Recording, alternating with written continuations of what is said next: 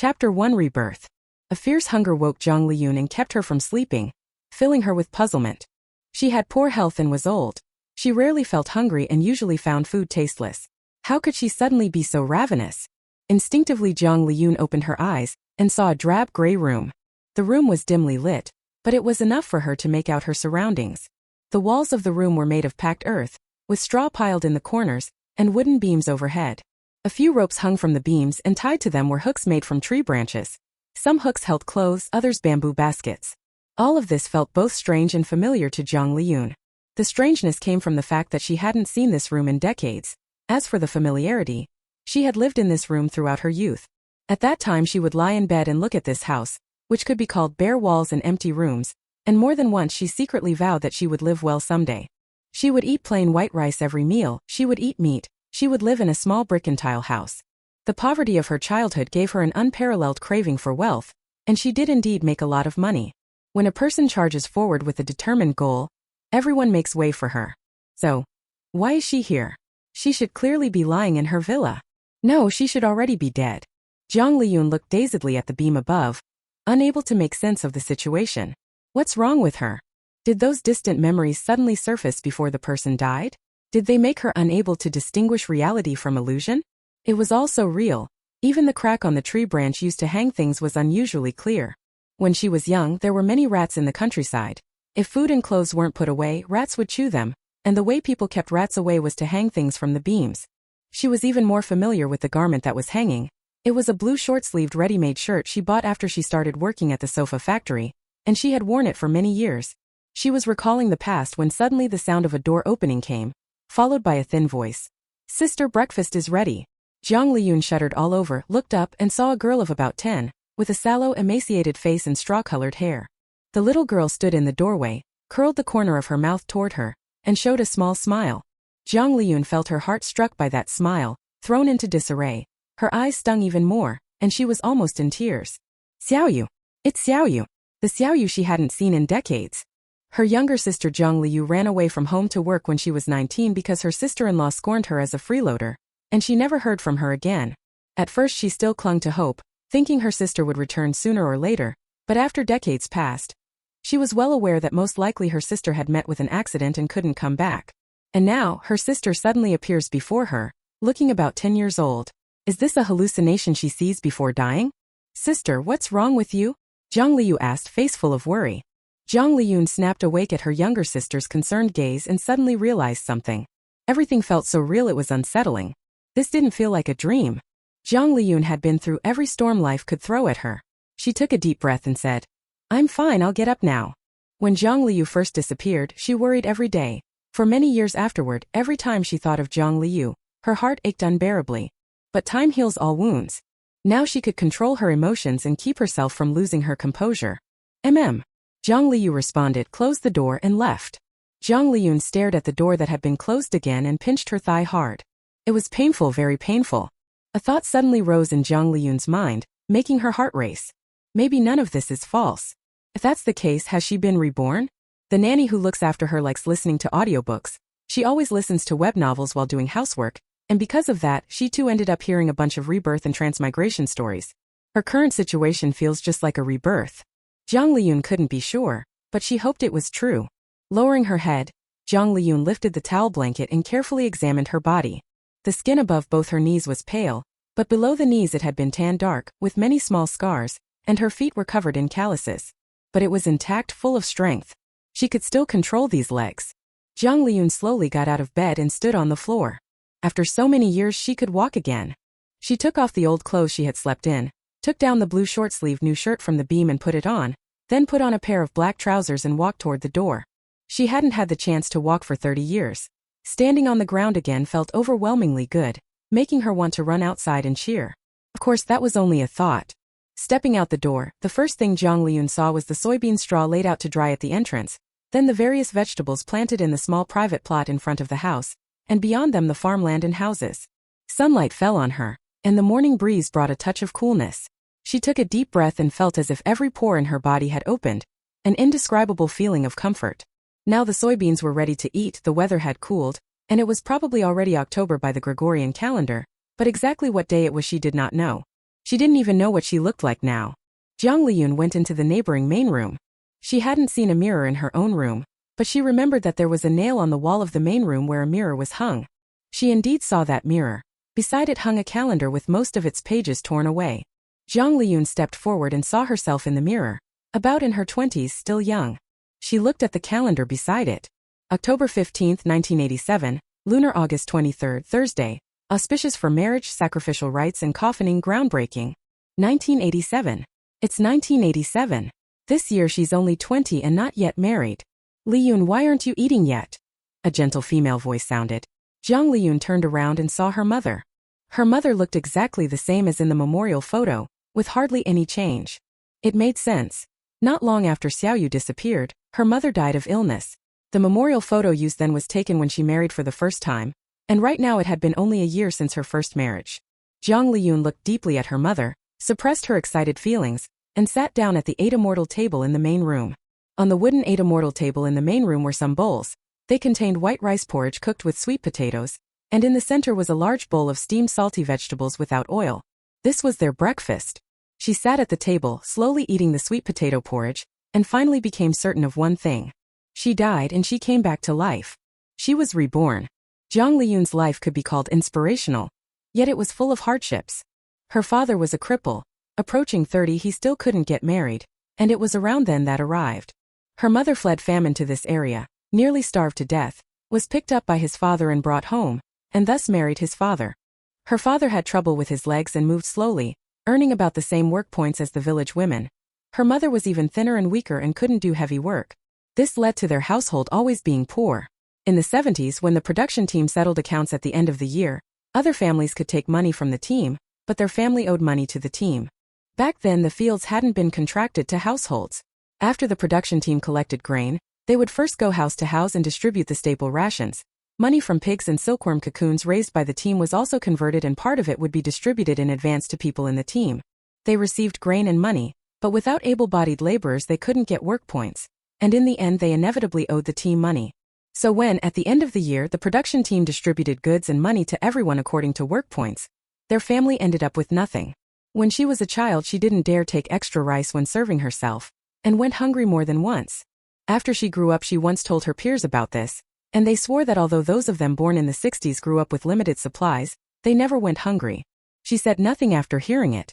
The experience of being so hungry as a child that she couldn't sleep was real. She remembered one summer when the commune leaders came to inspect their production team. The squad leader had people cook plain rice and mustard greens egg drop soup to entertain them. Because it was hot in evening they ate outside, which is how she saw it. What those people ate wasn't any kind of precious food, but she watched with her mouth watering. At that time she thought, if only she could eat white rice every meal until she was full. Who could have imagined that later everyone's living conditions would be so good? In short, her family was the poorest in the village.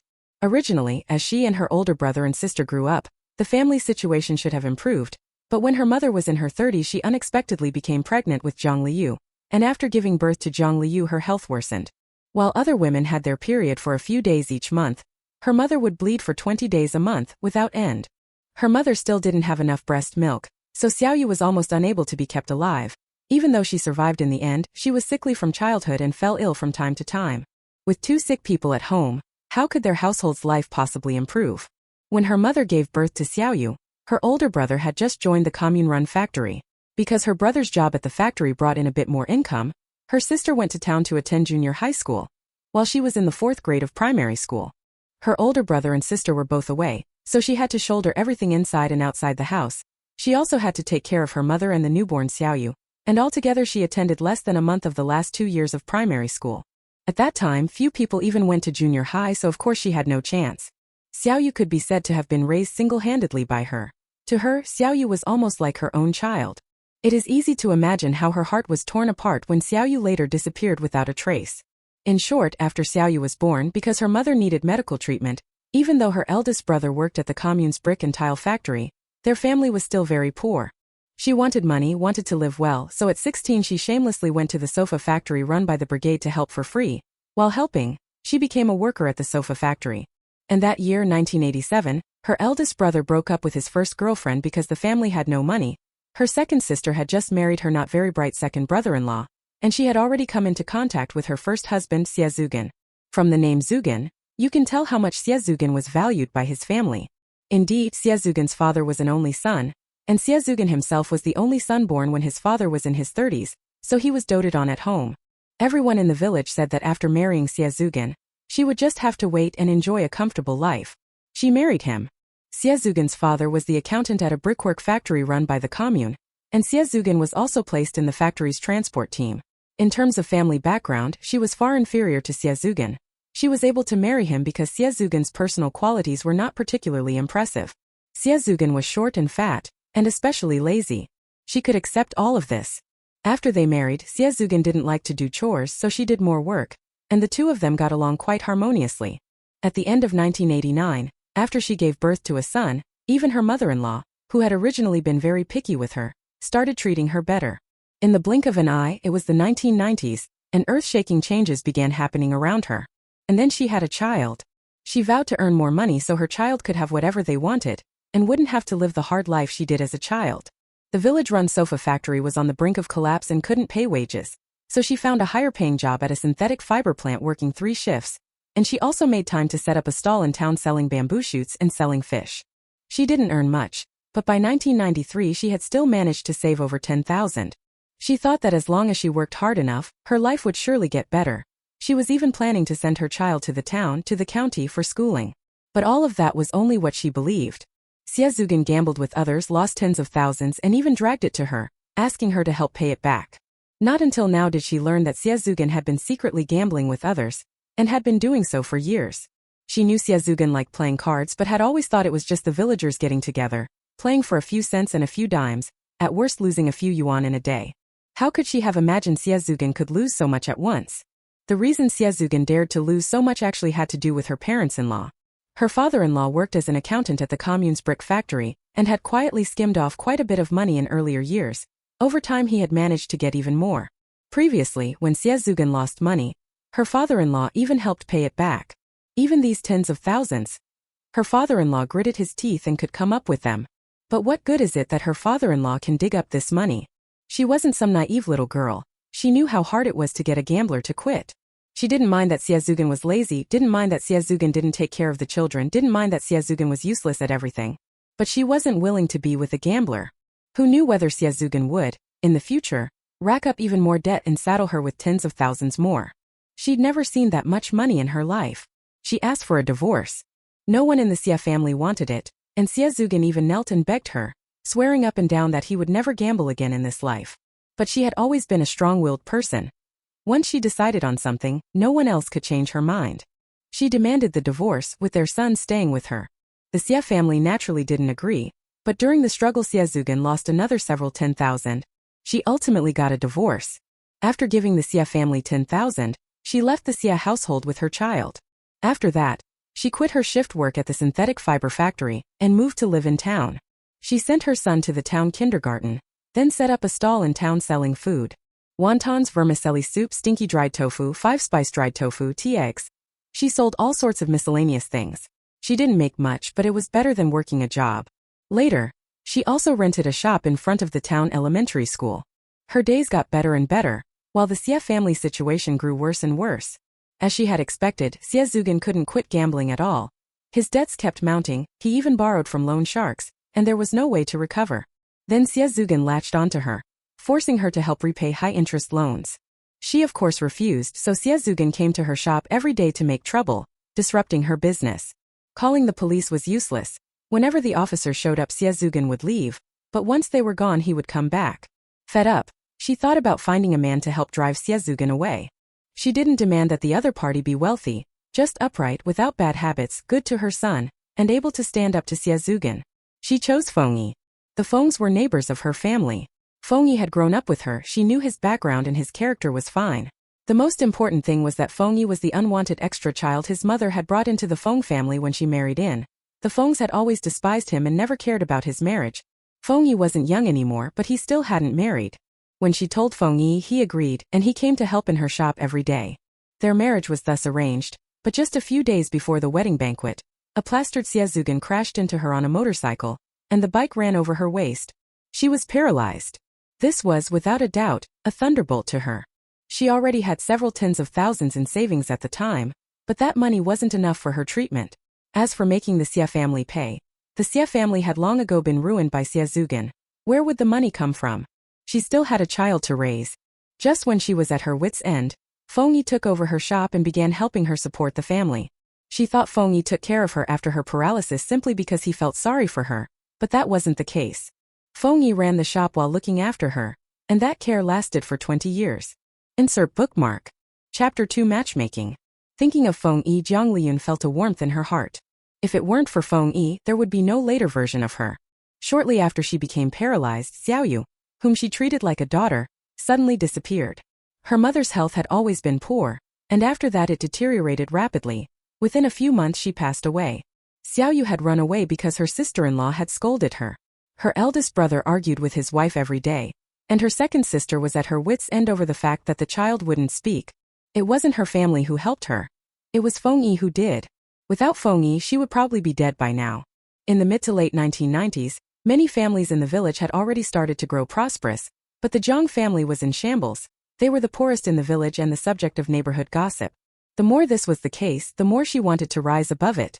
At that time she was not only paralyzed, but had also incurred a lot of debt for medical treatment. However, she and Feng Yi ran her snack shop together, getting up early and working late, and within a few years they had paid off the money. After that, they even bought a house in town and had some savings. By then, her life was already much better than the villagers. When her son entered high school, their family bought a computer. She learned typing, got introduced to online shopping, and discovered a business opportunity. In 2008, she opened an online store, selling the tea produced here. At first the online shop didn't do well, but later, just selling chrysanthemum tea, she could earn tens of thousands a month. After making money, she opened an online clothing store. She stood in the gust and was blown up into the sky. Although she was paralyzed from the waist down, it did not stop her from doing business online. She even studied English and opened web stores on foreign sites. Before she died, she employed hundreds of workers, and her bank savings alone amounted to over 100 million. But her life had not been a good one. Feng Yi was just in his 40s when he died of cancer. And what about her? She had pushed herself too hard in her younger years, underwent many surgeries after becoming paralyzed, and her health was never good. After Feng Yi died, her condition worsened, and within 10 years she was completely spent. Unexpectedly, she had a chance to start over. Jiang Liyun drank the porridge in her bowl in one gulp, set the bowl and chopsticks on the stove, and when she saw her mother preparing to wash the dishes, she snatched the cloth and started washing. Jiang Mu was very thin. Her arms and legs were like straw, as if there were only a layer of skin wrapped around bone. Her continuous menstrual bleeding drained the nutrients from her body, leaving her with severe malnutrition.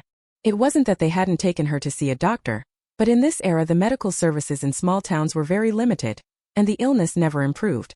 Jiang Liyun washed the dishes while checking on her mother. Shortly after her younger sister disappeared, her mother passed away. She hadn't seen her mother in many years.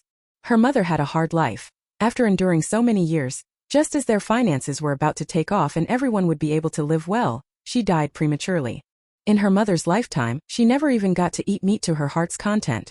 It wasn't only her mother who died young without enjoying much. Feng Yi did too. If anyone truly treated her best in her past life, it would have to be Feng Yi.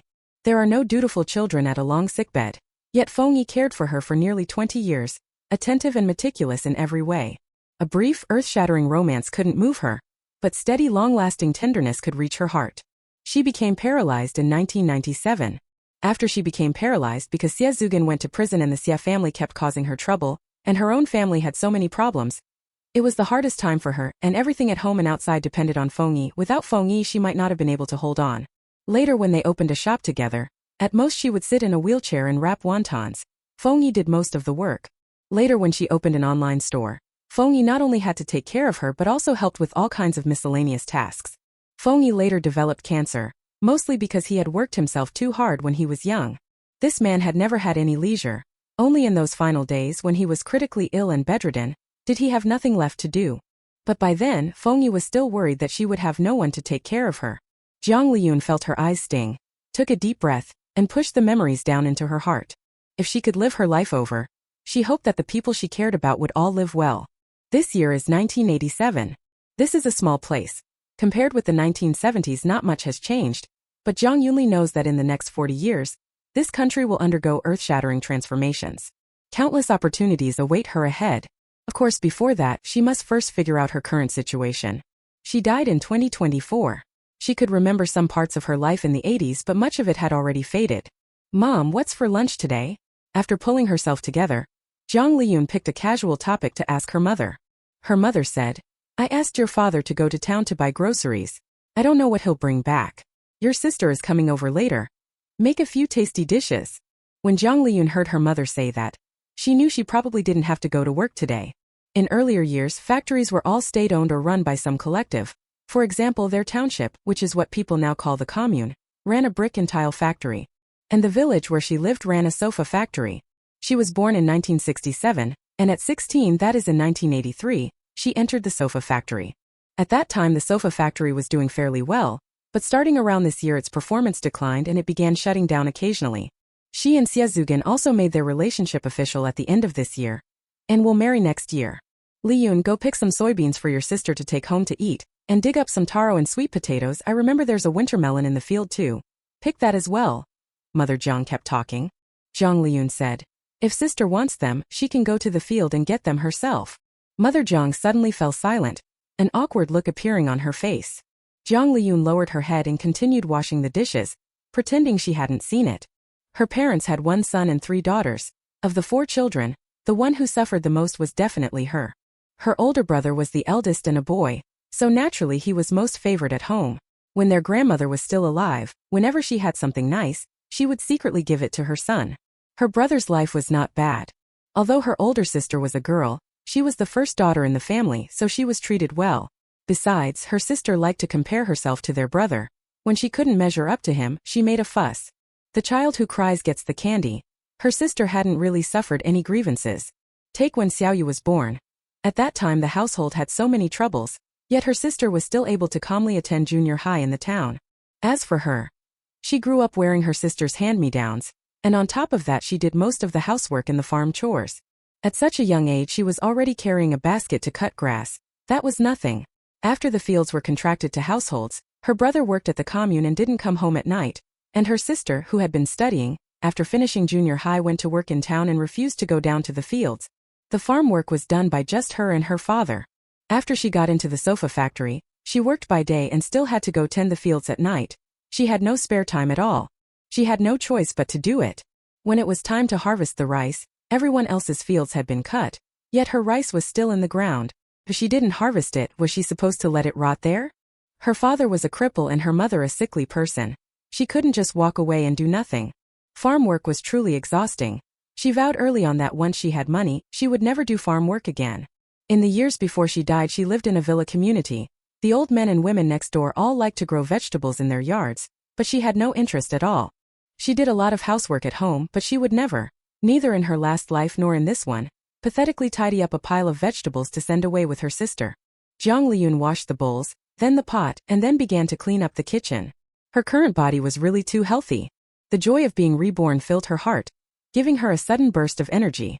She was eager to do something. It was during the tidying up that her heart slowly calmed.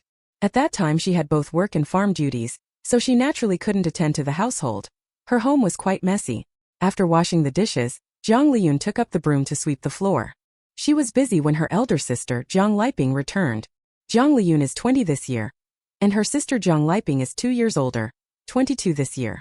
Although their parents are not in good health, they are not unattractive, so all 4 siblings are fairly good-looking. 22-year-old Jiang Liping has large eyes and fair skin. She has permed hair, wears lipstick, and has thin arched eyebrows. Her whole face looks very delicate. Her clothing is completely different from that of country people. A waist-fitted deep blue dacron shirt, crisply ironed black trousers, and mid-heeled leather shoes. With that outfit she wouldn't just stand out in the countryside. She would be very fashionable even in town. Ginger Liping, dressed up with care, radiated an air of pride from head to toe. When she looked at the family's dilapidated house, there was even a hint of disdain in her eyes. Jiang Liyun felt a little conflicted. When she was young, she harbored some resentment toward her older sister, because she felt she had been shortchanged doing chores around the house. But after she started working at the sofa factory and earning her own money, that resentment faded. She realized early on that she had to live her own life. Blaming her sister wouldn't give her the slightest benefit and would only waste her time. Now that she had been reborn and saw her glamorous sister again, all she could do was sigh. You must understand that in her previous life, toward the end her sister was utterly disheartened, muddling through each day, just barely getting by. At this moment Jiang Liyun was full of vigor. Liyun, you're already 20. Why don't you dress up a bit? With so many women at the sofa factory, you're definitely the plainest. I have no money, Jiang Liyun said. She was indeed considered unfashionable at the factory. The other female workers might not be as stylish as her sister, but at least they had a few new outfits to rotate. She, on the other hand, only had a few pieces of clothing, most of which her sister had discarded and given to her. How can you have no money when you get paid every month? Jiang Liyun said. Jiang Liyun said nothing. She did get paid every month, but the sofa factory's wages were not high. Whether it was the sofa factory or the commune's brick and tile factory, in the early years they didn't pay wages. The people who went to work in the factories were local farmers who received work points. Of course they didn't get absolutely nothing, the factory would give a small allowance. His older brother started working at the commune's brick and tile factory in 1978 and received work points. Besides that, there was a daily 0.20 yuan meal subsidy. If he worked overtime or did some dangerous jobs, he'd get an extra allowance. In a month at most he could get 10 yuan. Until January 1981, when the brick and tile factory reformed and workers stopped getting work points and switched to wages. His brother was then a grade 1 worker, paid 1.10 yuan a day, about 33 yuan a month plus miscellaneous allowances, taking home roughly 40 yuan. After that, because the state heavily invested in infrastructure and the brick and tile factory was profitable, his brother's wage kept rising year after year. By then, he was already taking home just over 100 each month. Xie Zugan was with the brick and tile factory's transport team. Although he never went out with the shipments, he could get an extra allowance which was about 2/3 of his wage. In 1987, Xie Zugan's monthly income was nearly 200. But the sofa factory was different. Working at the sofa factory was much easier than at the brick and tile plant, but the pay was bad. Her monthly wage now was only 40 or 50 yuan. What can you do with 40 or 50? These days many things are in short supply, prices aren't cheap. A jean of pork costs a whole yuan. Jiang Liyun spoke quietly. You're just stupid spending all your money on other people. But once you get married, marry into a good family, then you can keep your whole salary to spend yourself. Just then she saw Jiang's mother approaching. Jiang Liyun raised her voice. Liyun, I came over this time to tell you about a good match. My father-in-law works at the fertilizer plant, right? There's a young man there named Zhou Defei. His wife died of jaundice and hepatitis, and he wants to find another one. Jiang Liyun knew about jaundice hepatitis. In the 1980s this disease once rampaged through their area. Several people in their village got it, and some even died from it. Her sister had told her about this matchmaking, and she remembered it too. She now knew what day it was. Chapter 3 Refusal. Jiang Liyun remembered clearly that just the day after she met Xie Zugan, her sister had told her about a match, asking her to marry the widower Zhou Defei. So, she had only just met Xie Zugan last night. She and Xie Zugan were not from the same village. Xie Zugan was 6 years older than her. Before yesterday, she had heard her brother mention Xie Zugan and Xie Zugan's father, but she did not know Xie Zugan. She met Xie Zugan when she went to his village to watch a movie last night. At that time, rural people generally couldn't bear to buy tickets to go to the town to see films, but they could still watch movies. Projectionists would occasionally come to the countryside, pick a spot and show a film for the villagers, and once word got out where a film would be shown, people from neighboring villages would also go. She worked at a sofa factory during the day, and a coworker told her that the next village was showing a movie that night, and it would include the one she hadn't seen. Heroes have always been young. The factory was off the next day, so she went. When she arrived, she found there were so many people that she couldn't find a good spot.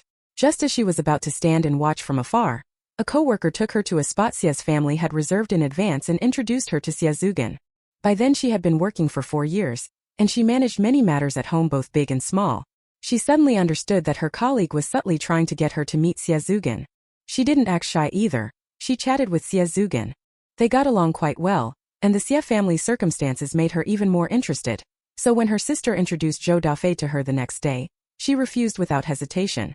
Later, when Xie Zugan lost money gambling, her sister mentioned Zhou Defei more than once, saying that it would have been better if she had chosen Zhou Defei back then. Indeed, if she had chosen Zhou Defei, she could have lived the good life without doing anything. The fertilizer factory was later privatized, and Zhou Defei happened to be very capable in sales. He earned a lot from commissions and even obtained shares in the factory. When she was down on her luck, Zhou Defei was supremely successful. By the time she opened her online store, the factory could no longer operate, but the factory's shareholders sold off the large plots of land the factory occupied and made a good profit. After that, Zhou Defei also invested in the housing development built on the site of the former fertilizer factory. In her memory, Zhou Defei wasn't a great tycoon, but he had always been one of the wealthier people in their town. He's 33 this year. Although that's a bit old, he looks young. His parents are both workers. His father is still working, his mother is already retired, and her pension is higher than your salary. Jiang Liyun spoke animatedly. It was clear she sincerely thought Zhou Dafei was a good match. At that age, does he have children? Jiang's mother asked cautiously, leaning in to listen to her two daughters. Jiang Liyun said. His previous wife gave him a son, the kid is about 5 or 6, already in kindergarten and taken care of by his mother. After Liyun marries him, she won't have to take care of the child. There's a child, Jiang's mother frowned. Jiang Liyun said. Sister, I'm not going to be anyone's stepmother. She had used this reason to refuse her sister in her previous life, and she would do the same in this one. There's an old saying in their village. If you killed someone's whole family in your past life, in this life you end up as someone's stepmother, which shows how hard it is to be a stepmother. If a child's biological mother makes them eat vegetables they don't like, no one says anything. But if a stepmother makes the child eat them, that's considered child abuse, deliberately making the child eat things they hate. Of course there are stepmothers who genuinely treat their stepchildren badly and do abuse them. She couldn't be that kind of stepmother, and she didn't want to marry only to be picked apart afterwards. And so what if Zhou Dafei can make money? In her previous life she ended up with far more money than Zhou Dafei ever had. She didn't need to marry him for the money. Relying on others is no substitute for relying on yourself. Besides, she already had Feng Yi. That child has nothing to do with you. What kind of stepmother is that? After marriage you just need to keep the man in your hand and have another baby. What does the previous child count for then? With such good conditions, if I weren't already married, I'd have gone for him myself. Jiang Liyun scolded in frustration. Liyun, if you marry into town, you won't have to do farm work anymore. Jiang Liyun sighed softly. Sister Jiang Liyun was especially good at shirking, often dumping the household chores on her. She once disliked this sister. But she had long since stopped caring about that. Her sister, like her, was single-minded about wanting to live a good life, but in her previous life things had gone disastrously.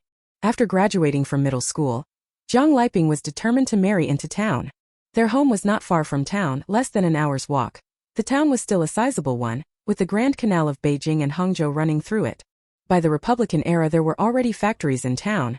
Now there were several, including a fertilizer plant. In the 60s and 70s, people living in the countryside found it hard to get meat. Her family often used sweet potatoes as their staple. Sweet potatoes didn't keep her full for long. She was always hungry soon after eating. People in the town were different. They had ration coupons for grain and meat, so they could eat meat several times a month. This led to many rural girls in the 1960s and 70s dreaming of marrying into the town. Now it was already the 1980s and big cities were undergoing earth-shaking changes, but rural people's lives hadn't changed much. Even so, many still wanted to marry into the town. But people in town without any defects, who would marry a rural girl? Especially since her family was particularly poor. Her older sister, well, she had once had a failed romance.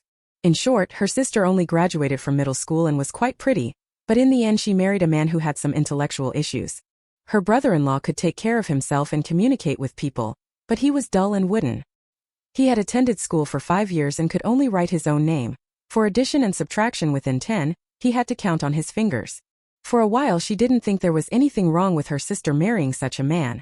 After all, he was obedient, willing to do anything her sister asked, and he had a steady job sweeping at a fertilizer factory. After marrying him, her sister could live what she saw as a good life. At that time her outlook wasn't broad. She could only see the present, and because of that she didn't mind that Xie Zugan was ugly and had many small faults. She just wanted to live a good life. But the world was changing too fast. The life she and her sister dreamed of, being able to eat meat without doing farm work. As time went on most people could attain it, so entering an unsuitable marriage for that reason wasn't worth it. Worse still, that marriage might end up dragging them down. If she hadn't married Xie Zugan at the start and had married Feng Yi instead, whether taking Feng Yi to work for others or setting up a stall with him, she could have grown rich much earlier. The same goes for her sister. In her past life, after her sister married her brother-in-law, the first few years were very happy. After all, they could eat meat now and then, wear new clothes, dress up. Their standard of living was far above others in the village. But a few years later, her sister gave birth to a son who looked just like her brother-in-law. This child still couldn't speak even at 2 years old, and after starting school, even more problems emerged. In first grade, the teacher took this child to test his IQ, and it showed he was intellectually disabled. After that, the child was bullied and harassed at school from time to time. Her brother-in-law couldn't do anything. Her sister's parents-in-law were both born before the founding of the country, uneducated and illiterate, so her sister had to shoulder the whole household. When at home, her sister liked to push tasks onto others, but after marrying out, she had to do everything herself. This child has an especially good appetite and really loves to eat. When she was little, her sister and her sister's in-laws spoiled her, and the child grew into a little chubby one. By the time the sister tried to control her weight as she got older, it was already too late. When this child gets hungry, she rummages through boxes and cupboards to find something to eat, even stealing things from the neighbors to eat. Later on, her sister's son ended up over 1.8 meters tall and weighing more than 300 kg. After getting this fat, he couldn't do anything conveniently. Even going to the bathroom required her sister's help to wipe him. On top of that, with elderly parents-in-law and a husband who only knew how to do simple jobs, her sister kept saying she regretted it at the time. Introducing a man in his 30s who had lost his wife and had a child to a 20-year-old sister who'd never been married, this man was still just a regular worker now. On the surface, her sister seemed to be picking on her. But Jiang Liyun knew that Jiang Liyun, who was willing to marry into the town and even marry her intellectually challenged brother-in-law, truly thought Zhou Dafei was a good match. Ultimately, it came down to their family being too poor. Her sister did have many flaws, but when she first became paralyzed during those hardest years, her sister came to help her. At that time, her sister had also started working at the fertilizer factory. When the factory had holidays, her sister would bring her son to the shop and help her make wontons and buns. I also think Zhou Dafei has good prospects, but I don't want to be someone else's stepmother, and I don't like older men, Jiang Liyun said. Liyun, once we leave this village we won't be able to find this shop again. Jiang Liyun kept persuading Jiang Liyun. Jiang Liyun changed the subject. Sis, did you and brother-in-law register your marriage? She remembered that at first her sister and brother-in-law hadn't registered. Her brother-in-law was a bit slow. His parents had already started planning early, choosing her sister to be their son's wife. But her brother-in-law was only 22 at the time and not yet of age to register, so at first they just held a wedding feast without registering. Besides, at that time late marriage and late childbirth were being promoted, encouraging women to have children only after 22. In the town, people generally had children at 24 or 25. Her older sister, in her previous life, had an even later first birth than she did. Jiang Liyun didn't expect Jiang Liyun to suddenly ask about this. Not yet, your brother-in-law isn't of age yet. Jiang Liyun said. Sis, then you better not register the marriage. What nonsense are you talking? Jiang Liyun was displeased. Jiang Liyun said, Sister, I read the newspaper a few days ago, and it talked a lot about eugenics. It not only mentioned the dangers of consanguineous marriage, but also said many defects can be inherited. If you have a child like your husband, what will you do in the future? As far as she knew, her sister's in-laws were actually a consanguineous marriage. She didn't know about this at first. Later, when her sister's child developed problems, her sister told her about it. At first, Jiang Liyun thought her younger sister disliked the match she had introduced, and was trying to stop her from registering the marriage. She never expected that in the end her sister was worried about her future children. Her heart gave a jolt, but she still said, No, I'm not. I'm so smart, there's no way I'd give birth to a fool. Her in-laws liked her and promised her many benefits, all because they wanted her to have a clever, lively child. Sis, many illnesses are hereditary. You'd better take your brother-in-law to get checked. Jiang Liyun reminded again. Jiang Liyun was a little displeased. Enough, you look down on Zhou Dafei, but he doesn't have to look down on you. I'm not talking to you anymore. After speaking, she looked at Jiang's mother. Mom, bring me some sweet potatoes. Before Jiang's mother could speak, Jiang Liyun said, There aren't any at home. If you want some, go dig them up yourself in the field. Jiang Liyun mumbled and, clearly displeased, went to get the small hoe from the corner of the house. After picking it up, she hesitated for a moment, then said to Jiang's mother, Mom, bring me a pair of pants and some shoes. I'll change and then go to the field. Chapter 4 Cooking. Jiang Liyun took off her new pants and new shoes, put on her mother's old pants and old shoes, and then reluctantly went to the field. After seeing her sister leave, Jiang Liyun continued cleaning. People find it easy to move from frugality to luxury, but hard to go back from luxury to frugality. In her previous life, as her living conditions improved, she grew increasingly fond of cleanliness. She found it hard to accept the messy, dirty state her home was in now. But no matter how much she tidied, the house never became truly clean. By then, some of the village families who had gotten better off had already started building two-story brick and tile houses and even paved their floors with cement, but her family still lived in a single-story house. The walls of this house were made of packed earth and the floor was just dirt, so however much she cleaned, the place remained grimy. Her home didn't even have running water. They did have electricity, but their house had only 2 light bulbs and no other electrical appliances at all. That said, for a rural family at that time, Xie Zugan's household was genuinely well off. The village where the Xie family lived was close to the town, and their production team leader was well connected and sold a plot of land to the town. By the late 1970s, their production team already had running water. Their tap water is connected to the town. The Xie family also had 2 electric fans, a ceiling fan, and a black and white television, nothing like her family. Summer made the house so hot they all had to sleep by the door on the sun-drying yard. Her sister's husband's household didn't need mentioning. They had even more appliances, including a washing machine. Of course, strictly in terms of money, the Xie family was certainly richer than her brother-in-law's family. It was only that the Xie family's money had dubious origins, so they didn't dare show off their wealth. In her previous life, she had married into the Xie family for several years and even had children. Yet she still didn't know the family's financial situation. It wasn't until Xie Zugan's gambling was exposed that she learned her father-in-law had actually been so wealthy. By the 1990s he had saved over 200,000. Of course, all that money had been gambled away by Xie Zugan. Jiang Liyun stopped tidying, put the family's dirty clothes into a basket, and went to the river to wash. Her father had gone to buy groceries. As for her mother suffered from severe anemia. If she squatted for even a short while she would feel dizzy. Once when she went out to wash clothes, after finishing she stood up and was lightheaded, and suddenly fell headfirst into the river. Fortunately, a man from the village saw it and pulled her mother out of the water. Her brother worked at the brick and tile factory and usually didn't come home. Her sister was already married off, and Xiaoyu was as thin as their mother. These tasks could only be done by her. In her previous life she didn't like doing these chores, but today was different. The feeling of stepping on muddy ground was truly wonderful.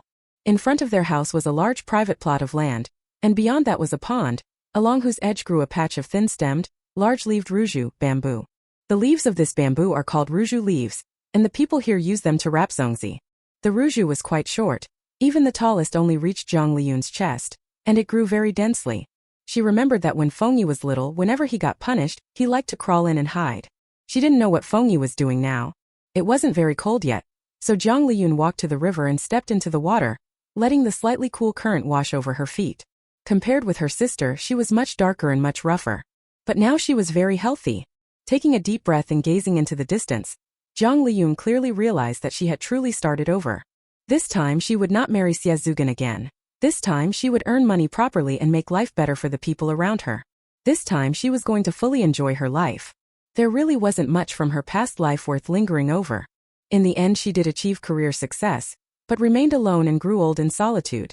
She did have a son, and for a long time he was the most important person in her life. This is the continuation of her life.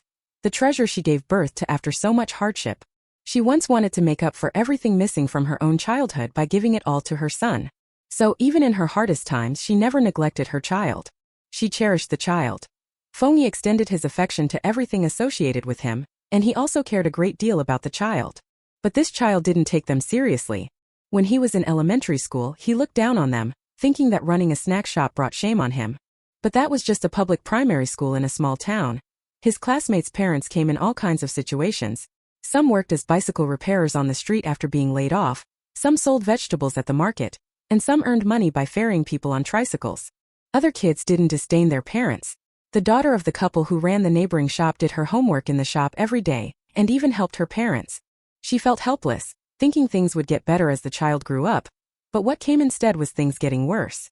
After the child started middle school, he began asking her for this and that. He spent more money by himself than she and Feng Yi did together. For a long time she didn't know what to do, wondering whether her lack of education was why she hadn't raised the child properly. The child's grades had always been poor. She paid to get him into high school, and naturally he didn't score high enough on the college entrance exam for a bachelor's program, so he enrolled in a vocational college. She herself didn't even finish elementary school, so of course she wouldn't be picky. She bought a house and a car for the child and even helped arrange his marriage. It was also then that Feng Yi's health deteriorated. At that time she was no longer short of money, but Feng Yi was hospitalized and there were many things that needed the family's attention. Because she had difficulty moving, she asked her son to help. But the child didn't care at all. Even when asked to go to the hospital cashier to pay a bill, he needed to be asked 3 or 4 times. She wanted this child to look after Feng Yi in the hospital, and the child immediately said, "He's not my dad." At that moment her heart sank. Feng Yi had no children and had always treated this child as his own son. When she was with Feng Yi the child had just been in elementary school. Feng Yi drove him back and forth, did his laundry and cooked for him and took him out to play. When the child had his appendix surgery years ago, Feng Yi was so worried he couldn't sleep for days. Even when the child went to college, it was Feng Yi who drove him, lugging bags and suitcases to send him off. And for all these years, the child had always called Feng Yi dad. Feng Yi did better than most fathers in this world, yet the child showed no gratitude at all.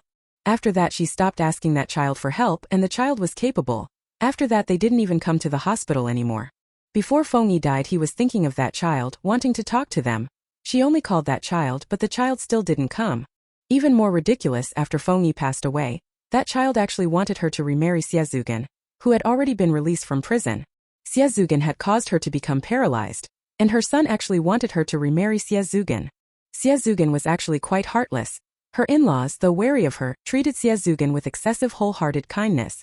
As for Xie, gambling might be bad enough, but to get money he even beat his own parents. After Xie got out of prison, he did nothing at all, letting his 70-something father and mother sweep the streets to support him. Her son very much resembled Xie. What good is a son like that? After that, she stopped giving him money and refused to see him. She even made a will deciding to donate all her property after her death. At first, she worked hard so her child could live a good life, so he wouldn't be as hungry and poorly clothed as she had been. But this child is not worth it. If that's the case, there's no reason for him to still enjoy the money she and Feng Yi worked so hard to earn. She owes that child nothing. She raised him, supported his education, bought him a house and a car. She has done her utmost. If the child thinks Xie is good, then let him go live with Xie, don't come to her. Once she made up her mind, she would not change it. Even if her son kneels and cries in front of her, she will not be moved. But at that time she really watched a lot of good shows, and it was then that she learned her son had been keeping a mistress behind his wife's back. The mistress was already pregnant, and had gotten pregnant while Feng Yi was seriously ill. She would rather not have such a son. She made the contents of her will public, wound up her businesses, and hired several people to take care of her. If she died, her caregiver and nursing aide would lose their pay.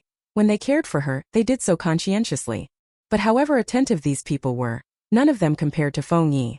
Jiang Liyun felt no attachment at all to the son she had spent so many years on in her previous life. It was Feng she really missed him. After finishing the laundry and returning home, Jiang Liyun found that Jiang Liping had already come back, while her father was sitting at the doorway shelling edamame. Edamame are simply immature soybeans. They can be boiled in the pods or shelled and used in dishes. When Jiang Liyun passed away, her father had already been dead for a long time. After her mother died, her father grew increasingly taciturn, and within a few years he was gone too. This year, by his actual age, he was already 55. His hair was streaked with white, he had few teeth left, and he looked entirely like an old man. When she was young, she always thought that a 50-year-old was already old, and it would be normal if they died. But starting in the 1980s, everyone's standard of living improved. Many people whom she had considered old at the time didn't change much for the next 20 or 30 years. Many people in the village around her mother's age were still very much alive when her mother died. Her father and mother both died so early that they never enjoyed much of a good life. Jiang Liyun asked her father, "Dad, what vegetables did you buy today?" When Jiang's father was a child he broke his leg and didn't receive treatment, so he became a cripple. In those days children generally didn't have proper names. After he became crippled, people began calling him Jiang the Cripple. The more they said it, the more it became his name. Later, when the new China was established, that name was even written on the household registration. As for Jiang's mother, she was born in spring, her surname was Wu, and her name was Wu Xiaochun. Everyone in the village called her Xiaochun. Old cripple Jiang grinned when his second daughter asked him and said, "I bought a piece of tofu and cut half a catty of pork." When she heard the word tofu, Jiang Liyun couldn't help but smile. "I'll go cook." Whenever her father went to town to buy groceries, tofu was always on the list. After her eldest brother got married and the family situation worsened so they only ate vegetables from the fields, her father went to buy groceries every day. Since he couldn't afford meat, he brought home a piece of tofu every day. Her sister-in-law once made a fuss about it because of that, saying that just seeing tofu made her want to vomit. But there really was nothing to be done about it. These days meat was still a luxury, and their family couldn't afford it. In her previous life she was willing to marry Xie because the Xie family had good food. People who have long gone without enough or decent food have a craving for food, especially for meat, that those who have always been well-fed can hardly imagine. When she first married into the Xie family in her previous life and saw that the Xies had meat dishes every day, she once thought this was as good as life could get, and she was filled with energy, willing to do any amount of work. Later, after the divorce she opened a snack shop. Once she had money in hand she ate meat every day, sometimes 2 big bowls of rice at a meal. Don't be fooled by how thin she is now. When Xie hit her and left her paralyzed she weighed nearly 140 jin. If Feng Yi weren't strong, he couldn't have taken care of her. Being reborn and immediately having meat to eat. It's pretty good. Jiang Liyun weighed the pork in her hand, then looked over the vegetables, thinking about the dishes she would make next. At this season there were plenty of vegetables in the fields, and Jiang Liping didn't hold back at all. She brought back quite a lot. The soybeans Jiang the cripple was shelling were the ones she had brought back. At first she was shelling them herself, but when she saw Jiang the cripple return she said there were stinging caterpillars on them and asked him to help her shell them. Seeing Jiang Liyun now she said again, "Liyun, help me peel the taro, I don't know how." Right now the taro bulbs had just matured. Stewed with meat or braised they were delicious. This stuff is solid carbohydrates.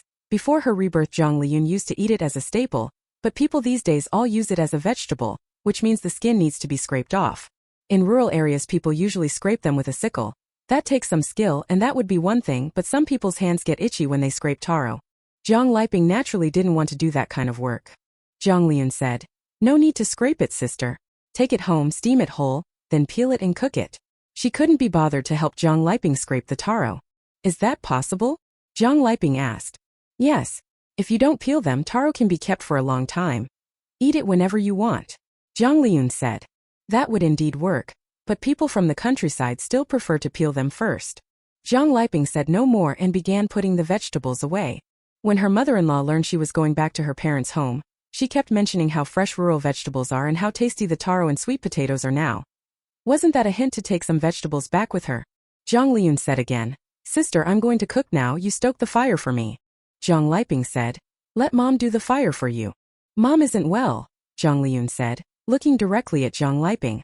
Jiang Liping returned Jiang Liyun's gaze with an awkward little laugh, then went to sit behind the stove and tend the fire.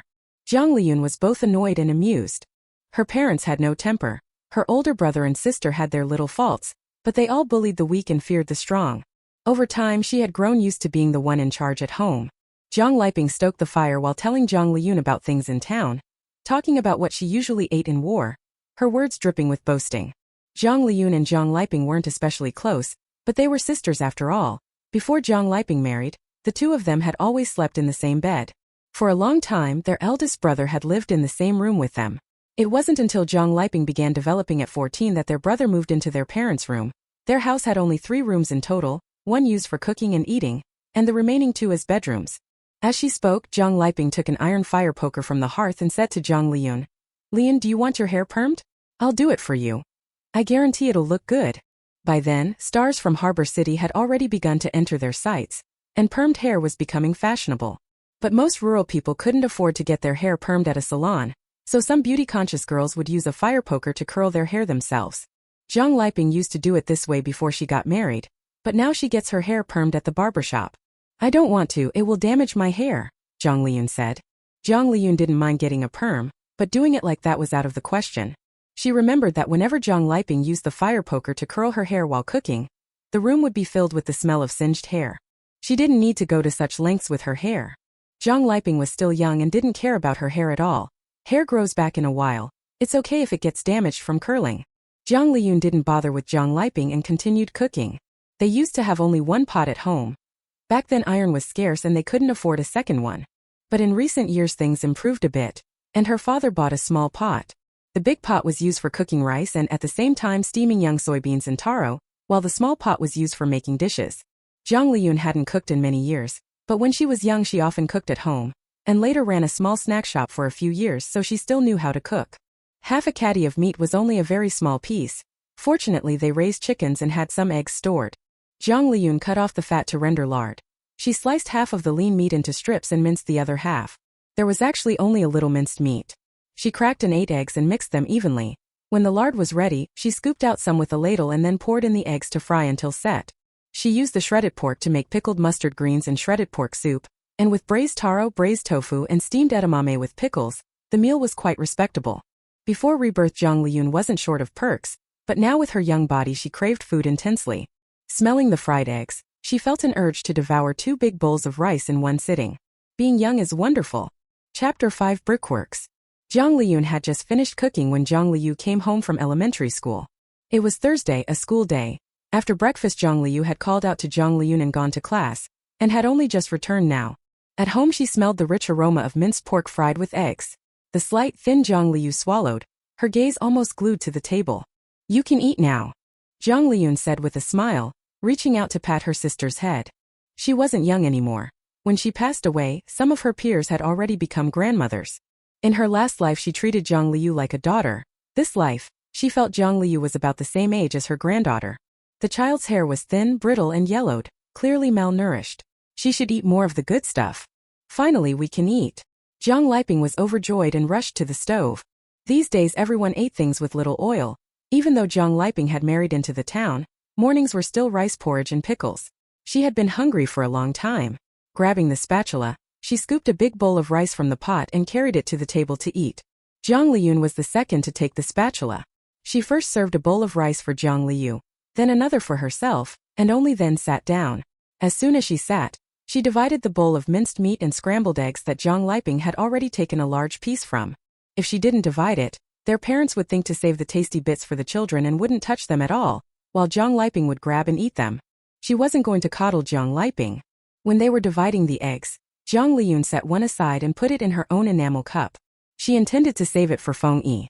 It felt a bit improper to give home food to Feng Yi, but Jiang Liyun didn't feel the least bit guilty.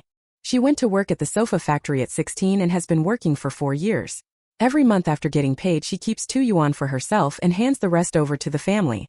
That would be one thing, but she also does the most of the fieldwork among the siblings. Jiang Liping hands in less wages than she does, and today she even took so many vegetables from the house. What harm would it do for her to ask for an extra scrambled egg? Speaking of handing over wages, in these days if a family hasn't split up, young people are expected to give part of their pay to their parents. Her older brother and sister also handed over their wages. So before getting married, Jiang Liping couldn't afford to get her hair permed. At the time Jiang Liping did odd jobs in town, earning about the same as she did at the sofa factory, though she handed over a bit less. Even so, she could only keep at most a dozen yuan or so a month for herself. With so little money, when Jiang Liping occasionally splurged on a treat or bought a little something, it was gone. These days prices are really quite high compared to the average per capita wage. As for her brother Jiang Lihai, the work at the brickworks is hard but pays well. He now earns a bit over 100 yuan a month. But because he doesn't eat or live at home, he buys his meals at the brickworks, and because courting expenses are substantial, he only hands 60 yuan to the family each month. Jiang Liping refuses to contribute more because the amount Jiang Lihai turns over to the family is relatively small compared to his wages. Jiang Liping saw that Jiang Liyun had left some scrambled eggs aside and said sourly, "You saving them for Big Brother? He eats fine at the factory every day. What need does he have for you to worry about him?"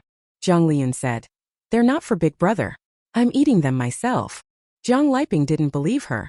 Jiang Legate didn't care about these matters, and Jiang Liyu just kept eating. Only Wu Xiaochun said softly, "I can't eat this many eggs.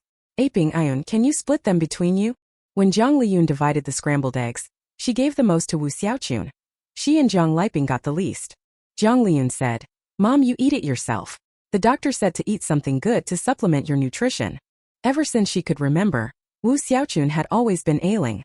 As for the long menstrual periods, sometimes after seeing a doctor and taking medicines like Yunnan Bai Yao, she'd get better for a while, but after some time it would recur. In short, it kept getting worse and better, never fully improving.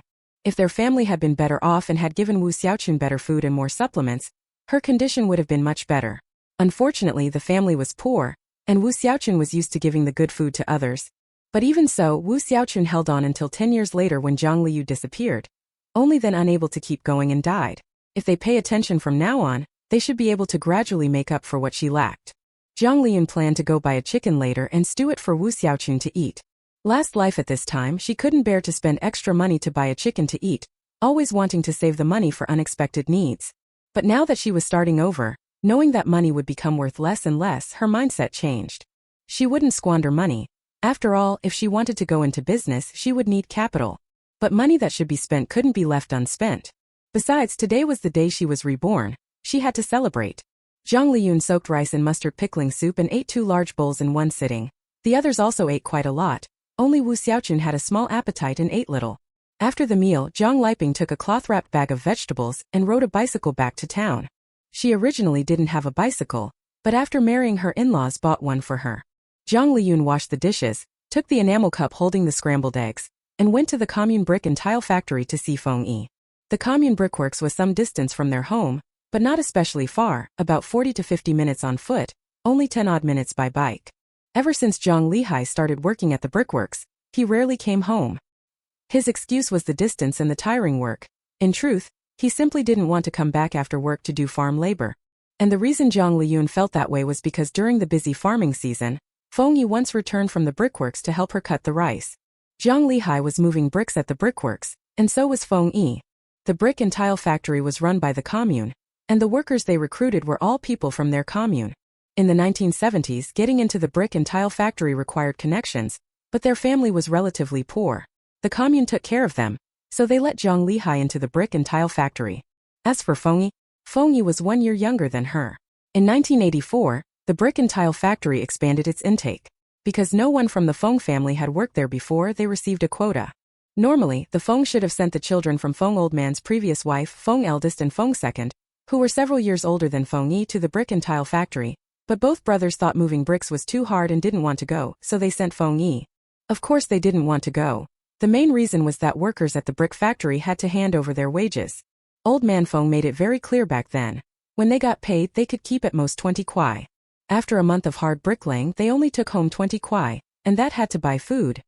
They weren't happy about that. It was different to send Feng Yi. Feng Yi was the unwanted child his mother brought into the Feng family when she married in. Every month when he got paid, he was only allowed to keep 10 yuan for food. The rest had to be handed over, and that money would be spent on finding wives for Feng Eldest and Feng Second. No work and still getting money, how great! As for staying home to do farm work and bricklaying are about the same in terms of how tiring they are, but farm work isn't always available, and Old Man Feng is a master at farm labor, so there wasn't actually much work they needed to do. It was definitely easier than going to a job. Jiang Lihai didn't want to go home after work and do farm work. If he were only asked to do farm work, he would certainly be willing. Anyway, 16-year-old skinny Feng Yi went off to the brickworks. After that, Jiang Liyun rarely saw him. But the two still had contact. Feng Yi even helped Jiang Liyun with chores. Those years, Jiang Liyun would come home from work and do housework and farm work, nearly collapsing from exhaustion. One morning she went out to the fields and found that someone had already harvested a mu of her rice. After that, such things kept happening. At first she didn't know who was helping her. She thought someone was trying to be like Lei Feng and do good deeds. Back when they were in the production team, they had once emulated Lei Feng to help people from other production teams by doing work for them, but later when that other production team didn't return the favor, they stopped. It wasn't until later, after she divorced Xie and was with Feng Yi, when they were reminiscing about the past and mentioned this incident, that she learned it had been Feng Yi who cut her rice that time. Feng Yi usually lived at the brick and tile factory too.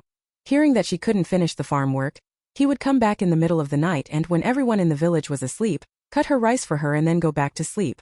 In her past life, after she married Xie, Feng Yi quit his job at the brickworks and went to work elsewhere, only returning when she divorced Xie. By then Feng Yi had changed a lot. Jiang Liyun had always regarded Feng Yi as the neighbor's younger brother. After several years apart, she realized he had grown into a mature man, and her perception of him changed. On top of that, Feng Yi kept coming to help her, seemingly showing interest. After Xie repeatedly gave her trouble, she decided to marry Feng Yi. A long time had passed, and Jiang Liyun could hardly recall what Feng Yi looked like now. But he was, after all, not unattractive. Feng Yi was quite handsome. The commune brick and tile factory was located by the canal, and didn't occupy much land. The factory's workers would fire bricks here to sell to nearby people, or load them onto boats to send to the nearby big city. The boats the brickworks used to carry bricks are tugboats. There was a tugboat in front of it and several or even a dozen barges being towed behind, looking like a long string. There had to be several people watching on the tugboat. Each barge needed about 3 crew members, so a fleet often required 30 or 40 people, and the brick and tile factory's transport crew was no small number. Their pay was considered quite high in the commune. Now, including subsidies, they could take home over 200 a month, and some smart ones could earn extra money by taking jobs away from home. But it was hard work and even very dangerous. The people in the transport crew who load the bricks are there to help carry them, and they also have to take turns keeping watch at night. Not to mention that law and order is poor these days. Setting out by boat makes you vulnerable to robbery, and once you get into the Yangtze, the winds and waves are fierce. Falling overboard often means instant death. Of course, even though it's very arduous, people at this time still swarm to join the transport crew. After all, even being a most ordinary laborer at the brickworks is actually quite dangerous. Ordinary workers not only have to carry and fire bricks, sometimes they also have to do construction work, like repairing water towers. At their commune before, someone fell while repairing a water tower and died. Speaking of that, her parents had only one son, Jiang Lihai, and the brick factory had a rule that only sons couldn't be assigned dangerous work, so Jiang Lihai usually just moved bricks in the factory and didn't have to do dangerous jobs. Feng Yi was different. The Feng family didn't lack children, and he wasn't even their biological son. At such a young age he already had to climb tall scaffolding to build water towers. There were hardly any safety measures in those days. This work was truly dangerous. Jiang Liyun was thinking she should get Feng Yi to resign sooner. Working away from home was much better than carrying bricks at a brick and tile factory. At this time the factory wasn't being managed strictly at all. Jiang Liyun walked straight into the brick and tile plant and no one stopped her. But she didn't see Feng Yi right away. Instead she saw Jiang Liyun. The 25-year-old Jiang Liyun was very different from the Jiang Liyun had seen before he died. The 60-plus-year-old Jiang Liyun had almost no hair left on his head and a prominent beer belly. The current Jiang Liyun, however, was thin and had a full head of hair. He wore an old work suit with the elbows and knees faded to white, his hair a bit too long and full of dust, his face tanned dark from the sun. "Second sister, did you come looking for me?" Jiang Liyun's gaze fell on the enamel cup Jiang Liyun was holding, and he swallowed. His second sister coming to see him? Could it be that someone at home had cooked something good and sent it specifically for him? "Brother, I'm not looking for you, I'm looking for Feng Yi," Jiang Liyun said. In Jiang Liyun's previous life, her brother's life was ordinary. Neither good nor bad. After he broke up with his then-girlfriend because his family was a burden, he couldn't find another partner. It wasn't until 3 years later that he married a girl from another place who had come here to work. Her sister-in-law seemed very hard-working at first, always eager to do the housework, but after she gave birth to a son and considered herself the family's heroine, she changed completely. She dumped all the household chores on Jiang Liyun and between the lines, looked down on her parents-in-law and the young aunt. Later, Jiang Liyun couldn't take being scolded by her anymore. Ran away from home to work and then disappeared. Worried sick, Wu Xiaoqun's condition worsened and she died, and Jiang Liyun divorced her. After that, Jiang Liyun never remarried. He worked hard to learn electrical work and became the sole electrician at the formerly privatized brick and tile factory, which had been converted into a cement plant. After doing that for more than 10 years, he was fired for taking private jobs doing plumbing and electrical renovations on the side. He wasn't upset about it. He simply focused on renovation work. Although the job was hard, it paid fairly well, and he bought a mobile home for his son. When Jiang Liyun passed away, her eldest brother already had a granddaughter. Apart from going to work, he usually doted on that granddaughter, feeling that his daughter-in-law was too cruel for not letting the 2-year-old have candy or watch TV. But he had little status at home. Whenever he complained about these things at home, his son, who believed in scientific child-rearing, would scold him.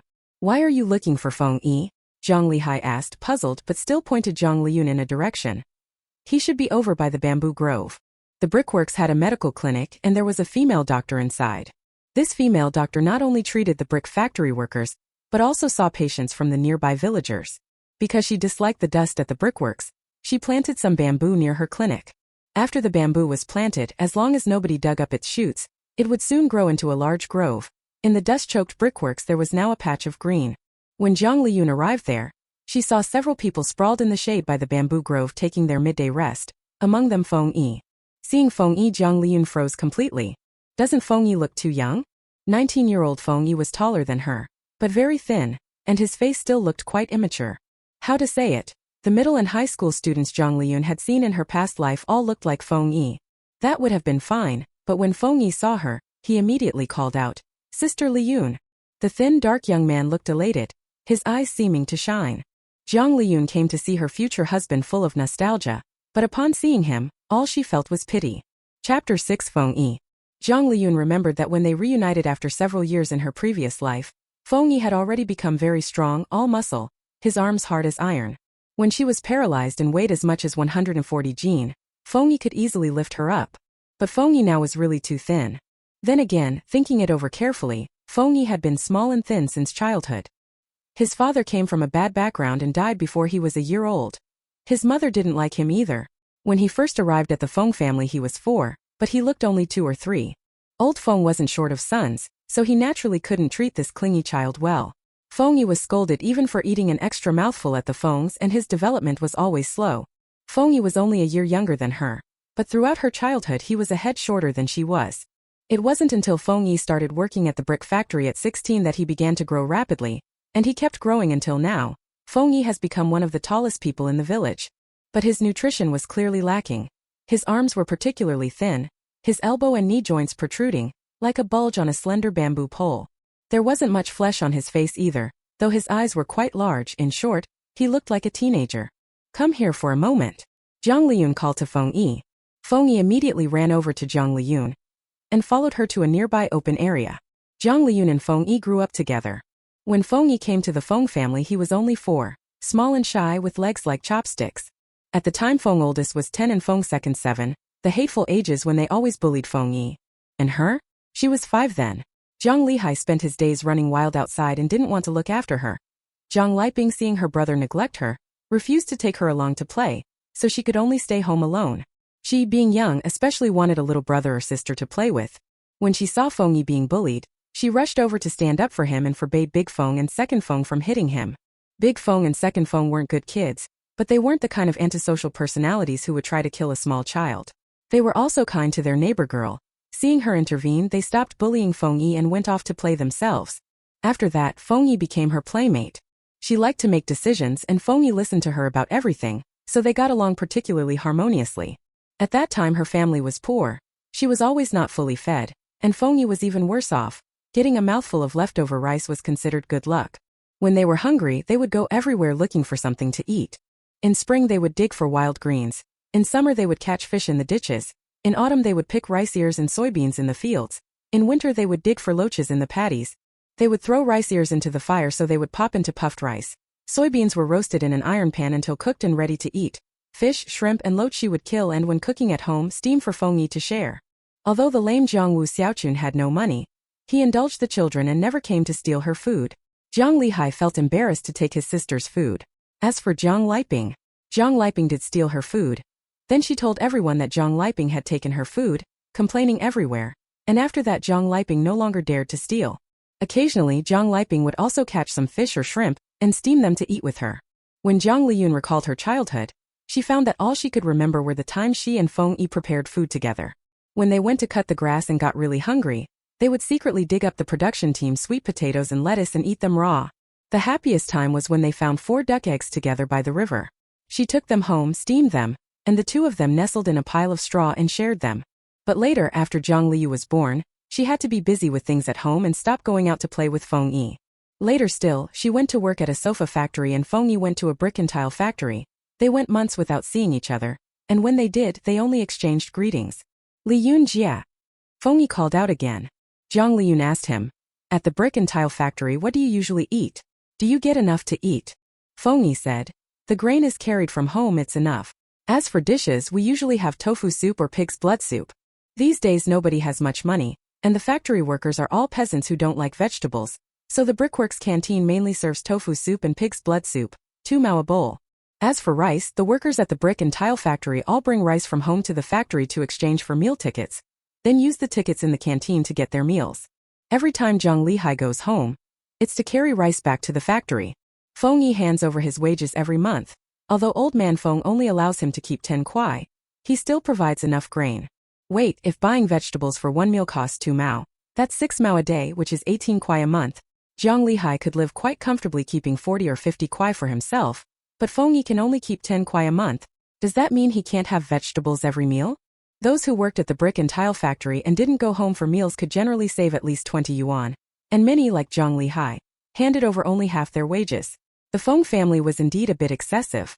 But the Fengs had always been like that. Jiang Liyun sighed inwardly and shoved the enamel mug into Feng Yi's hand. "I brought this for you, eat it." Feng Yi froze, holding the enamel mug and looking at Jiang Liyun helplessly. Jiang Liyun hadn't sought him out for many years. Today she had taken the initiative to greet him, which had already made him very happy, and now she was even bringing him food? He opened the enamel cup and saw a serving of scrambled eggs inside. Feng Yi asked Jiang Liyun, "Sister Lianu, why did you bring me food?" Jiang Liyun was momentarily silent. In her previous life she had cut ties with her ungrateful son, and was not close with her brothers and sisters, so after Feng Yi died, she was left all alone. Over the years she always thought of Feng Yi, and missed him very much. She still felt guilty toward Feng Yi. In her past life she only ended up with Feng Yi because she was being harassed by Xiezugan. At that time she had no real feelings for Feng Yi. She did it entirely for herself. After she became paralyzed, she knew that if she wanted to live and raise her son, she had to rely on Feng Yi. So she tried to win him over and keep him from leaving. Feng Yi didn't leave. He stayed loyally by her side to take care of her, but she still kept her guard up against him. Because of her paralysis she couldn't have a normal marital life with Feng Yi, let alone have children. Their marriage was unstable. In the 1980s, if the Feng family didn't arrange a marriage for Feng Yi, if he had no house, couldn't afford a bride price, and couldn't pay for a wedding feast, he wouldn't be able to find a wife. But later times changed. Feng Yi was fairly handsome and quick-witted. He learned things fast and was efficient at work. He had many ways to make money, and once he had money, even if unmarried young girls didn't want to marry him, there would always be divorced women willing to live with him. As far as she knew, after she married Feng Yi, several women had shown interest in him. A man like that, capable, who stayed loyal to a paralyzed woman, was always heart-stealing.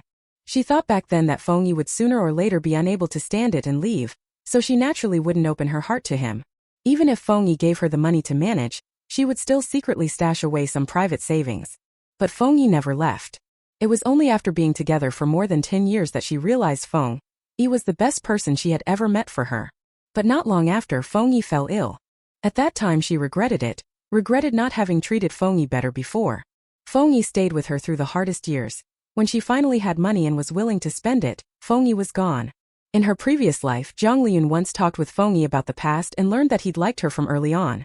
So when she was reborn, she wanted to be with Feng Yi as soon as possible.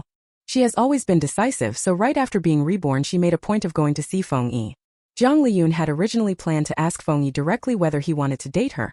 But when she saw him, she couldn't bring herself to say it. Feng Yi looked much younger than her son in her previous life, very naive. The feverish emotions in her heart, boiling like water on the cusp of a boil, were cooled as if someone had thrown in a lot of ice and calmed down. In his previous life, Feng Yi had truly treated her well. Even in this life, her own brothers and sisters let her toil in the fields, but Feng Yi would secretly help her cut rice and plant seedlings. To her, Feng Yi was closer than her own younger brother. Forget it, I'll treat him like a younger brother and take care of him for now. Jiang Liyun found an excuse for bringing the eggs. You helped me cut my rice before, didn't you? Consider these eggs a thank you. Liyun Jia. Feng Yi looked at Jiang Liyun, a trace of panic on his face. Who told you? Jiang Liyun said. I guessed. Who else besides you would help me? In her previous life she didn't guess it, because in recent years she hadn't had much contact with Feng Yi. Feng Yi was also particularly thin, not seeming like someone who could do so much work. At that time she really didn't pay much attention to Feng Yi. Feng Yi lowered his head. I. Feng Yi, get to work, someone shouted from a distance. The brickworks workers could rest for a while after eating, but the break they were given wasn't long.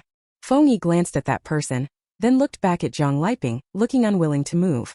Seeing a man half a head taller than her behaving so obediently in front of her, Jiang Liyun couldn't help smiling. Hurry up and finish the egg and get back to work, I'm going home too. Feng Yi responded, took the scrambled egg with his hand and shoved it into his mouth, then returned the enamel mug to Jiang Liyun, but still stood without moving. Seeing everyone else go to work, Jiang Liyun feared Feng Yi would be blamed for being late. Then I'll go back now and come find you again tonight. She planned to spend her private savings to buy a chicken to eat, and would definitely bring some to Feng Yi then. You're coming tonight? Feng Yi was very pleasantly surprised, but his voice was a bit muffled because he still had egg in his mouth. Jiang Liyun said. Yes, wait for me. After saying that, Jiang Liyun quickly left the brick and tile factory. She still had many things to do that afternoon. Feng Yi stood in place watching Jiang Liyun leave, then ran off toward his workplace. The scrambled eggs had already cooled, but they still smelled delicious. Not to mention there were minced meat and crispy bits of fat in them. Feng Yi couldn't bear to chew. He slowly sucked, savoring the taste inside. He had thought Jiang Liyun would ignore him, but unexpectedly today she not only came to find him, she also brought him food. Jiang Liyun will come again tonight. Feng Yi was in an especially good mood. He quietly moved closer to Jiang Lihai and worked alongside him. Insert bookmark. Chapter 7 Misunderstanding. Feng Yi remembered things from a very early age. He recalled clearly the events from his childhood. He remembered his mother's look of disdain, and he also remembered his maternal grandfather and grandmother's expressions of disgust. They all disliked him. They would scold him, pinch him, beat him, but nobody taught him to speak, so at that time he couldn't understand the words people around him said. Yet even so, he knew he was an unlikable person. Most of the time he was locked alone in the woodshed. He didn't know what he could do, so he simply chewed on rice straw in silence, sucking out its sweetness. He liked the smell of straw. When he was 4, his mother remarried and took him to the Feng family. Before that he had hardly ever left home. Suddenly arriving in a completely unfamiliar place, he was terrified. The tall old man Feng the eldest, Feng the second, Feng the third, made him even more afraid. He couldn't speak nor understand what the people around him said. He could only tremble. letting Feng the eldest pinch his arm and Feng the second shove him down. He didn't dare resist, nor could he. At 4 years old, Feng eldest and Feng second were too big for him. He really was an unlikable person. Nobody liked him. He couldn't explain his feelings then, only that it hurt terribly, and just when he thought he would be beaten to death, Jiang Liyun stepped in front of him and forbade Feng eldest and Feng second from bullying him. He didn't understand what Jiang Liyun said at the time, but he remembered her appearance clearly. It was winter then.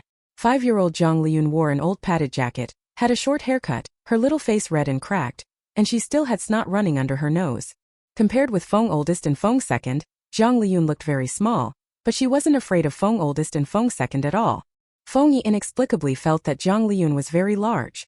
The tall Jiang Liyun still held his hand, led him to the Jiang family, then took a small handful of pumpkin seeds from her pocket and shelled them one by one to give him. He could feel that Jiang Liyun liked him. In his entire life only Jiang Liyun had ever liked him.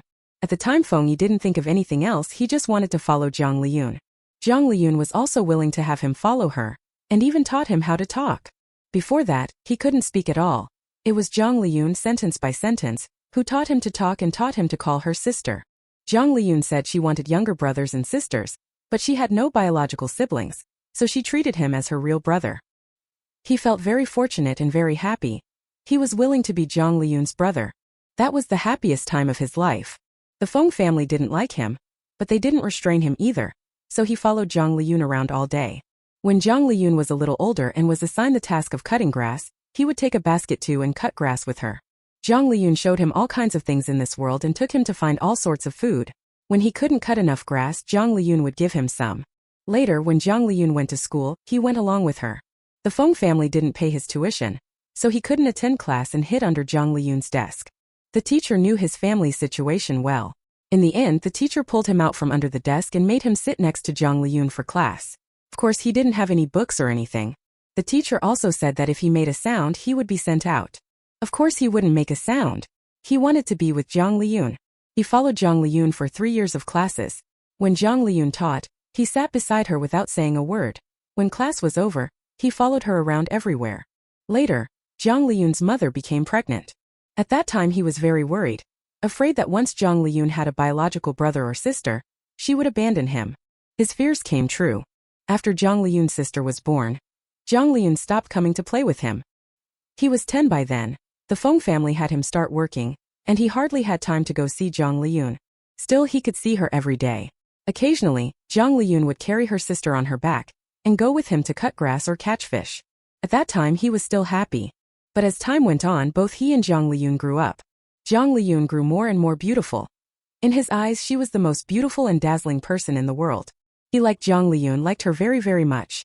But Jiang Liyun went to the sofa factory, and the two of them had even fewer interactions. When he went to find Jiang Liyun after her shifts, she was always busy with various things.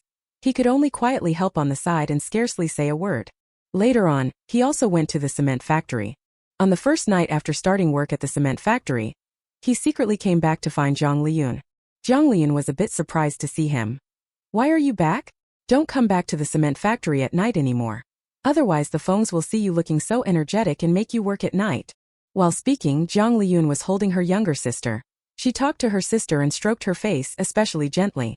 He felt a bit unwell and wanted to return to the cement factory, but ended up running into Feng Laoji.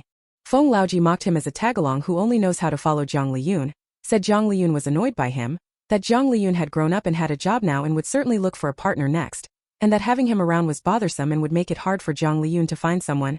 He didn't know how he managed to get home that day. On his first day at the brick and tile factory, the factory didn't give him any work, but in the days that followed, the things he had to do kept increasing. After the factory had given out the job openings, anyone could come. But when they originally allocated a spot to the Feng family, they had hoped the sturdy Feng eldest or Feng second would take it. The Fengs sent the slight, thin him into the factory, and the factory was very displeased. The people around also disliked him for slowing down the work.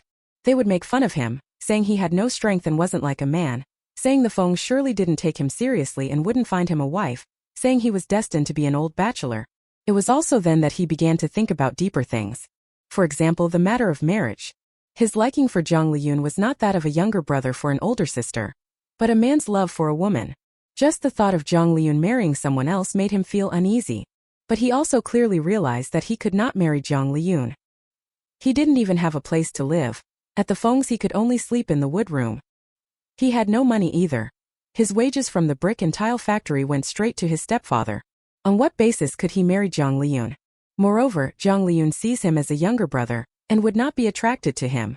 No, now that Jiang Liyun has a biological younger sister, she probably won't want this fake younger brother anymore. Jiang Liyun is so wonderful.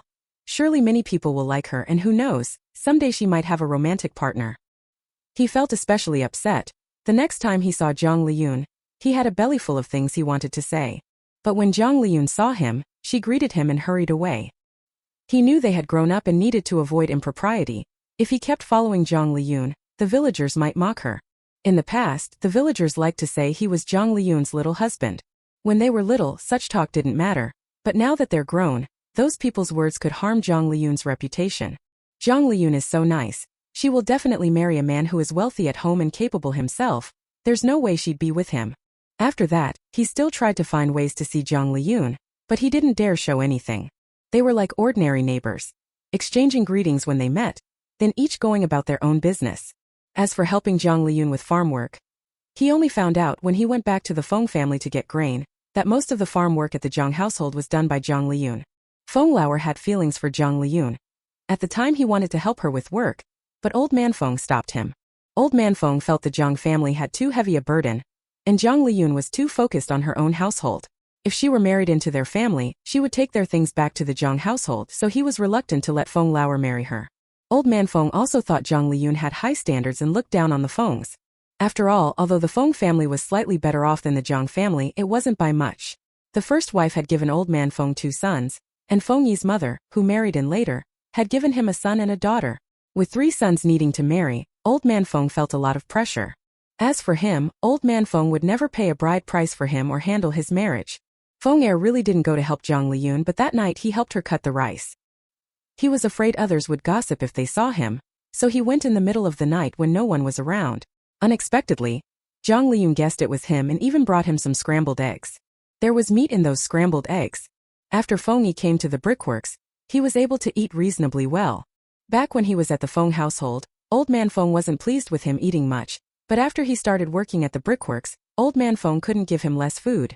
If he did, people would talk about the Feng family. So at least he could fill his stomach.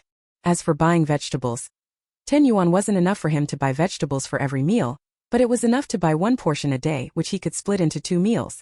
Also, some people at the brick and tile factory don't like him, but there are some older folks who feel sorry for him and look after him, for example by sharing some of the pickles they brought from home. Also, Jiang Liyun has been taking him around to get food since he was a child. Sometimes they would help people with work in exchange for meals. He remembers all of this. When he has free time he helps out in the canteen, and the people there will slip him some food. For example, when the factory leaders eat stewed pork trotters with soybeans, they give him some of the soybeans. He hasn't gone hungry in these years, but fragrant fried eggs like that are still something he can't ordinarily afford to eat. And besides, Jiang Liyun made it. Feng Yi felt this was the best egg he had ever eaten in his life. What did Liyun want with you? Jiang Lihai asked Feng Yi. Feng Yi pushed the egg to his cheek with his tongue. Nothing. Jiang Lihai wasn't actually very curious about Jiang Liyun finding Feng Yi. He was 5 years older than Jiang Liyun, had watched her and Feng Yi grow up, and knew the two of them were close. His sister talking to Feng Yi was pretty normal. Jiang Lihai brought up something else. They slaughtered a chicken at the factory today, smelled really good. Too bad we could only eat some chicken blood. In recent years, the nearby big city has been undergoing heavy construction and needed a lot of bricks and tiles. The bricks and tiles produced by their factory were in short supply. After the factory's profits improved, not only did they get raises, the factory leaders could also eat and drink well every day. The canteen's dishes for them were things like tofu soup and braised oily tofu, almost no meat at all, and most people only ate the cheapest tofu soup. But the canteen prepared special good dishes for the leaders, with a big meat course at every meal. Today they slaughtered several chickens. The factory workers were extremely envious of this, but could only look on longingly. Feng Yi was often hungry and naturally wanted to eat chicken too. But today he had fried eggs to eat. Thinking about this made Feng Yi feel happy. Xie Zugan isn't particularly capable, yet he eats and drinks well every day. It's truly unfair. Jiang Lihai added. At the brick and tile factory, if there was anyone Jiang Lihai disliked most, it was definitely Xie Zugan, who was the same age as him. Xie Zugan wandered around the factory every day, doing almost no work, yet he drew wages from the transport team. As for him, he couldn't even get into the transport team. To get into the transport team you needed connections, and the Jiang family had no connections at all. His wages were also spent by his family. Unmarried young men at the factory basically had to hand over their pay, but for most of them, after handing it over, their parents would save it up to use as a bride price. He was different.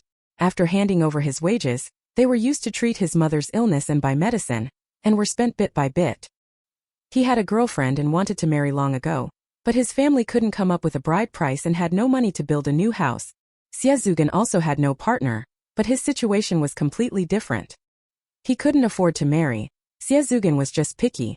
The brand new 2-story house of the Xie family, and the tiled rooms made countless girls want to marry into his family. It was because the Xie family was choosy that Xiezugan remained unmarried. If he had been born into the Xie family, he certainly wouldn't be laying bricks now. Maybe he would have just graduated from university and already have a secure government job in the city. Jiang Liyun had always looked down on Xiezugan and lowly complained to Feng Yi, "You know? Xiezugan goes into town to eat and brings the receipts back to the factory for reimbursement. He treats the brick factory like his own home." As he was speaking, Xiezugan walked toward them. Jiang Liyun fell silent, straightened up, and looked at Xiezugan. Xiezugan smiled at the noticeably taller Jiang Liyun. "Jiang Liyun, I heard your second sister came? Why didn't she come see me?" Jiang Liyun was stunned. "What do you want with her?" Xiezugan smiled again. Someone from the same village as Xiezugan looked at Jiang Liyun. "Your sister went to see a movie with Xiezugan last night." After saying that, he looked at Xiezugan again. "Xiezugan, she just met you. How could she come looking for you? I think at most she came here to inquire about you." The brick and tile factory wasn't far from Xiezugan and his village. Last night Xiezugan's village showed a movie, and quite a few people from the brick and tile factory went to watch it. They all knew Xiezugan. As for Jiang Liyun, they were all from the same commune, so with a little asking around anyone would know who Jiang Liyun was.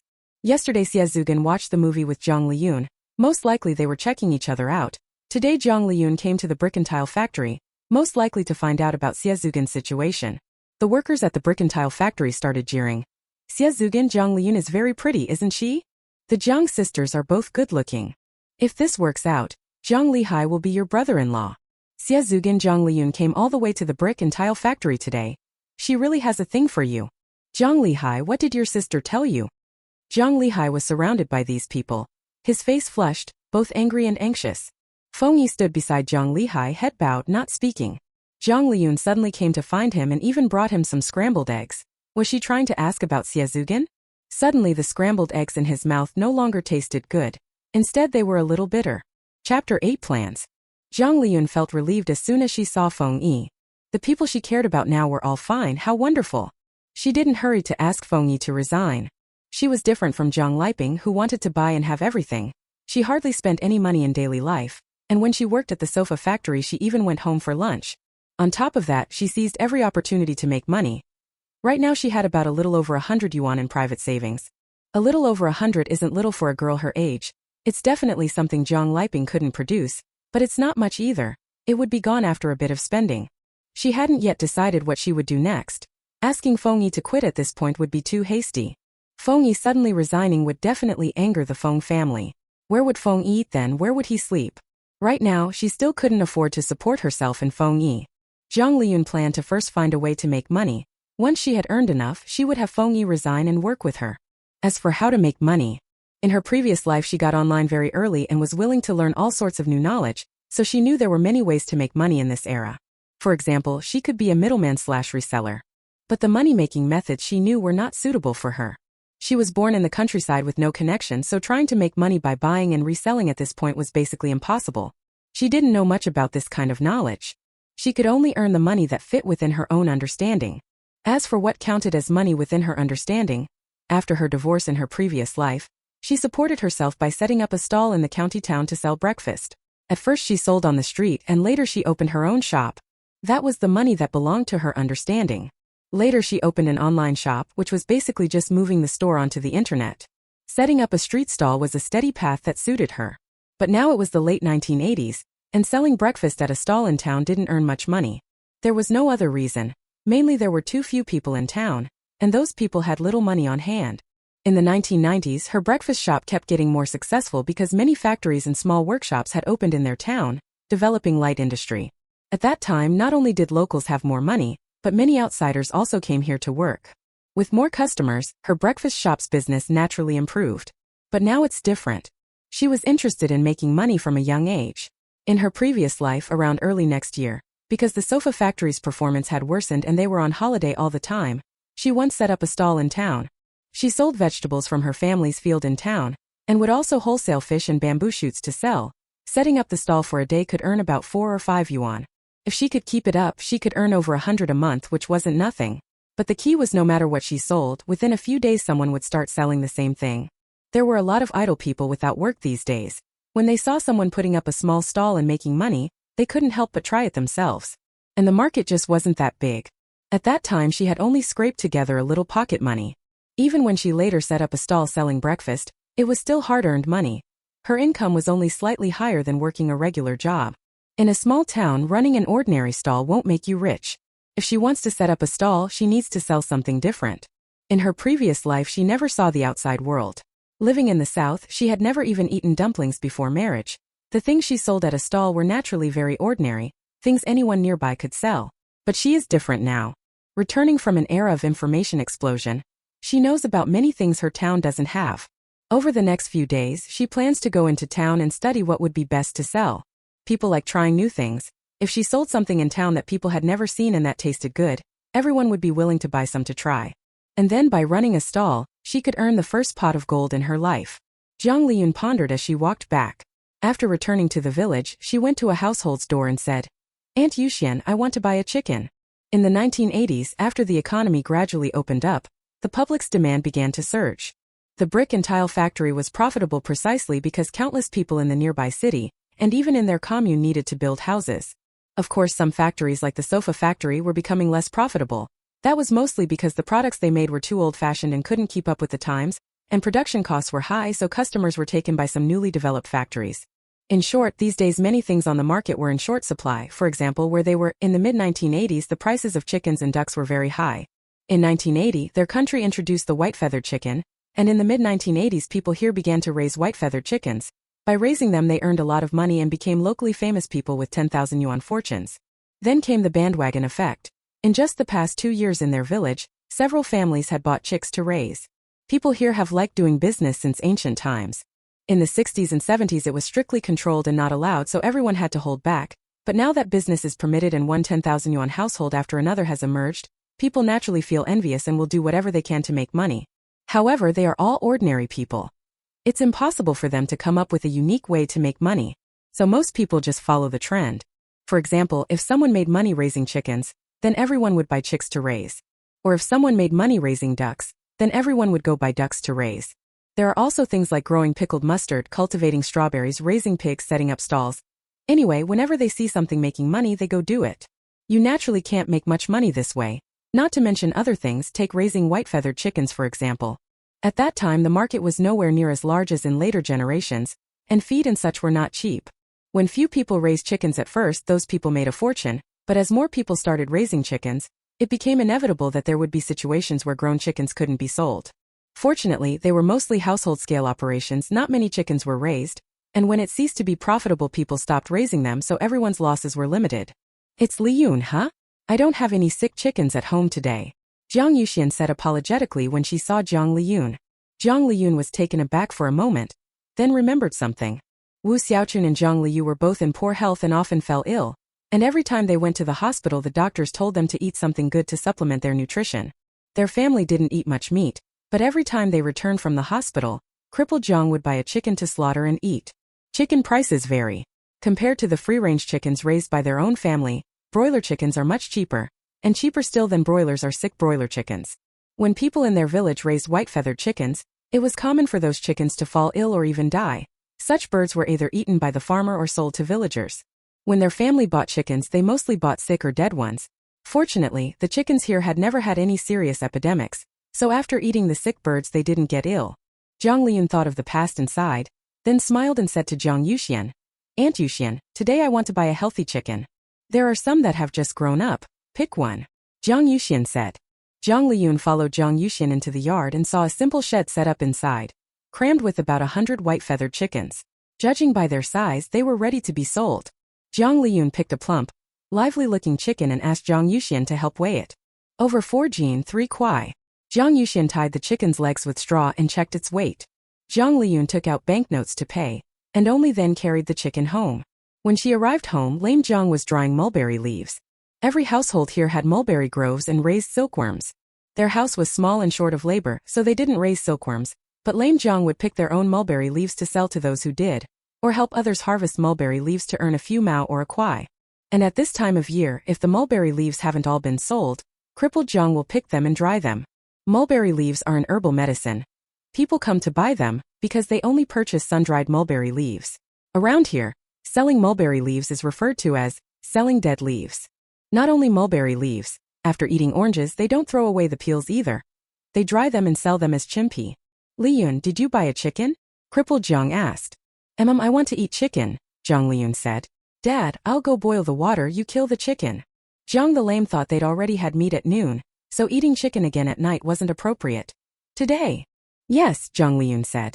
Jiang the lame moved his lips but said nothing, and went to kill the chicken. Jiang Liyun was not surprised by this. Her father thought of himself as crippled, a burden who owed his children, so he didn't dare be strict with them. Her mother's thinking was the same. Her mother was in poor health, and in recent years needed her children's money for treatment and medicine, so she couldn't be assertive in front of them. Jiang Liyun hadn't slaughtered a chicken in a long time, so she had crippled Jiang do it, while she herself boiled some water. After killing the chicken, you need to soak it in hot water for a while.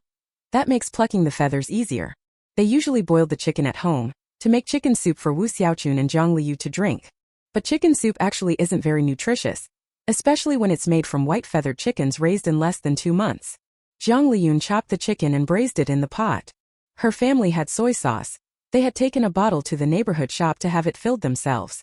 This kind of soy sauce was far inferior in flavor and color to the many varieties that came later, so the braised chicken she made looked rather dark. But this is meat after all, it smells delicious. Jiang the lame and Wu Xiaochun, catching the aroma, both found it hard to sit still. Jiang Liyun was fine though. She kept cooking while mentally planning her next moves. She also thought back to her colleagues at the sofa factory. She has to go to work tomorrow, but she can no longer remember all the colleagues from the sofa factory. Jiang Liyun finally divided the braised chicken evenly into 4 portions, one for each of the 4 people at home. Should we save some for your brother? Wu Xiaochun asked. Jiang Liyun said, Mom, I bought the chicken, why should I give it to him? I haven't seen him buy chicken for us. Jiang Lihai did earn more than her, but every month he took grain from home to the factory to exchange for meal tickets and didn't do farm work, so his contribution to the household wasn't greater than hers. After hearing Jiang Liyun say that, Wu Xiaochun didn't speak up either. A quarter of a chicken was actually quite little. Jiang Liyun thought she could finish it in one sitting. But she still set aside a chicken leg from her portion, intending to bring it to Feng Yi. Feng Yi was really too skinny. Chapter 9. Chicken Drumstick. When Jiang Liyun was run over by Xiezugan and left paralyzed in her last life, she had some savings but not much, insufficient even to pay for her own treatment. At that time, Feng Yi took all the money he had earned working away from home and gave it to her for medical expenses, and even went around borrowing money to pay for her treatment.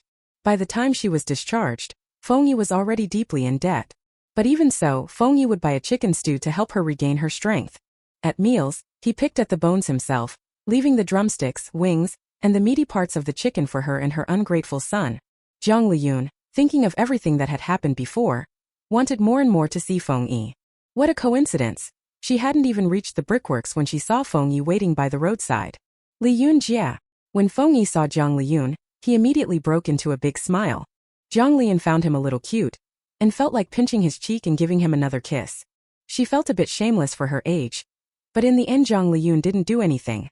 Wait a few more years. Let's talk about it when Feng Yi is a bit older. Feng Yi, I brought you a chicken drumstick. Here, eat it. Jiang Liyun handed the enamel cup in her hand to Feng Yi. Feng Yi was stunned. Scrambled eggs would be one thing, but Jiang Liyun was actually giving him a chicken drumstick? Liyun Jia, you keep it for yourself. Feng Yi hurriedly said. Jiang Liyun shoved the enamel cup into his hand. I've already eaten, this is for you. Only when she did that did Jiang Liyun notice that Feng Yi's hand was 2 sizes bigger than hers, his fingers thin and long, but looking very rough, covered in calluses. Her ungrateful son, at 19 hadn't done housework more than a few times. Compared to her son, Feng Yi, who had to work since he was little, was truly pitiful. And then there was the matter of studying. Feng Yi never attended school properly. The education entry on her household registration booklet lists her as illiterate or semi-literate. Most people from the countryside who were born in the 1960s had at least a few years of schooling, although very few went on to junior high. Graduating from elementary school was still common. She didn't attend the years after elementary school, but she took an exam, and the education field on her household registration booklet says elementary school. Among people in the village who were about her age, only a few never went to school, and Feng Yi was one of them. But Feng Yi learned many characters by following her to school and listening to classes, so reading and studying were no problem at all. Later, when her ungrateful son wasn't doing well academically, Feng Yi even taught himself in advance and gave the child lessons, managing to get a rough grasp of elementary and middle school math. When she later took on overseas projects, Feng Yi even learned English to help her. He wasn't very good at speaking, only at writing. At that time they mainly communicated by email. If Feng Yi had had the chance to go to school, he might already have been admitted to university by now. But in that era, it wasn't only Feng Yi who was a pity. If she had the chance to go to school, she likely wouldn't have been any worse. And her brother.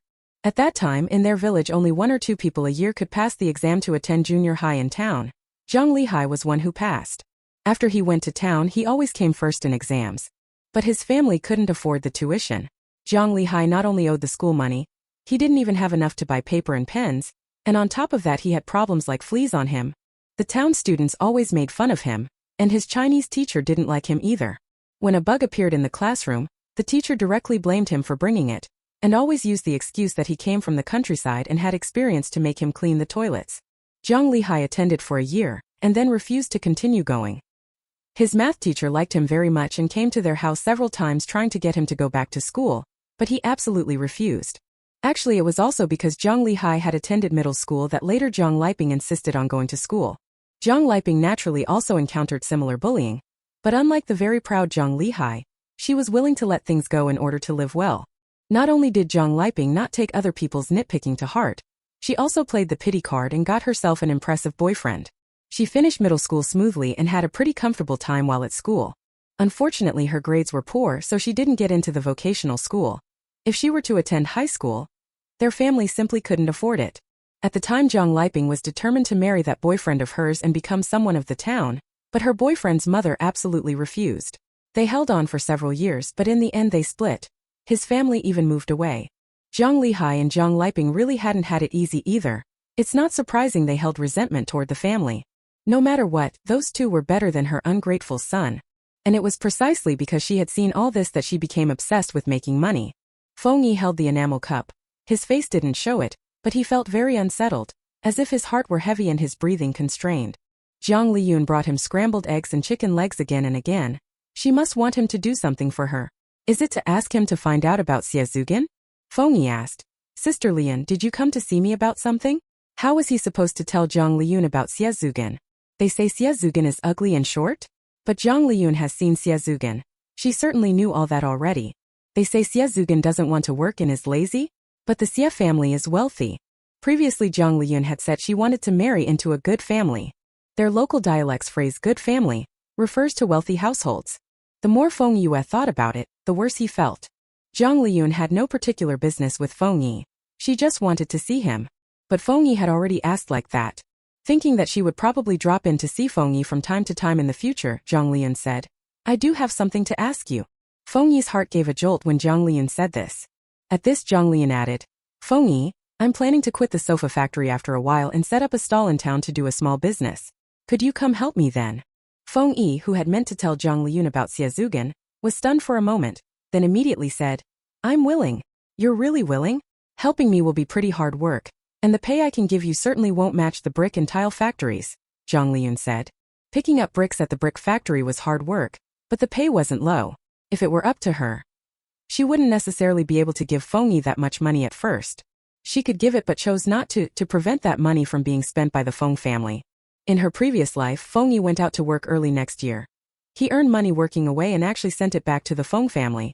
Jiang Liyun was willing to take care of her parents and sister because they were genuine toward her. Although the family was too poor to give her much of anything nice, if the household made a new quilt, crippled Jiang and Wu Xiaoqun would give it to her and Jiang Liyun to share, while they used the old quilt themselves. When she was little she would have fevers in the middle of the night and talk nonsense. Wu Xiaoqun would cry in desperation, and crippled Jiang would carry her on his back, stumbling as he went to the commune to find a doctor. She always brought Feng Yi home with her, and they never said anything about it. The Fengs? The Feng family really didn't treat Feng Yi as one of their own. Feng Yi didn't have a single warm coat even in the dead of winter, and usually couldn't even get enough sweet potatoes to eat. In the 70s as a child, Feng Yi would have received a ration from the production team. If he weren't at the Feng household, he might have been able to eat a bit more. Feng Yi still did plenty of work at the Feng household, even more than she did. No salary is fine, just provide meals, Feng Yi said immediately. Working for Jiang Liyun. How wonderful. As long as he can be with Jiang Liyun, he doesn't need money. You don't want a salary, aren't you afraid your mother will be angry? Jiang Liyun asked. She remembered that in the previous life before he married her, Feng Yi had always given money to his mother. It was only after marrying her that he stopped. Because of this, Feng Yi's mother even came to his door, saying that Feng Yi had married a wife and forgotten his mother. She's angry, but it's nothing. Feng Yi didn't care at all. He had no real feelings for his mother. His mother didn't treat him like a son, so he didn't consider her his real mother. Still, his mother kept saying it had cost a lot of money to raise him. His mother actually didn't spend much on him, but giving birth to him was very difficult. He calculated and thought he should return 3,000 yuan to his mother. He entered the cement factory at 16, and now he had been working for more than 3 years. The wages he had handed over added up to more than 2,800. He had originally planned that after finishing this year's work, he'd stop once he had paid the money back. He wanted to go out to work, save all the money for himself, and see if he could save enough to marry Jiang Liyun. This was his dream, but he felt that marrying Jiang Liyun was impossible. Jiang Liyun had better options. By then, he would probably only come back for festivals and holidays, catching a glimpse of Jiang Liyun from afar. Now Jiang Liyun wanted him to help. Even if they couldn't marry, being with Jiang Liyun every day would be great. As long as food was provided, he'd be fine. He could sleep in a bridge tunnel. Jiang Liyun was somewhat surprised that Feng Yi didn't take his own mother seriously at all. She had thought Feng Yi cared a lot about his mother. After all, in the previous life Feng Yi had given the Feng family quite a bit of money. And aren't some people who lack love going to try to please their parents to get that love? Wait, in her previous life, after she told Feng Yi about marriage, Feng Yi completely stopped caring about the Feng family. Later, when they had money, Feng Yi's mother came to borrow money, and Feng Yi still didn't give a single cent. Feng Yi must have cared about the Feng family to some extent, but compared to her, the Feng family was nothing. Jiang Liyun was in a very good mood. She reached out and touched Feng Yi's hair. You hurry and eat the drumstick. Let me tell you my idea. Jiang Liyun led Feng Yi to a patch of grass by the roadside and sat down, telling him her plan. I want to sell food in town, things that haven't been sold here before. Do you know dumplings? Northerners eat them, but we don't have them here. I want to sell pan-fried dumplings. The cost isn't high. 1 flat iron pan and a coal stove will do. I could also sell egg pancakes. They were in the south. The town sold steamed buns and wontons, but there were no dumplings and certainly no pan-fried dumplings. She thought she could go sell pan-fried dumplings or maybe egg pancakes. No matter what, he'd definitely earn more than she did working at the sofa factory. Feng Yi didn't know what dumplings were, nor did he know what an egg pancake was. He had hardly ever even watched TV. But the things Jiang Liyun wanted to do always came to pass. He looked at Jiang Liyun with a smiling squint, listening intently. Seeing no one around, he even brought the chicken leg to her mouth, wanting to feed her. I can't eat it, you eat it, Jiang Liyun said with a frown. If you don't eat it, I'll get angry, Feng Yi said. Then, Sister Liyun, will you take a small bite? Jiang Liyun glanced at Feng Yi and took a small bite. Only then did Feng Yi start eating the chicken leg. He ate it with delight. The chicken leg was truly delicious. As for Xiezugan. Who is that? Chapter 10 Morning Market. After work today, Feng Yi grabbed his aluminum lunchbox and hurried to the cafeteria to get 2 taels of rice, then left the brick kiln and went to the road from their village to the kiln to wait for Jiang Liyun. He didn't want Jiang Liyun to go to the kiln. He didn't want her to run into Xiezugan or be harassed by the kiln workers. At that moment he was so conflicted he couldn't feel hungry, and so he didn't remember to eat his share. The rice in that lunchbox was still tucked against his chest. After taking 2 bites of the chicken leg, Feng Yi took the aluminum lunchbox and the porcelain spoon out from his chest. He ate the rice with the chicken leg. It tasted especially good to him. As for earlier when he had shoved the lunchbox full of scalding hot rice against his chest and scorched his clothes red. Well, that wasn't a big deal. Aren't you done eating? Jiang Liyun glanced over and seeing that Feng Yi hadn't served himself, couldn't help feeling sorry for him. If it were Feng eldest or Feng second going to work at the brick and tile factory, old man Feng would at least leave them 20 yuan for expenses, maybe even more. But when it came to Feng Yi, he only gave 10. And years passed, prices rose, but the money he left for Feng Yi didn't increase at all. I'm in a hurry to see you, Feng Yi said. Jiang Liyun smiled. Then I'll come see you again tomorrow. Making the trip and talking will take about 2 hours round trip. Time wasn't short, but she could still make time. She really liked walking. While pacing back and forth, she could empty her mind and ponder her future. Liyun Jia, I'll go back to the village to see you, Feng Yi said. I don't have anything to do anyway. He didn't know why Jiang Liyun didn't mention Xiaozugan, but that was fine by him. He wouldn't bring it up himself. Jiang Liyun thought for a moment, then said, let's meet at Luosi Bay tomorrow. Luosi Bay is between the brickworks and their village, so it would shorten the walk for both of them. Anyway, they couldn't let Feng Yi return to the village. Who knew whether the Feng family would stop him and make him do work? There are more people over by Luosi Bay. Feng Yi said a little anxiously. Jiang Liyun said, what's the problem with there being many people? If there are many people and someone sees them, others might misunderstand. Feng Yi had originally planned to sneak back to the village, find a secluded spot to wait, and then wait for Jiang Liyun to come find him. But since Jiang Liyun had said so, then we'll meet at Luosi Bay. That's settled then. The view over there is pretty nice, Jiang Liyun said. Luosi Bay is a bend in the river here. Years ago the brick and tile factory dug away a lot of the mud from this area, creating a shallow shoal that people planted densely with Manchurian wild rice stems. Add the reeds, the big trees by the river, and the bamboo grove. It's very beautiful here. The local young people who are dating all like to come here for a stroll. In her past life she strolled here with Xiaozugan. This life she plans to date Feng Yi so they can come to visit together. It was getting dark. Jiang Liyun saw that Feng Yi had already finished the chicken leg and rice and said, I'm going back now. Her family ate dinner fairly early, but her trip took quite some time, and now it was a bit late. This area is a fertile coastal plain with many rural residents, so it isn't desolate. Besides, everyone knows each other, so public security is pretty good. You wouldn't run into criminals walking a road at night. But she didn't like walking at night. I'll see you off, Feng Yi said immediately. No, you don't need to. You should go back and rest, Jiang Liyun said. They were talking when they saw a few people walking this way. Feng Yi quickly moved to the side of the road to avoid them, but Jiang Liyun didn't move at all and even looked at Feng Yi with an amused expression. Feng Yi instantly moved further away, as if she were some kind of virus. Go ahead and hide from her when no one's around. You should know that in her past life, Feng Yi loved to snuggle up to her the most. Liyun, a voice sounded. Only then did Jiang Liyun notice that among the people who had arrived was Jiang Lihai. Brother, Jiang Liyun called out. What are you doing here? Jiang Lihai asked, then looked at Feng Yi with a puzzled expression. I came to see Feng Yi, Jiang Liyun said openly and confidently. Jiang Lihai did not believe his sister. He thought Jiang Liyun could not possibly have come to see Feng Yi. His sister was definitely here to inquire about Xiaozugan. After learning earlier today that Jiang Liyun had been set up on a blind date with Xiaozugan, Jiang Lihai had been conflicted. He didn't dare do anything to Xiaozugan. All he could do was stew in silence. After dinner, he thought it over and decided to go home once more to talk with his sister, to tell her not to be with Xiaozugan. But there were outsiders. Jiang Lihai said, Liyun, it's getting late, let's hurry back. After he spoke, he took Jiang Liyun by the arm and left. Jiang Liyun waved to Feng Yi and followed Jiang Lihai. Originally the ones walking with Jiang Lihai were several of his co-workers from the brickworks. The men exchanged knowing looks and deliberately slowed their pace. They actually wanted to ask Feng Yi for gossip, but Feng Yi bolted away and they didn't get a chance to say anything. After Jiang Lihai and Jiang Liyun had walked for a while, Jiang Lihai started jabbering away, complaining about Xiaozugan. That Xiaozugan is no good, he only knows how to bully people because of his father. He doesn't do any work but still gets paid. Jiang Liyun had heard it many times and smiled as she said, I know. Jiang Lihai. Then why did you still go on a blind date with him? You can't marry someone like him. It's just that a coworker dragged me into a conversation with him. I wasn't planning to marry him, Jiang Liyun said. In her last life she married Xiaozugan to try to live well, but in this life she would never do such a thing again. Then what did you come to the brick factory for today? You've come twice, Jiang Lihai asked. Jiang Liyun didn't hesitate. Find Feng Yi.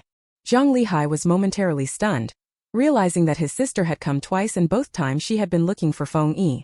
If it had been someone else, he would have thought his sister was dating someone, but Feng Yi, that guy had been his sister's shadow since childhood and was still young. Jiang Lihai didn't think much of it, but asked instinctively, What do you want him for? Jiang Liyun said, I want to do a small business and asked him for help. She didn't mind people knowing she was dating Feng Yi, but she and her brother weren't close enough for her to tell him everything. Besides, who knew whether her brother would go after Feng Yi if she told him? Her brother looked down on Xiaozugan, so he would certainly look down on Feng Yi too. Even her brother might prefer Xiaozugan a little more.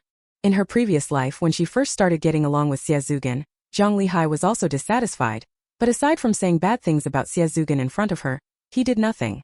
By the time she married Xie and Jiang Liyun got into the transport team through Xie connections, he wouldn't complain at all. Jiang Liyun badmouthed Xie to Jiang Liyun to make his sister see that Xie wasn't a suitable match. But his sister didn't take Xie seriously at all, and he instantly felt like he'd punched cotton. Jiang Liyun said again, "Brother, if Xie asks you, just tell him I don't want to look for a partner right now." Jiang Liyun was extremely disgusted with Xie, but at this stage she didn't intend to make things too awkward. Xie father knew a lot of people and had a fairly extensive network. She couldn't compete. And during this period, Xie hadn't actually done anything to her. She thought that rather than entangling herself with Xie, it would be better to hurry up and earn money to improve her life. Jiang Liyun for a moment didn't know what to say. He vaguely felt that this wasn't right. Jiang Liyun asked again, "Brother, are you still coming home?" Jiang Liyun thought about going back and having to share a room with his parents, and suddenly didn't want to go. "I'm going back to the brick and tile factory." His ex used to mock him for being so old and still sharing a room with his parents. As expected, Jiang Liyun waved to Jiang Liyun and went home. When Jiang Liyun returned home, crippled Jiang and Jiang Liyu and the others were still awake. Seeing her return, Wu Xiaochun spoke softly, "It's getting late, you two go to sleep." Hearing that, Jiang Liyun took Jiang Liyu back to their room to sleep. Previously the three sisters shared one room. Jiang Liping had one bed, and she and Jiang Liyu shared another. But now that Jiang Liping has married and moved out, she and Jiang Liyu can each have a bed. Jiang Liyun lay down on the bed and asked Jiang Liyu how things were going at school. The person Jiang Liyu was closest to was her sister Jiang Liyun. She chattered on and on. Jiang Liyun listened attentively, smiling as she responded, and before she knew it fell asleep.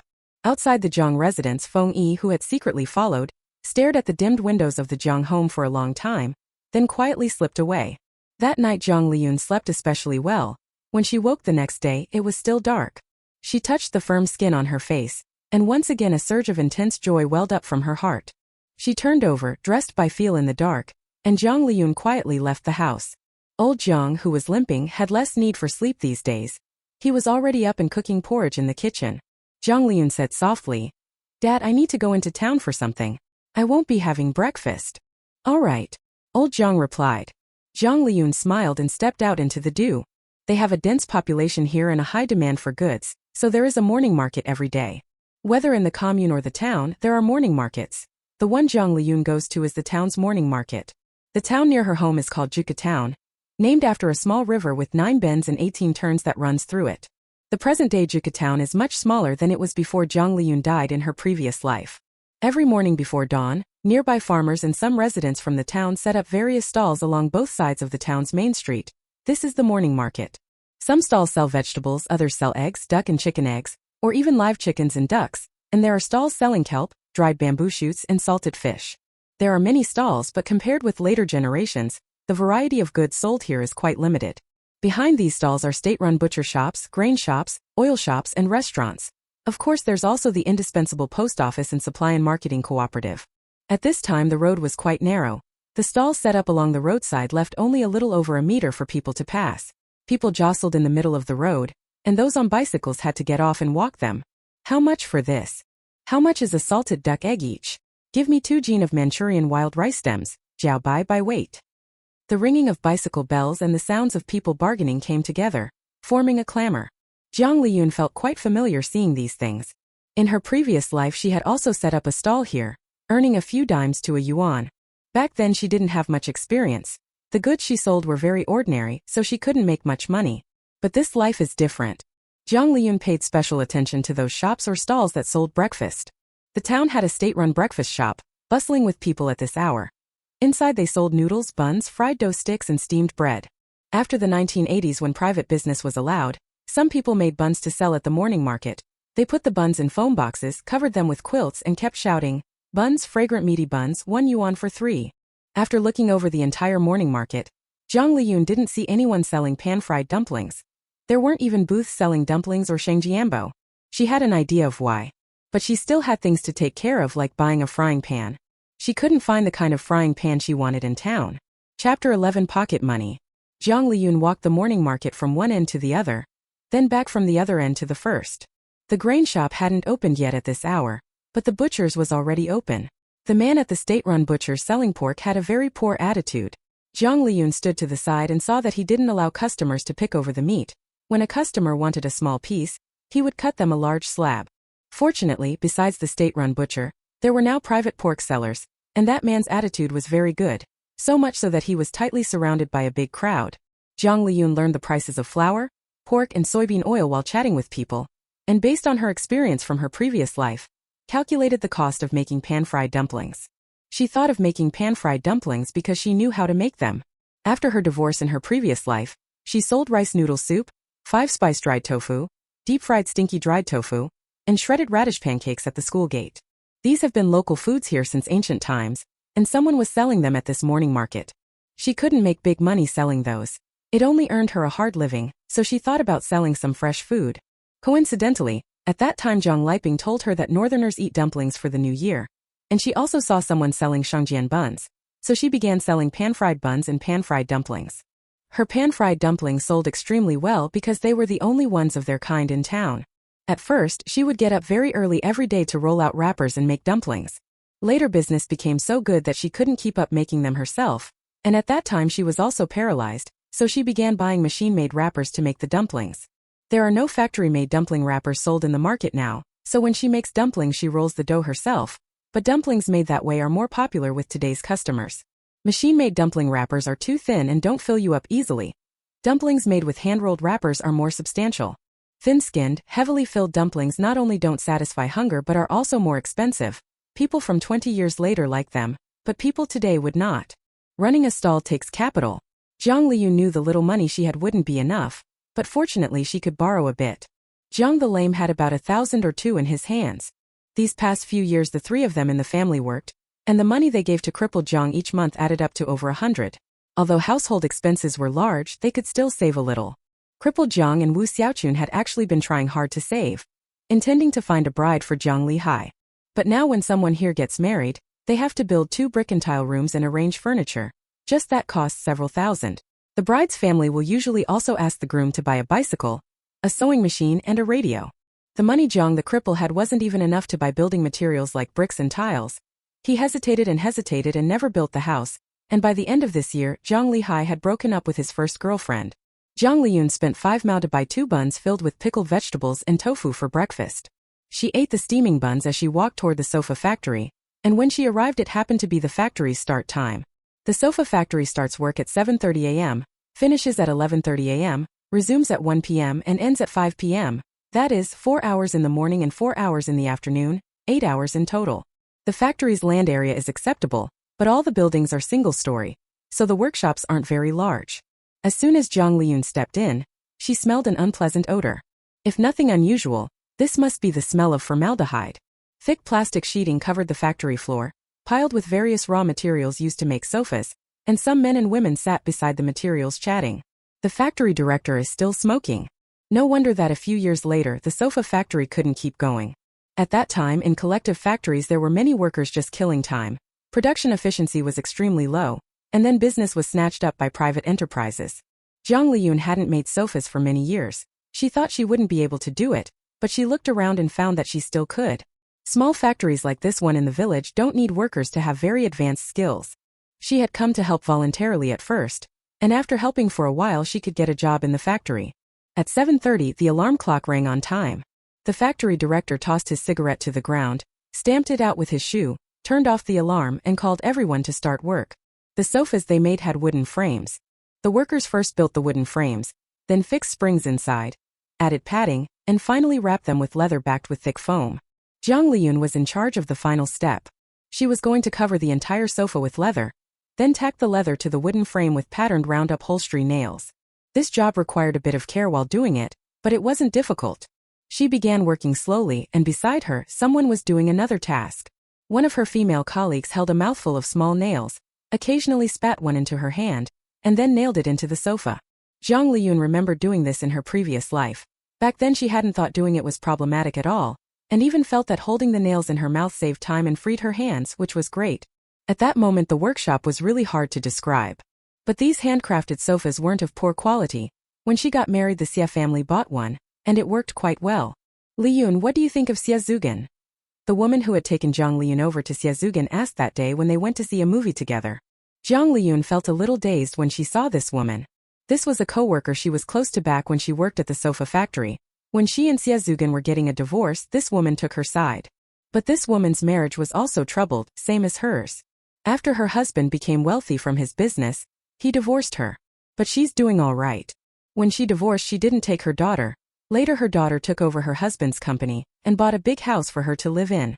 With nothing to do, she spent her time volunteering. Jiang Jia, I don't want to get married right now, Jiang Liyun said. Her colleague's surname was Jiang. Her name was Jiang Xiaoxing. The night before last, when Jiang Liyun was chatting with Xie, she was quite enthusiastic, not at all like someone who didn't want to get married for the time being. Jiang Xiaoxing knew that Jiang Liyun had probably thought it over and decided Xie wasn't suitable. But she thought Xie was pretty good. Liyun, the Xie family is so well off. They don't lack a radio, a TV, or an electric fan, and you could eat meat every day. Marrying into their family would be a life of comfort. Weren't you getting along well with him that day? In her previous life, Jiang Liyun had also thought the Xie family was good, but now, Jiang Liyun said softly, Sister Jiang, actually I feel he's a bit short. I don't care about looks, but after the movie when he stood up I realized he was shorter than me. I want someone taller than me. As far as Jiang Liyun knew, Xie had been rejected by several people before her. Xie held a grudge about this. After marrying her, he kept saying those women had no taste. But he didn't go after those women. Those women were pretty lucky. Unlike her, even after divorcing they were still entangled. Some were even knocked into paralysis. In this life she only wanted to be one of Xie former blind dates. She didn't want to marry him. Jiang Liyun actually somewhat wanted to report Xie father, since he had embezzled a considerable amount from the brick and tile factory. But in this era such things are common, and those people cover for one another. If she doesn't report it with her real name, it most likely won't do any good. Reporting it with her real name would be far too dangerous. She still has to protect herself first.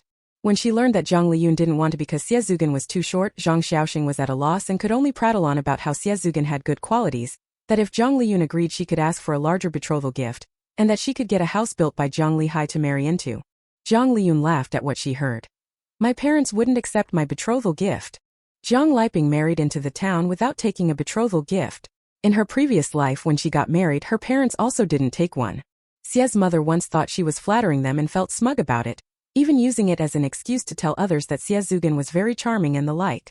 When she learned of this, she slammed the table at the Xie family and demanded they make up the betrothal gift, or she'd immediately return to her parents' home. After that, Xie's mother didn't dare speak recklessly.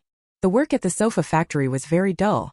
The factory did provide lunch. The cook was the director's mother, but Jiang Liyun never ate at the factory. She went home for lunch. The food at home was steamed soybeans and steamed winter melon.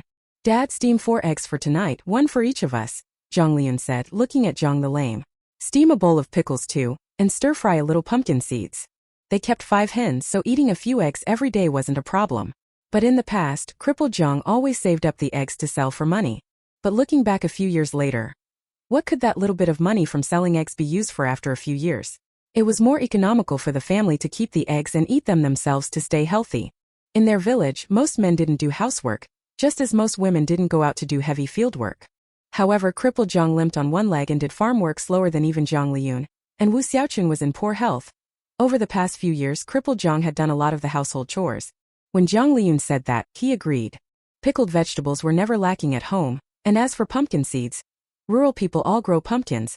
Sometimes they eat them as a vegetable, sometimes as a staple.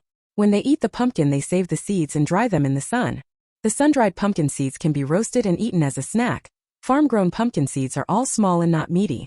Their household had sun-dried pumpkin seeds. Roasting them was no trouble. After eating, Jiang Liyun left home to inquire about the price of coal stoves and honeycomb coal. It's not just the price you need to ask about. Which brand of honeycomb briquettes works well is something you also have to find out clearly. Making honeycomb briquettes is very simple. Ever since the state allowed private business, some private workshops here started selling honeycomb briquettes. Honeycomb briquettes are made from coal mixed with a certain proportion of soil. If you add less soil, the briquettes ignite more easily and burn more fiercely, but correspondingly they burn faster and the cost is higher. If you add too much clay, it won't ignite easily and it won't burn well. Buying honeycomb briquettes is also a skill. Jiang Liyun made some inquiries and discovered that the family she used to buy honeycomb briquettes from in her previous life had now started producing and selling them, so she decided to buy from them. In the afternoon, Jiang Liyun went to the sofa factory to scout it out, but the factory director didn't say anything. After all, at the factory, she was already considered someone who worked a lot and worked fast. After finishing work at 5, Jiang Liyun went home and had a simple meal. After eating, she filled an enamel cup with a cup of steamed salted vegetables, put a bag of roasted pumpkin seeds into a small cloth sack, tucked the uneaten eggs she'd been saving into her bosom, and then went to Luossabun to find Feng Yi. The brick and tile factory's hours were the same as the sofa factory's. When Jiang Liyun arrived, Feng Yi was already there. "Have you eaten? Did you have any vegetables?" Jiang Liyun asked. "I've eaten. I had vegetables too," Feng Yi replied. Yesterday Jiang Liyun had warned him not to be stingy, to buy a dish and eat before coming out. Today he had eaten before leaving. But he didn't buy groceries. He just ate a little of the pickles a colleague had given him. Over the past few years, he had actually been secretly saving money. Everyone knew that when he got his monthly pay he only had 10 yuan left in hand, so he used the excuse that he wanted to earn money to buy clothes and such, washing people's clothes or polishing shoes to make a dime or two. Also, the brick and tile factory paid overtime. Whenever he had the chance he worked extra hours and could earn some money. Although he looked thin, he worked quite briskly, and with little bits of earnings he had managed to save just over 100 yuan. This was the travel money he had set aside for going to work outside. He had originally planned to wait until after the new year, and then take the brickworks barge to the city to find work. The transport crew said the city needed people to build houses, and working in the city would pay more than at the brickworks. His colleague's family is here and doesn't want to leave their home, but he is willing to go. If he goes out to work, all the money he earns will be his alone. But now he doesn't want to go out to work anymore. Jiang Liyun definitely lacks money to do business. This time Feng Yi went out, bringing all his savings with him, intending to use them as capital for Jiang Liyun. "Just eat it. At your age you need to eat well and get your nutrition," Jiang Liyun said, handing Feng Yi the pickled vegetables, pumpkin seeds and eggs in her hands. "Keep the pickles to go with your rice, snack on the pumpkin seeds when you have free time. I remember you like these, and eat the eggs now." In his previous life Feng Yi always loved eating pumpkin seeds. He hardly ever ate snacks, but from time to time he would weigh out some pumpkin seeds to eat. Feng Yi was somewhat surprised. Jiang Liyun was worrying about him again, just like when they were kids. He handed the small cloth pouch containing all his savings to Jiang Liyun. "Liyun Jia, if you want to start a business, take this as your capital."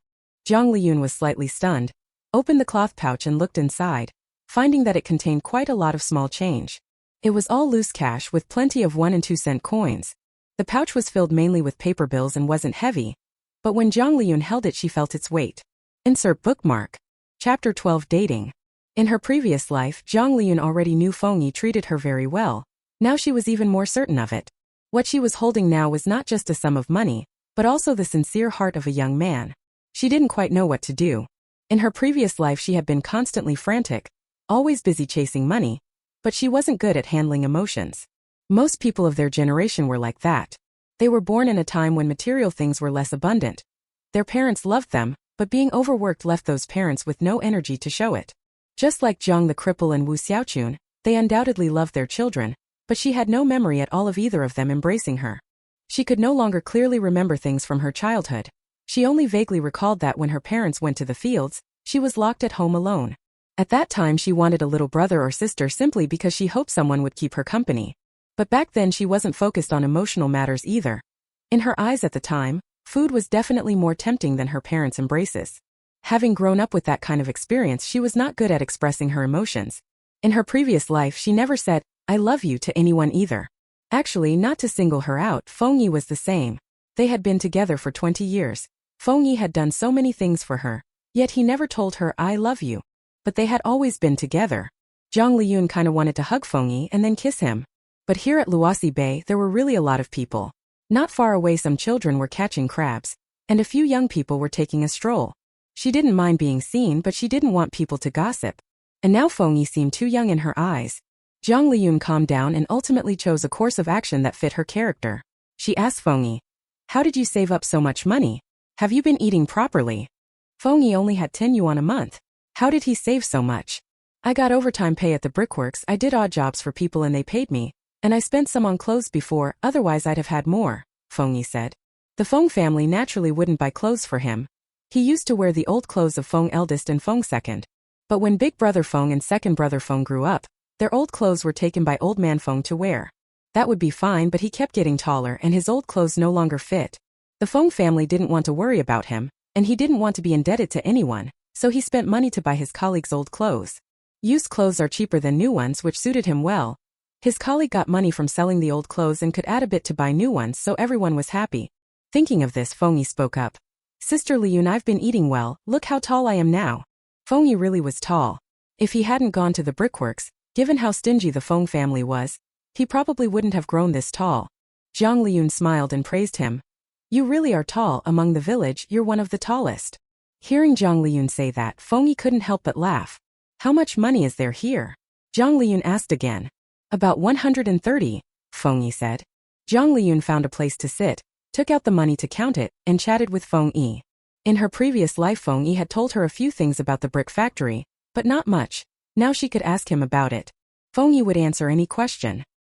He said someone at their factory bought fishing nets, set them in the river at night to wait for fish to swim in, and retrieved the nets in the morning. He would help people take in and set out the nets, and they would give him some fish, which he would ask the kitchen to steam and it would be ready to eat.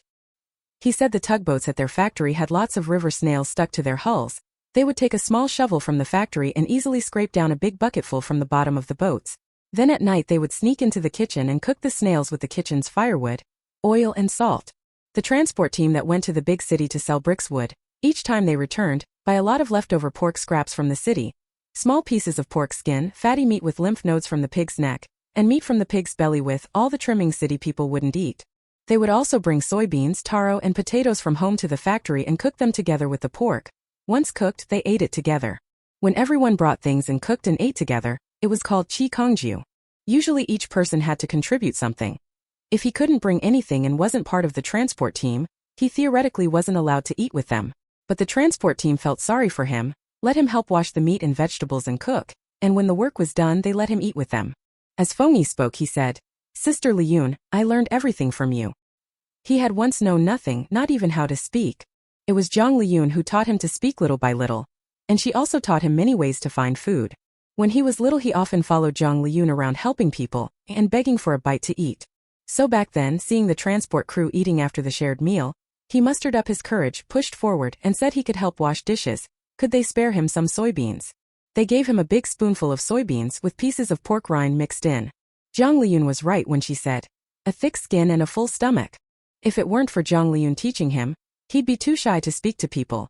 At the brick and tile factory he might be ostracized and end up eating plain rice every meal. Now it's different. Everyone at the factory knows he's still growing and that the money from the Feng family isn't enough. They're willing to look after him. Jiang Liyun heard a lot from Feng Yi and pretty much understood why Feng Yi could grow so tall. He was eating much better than when he was at the Feng family. As for why he was so thin, at the age for growing taller he did physical labor every day and only occasionally got to eat some meat. It's no wonder he isn't fat. Jiang Liyun had already counted Feng Yi's money once. A total of 137 yuan, 8 mao and 3 fawn. A tidy sum, not a small amount. Besides eating, Feng Yiping usually had some other expenses, so saving this much was quite a lot. Jiang Liyun sorted the money and gave it back to Feng. You keep this money. Sister Liyun, this money is for you to do business with. Feng was a bit anxious, worried Jiang Liyun would refuse. Jiang Liyun said, Feng, don't be anxious. Actually, I need your help. Doesn't your factory's transport team often go to the provincial capital? Take this money and have them help buy a large flat-bottomed iron wok. Jiang Liyun didn't find a large flat iron pan for frying dumplings in town. She had originally planned to make a trip to the city to buy one. But travel costs were high these days, and she wasn't familiar with the city, so she might not be able to find one. Today, after hearing Feng Yi talk about the brickworks, she suddenly thought she could ask someone from the brickworks transport team to help buy the pan. As for Feng Yi's money, use Feng Yi's money to buy the iron pot. Anyway, if we earn money in the future, they'll spend it together. Jiang Liyun described to Feng Yi the kind of iron wok she wanted and reminded him, you don't need to be so frugal in your daily life. Eat when you should. Poor nutrition affects growth. Also, take the money and go get your head shaved tomorrow. Their commune, that is, the township government office, was near the brick and tile factory. There was also a morning market there, along with a barber shop, a tailor's, a grocery store, and others. Feng Yi would normally be reluctant to spend money on a haircut. His hair was long and messy now, looking like a bird's nest, so getting it cut would make him feel a bit fresher. Feng Yi obediently nodded. Jiang Liyun couldn't help but stroke Feng Yi's hair. This child is really too well behaved and so lovable. They talked for a long time today. It was already dark, but Luosi Bay wasn't far from her home, so walking back in the dark wasn't a problem. Jiang Liyun said goodbye to Feng Yi and headed home. She walked a short distance, glanced back and vaguely saw Feng Yi still standing in the same spot, watching her. Jiang Liyun waved to him and quickened her pace. On the other side, when Feng Yi couldn't see Jiang Liyun anymore, he took a shortcut to catch up. He was uneasy about Jiang Liyun walking the night road alone. When he saw Jiang Liyun go home and the Jiang family's lights were out, Feng Yi happily ran toward the brick and tile factory. Night had completely fallen, the dirt road was hard to walk on, and it was a bit cold late at night. But Feng Yi's heart was warm. He ran faster and faster in an exceptionally good mood. When Jiang Liyun and Feng Yi were chatting at Luosawan, the Xie family, Xie Zugan, was having a meal together with his parents and his grandmother. The brick and tile factory leaders ate lunch at the factory, but went home for dinner. Xie's father was the same. While eating, Xie's mother said, "The sofa factory is working today. Zhang Xiaoxing will definitely come by later. After I finish eating, I'll make some tea and bring out some sunflower seeds." The night before last, Xie Zugan and Jiang Liyun were essentially introduced to each other through Zhang Xiaoxing's matchmaking. Yesterday she told Zhang Xiaoxing that they thought Jiang Liyun was acceptable and could continue getting to know her. Today, as the matchmaker, Zhang Xiaoxing should go ask the woman's opinion. After asking, she'll need to get back to them. "The oranges I bought should be put out too," Father Xie said. "No need, those oranges are Zugan's favorite. Save them for him to eat," Mother Xie said. Xie Zugan immediately spoke up. "Mom, those oranges are too sour, I don't like them." Mother Xie said, "They aren't all sour. If you get a sour one you don't like, give it to me. Pick the sweet ones to eat." Xie Zugan said, "That will do." Xie's mother brewed tea and couldn't help saying again, "That Jiang Liyun. Her family is just too poor. With parents like that, if Zugan really marries her, she'll definitely use our family's things to support her natal family." In Xie's mother's eyes, her son was perfect in every way. The women she had previously picked for him were all daughters of factory directors, daughters of the village party secretary, and the like. Unfortunately, those women weren't sensible. They actually turned Xie Zugan down. Because of this delay, Xie Zugan was already a bit old. Jiang Liyun was chosen by Xie's father. Xie's father said Jiang Liyun was good-looking and hard-working, and marrying her home wouldn't be a bad choice. But Xie's mother was very dissatisfied with Jiang Liyun. "As long as we don't give her money, that's fine. What could she possibly contribute?" Xie's father said. The leaders at those factories privately earned much more than what they showed publicly, but he didn't tell Mother Xie about that. When Jiang Liyun becomes part of the family in the future, he naturally won't mention it either. At most, Jiang Liyun would use her small salary to help her natal family. Those few dozen yuan are nothing in Xie's father's eyes. Xie's father chose Jiang Liyun because she was very capable. Besides working at her job, she could still toil in the fields. His son is too lazy. If he doesn't choose a more diligent daughter-in-law, life from now on will be unbearable. As for Jiang Liyun having burdens at home, women, once they have children, won't keep thinking about their natal family. "Exactly, just don't give her any money," Xie Zugan chimed in. Xie Zugan had gone on many blind dates. Putting everything else aside, just in terms of conversation, Jiang Liyun talked with him the best. Jiang Liyun was still the prettiest among his many blind date prospects. That day Jiang Liyun wasn't dressed up, but she still looked very nice. If she had put on makeup, she would have been even more beautiful. "You haven't even formally taken her in, and you've already forgotten your mother." Mother Xie looked at Xie Zugan with displeasure. They all chatted and laughed, not thinking for a moment that Jiang Liyun would refuse.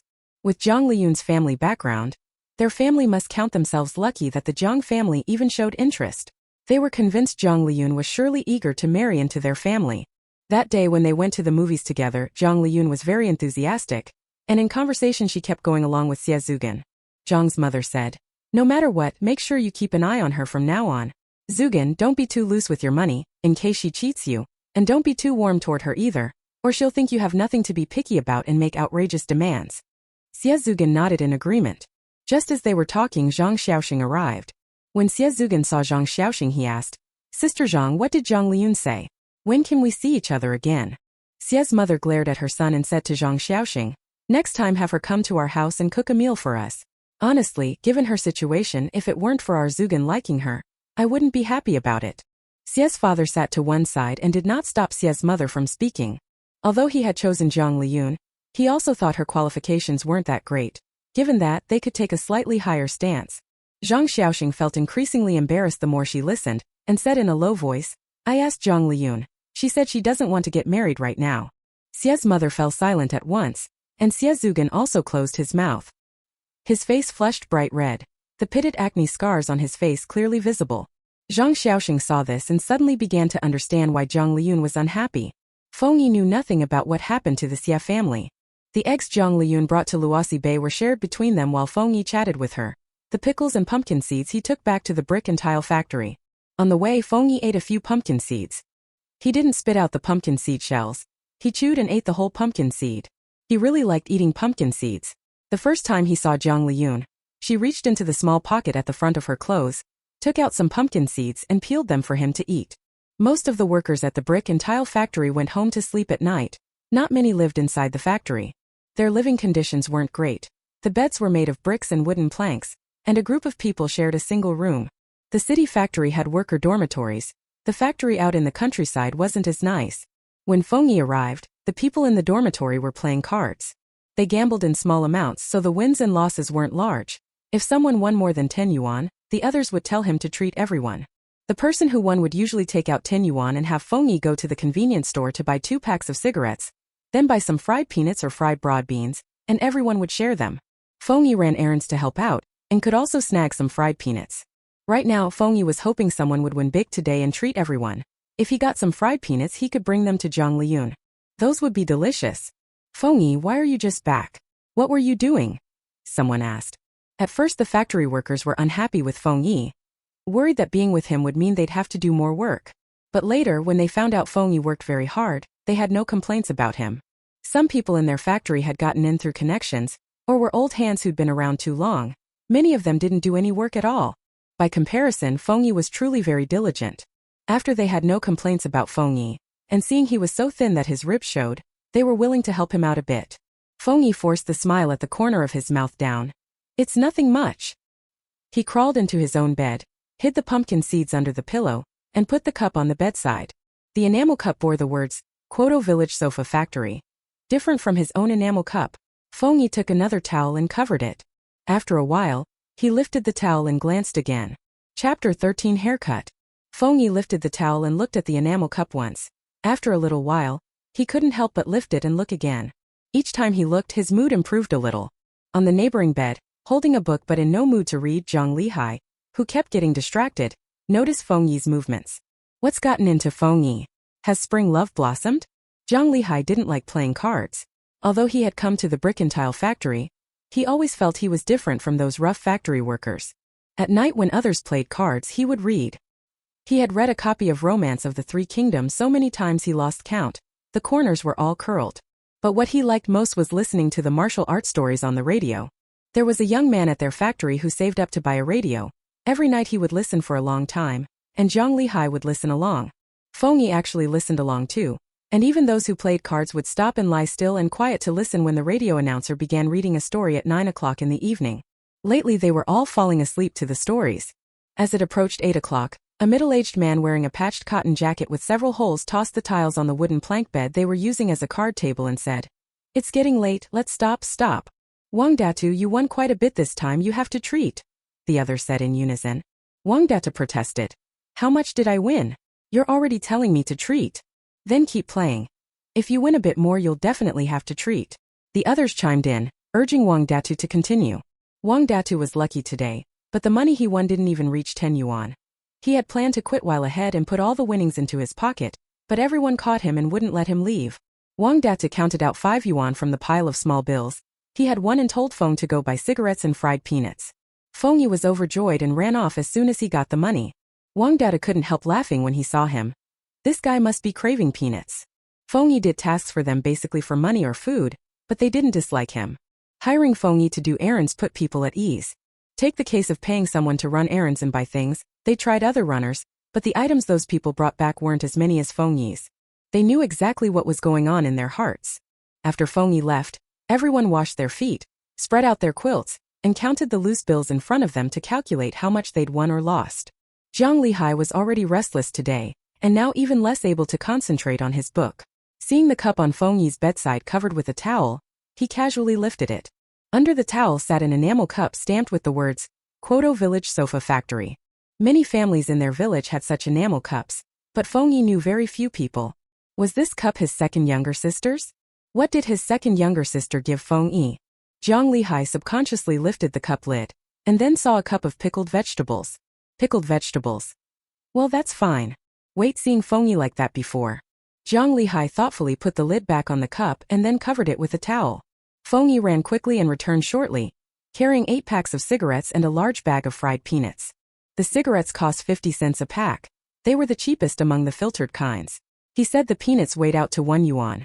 Wang Data took the cigarettes, handed them out to the men who had lost money to him, and then had them bring bowls to him to fill with peanuts. Seeing this, Feng Yi hurriedly took his own bowl over. Wang Data ladled him a little under half a bowl of peanuts. Feng Yi took it gleefully, planning to bring it to Jiang Liyun to eat tomorrow. But when he returned to the bedside, his heart gave a sudden jolt. The towel he used to cover his cup has been touched by someone. Feng Yi glanced at Jiang Lihai and inexplicably felt a little guilty.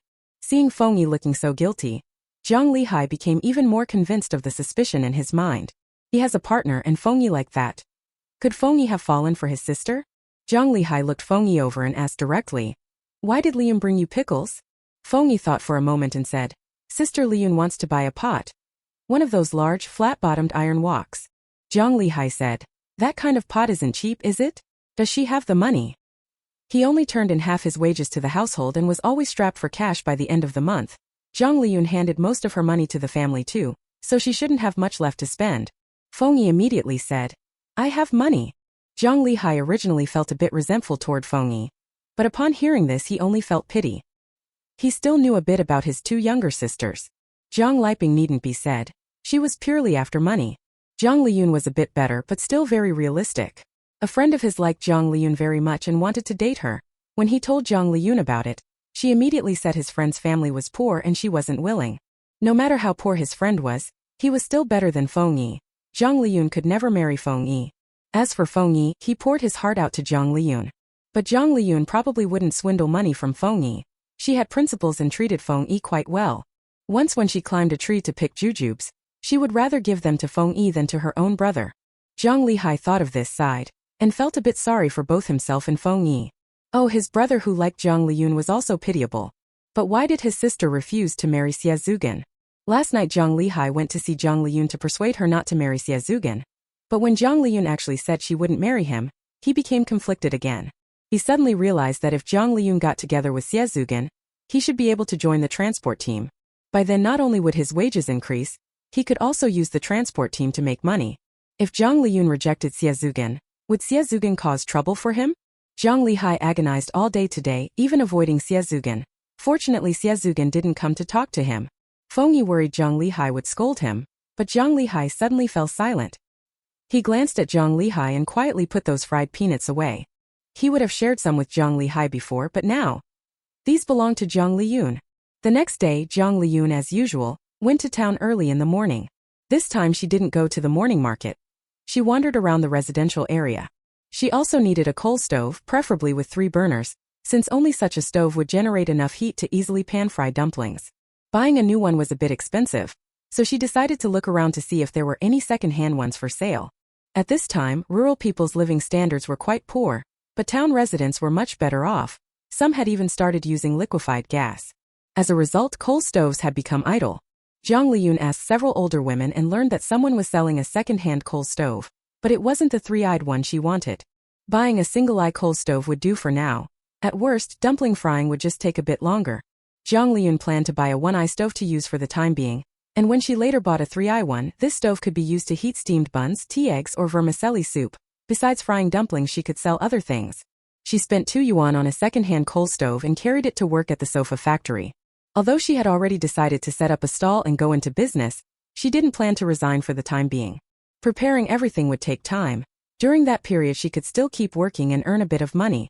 Besides the coal stove, she also needed a cart so she could take the stove, coal, iron pots and various other things into town. The most suitable option would of course be a tricycle, but tricycles aren't cheap. She could borrow her uncle's cart from his household. The cart is the kind farmers use to haul rice and firewood. They used to be made of wood, but in recent years many families have bought iron-framed carts. Lay wooden planks across the middle and they can be used to carry things. The only issue with that cart was that it took a bit of effort to pull. It had no other problems. Jiang Liping lived in town, and Jiang Liyun could actually leave her things in Jiang Liping's care. But she hoped Jiang Liping would leave that household, so she naturally didn't want to ask for help and owe them a favor. Isn't it just a bit tiring to haul the cart back and forth every day? 1 coal stove, 1 iron pot and a bunch of odds and ends. Altogether not very heavy, much lighter than the millet she used to carry. She is in good health now. and not afraid of anything. Jiang Liyun walked briskly to work. When she was reupholstering the sofa, Zhang Xiaoxing, wearing a blue shirt whose cuffs and collar had been patched with a strip of new fabric, came over. Liyun, are you really not planning to be with Xie? Yes. Jiang Liyun said confidently. Zhang Xiaoxing thought for a moment and said, that's fine too. Those Xie family members really weren't much. It's perfectly normal for a matchmaking meeting not to work out. It's not the feudal times when a meeting meant marriage. Yet they were furious yesterday, and between the lines they belittled Jiang Liyun. If Jiang Liyun really married into a family like that, she would certainly suffer grievances. The two of them talked as they worked. After a while, Zhang Xiaoxing still couldn't hold it in and said to Jiang Liyun, Xie mother actually wanted you to go to their house to cook for them. Who does she think she is? Jiang Liyun smiled when she heard this. This had happened in her previous life as well. At that time she had been quite satisfied with the Xie family's situation.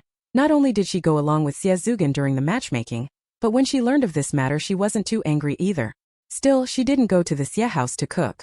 She was very satisfied with the Xie family's conditions, but she wasn't absolutely set on Xie, so she naturally didn't want to lower her stance.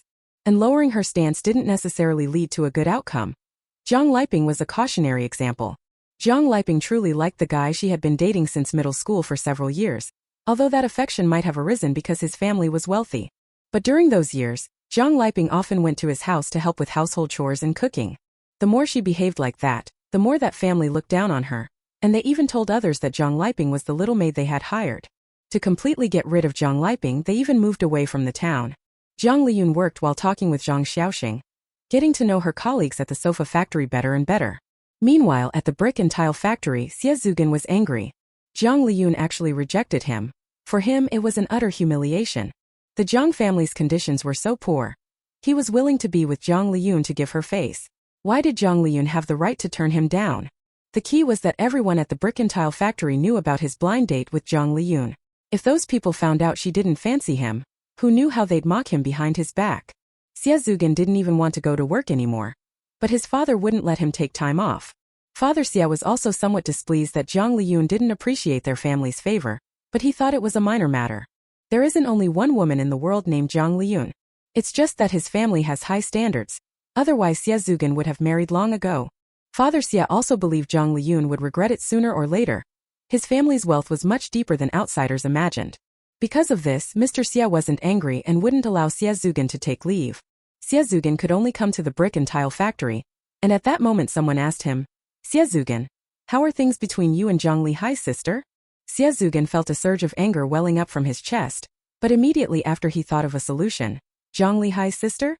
She's okay looking, but she's not a good person. My mother doesn't agree to me being with her. If people knew it was Jiang Liyun who looked down on him, they would surely mock him. But if he was the one who looked down on Jiang Liyun, then it would be fine. Thinking about it like that, Xie felt as if a revelation had dawned. After his father took an interest in Jiang Liyun, he had inquired about her and told him about the Jiang family. Now he opened his mouth and said, you know Jiang Liyun has an older sister, right? She even worked as a free housekeeper at someone else's just to marry into town. And now she's married to someone with problems. Jiang Liyun is no different from her sister. Always scheming. My mother doesn't want me to be with her. Everyone knew at least a little about Jiang Liping's situation. She was pretty even as a middle school student, and many men in the commune liked her, so her romantic life naturally drew attention. Hearing Xie say that, everyone suddenly realized. Xie grew more and more pleased as he spoke. Yesterday Jiang Liyun came to my house, and my mother wouldn't even let her in.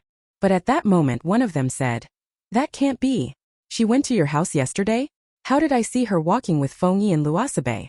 Xie face flushed between pale and red. When everyone saw Xie expression, they immediately fell silent. But they didn't really believe what he said.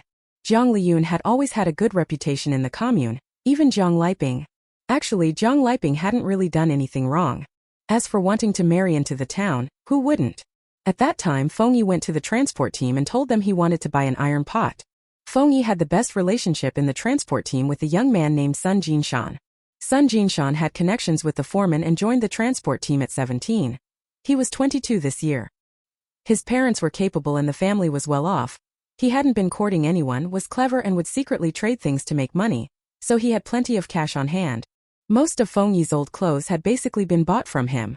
Right now Sun Jinshan was wearing a blue Dacron shirt and khaki twill trousers, his hair slicked back with mousse, exposing a forehead covered in acne. When Feng Yi talked to him, he even pulled out a small mirror and popped a pimple on his face while looking into it. I've seen the kind of iron pan you're talking about. Some people in the city use it to make flatbreads. The day after tomorrow I'm sailing out. I'll buy one for you then. Since we're acquainted, I won't charge you a running away fee. Just give me a 20 yuan deposit, and we'll settle the rest later, Sun Jinshan said. Thanks, Brother Sunday.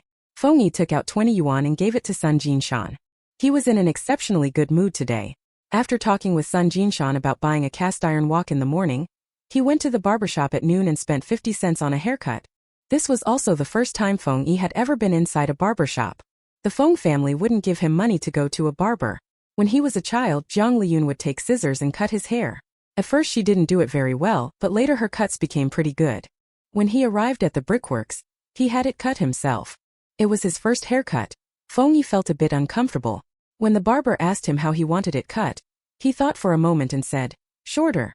The barber washed Feng Yi's hair. Then in a few quick strokes gave him a crew cut. When Feng Yi returned to the brickworks with his crew cut, he ran into Sun Jinshan again. Sun Jinshan glanced at Feng Yi and paused, then snapped, You brat! I should charge you a getaway fee. Feng Yi stared at Sun Jinshan in confusion, not understanding. By now more and more people had noticed Feng Yi. Xiao Feng, after you tidy up, you look really handsome. You've grown into a handsome young man. At this rate, as a live-in son-in-law someone will definitely like you. The brick and tile factory was full of dust. Most people had dirt-streaked faces, and Feng Yi was no different. He stayed at the factory every day with no one to look after him, and was even dirtier than the others. And he was young back then. Anyway, no one had ever paid attention to Feng Yi's appearance. But today Feng Yi had washed his hair and face, had his hair cut, and looked rather cheerful. Everyone suddenly realized he was quite handsome, just a bit too skinny. Chapter 14 Pot Stickers. Hearing the compliments from those around him, Feng Yi felt somewhat at a loss. Almost no one has praised him since childhood except Jiang Liyun. Jiang Liyun would praise him. When he was little and his hair got long and hadn't been cut, Jiang Liyun braided little pigtails for him, and after finishing said he looked handsome. Later when he went to school with Jiang Liyun, she also said he was smart. But others didn't praise him. Now, is he really handsome? Would Jiang Liyun like him? Feng Yi pondered for a moment, then came up to Sun Jinshan. Brother Sun, let me borrow your mirror to take a look. Sun Jinshan snorted coldly, took a palm-sized mirror out of his trouser pocket and tossed it to Feng Yi. He was wearing new clothes, had mousse in his hair, wore a watch, and still didn't look as good as Feng Yi. Fortunately, he was richer than Feng Yi. Thinking that made Sun Jinshan feel better. Feng Yi held the small mirror and looked at himself carefully, but couldn't see anything particularly handsome. He thought he was too skinny, but he was sure he could grow strong. The brick and tile factory seemed big, but it was actually just a small place. Any bit of news could spread quickly. It didn't take long for everyone to find out that Xie Zugin and Jiang Lihai's sister had failed to matchmake. Jiang Lihai wasn't particularly liked at the brick and tile factory, but no one actively disliked him either. Xie Zugin was a different story. The vast majority at the factory were ordinary workers. It was impossible for them to like Xie Zugin. Xie Zugin said his family didn't fancy Jiang Liyun, and even claimed that last night when Jiang Liyun went to their house they wouldn't let her in the door. But last night Jiang Liyun was with Feng Yi. The day before yesterday Jiang Liyun came to the brickworks to look for Feng Yi. She never even mentioned Xie Zugin. The night before last I even ran into Jiang Liyun talking with Feng Yi together.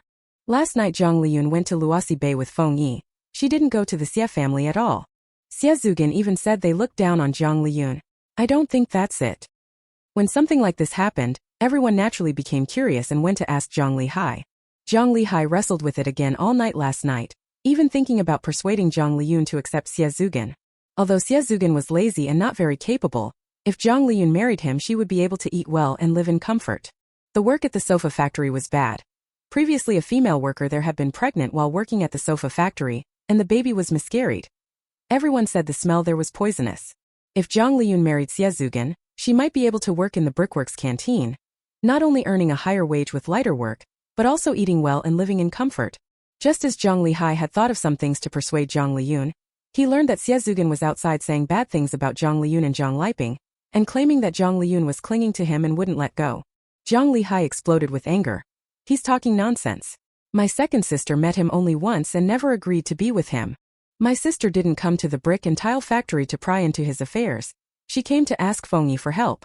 My sister has no plans to get married for the time being. Jiang Lihai actually wanted to give Xie Zugin a scolding, But in the end he didn't dare. The people at the brick and tile factory still believed what Jiang Liyun said, mainly because of Jiang Liyun's attitude. If she were really attached to someone, it would be Feng Yi. By rights, in this situation, everyone would think Jiang Liyun was dating Feng Yi, but nothing of the sort had happened. The fact that Feng Yi had asked Sun Jinshan to buy an iron wok was already known to the people at the factory. Moreover, Jiang Liyun and Feng Yi were raised watching over by some of the older workers at the brick and tile factory. They all still remembered little Jiang Liyun, a head taller than Feng Yi, running all over the commune with little Feng Yi in tow. They even laughed as they told how Jiang Liyun stole peaches from their peach tree. Supposedly Jiang Liyun climbed the tree to pick them while Feng Yi gathered them below, and after stealing them the two ran off together. Most importantly, the Feng family would never allow Feng Yi to marry. Feng Yi didn't even have a new house. How could Jiang Liyun marry him? Those two are impossible. But someone still teased Feng Yi. I heard you went to Luosi Bay with Jiang Liyun? Feng Yi's face flushed red. Liyun Jia just asked me to help with something. Feng Yi was quite worried, fearing that if Jiang Liyun found out the people at the brick and tile factory were all talking about the two of them, she would be upset. But even so, after finishing today's work he still mustered the courage to ask someone to get him a meal, then took a quick cold shower. After washing, he changed into a set of clothes he had exchanged from Sun Jinshan and had never worn. He had very few clothes. The ones he had worn to see Jiang Liyun were all summer clothes. He'd worn them through an entire summer, so they were not only very worn but also had stains that wouldn't come out. This set of clothes, however, was very new and made of good material, only a bit short. Sun Jinshan was slightly shorter and stockier than him. The summer clothes fit him perfectly, but the long sleeves and long pants were inevitably a little short. But this is much better than before. After washing, Feng Yi finished his meal in 2 or 3 bites with the pickles Jiang Liyun had brought him, then grabbed the enamel cup Jiang Liyun had given him yesterday and ran toward Luosi Bay. The cup now held fried peanuts. When Jiang Liyun arrived at Luosi Bay, she saw Feng Yi from a distance. Although Feng Yi had cut her hair and changed into new clothes, she could still be recognized at a glance. Feng Yi! Jiang Liyun called out. Sister Liyun. Feng Yi couldn't help but smile when she saw Jiang Liyun. People in the countryside of this era weren't ones to lavish compliments on others. They were quiet and reserved, seldom using words to express emotions. For a long time Jiang Liyun also only acted and didn't speak. But in her previous life while raising children, she read many books that said one should encourage and praise children. Jiang Liyun said, Feng Yi, you look really sharp with your haircut. You're handsome too. In our Quoto village you're absolutely the most dashing young man. Feng Yi was stunned, his whole person feeling woozy. 1,000 times more refreshed than drinking a big bowl of hot meat soup in the dead of winter or eating an ice pop in midsummer. Sister Liyun thinks he's handsome? He must keep that up from now on. Jiang Liyun took out another enamel mug. I brought you some scrambled eggs today, eat up. These days factories like to give out enamel mugs printed with the factory name for holidays. Their family wasn't short of them. Feng Yi stammered. I brought some too, brought peanuts. I really like eating peanuts, let's eat together. Jiang Liyun smiled. People their age, when they were children, ate loose white and brown sugar as candy. For them, sunflower seeds and peanuts were even more of a special treat. Good. Feng Yi nodded dazedly. Jiang Liyun couldn't help laughing and ran her hand through his hair. Feng Yi's hair was cut very short, standing up strand by strand like a stiff brush. As if that weren't enough, Feng Yi even rubbed his hand against hers. Jiang Liyun felt a slight tickle in her palm. Feng Yi froze after rubbing, but Jiang Liyun smiled again. Young Feng Yi really is quite cute, and also very pitiful. Although he dressed nicely today, these clothes obviously don't fit well. When she has money, she will definitely buy several new outfits for Feng Yi. Feng Yi had originally wanted to tell Jiang Liyun about Xiaozugan, but when he saw her he changed his mind. There really wasn't much to say anyway. Big brother Jiang had already spoken. Sister Liyun didn't take to Xiaozugan. But if Sister Liyun didn't even like Xiaozugan, she certainly wouldn't like him either. He still didn't know what kind of person Sister Liyun preferred. Jiang Liyun met with Feng Yi, and her desire to make money grew even stronger. Over the next few days she gradually bought honeycomb coal, flat bamboo baskets woven for holding dumplings, plastic bags, a spatula. Jiang Liyun even had crippled Jiang nail together a simple wooden box to use as a stall, with a coal stove placed inside. She had relevant experience, so doing this came fairly naturally to her. A few days later, the sofa factory had another holiday. Jiang Liyun was just looking forward to the break. Early that morning, she went into town to buy flour and pork, then went home to make dumplings. She had thought about adding vegetables to the filling to reduce costs, but in the end she didn't do it. People at that time liked to eat meat. Pure meat was still more popular. With experience from a previous life, Jiang Liyun quickly finished making the dumplings. Her family's iron wok isn't flat-bottomed, but because it's large she can still pan-fry some dumplings on the bottom, At worst the heat isn't as even. She heats the pan, picks up a clean piece of gauze soaked in oil with chopsticks and wipes a circle on the bottom, then arranges the dumplings, lets them fry a bit, adds a little water and covers the pan. After a while she lifts the lid, sprinkles chopped scallions and black sesame seeds, and the pan-fried dumplings are ready. The fire of the wood stove is a bit strong, so the first batch got a little scorched, but they still smell and taste great. Jiang Liyun handed the fried dumplings to Jiang the cripple, and Wu Xiaochun to let them taste.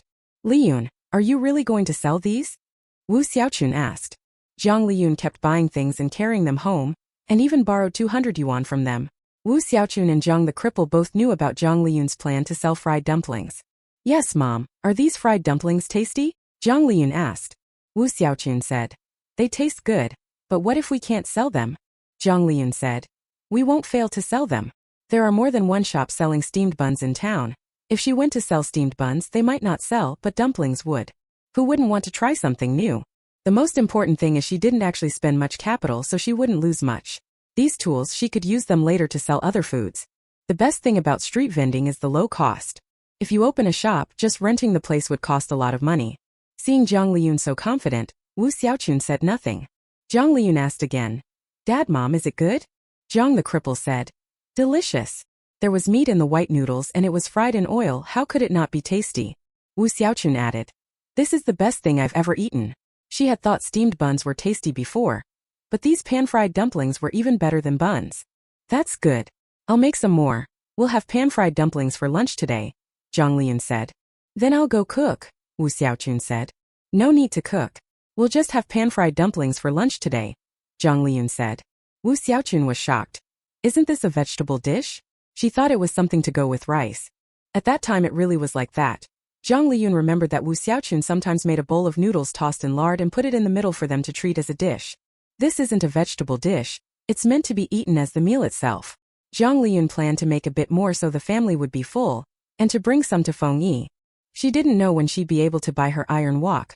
Once she had one, she'd go set up a stall at the morning market. Chapter 15 Dating. Jiang Liyun made 2 more batches of pan-fried dumplings, picked out the ones that looked best, packed them into an enamel cup, intending to take them to Feng Yi. Liyun, are you going to take dumplings to Feng Yi? Then bring some for your brother too. Wu Xiaochun suggested in a low voice. Jiang Liyun glanced at Wu Xiaochun and said, All right. Jiang Liyun was reborn on October 15th. Today was October 23rd, so a week had passed. During that week, while preparing for the stall, she also went to check on Feng Yi every day. Her parents were ordinary rural farmers, and her younger sister was just an elementary school student under 10. Sometimes she didn't know what to say to them, and they didn't understand her. Although Jiang the Lame and Wu Xiaochun didn't object, they had always wanted her to give up the idea of setting up a stall. Only Feng Yi talked with her about running a stall, strongly supported her intention to go into business, and was convinced she would succeed. Jiang Liyun liked talking to him. Every time she saw Feng Yi, her mood improved. She simply treated meeting him as a leisure activity that also kept her active. For the first 2 days she went to see Feng Yi, Jiang the cripple and Wu Xiaochun didn't ask much because they didn't know the details, but she went every day, so they naturally began to inquire. Jiang Liyun then told them that Feng Yi had helped her buy an iron pot, lent her money, and promised to run a stall with her in the future. She also told them that Feng Yi had helped her with farm work. After that, when she went to see Feng Yi again and brought him things, Jiang the cripple and Wu Xiaochun didn't say anything. But since the dumplings turned out so delicious today, they wanted to give Jiang Lihai some to eat. Seeing Jiang Liyun agree, Wu Xiaochun was quite pleased, then carefully went to eat her own share of dumplings. Wu Xiaochun and Jiang Liyu had small appetites, and the dumplings made with homemade wrappers were more substantial. Jiang Liyun gave each of them 5. She and cripple Jiang ate a bit more, 10 each. Jiang Liyun had been buying some condiments bit by bit these days, and when she ate dumplings she even poured herself some vinegar. But the others at home didn't eat it. In this era, the rural people here normally used very few seasonings. They weren't accustomed to vinegar and didn't eat spicy food. But times changed quickly. Jiang Liyun remembered that 20 years later, those around her who originally couldn't handle any spice at all were already eating spicy food. And some couldn't live without it. After eating the dumplings, Jiang Liyun took 2 enamel cups and walked toward the brick and tile factory. She prepared 10 dumplings for Feng Yi. If he couldn't finish them at noon he could eat the rest at dinner. As for Jiang Lihai, she gave him 5 to sample the flavor. At the brick and tile factory, Feng Yi and Jiang Lihai had been busy all morning. After being rejected by Jiang Liyun and losing face, Xie Zugan took a disliking to Jiang Lihai and Feng Yi. He thought Jiang Liyun disagreed with being with him because, like Jiang Liping, she wanted to marry into town. He, like others, thought Jiang Liyun and Feng Yi could never be together. But that didn't stop him from hating Feng Yi. Lately Feng Yi had suddenly started paying attention to his dress and appearance, and everyone at the factory said Feng Yi was handsome. Although Xie Zugan was well treated at the factory, he had little authority and not much he could do. As for Father Xie, the Jiang family had only refused the marriage. He could hardly make things difficult for the two youngsters over such a small matter, so he pretended he didn't know about it. So during that week, Jiang Lihai and Feng Yi were only occasionally scolded by Xie Zugan and assigned the more strenuous tasks. But this had already made Jiang Lihai very angry. Privately he had often said bad things about Xie Zugan in front of Feng Yi, but Feng Yi didn't care at all and was cheerful every day. During this time Jiang Liyun came to see him every day. Jiang Liyun even brought him food. These were good days he hadn't been able to hope for in years. Feng Yi has boundless energy every day. He gets up early and prepares clean clothes to wear at night. After work in the evening, he doesn't get food first. He immediately takes soap and goes to wash in cold water, cleaning himself from head to toe. Is the daytime work tiring? That hardly counts for him. As long as he thinks he can see Jiang Liyun at night, he can't help smiling. Everyone stop and rest. Xie Zugan is just looking for trouble with us. He's from a transport team and doesn't even go out on the boat, yet he acts like a factory leader and scolds us. Jiang Lihai complained to Feng Yi. He's just not a good person. These workers often get tired while working, so it's common for them to stop and rest for a bit and have a sip of tea. Some shameless veteran employees can take 2 hours of rest during a 4-hour morning shift. But just now, as he had just set down his tools to take a drink of water, Xie Zugan reprimanded him. Jiang Lihai now hated Xie Zugan even more and couldn't help but resent Jiang Liyun. Feng Yi responded. Right? He's no good. That person actually spoke ill of his sister Liyun. Sister Liyun is such a good person. Isn't his only advantage that his father is an accountant? Without a good father, he's nothing. Jiang Lihai added. Yes. Feng Yi nodded in agreement. Jiang Lihai felt Feng Yi was very down to earth. He liked talking with him a lot. He only dared to speak with Feng Yi, not with others, for fear Xie Zugan would find out. They were busy when mealtime arrived. The brick and tile factory workers put down their tools and hurried toward the canteen. Each of them had a lunchbox and an enamel basin for serving food, issued by the brick and tile factory. The lunchbox held rice, and the enamel basin held soup. Feng Yi served himself a few scoops of rice, spent another 20 cents on a bowl of pork blood soup, and left the canteen carrying his food. The canteen wasn't large and didn't have many tables or chairs, so many people bought their meals to eat outside. They stacked a few bricks to use as a table, used a few more as stools, or simply sat on the ground to eat, very casual either way. Jiang Lihai also bought pork blood soup, muttering softly that there wasn't any fat in the soup and that too little cornstarch had been used for thickening, so the soup wasn't rich enough. As he spoke, he even began talking about national affairs he'd heard on the radio and offering his own opinions. Feng Yi didn't care about any of that and listened half asleep, but he knew what Jiang Lihai wanted to hear. Brother Lihai, you really know so much. Jiang Lihai grew even fonder of Feng Yi, and thinking of how his sister had completely bewitched Feng Yi lately, he wanted to give him a little reminder. When he looked up he saw Jiang Liyun. Jiang Liyun didn't look at Jiang Lihai. She looked at Feng Yi, her eyes curving as she greeted. Feng Yi. Liyun Jia. Feng Yi stood up at once and wanted to go over to Jiang Liyun's side, but he suddenly realized he was filthy all over and didn't dare to move forward. Jiang Lihai sat where he was. Seeing that his sister hadn't called to him at all but had smiled at Feng Yi instead, he suddenly felt a bit redundant. Also, why did he feel like his second sister had gotten prettier? Jiang Liyun never paid much attention to her appearance. Even when Jiang Liping insisted every time they met that she should dress up, she didn't take it seriously. To her, being pretty didn't put food on the table, so why bother fussing over it? But she actually was quite good looking. Wu Xiaochun is very pretty, and she looks more like Wu Xiaochun than Jiang Liping does. After being reborn, she was even more fastidious about cleanliness than she had been at this time in her previous life. A healthy body and a bright future filled her from head to toe with joy and confidence. Against the backdrop of a group of drab brickworks laborers, she naturally stood out as different. Are you eating? I'm off today. I made pan-fried dumplings at home and brought some for you to try. Jiang Liyun walked over to Jiang Lihai and Feng Yi, handing the enamel cup in her hand to Feng Yi and Jiang Lihai. What are pan-fried dumplings? Jiang Lihai asked curiously, lifting the cup lid and smelling the meat aroma. He was already holding his chopsticks, picked one up and stuffed it into his mouth, and then his eyes lit up. This is just too delicious. Second sister, these pan-fried dumplings are really delicious. Jiang Lihai said, touched, thinking his sister was really great. Although Jiang Liyun paid more attention to Feng Yi, She still worried about him. Before, his sister would give Feng Yi some pickled vegetables when she brought him food, but for him she brought greasy, juicy fried dumplings. However, at that moment, he noticed that Feng Yi's enamel cup clearly had more pan-fried dumplings than his. Jiang Liyun. The pan-fried dumpling in his mouth suddenly tasted bland. On the other side, Xie had already finished his meal. They ate earlier than ordinary workers. Having just finished eating and planning to go to his father's office for a nap, Xie heard people chatting. Jiang Liyun has come to the factory. She's come to see Feng Yi again. The Jiang sisters are really pretty. Xie, hearing this, stormed off to find Jiang Liyun. As he approached, he saw Jiang Liyun standing beside Feng Yi, smiling as she looked at Feng Yi sitting on a brick and eating. The last time Xie went on a blind date with Jiang Liyun was when they watched a movie at night. At the time he thought Jiang Liyun looked fine but very rustic. But this time, Jiang Liyun was still dressed in ordinary clothes, yet the rusticness seemed to have vanished. She looked much prettier than before, and her gaze at Feng Yi was especially tender. Xie became even angrier. What's so good about that sullen, grimy Feng Yi? Xie sneered in a sarcastic tone. Jiang Liyun, you come to see Feng every day. Don't tell me you want to be his girlfriend? Jiang Liyun had been watching Feng Yi. A few nights ago when they met, Feng Yi had been neat and clean. Now he was covered in dust as if he'd rolled in it, wearing a tattered coat patched with pieces of different colors, looking pitiful. She instinctively felt pity, and suddenly heard Xie voice. Jiang Liyun looked up and saw the young Xie. In her previous life there was a period when she hated Xie intensely, to the point of wanting to tear him to pieces. She really hadn't wronged Xie. In her previous life after she married, she was determined to make a good life with Xie. She had a child, worked hard to earn money, and devoted herself entirely to their home. Anything she earned, she always explained clearly to Xie.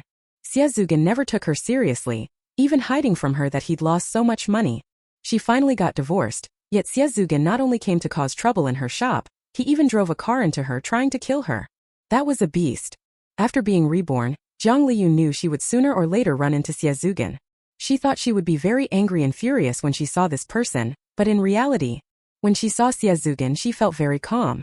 After all, they had nothing to do with him. Why should she be upset over a stranger? Xie blinked when Jiang Liyun blinked and said nothing, then spoke maliciously. A woman like you, have you no shame? Coming to the brick factory every day to look for men. Jiang Liyun couldn't help laughing. In her past life she had truly been too narrow-minded, to the point of falling for Xie. When Xie saw Jiang Liyun smiling at him, he was slightly stunned, wondering if he had gone too far. But just then Jiang Liyun said, I'm dating Feng, what's wrong with me coming to see him? Chapter 16 Iron Wakvai. This brick and tile factory, it's better not to let Feng Yi stay here.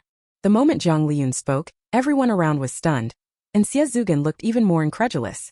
Jiang Liyun knew Xie must be very angry now, but she didn't look at him. Instead she looked over at Feng Yi beside her. Earlier, while talking with Xie, she kept watching Feng Yi. When Xie came out with a sarcastic tone, asking if she intended to be in a relationship with Feng Yi was at a loss, seeming to want to say something. By the time Xie called her shameless, Feng Yi was furious, ready to jump up and hit Xie. Of course he didn't actually rush forward. He froze. Just now the furious Feng Yi was like a wooden stake, standing motionless, not even moving his eyes. Jiang Liyun couldn't help laughing. On the day Jiang Liyun was reborn, she went to the brick and tile factory to find Feng Yi, intending to start a relationship with him. She had always been someone who did whatever she wanted right away. At the time, because Feng Yi looked too young, she didn't rush to tell him, but after spending these past days together, she had come to be certain of one thing. Feng Yi likes her. Just as Feng Yi had said in his past life, he had liked her from a very early age. So starting to date now isn't out of the question. After all, Feng Yi is already an adult. Although men under 22 can't get a marriage certificate right now, the countryside values holding a wedding banquet. If you've held the banquet, it's considered marriage. Men Feng Yi's age who have held a wedding banquet and gotten married aren't unheard of. At worst, she would just be unable to get a birth permit. In this era of strict family planning, without a permit you can't have children. Originally Jiang Liyun planned to let things take their course. First develop feelings with Feng Yi, then talk about being in a relationship. But Xie suddenly stepped up and used her reputation as leverage, and judging by Feng Yi's expression, if she didn't do something, Feng Yi would definitely get into a fight with Xie. Things blew up then. Feng Yi might be willing to give up his job at the brickworks and leave with her, but her brother still has to work at the brickworks. Thinking this, Jiang Liyun glanced again at Jiang Liyun, who was holding an enamel cup and was equally stunned. Xie was the first to recover. This is impossible, you're talking nonsense. How could Jiang Liyun possibly be dating Feng Yi? If Jiang Liyun were dating Feng Yi, could he not even compare to Feng Yi? Jiang Liyun turned her head to look at Feng Yi. Feng Yi, do you think we're dating? Feng Yi was completely out of it and hadn't heard Jiang Liyun's words at all. Jiang Liyun pinched his arm with her hand. Do you want to date me? Only then did Feng Yi come to his senses and immediately said, yes, yes. Of course he wanted to date Jiang Liyun. He very much did. But isn't this a bit too sudden? Feng Yi suspected he was dreaming and couldn't help smiling at Jiang Liyun. Jiang Liyun forced a laugh. Talking constantly about going out, and even pinching each other's arms, this was what a young couple did when flirting and teasing. Jiang Liyun is really dating Feng Yi. A crowd around them was watching his humiliation. Xie Zhugan was furious. Shameless. After speaking, he turned and ran. The brick factory was strewn with bricks. He ran without watching where he was going, tripped and nearly fell. At that moment, Zhang Lihai suddenly stood up and asked Jiang Liyun, "Are you two dating? How come I didn't know?" As he spoke, he hadn't fully swallowed the dumpling in his mouth. Somehow a small piece went down his windpipe and he couldn't help coughing. Jiang Liyun said, "Brother, we meet every day. If we're not dating, then what are we?" That wasn't wrong, but Zhang Lihai's mind was in chaos. He had always thought Jiang Liyun kept seeking out Feng Yi because Feng Yi was easy to manipulate, that she wanted Feng Yi to help her. But thinking about it carefully, if she only wanted Feng Yi's help, there was no need to go for walks with him at Luosi Bay every day.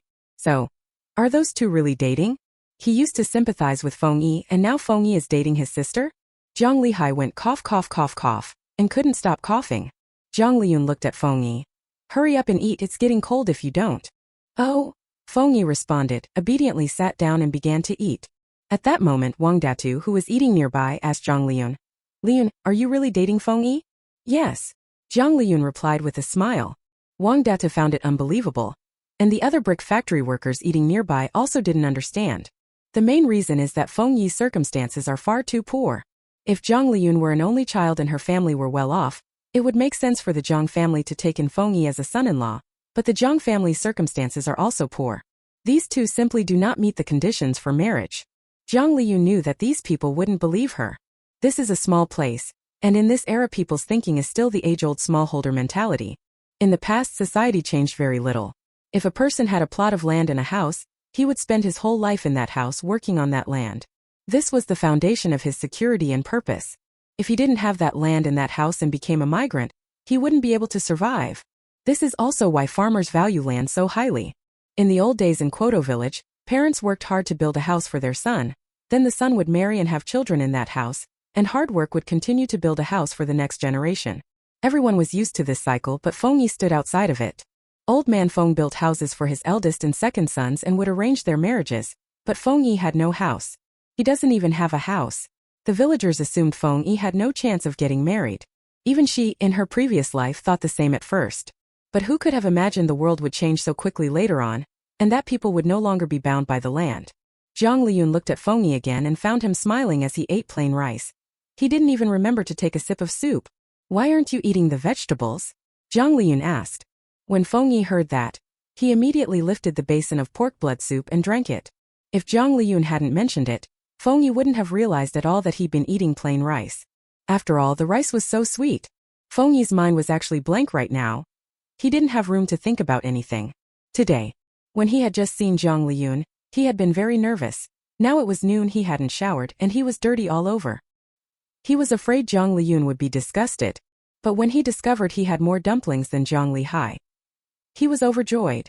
When he was little, if Jiang Liping or Jiang Lihai wanted to eat and Jiang Liyun refused them but gave to him instead, he would be very happy, and it's the same now. Then Xie Zhugan arrived. He was a little worried. Although he knew from Jiang Lihai that Jiang Liyun didn't intend to be with Xie Zhugan, he was very clear that Xie Zhugan was very well off, at least far better than he was. He worried about when Jiang Liyun would once again want to be with Xie Zhugan. Then to his surprise, Xie Zhugan actually spoke ill of Jiang Liyun. Feng Yi immediately flew into a rage, but at that moment Jiang Liyun said they were dating. Feng Yi was drinking his soup, couldn't help but laugh again, and then saw Jiang Lihai across from him glaring at him. Feng Yi started smiling at Jiang Lihai again. Jiang Lihai wasn't coughing anymore at this point. He just couldn't understand it. Jiang Liyun is quite fond of money. How could she have taken a liking to Feng Yi?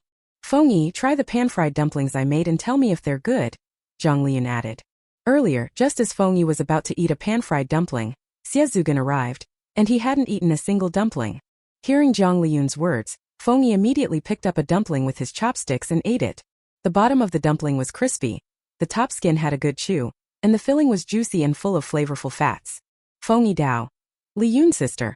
This is the best thing I've ever eaten in my life. Every time Jiang Liyun saw Feng Yi's silly look she was happy, and now she laughed again. Feng Yi, is it that good? Let us have a taste. Yeah, you're dating someone now, you have to treat. What is this? Little Baozi? Feng Yi, give me one to try. Feng Yi instinctively hugged his cup tighter. Jiang Liyun said instead, these are pan-fried dumplings. I brought only a few today, so I can't treat everyone. I'll definitely make more and bring some over another day. Books say that parents shouldn't force a child to give up something he likes to share with other children. Since Feng Yi likes these dumplings, let Feng Yi hold on to them and eat them, but she can make more next time and share some with everyone. No, we're just talking, Wang Dada said at once. He had joined the jeering earlier, but really felt embarrassed to eat the pan-fried dumplings Jiang Liyun had made. There are a lot of people here. Jiang Liyun would definitely have to make many to have enough to share, and that would cost a lot of money. I will, but I haven't bought the pan I want yet. I have to wait until it arrives, Jiang Liyun said. Using our own iron wok to make pan-fried dumplings is awkward. It only makes a few at a time, and I don't want to bother. Liyun, are you buying an iron pan just to make pan-fried dumplings? Wang Data asked. Yeah, I'm planning to make pan-fried dumplings and sell them in town, do a little business. Jiang Liyun said she intended to go to town to sell pan-fried dumplings. There were a lot of people at the brick and tile factory. If they spread the word, maybe someone would go to town and buy her dumplings.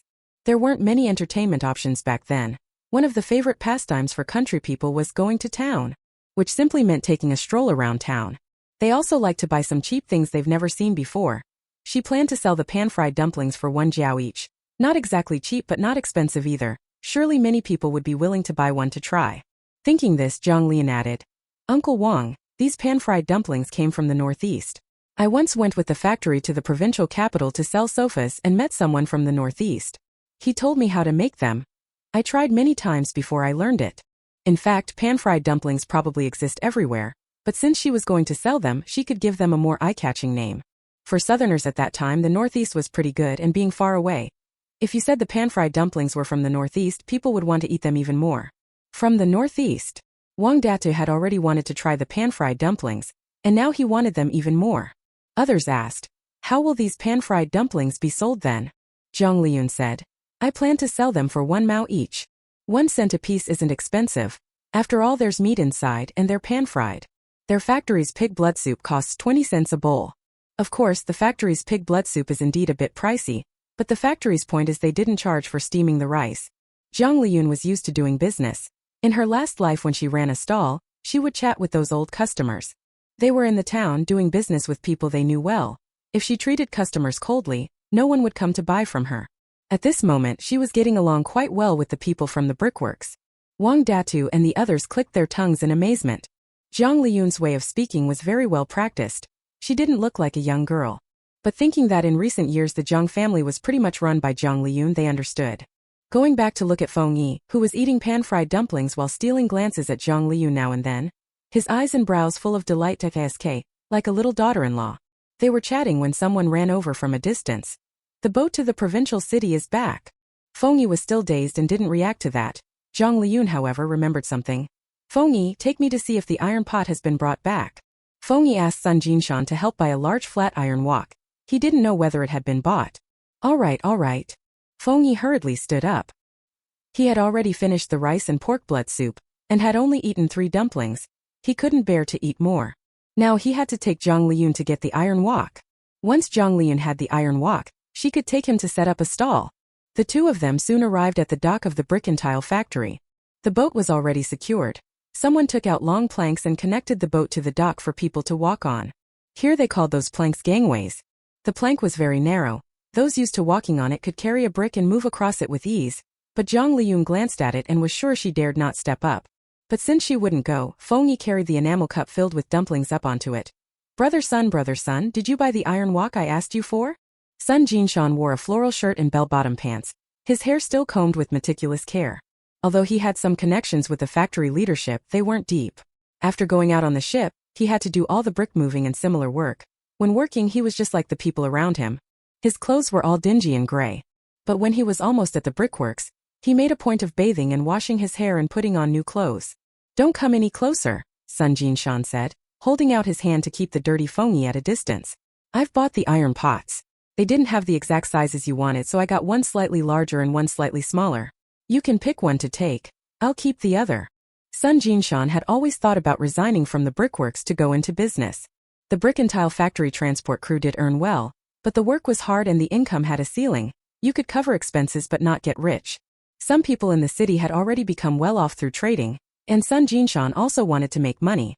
He wanted to set up a stall to sell food. Even if he couldn't do it himself, a family member could. With just a coal stove and an iron pan, you could make flatbreads to sell in town, no huge costs. How great. Feng Yi soon saw 2 flat-bottomed iron pans. He stacked them, put the enamel cup from his hand into the pans, then carried the pans to the dock. Jiang Liyun soon saw those 2 iron pans. The smaller one was about 40 centimeters in diameter, the larger about 60. Both were very well made, big and heavy, the sort that, if well cared for, wouldn't wear out in 100 years. I'll take both of these pans. When Jiang Liyun looked up, she saw Sun Jinshan rolling up the leg of his bell-bottoms, coming down the gangplank. After coming down and seeing the ground covered in dust, Sun Jinshan hesitated for a moment and still didn't roll up his pant legs, continuing to hold them up with both hands. Jiang Liyun.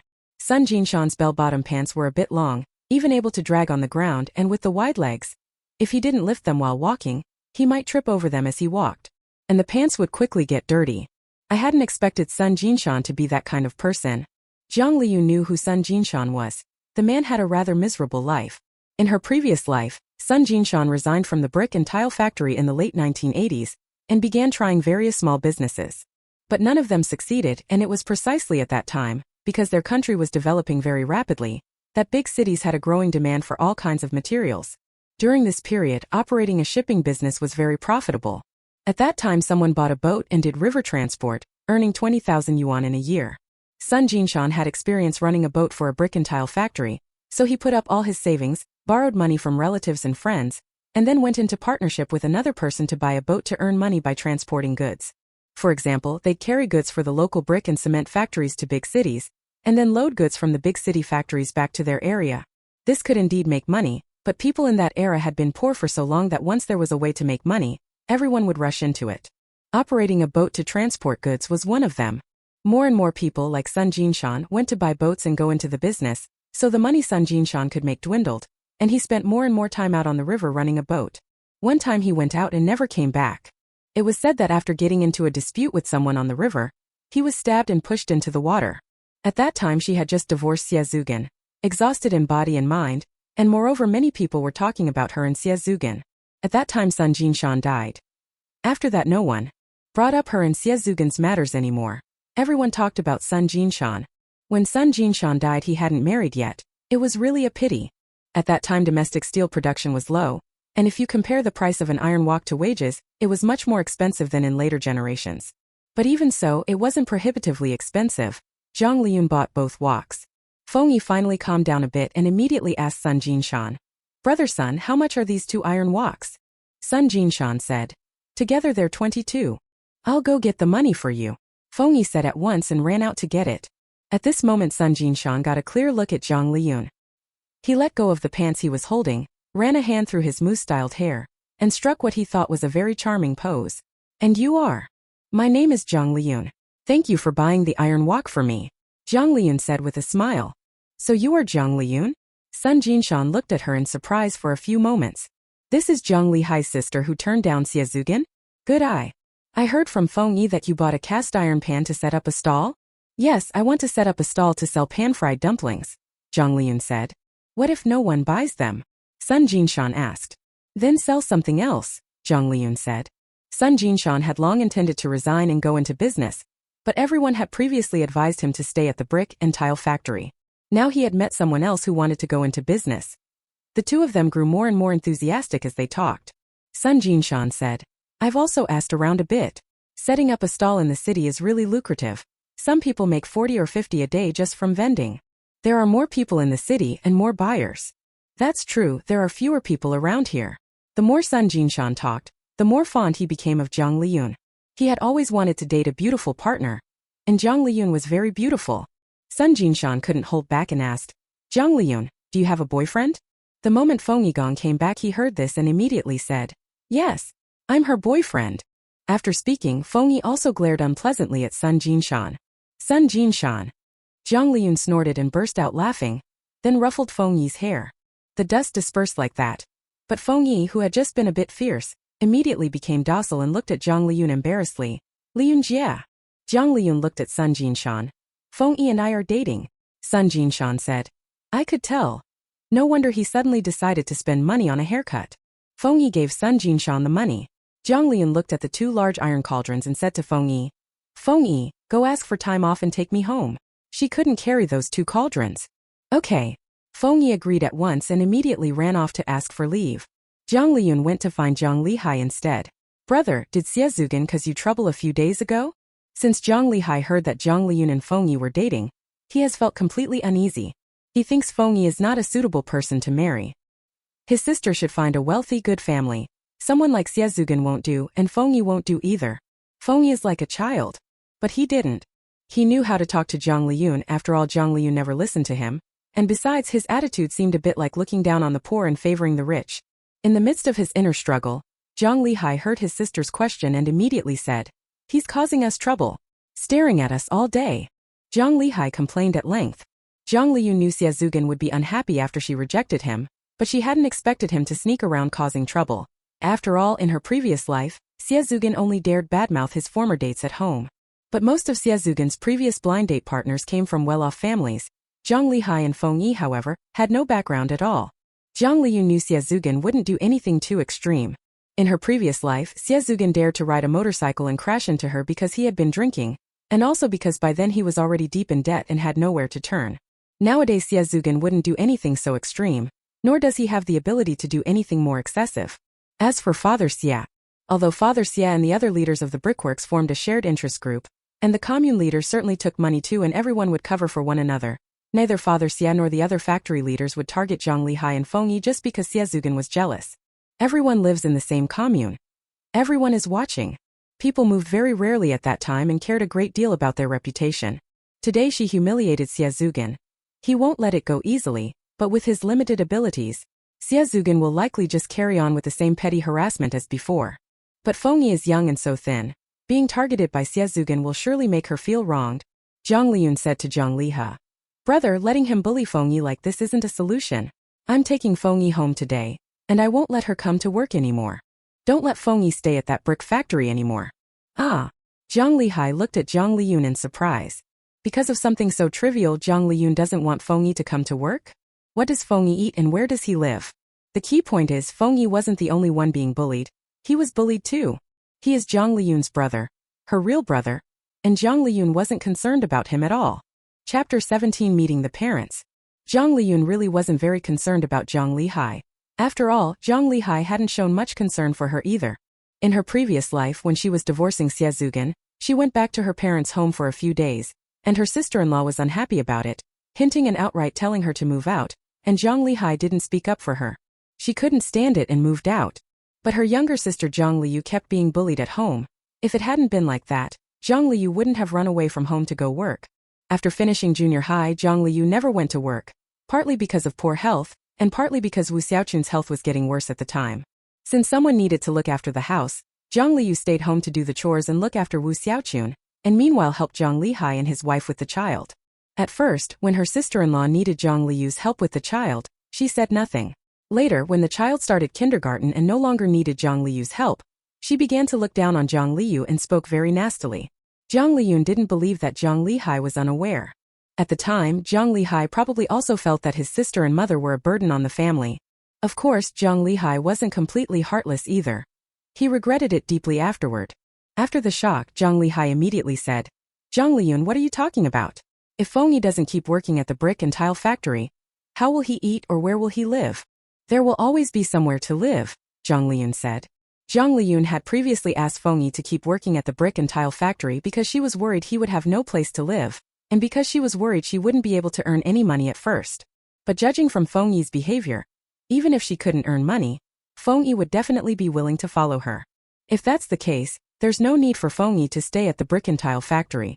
As for where Feng Yi would live, Jiang the cripple really didn't have much of a presence in Quoto village, But the Jiang family had lived here for generations and were one of the village's big surnames.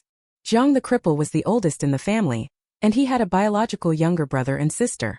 They definitely couldn't let Feng Yi live in their home, but it wasn't a problem for her to arrange a place for Feng Yi to stay in the village.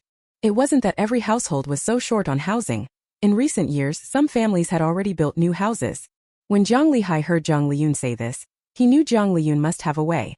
He had previously thought Jiang Liyun setting up a stall might not make money, but after eating the dumplings she made today, he realized she might actually be able to earn cash. His younger sister had always been very capable. Jiang Liyun couldn't help asking, Feng Yi isn't coming to work anymore, so what about me? I'm still here. Xie Zugan will cause trouble for me. Jiang Liyun said, brother, at most he'll give you a bit of trouble, just don't take it to heart. Otherwise, why don't you come set up a stall with me? Jiang Liyun did not hesitate at all. I'm not going. Working at the brick and tile factory was already embarrassing enough. Wouldn't setting up a stall be even more humiliating? He was not going. Then I have no choice either, Jiang Liyun said. She knew Jiang Liyun might be treated unfairly at the factory, but nothing serious would happen. There are many people surnamed Jiang at the factory. Among the factory leadership, there are also people named Jiang. If Jiang the cripple weren't a taciturn fellow who didn't know how to pull strings, they could have spent some money to speak to the leaders and actually gotten Jiang Liyun into the transport team. At most, Xie Zugan would only cause Jiang Liyun some minor trouble. They were talking when Feng Yi returned after asking for leave. He must have done more than just ask for leave. His hair was wet and his clothes had been changed. He had probably taken a battle shower. Let's go back, Jiang Liyun said, smiling at Feng Yi. Feng Yi nodded. On the way back, Jiang Liyun wanted to help carry a small iron pot, but Feng Yi wouldn't let her. Jiang Liyun didn't insist either. She let Feng Yi hold both pots and walked home with him. Feng Yi, I want to set up a stall in town the day after tomorrow. I'll surely be too busy then. Quit the brick and tile factory and come help me, Jiang Liyun said. Without a second thought, Feng Yi said, okay. Jiang Liyun laughed again. Aren't you afraid you'll be doing unpaid work for me then? Feng Yi said, I already said before, doing unpaid work is fine. Today Jiang Liyun told people that they were dating. It's just unpaid work, what of it? A few days ago I was listening to the radio. They were saying things like, climb a mountain of knives and dive into a sea of fire. Feng Yi felt that even if Jiang Liyun asked him to climb a mountain of knives or dive into a sea of fire, he would be willing. No one had ever liked him before. Only Jiang Liyun took his hand. Without Jiang Liyun he might already be dead. When Jiang Liyun rescued him from Feng Eldest and Feng Second, he hadn't eaten for a long time and had lost the will to live. Even later. He remembered one time he had a fever, a very high fever, but his mother thought it was normal for children to have fevers and that it would go away after a few days. Later, it was Jiang Liyun who found him, carrying him on her back to see the barefoot doctor. At that time Jiang Liyun had no money. She cried as she begged the barefoot doctor to save him. The barefoot doctor gave him an injection and counted out a few tablets of medicine for Jiang Liyun, and then Jiang Liyun carried him back home and let him sleep in the Jia family's haystack. He remembered waking up in the middle of the night and finding Jiang Liyun sleeping on the straw beside him. At the time he thought if only Jiang Liyun were his mother. Of course Jiang Liyun couldn't have had a child as big as him. Feng Yi thought this and laughed again. Jiang Liyun glanced at Feng Yi, who kept grinning foolishly, and thought that if she were ruthlessly determined she could probably trick him out of even his underwear. Fine, then you can work for me for free. The two of them should first save up to buy a house, that way Feng Yi won't be left homeless. Jiang Liyun plans that after she gets home today she'll heat up the pot, then go to town with Feng Yi to buy some flour, place an order with the butcher for pork, and early tomorrow morning get up to make pan-fried dumplings. She won't set up a stall tomorrow, she'll practice first. The practice batch of pan-fried dumplings will be sent to the cement factory for Feng Yi's co-workers to eat. Then she can also ask them to look after Jiang Liyun. So it really was her own brother. The day after tomorrow, she could go to town to set up a stall. When Jiang Liyun got home, Wu Xiaochun was shelling soybeans at the door, and crippled Jiang was watering the vegetables in their small private plot. It hadn't rained for several days, and the vegetables in their private plot weren't growing very well. Speaking of rain, these past few days she even made herself some rainproof equipment. She spent 1 yuan to buy 4 paint buckets, put a bamboo pole in the middle of each bucket, filled the 4 buckets with sand and cement, and when the cement had set but not completely dried, she pulled the bamboo out.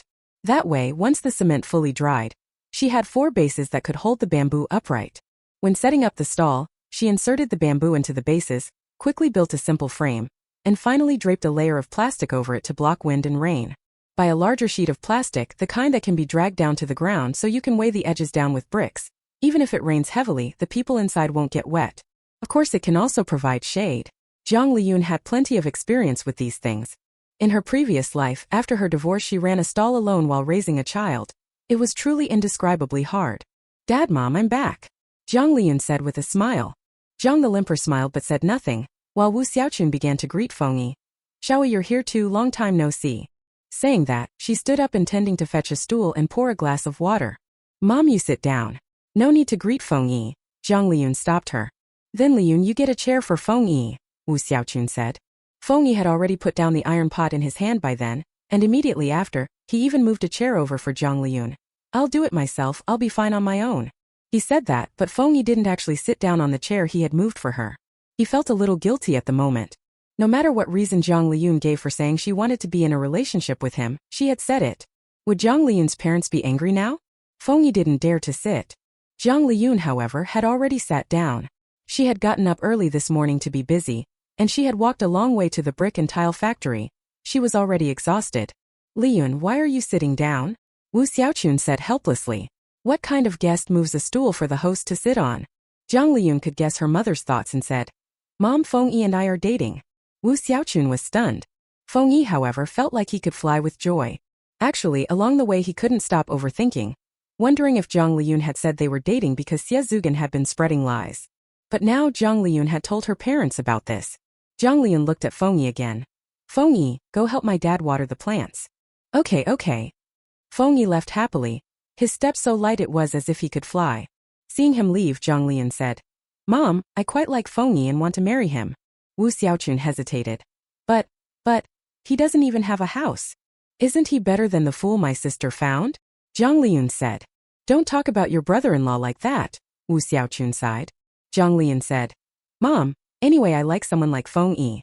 Today at the cement factory, I even told others that we were dating." But, Jiang Liyun said, "Mom, don't worry, I'll be fine." When she was young, Wu Xiaochun actually had her own mind. Marrying Jiang the cripple was her own decision. But her health was poor, and she always felt guilty toward her children, and in front of them she gradually lost authority. "Where will you live in the future?" Wu Xiaochun asked. Jiang Liyun said, "Mom, once I start earning money, I'll build a villa and live with you. Building a house in the countryside isn't expensive, especially these days. Hiring a bricklayer costs only 2 yuan a day with meals included, and you also have to give a pack of cigarettes every day. Bricks and tiles aren't costly either, and unskilled labor can be found from villagers to help. Now villagers spend around 5,000 to build a house. Of course, this is a very simple house to build. If you wanted to build a really nice house, it definitely wouldn't be cheap." Wu Xiaochun was still very worried. Jiang Liyun knew no matter how much she said it wouldn't help, it would still depend on how she and Feng Yi got along from now on. She offered Wu Xiaochun a few more comforting words, then busied herself, placing the 2 pots on the coal stove and fiddling with them. After gesturing, Jiang Liyun realized that the single-eye coal stove she had bought earlier was too small and unusable. Still need to buy a larger 3-burner coal stove, since the pot is so big. Actually, a gas stove with adjustable heat is best, but those gas stoves are not cheap and liquefied gas is expensive too. Seeing that Feng Yi had finished watering his father's private plot, Jiang Liyun said, "Feng Yi, come with me to town. I need to buy a coal stove." Feng Yi immediately came to Jiang Liyun's side. Jiang Liyun smiled, took out the family's carrying pole, had him carry it, and then led him to town. They bought a coal stove. Jiang Liyun also purchased 50 jin of flour and some seasonings. As for the pork, now that the weather has cooled a bit, the pigs are slaughtered in the evening, then wrapped whole in wet cloths and taken to the market to sell around 4 or 5 in the morning. If it's hot in summer, they might slaughter at 2 or 3 in the morning and go straight to town to sell. Jiang Liyun had long known about this.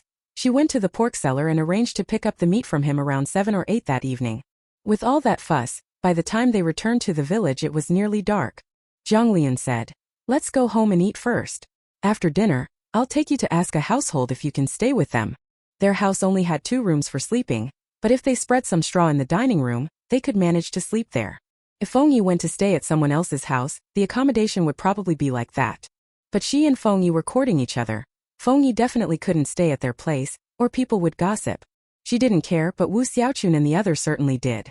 Feng Yi nodded. He had been excited all day. No matter what Jiang Liyun said, he was willing to agree. Jiang Liyun smiled softly and reached out to pinch Feng Yi's earlobe. "Good boy." Feng Yi froze again. Jiang Liyun, however, felt as if she were teasing him, and it was rather enjoyable. Chapter 18, Staying Over. When Jiang Liyun and Feng Yi returned to the Jiang residence, it was already past 6 and dark. The main hall door was ajar and the lights were on inside. Jiang Liyun pushed the door open and saw Jiang Liyu sitting on a bamboo chair, her homework on the bench, doing it with her head almost touching the workbook. "Xiaoyu, lift your head a bit," Jiang Liyun reminded her.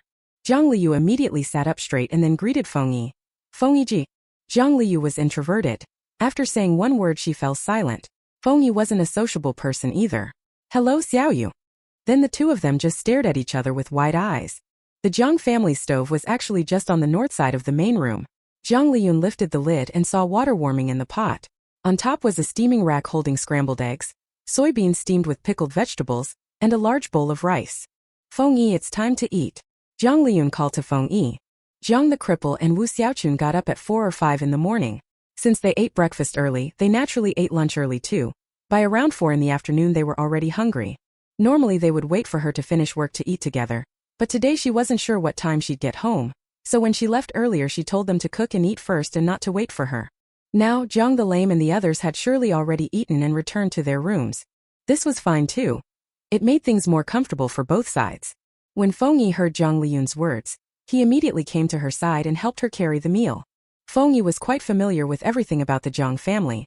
After all, when he was little he spent all his time following Jiang Liyun to their house. But he hardly ever ate at the Jiang families. Although he was young at the time, he already knew it wasn't good to eat at someone else's home. After all, the Jiangs weren't wealthy. Now, sitting once again at the Jiang family's dinner table, still eating with Jiang Liyun, Feng Yi felt pretty good. He didn't reach for the scrambled eggs at all. He just glanced at Jiang Liyun from time to time, then took a big mouthful of rice. "Is plain rice that tasty?" Jiang Liyun asked with a smile. Feng Yi nodded. "Tasty. Plain white rice is so delicious." He had never had it when he was a child. He remembered one time when he was especially hungry. He saw the sweet potato skins peeled off by old Feng number 1 and old Feng number 2 lying on the table, so he picked them up and ate them. As a result, old man Feng saw it, thought he was stealing sweet potatoes, and kicked his left leg, bruising it badly. His mother was there then too. She knew he had only eaten sweet potato peels, but she didn't say a word in his defense. Jiang Liyun glared at Feng Yi, who thought plain rice was delicious, picked up the bowl and pushed half of the scrambled eggs to him, then gave him the majority of the steamed soybeans. "Eat quickly. After you're done, I'll find you a place to stay."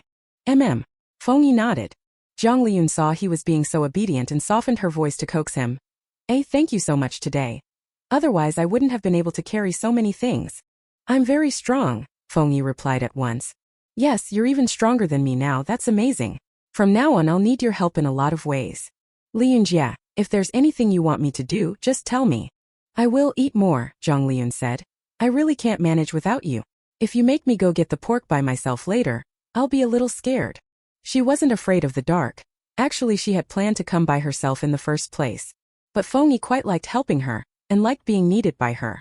"Liyun Jia, I'll go get the pork. It's already dark, you should rest at home," Feng Yi said. Jiang Liyun smiled. "I'd better go with you. The two of us can still talk together." Walking and talking with Jiang Liyun in the middle of the night, Feng Yi felt his face heat up. Thinking that he could help Jiang Liyun, he felt energized all over.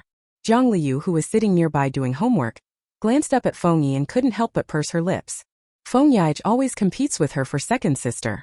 If it were before, second sister would surely be coming over to watch her do her homework by now, but now second sister only cares about Feng Yi. She even felt a bit redundant. From the next room, the crippled Jiang couple could faintly hear the sounds from the main room. This afternoon, after Jiang Liyun left with Feng Yi, Wu Xiaochun told Jiang the cripple about Jiang Liyun wanting to talk to Feng Yi about being a couple. Then the worry went from being one person's to two people's. Wu Xiaochun asked Jiang the cripple, "What are we going to do about this? Feng Yi doesn't even have a house. If his Liyun marries him, she'll have to share in his hardships." Jiang the cripple said, "Li Ping and Liyun are both headstrong. Before, when Jiang Li Ping insisted on marrying into town, they had no way to deal with her. Now that Jiang Liyun wants to be with Feng Yi, they have no way to deal with her either. Indeed, with regard to Jiang Liyun, they were even more helpless than with Jiang Li Ping. Jiang Li Ping kept saying they were biased, claiming they favored Jiang Lihai and treated her badly, but they knew themselves that of all the children, the one who suffered most was Jiang Liyun. And Jiang Liyun had such big ideas. Liyun liked Feng Yi since she was a child. I thought she only regarded Feng Yi as a brother," Wu Xiaochun muttered under his breath. Jiang the cripple said, "We won't bother with it. We'll cross that bridge when we come to it. Days, aren't they just lived like this day after day? Things you can't manage, don't bother managing. After eating, Jiang Liyun first took Feng Yi to visit one of her paternal uncles. Her uncle's name was Jiang Liyun. He had 2 sons, and not long ago he had just built 2 houses for them. His eldest son was already married and was now raising white-feathered chickens with Feng. The younger son was unmarried and worked at a brick and tile factory. Like Jiang Lihai, he usually didn't come home. Jiang Yuan and his wife were temporarily staying in their youngest son's house. They had empty rooms. Uncle Yuan, Feng Yi has come back and has nowhere to stay. Can he spend a night at your place? Jiang Liyun asked directly. He can just make do in the woodshed. I'll bring a mat. They grow rice here and straw is an important fuel. Every household keeps a lot of straw at home. She and Jiang Liyun had piled a great deal of straw in their room, to the point that their room could even be called a woodshed. Jiang Yuan's family had a newly built brick and tile house. The room they used to store firewood was probably better than her bedroom. Jiang Yuan agreed at once. His youngest son's house had 2 floors. On the ground floor, the 2 south-facing rooms. One was the main dining room, the other used to stack firewood. Behind the woodshed were the kitchen, pigsty, and the like. Upstairs the house had only 2 rooms, one for Jiang Yuan and his wife, and one for their youngest son. The only place they could give Feng Yi to live was indeed the woodshed. But the woodshed wasn't in bad shape. The floor was paved with cement. Jiang Liyun made use of what was at hand, spreading thick straw on the floor, then laying a mat on top and finally adding a quilt. The simple bed for Feng Yi to sleep on was finished. Make do for now, Jiang Liyun said. I won't make do, Feng Yi said. Sleeping in a brick and tile house wasn't some kind of compromise. When he worked at the brickworks, he and a whole crowd slept in one room. Their beds were laid out just as casually. There is a separate door to the woodshed at Jiang Yuan's house. Jiang Liyun asked them for the key, then took Feng Yi to the butcher's to get pork. By the time they brought the pork back, it was already very late. Jiang Liyun told Feng Yi to go sleep at Jiang Yuan's, while she herself went home to rest. When Jiang Liyun arrived home, Father Jiang, Mother Jiang, and Jiang Liyu were already asleep. She lay down on her own bed and began to think through various things. She didn't have any means of transportation right now, which was really inconvenient. Once she had money, she would have to buy a tricycle. A bicycle would of course be faster to ride, but only a tricycle could carry the coal stove, the iron pot, and all the rest. Besides, winter was coming and Feng Yi didn't have any warm clothes. She needed to prepare clothes and bedding for him. There were still various little things missing. When Jiang Liyun was in her previous life, she felt that prices had been low in earlier years. But after returning to this era, she found that everything was expensive now. Take bicycles, for example. Before she was reborn, an ordinary person's monthly salary was a few thousand yuan, and a common bicycle could be bought for a few hundred yuan. And now, an ordinary person's monthly wage was around 100 kwai, and buying a bicycle cost just over 100. Because of that, people at the time made use of everything they could. They couldn't bear to throw away any bottles or jars. As she continued to think, Jiang Liyun slowly fell asleep. On the other side, Feng Yi still couldn't fall asleep no matter what. What happened today was a bit overwhelming for him. He was dating Jiang Liyun. Feng Yi was extremely happy, couldn't help but take out the enamel cup Jiang Liyun had given him at noon, then took out a dumpling from it and ate it. The dumpling had already cooled. Of course it wasn't as tasty as when it was hot, but he still found it very delicious. He was determined to help Jiang Liyun well, so he could stay with her for the rest of his life. He touched the ear that Jiang Liyun had pinched and thought about how the bed he fell asleep on had been made by Jiang Liyun. In the pitch-dark, quiet woodshed, laughter suddenly rang out. Feng Yi didn't sleep well all night. He wanted to sleep well so he could be bright-eyed the next day to help Jiang Liyun, but he couldn't fall asleep no matter what. Later, after finally falling asleep, he woke up again not long after. It was still dark outside, but he had already had a sleep. Shouldn't it be late by now? What if he overslept and couldn't help Jiang Liyun? Feng Yi quickly jumped out of bed. Outside everything was silent. There wasn't a single person on the road. Feng Yi walked around the Jiang family house, took the manure bucket they used for fetching water and dung from behind the house, and drew water from the river to water the Jiang family's vegetable plot. Although it had already been watered yesterday afternoon, there was no harm in watering it again today. Jiang the cripple and Wu Xiaochun had things on their minds yesterday and went to bed late, so they got up late, but old man Feng next door as always was up at 4. Old man Feng is not young. In this age when labor is plentiful, the factory doesn't want him, and doing only farm work doesn't earn much. Besides, the wife he married later bore him a son and a daughter who are still young, and there will be many expenses in the future. Old man Feng and his wife Zhou Xiaoxia planted a lot of vegetables, and old man Feng took them to town to sell every day. They raise silkworms every year and can earn several hundred more. Plus raising pigs and sheep and the like, the household income is not small. Last night they had prepared a lot of vegetables. Old Man Feng put them into 2 baskets, fixed the 2 baskets to the sides of the bicycle's rear rack, and pushed the bicycle out the door. As soon as he stepped out, he saw a dark figure in the neighbor's private plot, doing who knows what. Could it be someone stealing vegetables? But vegetables are everywhere in the countryside, and usually nobody steals. Wait, that dark figure seems to be watering the vegetable plot? The person was unusually tall, clearly not from the Jiang family, yet he was watering the Jiang family's vegetables. Old Feng pushed his bicycle over and realized the man was Feng Yi, suddenly remembering someone had told him yesterday that Feng Yi had returned carrying an iron pot. He had cursed a few words at the time. After all, the brick and tile factory paid by the day, and if Feng Yi took leave, he would receive less money. But he thought Feng Yi had given Jiang Liyun the iron pot and gone back. Feng Yi didn't go back yesterday. In the early morning, he was still watering the Jiang family's vegetable plot? Old Man Feng immediately got angry. Feng Yi, you're working for someone else? You won't water our land, but you're watering someone else's. He makes his living selling vegetables and takes great care of the crops in his fields. He's been exhausted lately from all the watering. As a result, Feng Yi wasn't helping him, only attending to someone else's place. Feng Yi had seen Old Man Feng long ago, but he didn't take it seriously. Hearing Old Man Feng's words now, he said bluntly, "Your home isn't my home. The Fengs aren't his family." From childhood onward, he never treated the Feng family as his own. But he had always wanted to be a member of the Jiang family. Jiang Liyun was so good. Jiang Liyun's parents were good too. He spent a lot of time at the Jiang household when he was a child. Jiang the cripple and Wu Xiaoqun never said anything to him. Old Man Feng said, "What are you talking about? If you've got the guts, don't come home." "I've got the guts," Feng Yi said. He never intended to return to the Feng family, and Jiang Liyun hadn't allowed him to go back. Before, Feng Yi planned to give the Feng family a sum of money and then cut ties with them, but now he has a girlfriend. Forget about the money he gave before. He definitely won't give the Feng family any more money in the future. His money is for Jiang Liyun to spend. "You little bastard." Old Man Feng spat as soon as he opened his mouth. Feng Yi suddenly remembered the martial art stories he had read, where when the protagonist was called a little bastard by someone else, he would retort, "Little bastard, who are you calling that?" Feng Yi asked, "Little bastard, who are you calling that?" Old Man Feng said, "The little brat insulted you." "Yes, the little brat insulted me." Feng Yi laughed. Old Man Feng was furious and wanted to hit Feng Yi, but his movement suddenly froze. Feng Yi is now a head taller than him. Feng Yi was only 16 when he went to the brick and tile factory. Because of malnutrition, he was still very small at that time. Back then, whether it was Old Man Feng or Feng Eldest and Feng Second, they could all hold Feng Yi down and beat him. But now, realizing he might not be able to beat Feng Yi, Old Man Feng's mouth twitched. "I'll deal with you when I get back." Having said that, Old Man Feng pushed his bicycle and left. He still had to go to town to sell vegetables. Feng Yi glanced at Old Man Feng and went back to watering. He was no longer afraid of Old Man Feng now. He used to be small, unable to resist and with nowhere else to go, but he was different now.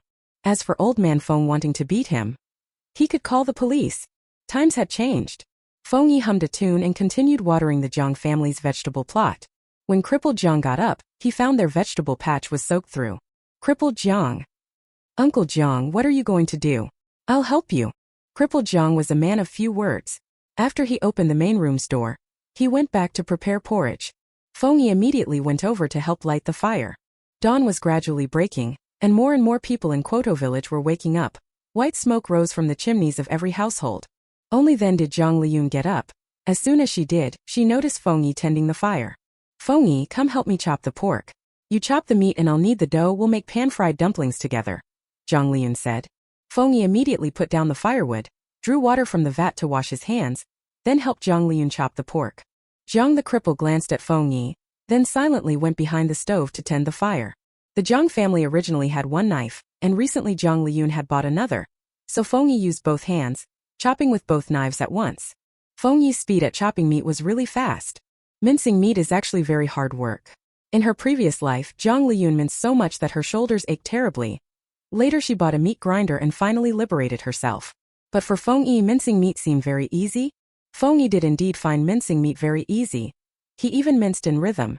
It was the tune of a love song that had come from Port City in recent years. Sun Jinshan bought the tape and he had heard it. Jiang Liyun didn't notice Feng Yi's movement. She was kneading dough. Kneading dough is pretty tiring. Once she has money besides a meat grinder, she also wants to buy a dough kneading machine. Jiang Liyun and Feng Yi hadn't been working long when Wu Xiaoqun came to call them for breakfast. After breakfast the two continued working. It took about an hour to finish all the preparations for making dumplings, and they hadn't started wrapping them yet. But today they didn't have to hurry off to the town to set up a stall early, so there was no rush to wrap the dumplings. Jiang Liyun told Feng Yi to load all the things onto the cart and said to him, "Feng Yi, let's go to the brick factory. I'll make pan-fried dumplings on the spot and treat everyone. Also a chance to practice her skills." "Okay." Feng Yi stepped forward to help pull the cart. Leaving the Jiang family home, Feng Yi immediately saw his mother watering the adjacent private plot. He didn't greet her either, pretending not to see, and instead asked Jiang Liyun, "Sister Liyun, are you getting on the cart too? I'll pull it with you." Some men in the village would pull their women and children to town with a cart. He had always wanted to pull Jiang Liyun. Chapter 19 Practice. The cart Jiang Liyun borrowed from second uncle Jiang was fairly large. Although a lot of things had already been put in it, there was still room for one more person, so it wouldn't have been impossible for her to sit down. But asking Feng Yi to haul both goods and people was a bit too much. Jiang Liyun said, "I'll walk by myself." Feng Yi looked disappointed. At that moment, Zhou Chaoxia next door saw Feng Yi and looked displeased. "Feng Yi, what are you doing here? Why aren't you at work?" Old man Feng is in his 50s this year, but Zhou Chaoxia is only 40. Feng Yi is handsome, and as his mother, she isn't bad-looking either. Because of this, old man Feng treats her especially well and favors the two children she bore. But when Zhou Chaoxia married in, Feng Lauda was already 10 years old. He was already able to fight for his own interests, and although Grandpa Feng had died a few years earlier, Grandma Feng was still alive, and she doted on Feng Lauda and Feng Lauer, so they hadn't suffered too much. What Zhou Chaoxia could do was privately give her two children some better food. The worst off in the Feng family was Feng Yi. And Feng Yi was that badly off because Zhou Chaoxia didn't like him. If Zhou Chaoxia had cared about Feng Yi, it wouldn't have been easy for old man Feng to marry someone more than 10 years younger and prettier than himself. Even if he were pretending, he would at least pretend to treat Feng Yi a little better. After all, it was just providing a mouth to feed. Once Feng Yi came to their family, the village provided rations, and later land was allocated to him as well.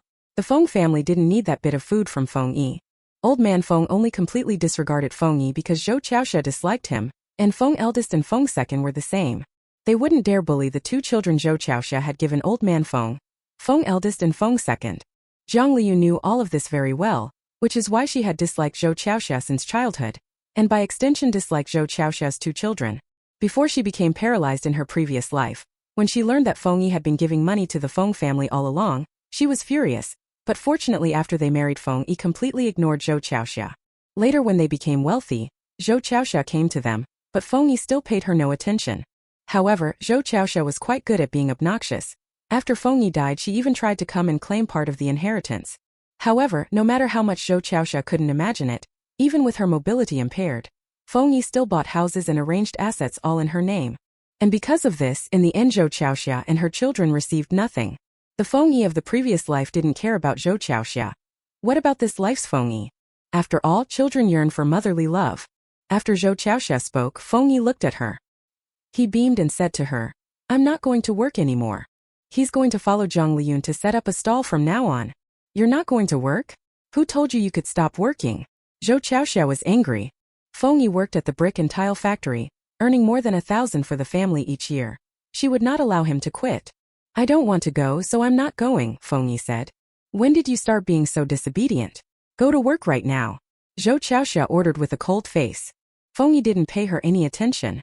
Before he went to the brick factory, he was too young to resist, so he could only obey her. That way he could make things a little easier for himself. After going to the brick factory, he was willing to give money to the family because he wanted to repay them for giving him life and raising him. But when it comes to mother-son affection, he doesn't have any at all. Feng Yi looked at Jiang Liyun again. "Sister Liyun, are you really not going to sit?" Jiang Liyun replied firmly. "Not sitting." "Fine then," Feng Yi said, disappointment written all over his face as he pulled the cart and went straight ahead. As for Zhou Chaoxia, "Who is that?" When she saw Feng Yi leave, Jiang Liyun hurried after him. As for Zhou Chaoxia, she ignored her too. After all, Zhou Chaoxia had no way to deal with her. The two of them walked toward the brick and tile factory, and Jiang Liyun also explained her plan. "I can make pan-fried dumplings, but I've never used a coal stove before. Making pan-fried dumplings for the people at the brick and tile factory this time will be practice." Making pan-fried dumplings requires considering things like heat control, so she definitely needed to try making them first and then set up her stall.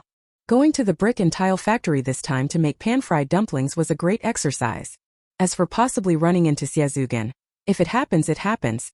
She wasn't afraid of Xie. They arrived at the brickworks at 9 in the morning. Jiang Liyun asked Feng Yi to park the cart beside the brickworks clinic, then unloaded everything, started the coal-fired stove, and began making dumplings. If we set up our stall in the future, we need to mince the meat and knead the dough a day in advance, otherwise we won't have time in the morning. If you knead the dough in advance, make it a bit stiffer because after sitting overnight it will soften. Feng Yi took everything Jiang Liyun said to heart. At that moment some brick factory workers had already seen them. Feng Yi, what are you doing? And why aren't you working? Feng Yi said, I'm planning to quit. I won't work at the brick factory anymore. What will you do then? The man asked. I'm going to set up a stall in town together with Sister Liyun, Feng Yi said. Jiang Liyun also spoke. When Feng Yi was at the brick factory, everyone took good care of him. Yesterday I said I'd treat everyone to fried dumplings, so I brought them today. At noon later, everyone can come and take some fried dumplings. Jiang Liyun smiled and chatted with these people, and what she and Feng Yi said quickly spread around the brick and tile factory. Did you know Feng Yi brought Jiang Liyun here? Feng Yi said he's not working at the brick and tile factory anymore. He's going to follow Jiang Liyun to set up a stall. Jiang Liyun said she's going to treat us to fried dumplings. I'll go over and take a look later. As they talked, they returned to the subject of courting. I heard yesterday that the two of them were dating and I was a bit doubtful, but now it seems true. Feng Yi has nothing. I didn't expect Jiang Liyun would be willing to go with him. Before, Xie even said she preferred wealthy men. Isn't she a very good girl? In the brick and tile factory, the workers were all men. They imagined themselves as Feng Yi, a pretty girl who didn't scorn his poverty and was willing to follow him. Jiang Liyun really was a rare good girl. They grew much more fond of Jiang Liyun, but still felt the future for the two of them was not promising. But right now the most important thing was that they could go eat pan-fried dumplings at noon. Jiang Liyun knew the people at the brick and tile factory were probably talking about her, but she didn't care. She even hoped they'd mention her. This was free publicity. Practicing at the brick factory, and at the same time promoting her pan-fried dumplings was an idea she came up with yesterday. It would cost some money, but the expense wasn't much and she could afford it. With that in mind, Jiang Liyun picked up the rolling pin and quickly rolled out the dough skins, while Feng Yi wrapped the dumplings beside her. Feng Yi couldn't wrap dumplings at first, but after Jiang Liyun taught him once he learned how. He always learned things very quickly. By the time the two of them had filled enough dumplings, the coal balls in the three-eyed coal stove had long since been lit. Jiang Liyun put on thick gloves, lifted the large iron pot onto the stove, and prepared to make pan-fried dumplings.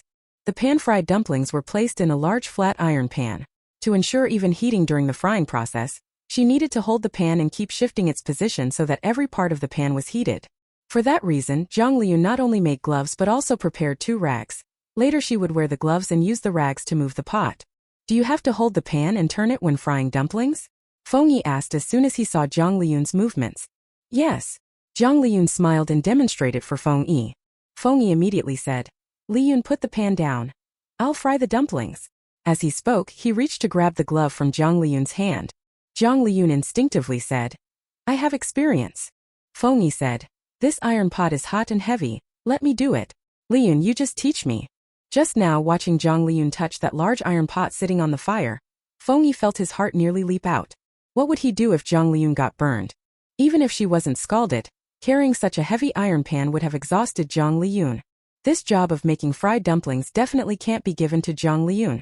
Jiang Liyun noticed Feng Yi's nervousness around her. Feng Yi really cared about her. That feeling was wonderful. Speaking of which, in her previous life after they married, Feng Yi was always the one holding the iron pan to fry dumplings. She only had to sit in the wheelchair and wrap them. Feng Yi prepared both the dumpling filling and the dough. Feng Yi was really very good, unlike Xie, who never lifted a finger around the house. When the child cried at night, he would only blame her for not soothing the baby properly. Jiang Liyun smiled as she took off her gloves. Then you do it, I'll teach you. Feng Yi immediately gave it a try. Jiang Liyun watched the whole time, reminding him to do this and that.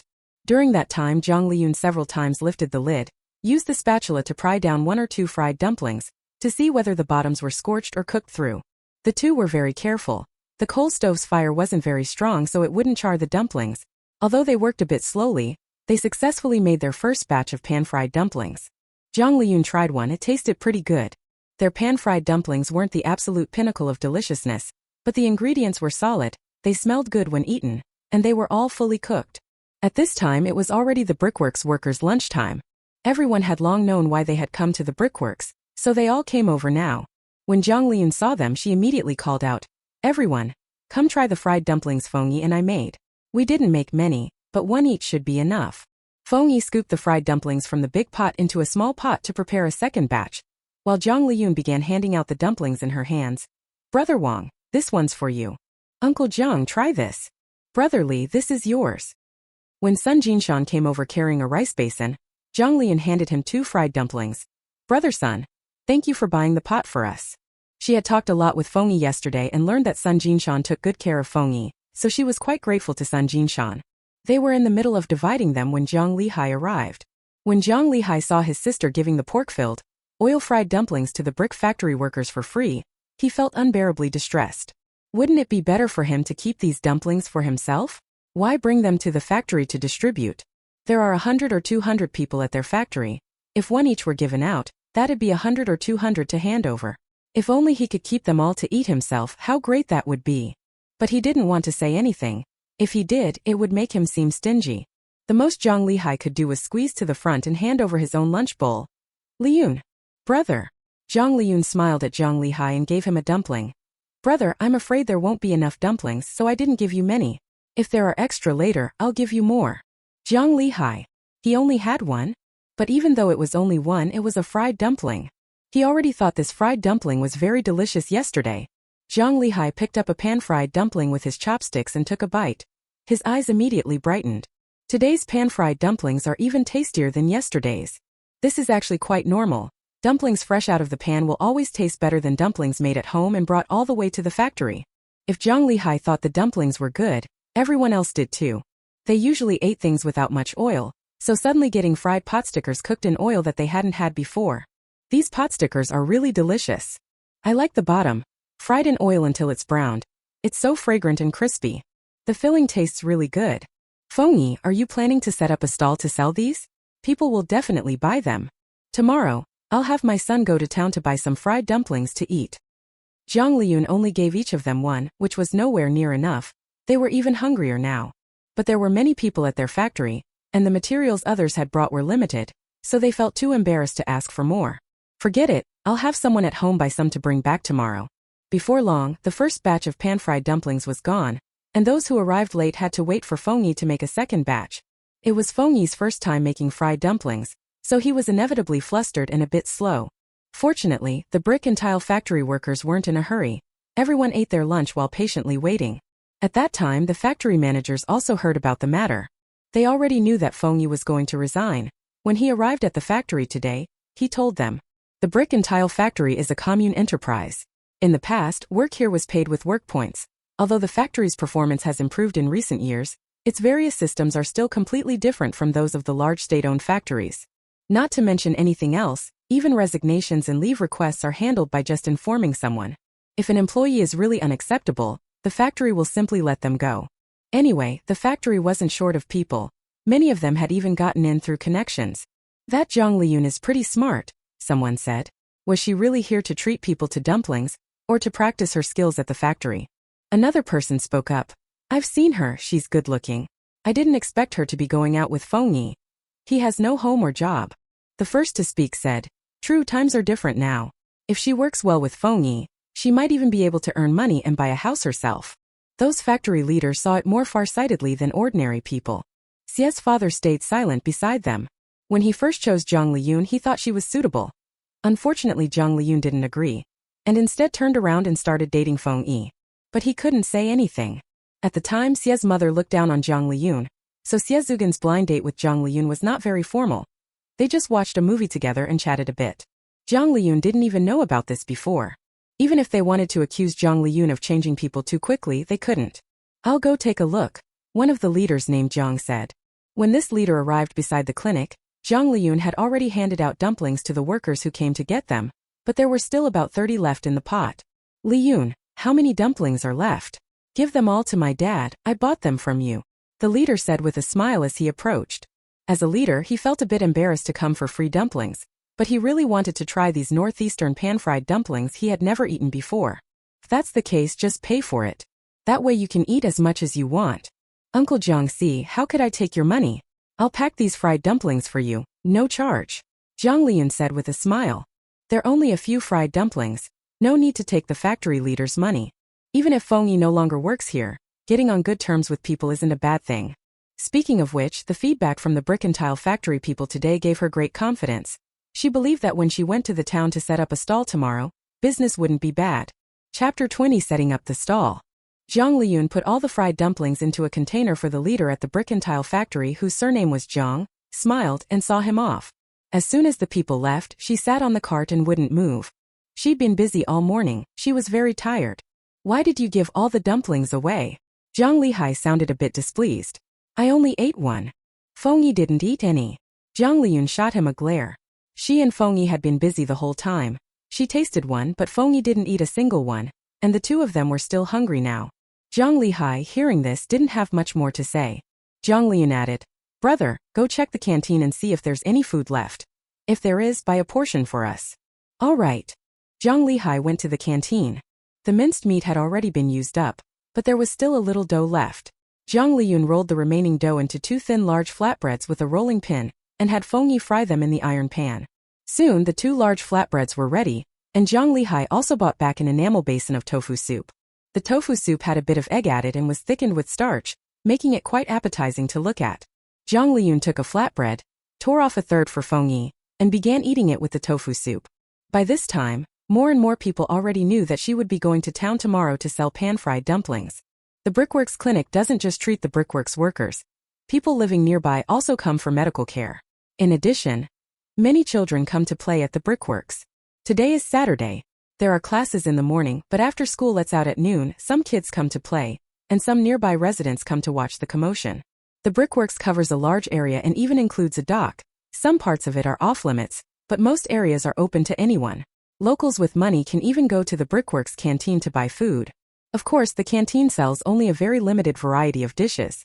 A crowd had gathered around Jiang Liyun and the others, all asking her about the pan-fried dumplings, and children clinging to their elders, saying over and over that they wanted to eat them. I'll set up a stall in town tomorrow. Pan-fried dumplings 10 cents each, everyone can come buy some. Jiang Liyun said with a smile as she talked to them. She chatted with them for a long time, while Feng Yi went to his place to pack up his things and load everything onto a cart. After they left this time, Feng Yi would no longer come back to work at the brick and tile factory. They didn't leave the brick kiln until after 2 in the afternoon. On the way back, Jiang Liyun also stopped by the sofa factory and quit her job. At first she had intended to take time off to run a stall. The sofa factory, like the brick kiln, paid by the day, 2.5 yuan for a day's work. If she didn't go to work she wouldn't have any money. The factory wouldn't lose out, and besides, the sofa factory hasn't had much going on lately, so taking leave was easy. At the time she thought that if the stall didn't make any money, she could always go back to work. But thinking it over, earning just a little over 2 yuan in a whole day, and having to work in close contact with formaldehyde didn't seem like anything worth clinging to. She simply resigned. When Jiang Liyun worked at the sofa factory she went home to eat, and the only personal item she had at the factory was a glass bottle for drinking water. When Jiang Liyun walked out of the factory holding the glass bottle, Zhang Xiaoxing was reluctant to see her go. She, however, didn't feel particularly attached. Actually, she could no longer remember many things about the sofa factory. Starting her new life completely now was pretty good. In this lifetime she would walk a path completely different from the last. Just as Jiang Liyun and Feng Yigong were looking forward to the future, and returned to the Jiang family, old man Feng from next door came over with Zhou Qiaoxia and Feng eldest and Feng second. They'd gone to ask around today and only then learned that Feng Yi was dating Jiang Liyun and planned to set up a stall in town together with her. It must have been something Jiang Liyun told Feng Yi that made him quit the brick and tile factory. When Zhou Qiaoxia saw Jiang Liyun she said, Jiang Liyun, what did you say to Feng Yi? Why did he stop working at the brick and tile factory? Old man Feng immediately followed saying, You're a grown woman going to set up a stall, fine, but getting a young man to help you. Have you no shame? Jiang Liyun, don't think you can use Feng Yi's closeness with you to get him to work for free. Oldest Feng also shouted at Jiang Liyun. Only second old man Feng targeted Feng Yi. Feng Yi, you little bastard. Second old man Feng liked Jiang Liyun very much, and had even shown his affection for her. So now Jiang Liyun is dating Feng Yi. He wanted to beat Feng Yi up. Jiang Liyun was too lazy to bother with that family. But everyone had come to her house. Seeing Feng Lauer looking like he was about to hit someone, Jiang Liyun pulled Feng Yi behind her and faced the Feng family herself. She didn't start arguing with the family. Fighting wouldn't solve anything. Jiang Liyun said, Feng Yi earns a salary every month and you only let him keep 10 yuan. How can he be expected to work and support you? Every household is like this, the old Feng man said. Fine, if you say every household is like that, Then let every household be like that. Tomorrow I'll go to the commune middle school and talk to Feng Wenbing's classmates and teachers. Beg Feng Wenbing not to pressure his brother. His brother has been undernourished and poorly clothed since childhood, never had a day of schooling, and at 16 went to carry bricks to support his schooling. He's nearly worn out and starving, Jiang Liyun said. Feng Wenbing was the son of old man Feng and Zhou Qiaoxia, 6 years younger than Feng Yi. He was 13 this year and had just entered the first year of middle school. He did very well in school, and old man Feng and Zhou Qiaoxia placed great hopes on him. Children of this age still care most about face. Old man Feng and Zhou Qiaoxia suddenly fell silent. Jiang Liyun added, I heard Feng II is talking about marriage? He forced his younger brother to work to support him.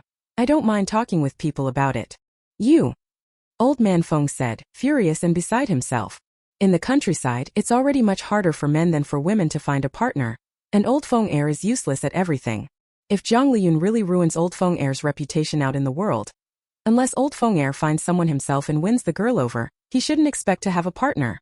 But even if he wants to find someone himself, he has to have the ability. Old Feng heir is not a capable person. Zhou Qiaoxia then looked at Feng Yi. Feng Yi, if you don't go to work, don't expect me to still be your mother. Feng Yi was stopped behind by Jiang Liyun, feeling especially happy. Jiang Liyun was protecting him. How wonderful. At this moment, suddenly hearing Zhou Qiaoxia's words, Feng Yi answered without thinking, then don't. The Feng family all froze and Jiang Liyun couldn't help but laugh.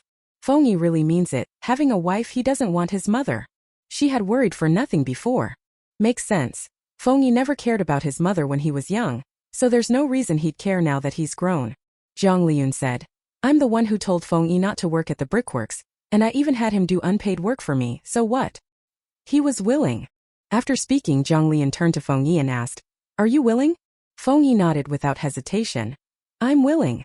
The Feng family came angrily to confront them, but in the end left in shame.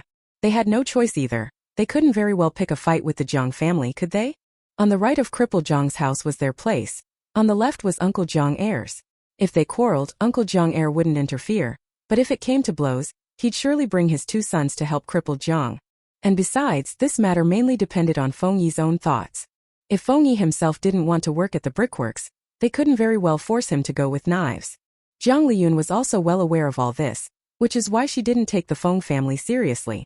Jiang the lame man and Wu Xiaochun, who had been quiet before, now looked at Feng Yi with complicated expressions.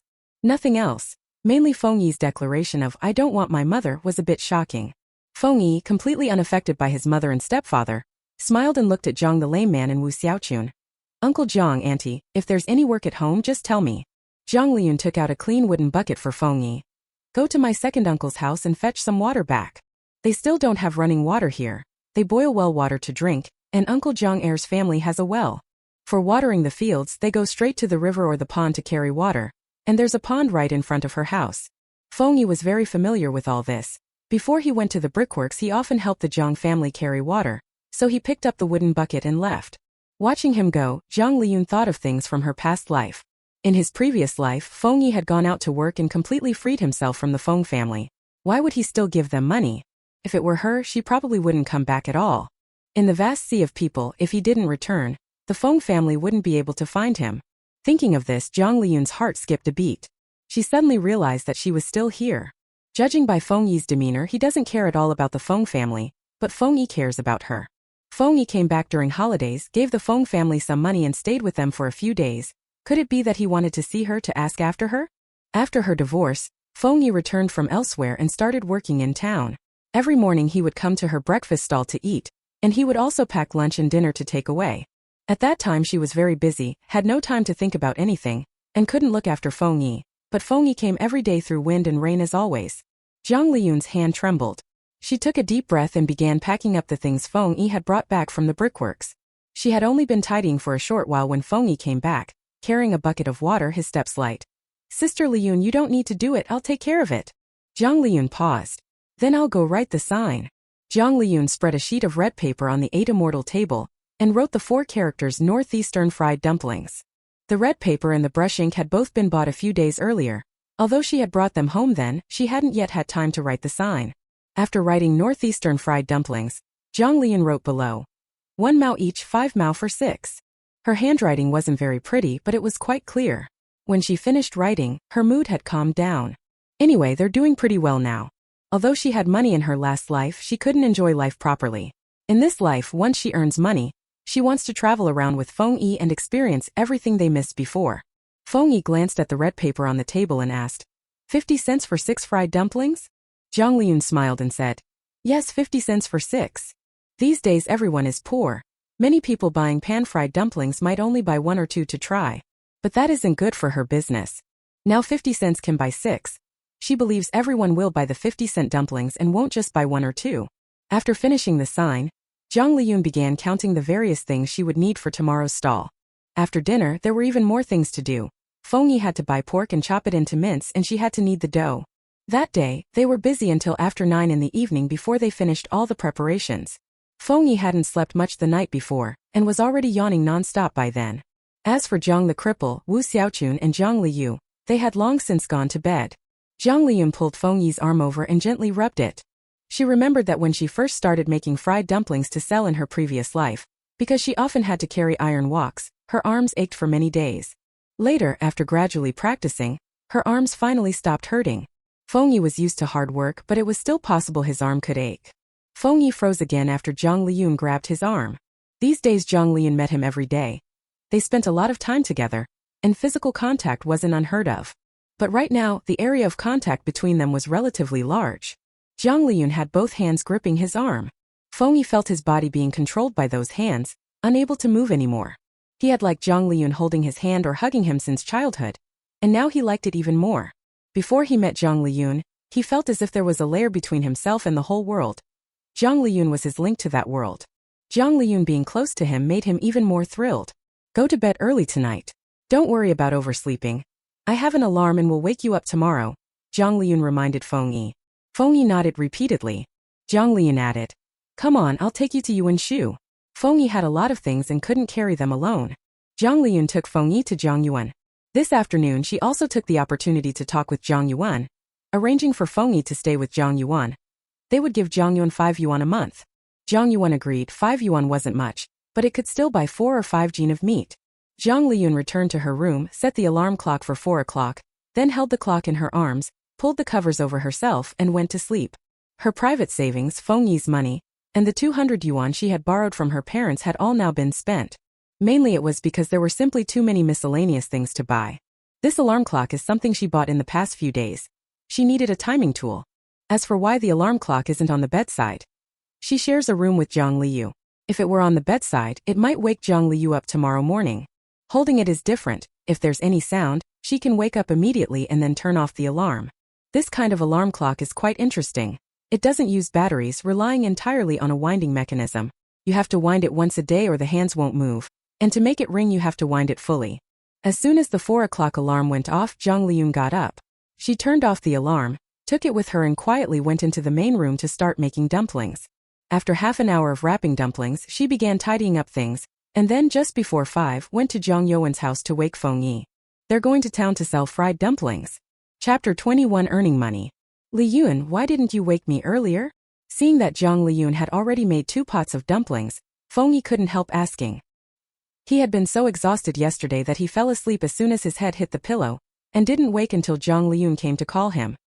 He had no idea she'd gotten up early and wrapped so many dumplings. Jiang Liyun said, I was too excited last night and got up early this morning. You didn't need to get up so early. Feng Yi had done most of the heavy work yesterday. He should have a good rest. I want to get up early, Feng Yi said. All right, I'll call you next time, Jiang Liyun said with a smile, leading Feng Yi to breakfast. As usual, crippled Jiang made a pot of congee. Before Jiang Liyun's rebirth, their family drank congee with pickled vegetables every morning and often had the same for dinner too. The food was very poor. After Jiang Liyun was reborn, she couldn't stand it. Her mother and sister were both in poor health. How could food like this provide enough nutrition? At her insistence, their family had been eating eggs every day these past few days, and occasionally some meat. As for today, Jiang Liyun scooped out some dumpling filling, cracked 4 eggs into it, mixed it well and then pan-fried it. She then scooped out some dumpling filling and stir-fried it with the pickled vegetables. Minced meat omelette plus minced meat stir-fried with pickles. Feng Yi and she ate heartily and had quite a lot. As for crippled Jiang and Wu Xiaochun, they planned to wait until Jiang Liyun woke up to eat. Crippled Jiang and Wu Xiaochun actually felt this was too extravagant. On an ordinary day they'd certainly complain a bit, But today Feng Yi was there. They two ultimately didn't say anything more, only said, Liyun, from now on in the mornings your dad and I will help you wrap dumplings? We already get up early anyway. Jiang the Lame and Wu Xiaochun did indeed get up very early in the mornings. Today when she was wrapping dumplings, Jiang the Lame got up to cook porridge. Jiang Liyun said, Okay, then tonight I'll teach you how to roll out dumpling wrappers. Their dumplings were going to be sold, so they had to be made roughly the same size. She needed to give them some instruction. Okay. Wu Xiaochun smiled. Jiang Liyun suddenly resigned to set up a stall. She didn't approve, but Jiang Liyun had already done it. She could only do her best to help. After breakfast, Jiang Liyun and Feng Yi hitched up the cart loaded with various things and headed for the town. A few days earlier Jiang Liyun had already asked around in town and learned that everyone was now allowed to set up stalls freely, but if you wanted a good spot you had to go early to grab it. Those vegetable sellers could sell more if they grabbed a good spot, but she sold pan-fried dumplings, the town's only one of its kind, so her location didn't need to be that good. But she had a lot of stuff, so she needed a somewhat roomy place. They left shortly after 5 and reached the town almost by 6. Fortunately, while she was at home, Jiang Liyun had already stoked the coal stove. There was a small door under the coal stove for air to enter. She left that door slightly ajar so the honeycomb coal in the stove would burn very slowly. When she arrived in town, Jiang Liyun found the morning market already bustling. Many people were selling vegetables. Fortunately, the spot she had picked was relatively remote and not crowded. There was a junction on the busiest street where an old basketball court stood. Beside it was the town's workers' club, and further ahead was the town elementary school. The vacant lot next to the basketball court was usually a place where few people set up stalls. Jiang Liyun parked the cart here, took various things off the cart, opened the little door under the coal stove to make the fire inside burn hotter. Of course she also took out the signboard. Jiang Liyun brought out a small folding table she had bought a few days earlier and a few plastic chairs, placed them beside it, and put a bottle of vinegar on the table. If someone bought pan-fried dumplings and wanted to eat here, that would be fine. Of course only a few people could sit here, and most customers would have to take their food away. Feng Yi had already started making the first batch of pan-fried dumplings. Jiang Liyun was a bit uneasy at first, but after watching for a while she relaxed. Feng Yi picked things up quickly. By now he was doing it quite convincingly. Feng Yi, I'd rather have the dumplings a little bit scorched than undercooked, Jiang Liyun reminded Feng Yi, and at the same time took out the plates and other things she'd prepared in advance. Meanwhile their first pan of fried dumplings was still cooking, and someone had already come to ask, What are these northeastern fried dumplings? Taking a moment while making dumplings beside them, Jiang Liyun showed the person the dumplings in her hand. These are dumplings. People in the north like to eat dumplings for festivals and holidays. Fried dumplings are one way to make them, and I learned this from a northeasterner. How much are these? 1 mao each, 5 mao for 6, 1 yuan for 12, Jiang Liyun said with a smile. The flat pan was already giving off the aroma of fried dumplings, and the person immediately said, I'll buy the 1 yuan portion. Okay, but the pan-fried dumplings aren't ready yet, you'll have to wait a bit. Not long after the first customer, the second customer arrived. If Jiang Liyun were selling the common steamed buns or mantu, people wouldn't be so interested. After all, the town always had steamed buns and mantu for sale. But these pan-fried dumplings, they had never seen them before. The person making the pan-fried dumplings kept sliding a large iron pan around on the coal stove. Just watching it was entertaining. At this time most people were eating at home. Many would cook the porridge first and then go out to buy vegetables. Seeing these pan-fried dumplings they had never seen before. Anyway, they weren't expensive. Buying one for 50 cents to take home for the family to try was fine. These pan-fried dumplings were filled with meat, a real bargain. When the first batch of dumplings was done, Feng Yi scooped them out of the pot and placed them in an enamel basin. He still wasn't very skilled. Some of the pan-fried dumplings were a bit scorched on the bottom, while others weren't scorched at all. He felt a bit embarrassed, but Jiang Liyun didn't think it was a big deal and smiled as she asked the customer in front of her. The pan-fried dumplings are ready. Do you want them a little more crisp? Or not so crisp? I want the slightly burnt ones. I want the ones that aren't burnt. I'll buy 1 yuan worth of dumplings. I'll pay 50 cents. Everyone took out money to buy pan-fried dumplings. Because Jiang Liyun wrote 5 or 6 for 50 cents each, almost no one bought them individually. They were bought 50 cents at a time. As they kept buying, people Jiang Liyun knew came to buy as well, such as family members of the workers from the brick and tile factory. Sun Suitsue is Sun Jinshan's younger sister. Sun Jinshan doesn't live at the brick and tile factory. He goes home to live. After he returned yesterday, he kept talking about how delicious Jiang Liyun's dumplings were, and even gave Sun Suitsue 2 yuan, asking her to buy some fried dumplings when she went shopping in the morning so the whole family could eat together. Sun Suitsue kept thinking about it, and after arriving in town she started looking for the fried dumpling stall. Unfortunately, by the time she found it, Feng Yi had just sold out a pot and they had to wait for the next one. Anyway, she's not in a hurry, she'll wait a bit. When the fried dumplings were ready, Sun Ce quickly handed over her enamel cup. I'll buy 2 yuan worth of fried dumplings. This time the fried dumplings for them were being served by Feng Yi. Jiang Liyun couldn't make dumplings as fast as Feng Yi cooked them, and there were no more dumplings left for him to fry, so he started selling fried dumplings while Jiang Liyun continued wrapping dumplings in the back. The fried dumplings are made to order and take time, so there were always people waiting in front of their stall. There are many people in this world who love to join in the excitement. When they see a crowd they come over to take a look, and after seeing that fresh things are being sold they want to buy. As a result, Jiang Liyun's business looked especially good. Sun Ce came out from the crowd holding 24 dumplings and let out a long sigh of relief. Her brother had sounded quite worried yesterday, afraid that Jiang Liyun and Feng Yi's dumplings wouldn't sell. Now it looked like his worries were for nothing. Business is booming for them. These dumplings really are fragrant.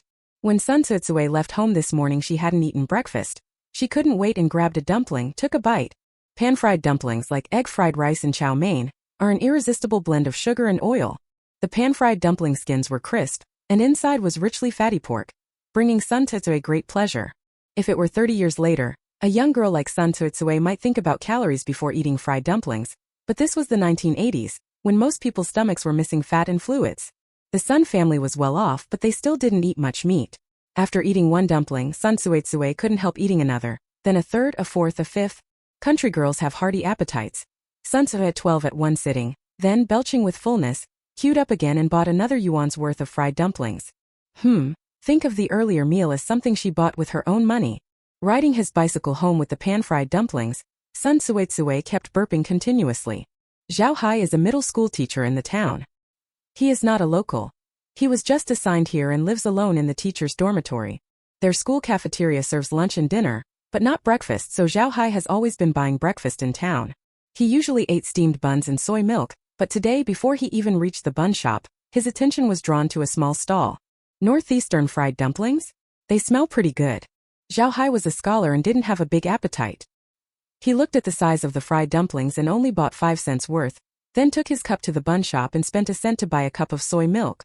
When he arrived at school, he first took a sip of the soy milk, and only then took out his chopsticks and picked up a fried dumpling to eat. These pan-fried dumplings smell amazing. Really amazing. This is much tastier than ordinary meat buns. Teacher Zhao, what are you eating here? A colleague asked curiously. They had never seen what Zhao Hai was eating. Zhao Hai Dao. These are pan-fried dumplings, I heard they came from the northeast. Another Chinese teacher said. When I read essays or prose, I often see dumplings mentioned and have always wanted to try them, but I don't know how to make them. I'll go buy some tomorrow. I'll go buy some to try as well. Where did you buy this? The teachers in the office were all curious and asked one after another. They eat rice as their staple here. The vast majority of people don't know how to make wheat-based foods. They also know more than ordinary people. At least everyone knows that Northerners eat dumplings for the new year. Now there are dumplings being sold in town. They want to eat them. In the fertilizer plant's employee dormitory, a woman in her 50s returned home carrying a bag of fried dumplings. Her precious grandson doesn't like porridge. Their family usually has egg-fried rice for breakfast, but last night they went visiting relatives and didn't cook at home. So this morning there was no leftover rice to make egg-fried rice. She had originally planned to buy some buns and steamed bread for breakfast, but she saw some pan-fried dumplings and bought 5 mao worth of them, and as usual also bought some buns and steamed bread. Little sweetheart, breakfast time. The woman called her grandson to eat as soon as she entered the house. As for the other people in the house, they weren't important. Her grandson rushed out. Grandma, I want to eat a meat bun. Grandma bought meat buns and today Grandma also bought fried dumplings. Little cutie, do you want some? Pan-fried dumplings? The little child, just starting kindergarten, looked curious and after he took a bite, Grandma, these are so tasty. I want to eat them again tomorrow. Okay. Grandma will buy you some again tomorrow. Tomorrow when the others at their house are having porridge, little cutie will let him have the fried dumplings. Such things were happening all over the town. In just one morning, many people already knew about the fried dumplings. Jiang Liyun prepared a lot of ingredients, enough to make about 800 fried dumplings. She had planned to sell them slowly. If they didn't sell out in the morning, she'd keep selling until noon. There really weren't many people living in town right now, but she figured if she called out, the 800 pan-fried dumplings should sell. In the end, it was only a little past 8 and all 800 pan-fried dumplings were sold out. They were still selling at this hour, not because there were few customers, but because the customers making and pan-frying the dumplings couldn't keep up. 800 dumplings. Jiang Liyun's hands were almost cramping from wrapping them. If Jiang Lame hadn't been uneasy and brought Jiang Liyun into town to take a look, she wouldn't have stepped in to help when she saw her overwhelmed. Right now she and Feng Yi would probably still be wrapping dumplings. She was experienced, rolling wrappers and folding dumplings was very fast for her, but without needing to roll wrappers she could only wrap about 300 dumplings an hour, and that was only if she didn't stop at all. She really needed Jiang Lame and Wu Xiaochun to help wrap dumplings. The two of them and Feng Yi were a bit overwhelmed. The dumplings had already sold out, but Jiang Liyun was a little tired, so she wasn't in a hurry to go home. Instead, she took out the morning's earnings and began to count them.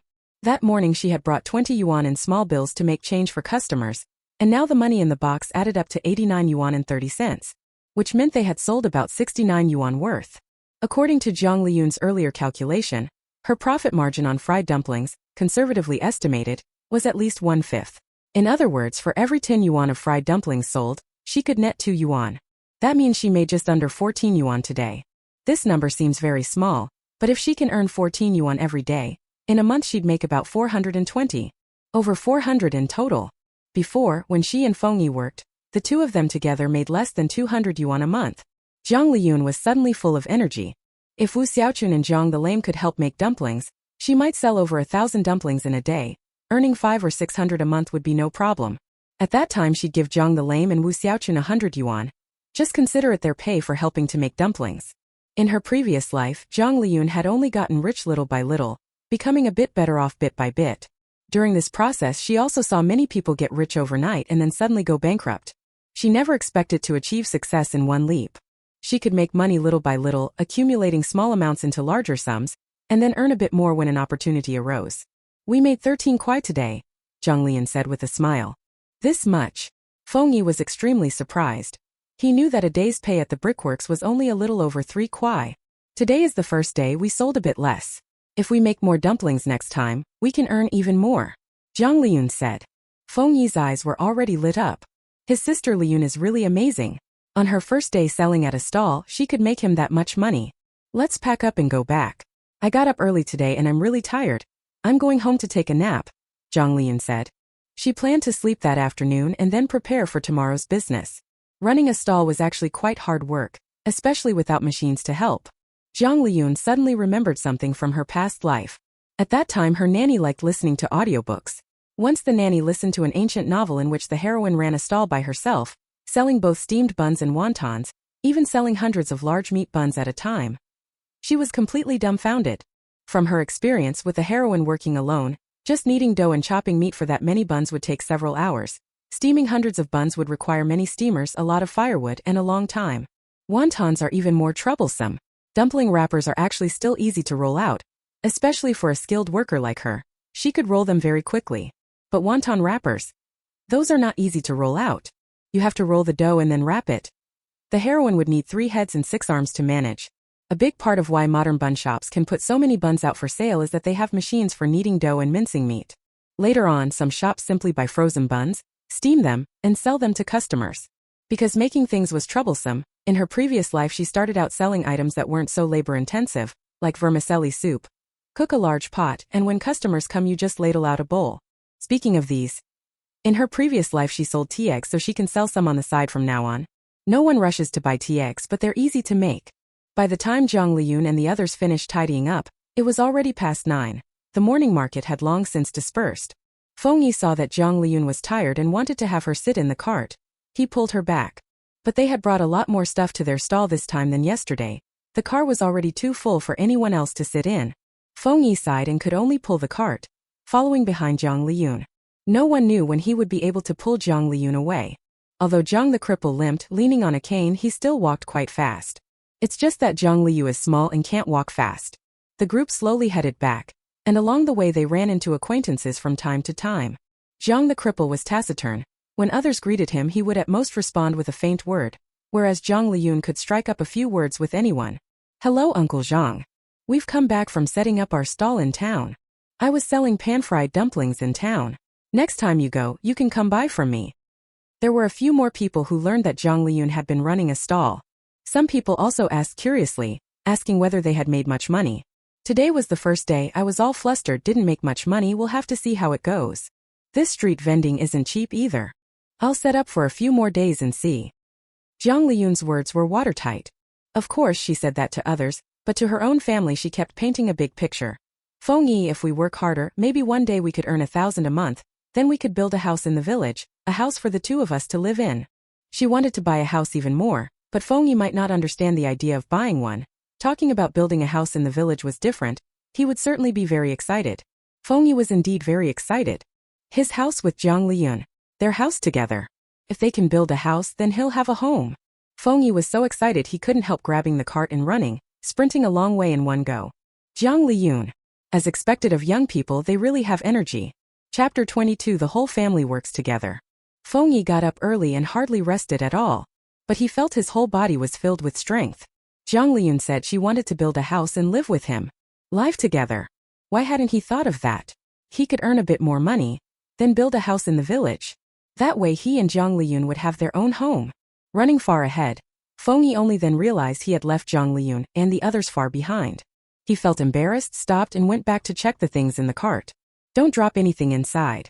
Luckily Jiang Liyun put things away very well, all neat and tidy, and the coal stove was even fixed with a stand so it wouldn't tip over easily. Feng Yi waited for Jiang Liyun and the others while pondering future matters. He must get up early tomorrow, go to town early and wrap more dumplings. By the way, how should the house be built? His mind was in a mess, and it was at that moment that Jiang Liyun and the others caught up. Feng Yi had a head full of things he wanted to say to Jiang Liyun, but Jiang the cripple and Jiang Liyu were there. He bowed his head and silently pulled the cart. It took 40 minutes to walk from town to the Jiang household. By the time the group returned home, it was already 10 o'clock. Wu Xiaochun was cooking, and when Jiang Liyun saw this she rolled up her sleeves and prepared to cook. Wu Xiaochun and cripple Jiang both knew how to cook, but what they made was heavy on oil and salt and not very tasty. It would still be better if she did it herself. Jiang Liyun fried the tips of sweet potato vines in lard and braised pieces of water bamboo. As for the meat dish, she had set aside some dumpling filling in the morning, had Wu Xiaochun mix in a few eggs, and steamed it on the rack until done. Steamed minced meat with egg smells delicious. At the meal, Wu Xiaochun and lame Jiang didn't reach for the meat, so Jiang Liyun, as usual, divided the meat among them, and in the end even poured the meat broth into Jiang Liyu's rice bowl. Jiang Liyu said, "Second sister, we've really been eating well lately." Jiang Liyu felt that she had been especially happy lately. Not to mention anything else, just today. There was meat even in the pickle she ate this morning. When she went to town to help make dumplings, her sister even gave her 2 fried dumplings. Right now, rice mixed with meat broth smells so good. From now on our family will eat better. Jiang Liyun had previously painted big dreams for Feng Yi, and now she began painting them for her family. Mom, do you know how much we earned today? After deducting costs we made 13 kwai today. It's the first day and we were all flustered, so we made little. In the future we'll make more, and then our family will eat meat every day. Wu Xiaochun opened his mouth. These days their family already almost ate meat every day. Jiang Liyun said, "Mom, you and Dad help me make dumplings and I'll put you on the payroll. I'll give you 100 kwai a month.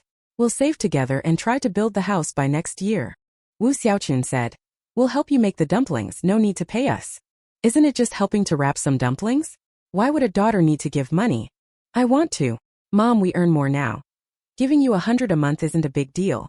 Jiang Liyun laughed. If her parents were the type who didn't dote on their children, she would definitely hide everything from them and not tell them how much she earned.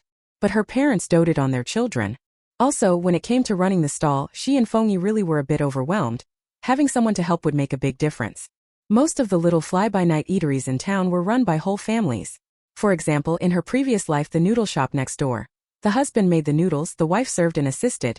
The husband's father helped kill fish and eels and wash vegetables and dishes. And as for the husband's mother, well, she was taking care of the child. In short, the whole family working together could earn more. Wu Xiaochun had been very worried before, afraid that Jiang Liyun wouldn't be able to make money. But now she could earn 13 yuan a day. She was full of hope for the future. Jiang Liyun cheered up her family, washed her face and went to sleep. She had slept too little last night. Jiang Liyun went to bed but Feng Yi couldn't sleep. He shouldered the dung bucket and fetched 2 buckets of water from the river, then began watering the Jiang family's vegetable plot. When Jiang the lame man saw it at home he blurted out, "If it were summer now, this vegetable would be drenched to death by him. When it's especially hot and sunny, watering at noon will kill the vegetables. You have to water in the morning or at night." Fortunately the weather has cooled recently. At least Wu Xiaochun and Jiang the lame man have already put on long sleeves, and they add another layer at night. Of course Feng Yi, who is out watering now, is wearing a short-sleeved shirt. Wu Xiaochun said nothing and kept watching Feng Yi. Feng Yi works really fast. When Lame Jiang was supposed to take 2 hours, Feng Yi finished in 1. Next door at the Feng family, Old Man Feng and Zhou Chaoxia both saw Feng Yi watering the Jiang family's field. Old Man Feng couldn't help saying, "Ungrateful white-eyed wolf." Zhou Chaoxia's expression wasn't very good either. After all, yesterday Feng Yi slapped Jiang Liyun in the face. She was furious, even wanting to get up in the middle of the night and pull up all the vegetables in the Jiang family's vegetable patch. But in the end, thinking the vegetables in her own patch were more valuable, she didn't dare do it. Zhou Chaoxia asked Old Man Feng, "How was their business this morning?" Old Man Feng was even more displeased. "I thought their business looked pretty good." Old Man Feng went to the town morning market to sell vegetables as usual this morning, and of course he also saw how good Feng Yi and the others' business was. The two fell silent, feeling especially uneasy. After all, Feng Yi had been working at the brick and tile factory before, effectively earning money for them, but now Feng Yi wasn't doing it anymore. They couldn't bear to lose the job at the brick and tile factory. Yesterday, after much persuasion, they finally managed to convince second old Feng to go to the factory to replace Feng Yi. But with a salary of just over 100, Feng Lauer was only willing to hand over $50. Zhou Chaoxia said, "So what if business is good? Feng Yi is probably just a sucker who works for nothing. He's been slow since childhood. When Jiang Liyun calls him, he scurries over like a puppy. He only knows how to push the elbow outward." The two muttered for a while, but there was nothing they could do. Like I said, if Feng Yi doesn't want to, they can't force him with a knife. As for people outside saying Feng Yi is unfilial, they live in the same village. Everyone sees how the others treat Feng Yi. If they go around telling people Feng Yi is unfilial, they might even get laughed at. Exactly, and saying they're courting. Once Jiang Liyun has money, she'll surely look down on Feng Yi, Old Feng said. Saying this put them both somewhat at ease. After Feng Yi finished watering, knowing Jiang Liyun was asleep, he thought for a moment and headed to Jiang Yuan's house, planning to take a nap. When he arrived at Jiang Yuan's house, Jiang Yuan was at the doorway cement drying yard playing with his granddaughter. The little girl held a broken piece of red brick, drawing circles on the cement and then putting various weeds into the circles, saying these were the dishes she had made. Feng Yi looked at Jiang Yuan's house and asked him, "Uncle Yuan, how should the house be built?" Jiang Yuan didn't understand why Feng Yi suddenly asked about this, but he still answered, "If you want to build a house, you first need to get the village to approve the foundation. Once the foundation is approved, after buying bricks, tiles and so on, you can start building." Feng Yi learned the process and began asking about details like how to lay the foundation, which bricklayer was better, and who to buy lime from. Jiang Yuan had always been proud of his family's new house and at first told Feng Yi about it enthusiastically, but as Feng Yi asked more and more questions, he began to falter. "My little girl needs her nap. I'll take her to sleep." Jiang Yuan picked up his granddaughter and left. Feng Yi started calculating how long it would take them to save enough money to build a house. If they rushed, they could start construction by the end of next year. Great. At dinner, Feng Yi suggested to Jiang Liyun, "Liyun sis, let's go buy a big iron wok. That way, after I finish a batch of fried dumplings, I can immediately start the next batch." "I was thinking the same. Dad, you go to the brick and tile factory tomorrow afternoon and tell Good to find Sun Jinshan and buy 2 big iron woks." She felt that 2 woks weren't enough. 3 would be just right. Today they finished making pan-fried dumplings and put them in an enamel basin to sell. But if the weather gets any colder, these dry pan-fried dumplings will cool down quickly. So it's better to leave the pan-fried dumplings in the iron pan and not take them out. Putting the lid on the pan can keep them warm. Besides pan-fried dumplings, they can also make pan buns to sell. Pan buns, also called shuajiambo or shangjiambo, are made in a way similar to pan-fried dumplings. After wrapping them like xilongbao, instead of putting them in a steamer, they are cooked using the pan-frying method. In her previous life she made pan buns and pan-fried dumplings together, and also sold soy milk. Making soy milk is really simple. Keep it warm on the coal stove, and someone can just ladle out a bowl when needed. But right now they're running a stall without their own shopfront, and there's too much to handle. The soy milk is soupy and hard to carry, so they let it go. "We can also sell tea eggs. I'll ask around tomorrow to see where we can get cheap eggs," Jiang Liyun said. As far as she knew, some people here raised white-feathered chickens, and others raised laying hens to sell eggs. The eggs laid by the village chickens vary in size. They're fine to buy for personal use, but not suitable for business. For tea eggs, it's best to use eggs from a farm where they're all the same size. Of course, there's no rush for that. Jiang Liyun and Feng Yi were full of energy, and so were crippled Jiang and Wu Xiaochun. That night, Jiang Liyun had Feng Yi buy enough meat to make more than 1,000 dumplings. Then as before, Feng Yi chopped the meat while she kneaded the dough. Tomorrow they were going to make a big push. The next day Jiang Liyun still got up at 4. When she got up and went outside, she saw Jiang the Lame and Wu Xiaochun were already up. Dad, Mom, I'll roll the dumpling wrappers, you two wrap the dumplings. No need to cook breakfast, just boil some dumplings to eat. They were all selling dumplings, couldn't very well have none to eat themselves. But pan-frying dumplings is more troublesome. Just make some boiled dumplings. At 5 o'clock, Jiang Liyun woke Feng Yi. Then they loaded all their things onto the cart and headed for town. Only Jiang Liyun was left at home, but breakfast was already made, and her school was very close. She usually went to school on her own, so there was no need for them to worry. Mom, can you walk? On the way to town, Jiang Liyun asked Wu Xiaochun with concern. Wu Xiaochun didn't hesitate. I can walk. That's good. They arrived in town earlier than yesterday, still not even 6 o'clock. But the morning market was already crowded. When people saw them, some came over and asked how long until the pan-fried dumplings would be ready. Feng Yi was still inexperienced. Making a batch of fried dumplings took about 20 minutes. After Jiang Liyun told people the time, someone paid in advance and said they'd come back to pick up the dumplings later. They memorized the order and the whole family got busy. When Jiang Liyun sold dumplings, she helped roll out wrappers when she was free. Wu Xiaochun and Jiang the Lame wrapped dumplings, and Feng Yi specialized in frying them. Their business was already good yesterday, and today was even better. Some bought them because they tried them yesterday and liked them, while others hadn't had any yesterday but heard about them and wanted to buy some to try.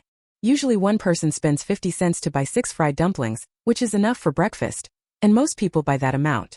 Of course, some buy them to take home and share with the whole family, so they buy more. These dumplings go well with porridge. I bought 6 to take home yesterday, 2 each was just right, so I'm buying 6 again today. My kid sees others eating and wants to eat too, so I came to buy some. I've seen dumplings in books but haven't eaten them. I'll buy some to try. Many of the people buying pan-fried dumplings know each other and inevitably exchange a few words. Today is Monday. Students have to go to school, and some students, seeing the pan-fried dumplings, are clamoring to buy them for breakfast. Jiang Liyun was very busy but in a great mood. Running a stall in this life was much more comfortable than in her last life. Back then she was alone. Not only did she have no help, her ungrateful son would sometimes cause trouble, preventing her from focusing on making money. At this time people all got up early. By around 7, nearing 8, the customers had dwindled. At their place, schools required arrival before 7:30, and factories generally started work at 8. Fortunately, they didn't have many fried dumplings left. When Jiang Liyun had a moment, she saw Feng Yi sweating profusely from making fried dumplings, took out the towel she'd brought, and wiped his sweat. Feng Yi froze for a moment, a hint of red rising on his otherwise dark face. Jiang Liyun couldn't help laughing, and wiped him a few more times. Feng Yi didn't move at all. Jiang Liyun said, "Hurry and move that iron pan, the dumplings are about to burn." Feng Yi immediately bent down to pan-fry the dumplings, but couldn't help sneaking glances at Wu Xiaochun and lame Jiang. Seeing that Wu Xiaochun and crippled Jiang showed no reaction, he breathed a sigh of relief and continued making pan-fried dumplings. He was used to hard work, but making pan-fried dumplings was different from the jobs he had done before. After turning the iron wok and hauling it around all day yesterday, when he woke up this morning, Feng Yi's arms were especially sore, though he hadn't told anyone. But now, sore arms didn't mean anything. He could work another whole day. Chapter 23 Tea Egg. Jiang Liyun got up early and had been busy for a long time by now. After wiping Feng Yi's sweat, she wiped her own, sat on a plastic stool to rest, and at the same time rolled the last bit of dough into dumpling wrappers. "Dad, Mom Liyun, is that really you? Why are you setting up a stall in town?" Jiang Liping's voice suddenly rang out. Jiang Liyun turned her head and saw Jiang Liping neatly dressed. Today she was wearing an orange nylon top, looking especially bright and pretty. "Sis," Jiang Liyun called out. "Why didn't you tell me you were coming to town to set up a stall?" Jiang Liping said, somewhat displeased. Her younger sister and her parents came to town to set up a stall, and she actually had no idea. "It was a last-minute decision," Jiang Liyun said.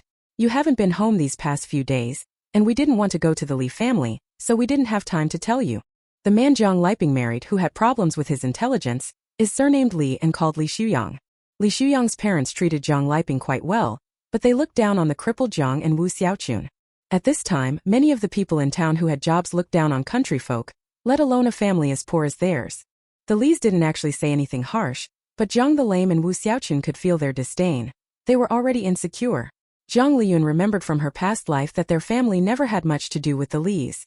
Even when visiting relatives at New Year, only she and Jiang Lihai would go to the Lis. Her parents would not. Mr. and Mrs. Li wouldn't come to their house either. Li Shuyang would be brought by his sister, and then stand at the door watching ants and chicks. You're treating me like an outsider. Jiang Liyun sniffed.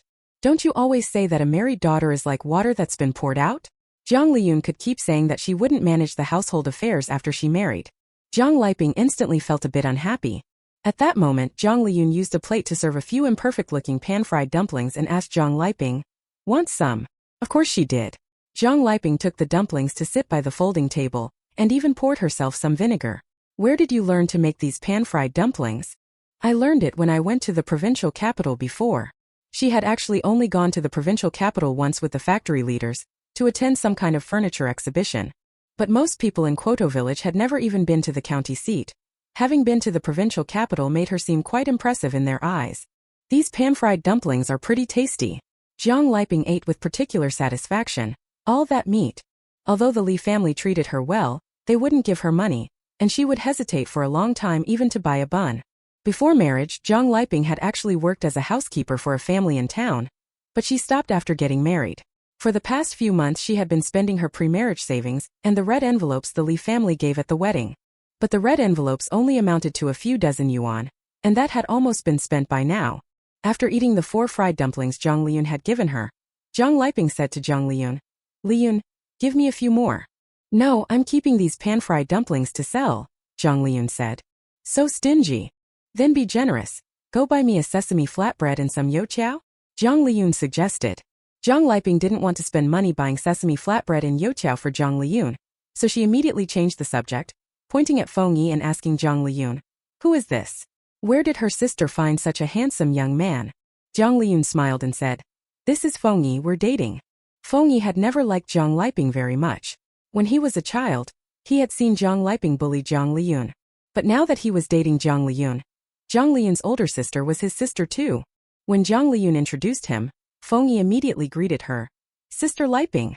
A few years ago Feng Yi had been staying at the brickworks, and Jiang Liyun kept running into town every day. The two of them had not met for 2 or 3 years, and Feng Yi had changed a lot during those years, so Jiang Liyun didn't recognize him. But now that Jiang Liyun introduced him, she remembered everything about Feng Yi. Jiang Liyun looked at Jiang Liyun in disbelief. "You're dating him?" "Yes." "You're crazy," Jiang Liyun said. "He doesn't even have a house. How can you date him and get married? If you don't get married once you've dated someone, it will be harder to find a good one later." When Jiang Liyun brought this up, she couldn't help but think of her own past experience. She started dating someone in middle school, convinced at the time that she would surely marry him. His parents didn't approve of her, but she still shamelessly went to their home to help with chores. And what happened? He just ran off. There was this matter earlier. She was in the town, so she couldn't find a good match and could only choose Li Shuyang. Jiang Liyun knew that in many people's eyes, Feng Yi wasn't a suitable match, and she knew many didn't approve of them, but she didn't care. She knew her choice wasn't wrong. Jiang Liyun said, "I'm not going to look for him again. As for him not having a house, once we earn money we can build our own." "What are you talking about? What kind of love potion did he give you?" Before Jiang Liyun finished speaking, Jiang Liyun said, "Feng Yi is much better than your man, especially capable." Jiang Liyun looked at Jiang Kazi and Wu Xiaochun. "Dad, Mom, say something. The Zhou I introduced to Liyun is so much better than Feng Yi, isn't he?" Feng Yi was right nearby. Given Jiang the cripple and Wu Xiaochun's personalities, they definitely wouldn't speak ill of Feng Yi at a time like this. Wu Xiaochun said, "Feng Yi is pretty good too." Jiang Liyun was furious. "Jiang Liyun, you'll regret it sooner or later." Jiang Liyun said, "Sister, I won't regret it. But you. If you don't leave the Li family, you will definitely regret it." Facing Jiang Liyun's determined gaze, Jiang Liyun felt like a fire was building in her chest. She put on a stern face and turned to leave. Jiang Liyun sighed quietly. Seeing guests approaching, she immediately went to greet them. It was already past 8 o'clock, and the people selling vegetables at the morning market were starting to pack up one after another. They didn't make much selling vegetables at their stalls. Meat was quite expensive these days, but vegetables were cheap, sold for a few cents each. Those who had brought produce from home to sell in town would make only a yuan or two in a morning at the low end, and at most 4 or 5 yuan. But they were all farmers, treating it as a bit of extra income, so they didn't mind earning so little. Old man Feng counted the money in his little box. He had put 1 yuan in there before he left, and now there was a bit more than 3 yuan, meaning he had earned a little over 2 yuan today. That wasn't little, but the fried dumpling stall's business was so good. Old man Feng felt resentful. The person beside him, seeing old man Feng staring at the fried dumpling stall, said, "Those fried dumplings smell so good, they must be delicious, it's just they're too expensive." "Yeah, 10 cents each?" That's way too expensive. There are really a lot of rich people in this town. There were even people lining up over there before. Nowadays there are quite a few households worth 10,000 yuan. They aren't short of money. Over on our side, some people raise chickens. When they raise a batch they can make over 1,000. These farmers are all unwilling to buy fried dumplings. All the food sold in town seems too expensive to them. Unless it's a birthday or something, they only then allow themselves to buy a bun to eat. But some people are simply very rich. At that moment, a middle-aged man in a suit came up to Jiang Liyun and ordered 5 yuan worth of dumplings at once. "All right, I'll pack them for you," Jiang Liyun said with a smile as she packed the dumplings for him. "Boss, why are you buying so many?" "There are many people at home," the man said with a smile. "Do you sell these fried dumplings in the evening?" "We only sell them in the morning," Jiang Liyun said. "I see." The man looked as if he were disappointed. Jiang Liyun realized something and asked him, "When do you want them?" The middle-aged man said, "My factory has been working overtime every day lately. I want to prepare late-night snacks for them. I thought these dumplings would be good." Jiang Liyun quickly asked more questions and then learned that the man ran a garment factory and had taken a large order, and recently his factory workers had been working overtime every day. He knew the workers were working hard, so he would treat them to a late-night meal. Usually 1 pack of instant noodles is given per person, but eating instant noodles all the time gets tiresome. If it's for a late-night snack, you can buy raw dumplings to take home and cook. If you want a lot, we can deliver the raw dumplings to your door. I'll sell the raw dumplings a bit cheaper, 1 yuan for 13, Jiang Liyun said, trying hard to drum up business. Selling raw dumplings is much easier. This is a good business. After considering it, the middle-aged man agreed. His factory eats a late-night snack at 10. When Jiang Liyun needed them at 9:30, she delivered raw dumplings over. There are 20 workers in his factory, and he works there himself. In the end he bought 16 yuan worth of dumplings. Having received an unexpected order, Jiang Liyun was in a pretty good mood. By 9 o'clock they had sold all the dumplings. She counted the money and felt even better. She earned 20 yuan today. If this keeps up, she'll recoup her capital and have some left in just a month. Jiang Liyun didn't hide how much they'd made from her parents. "Dad, Mom, today we made 20. Selling raw dumplings tonight we can make another 3 or 4. Our business won't always be this good. But if we add some other items to sell, making 20 a day is still doable. Dad, Mom, we made money today. Later we'll go buy a chicken, and tonight I'll make braised chicken for you. Feng Yi, by next year we'll be able to build a house." Feng Yi's eyes were bright and clear, and he kept staring at Jiang Liyun. Jiang Liyun was quite focused when doing business, and the two of them actually didn't talk much. But not only did Jiang Liyun wipe his sweat, when Jiang Liping showed disdain for him, Jiang Liyun even said she wouldn't go looking for someone else. Jiang Liyun also praised him for being capable. Feng Yi felt like he was being soaked in honey water every day now. When he was pulling the cart home he even wanted to hop a few steps. Of course he restrained himself. He didn't want the things on the cart to be knocked over. Jiang Liyun didn't notice Feng Yi's joy. After encouraging the 3 people who had set up stalls with her, she started brainwashing her parents again. "Mom, Dad, look how great Feng Yi is, he jumps at every bit of work. He's followed me since he was little. He'll certainly listen to me in the future. You've seen him grow up, you know him inside and out. He's not close with his family, so someday he'll treat you as his own parents." Jiang Liyun knew her parents still weren't very satisfied with Feng Yi. But she also knew that her parents were actually easy to persuade, what people call soft-hearted.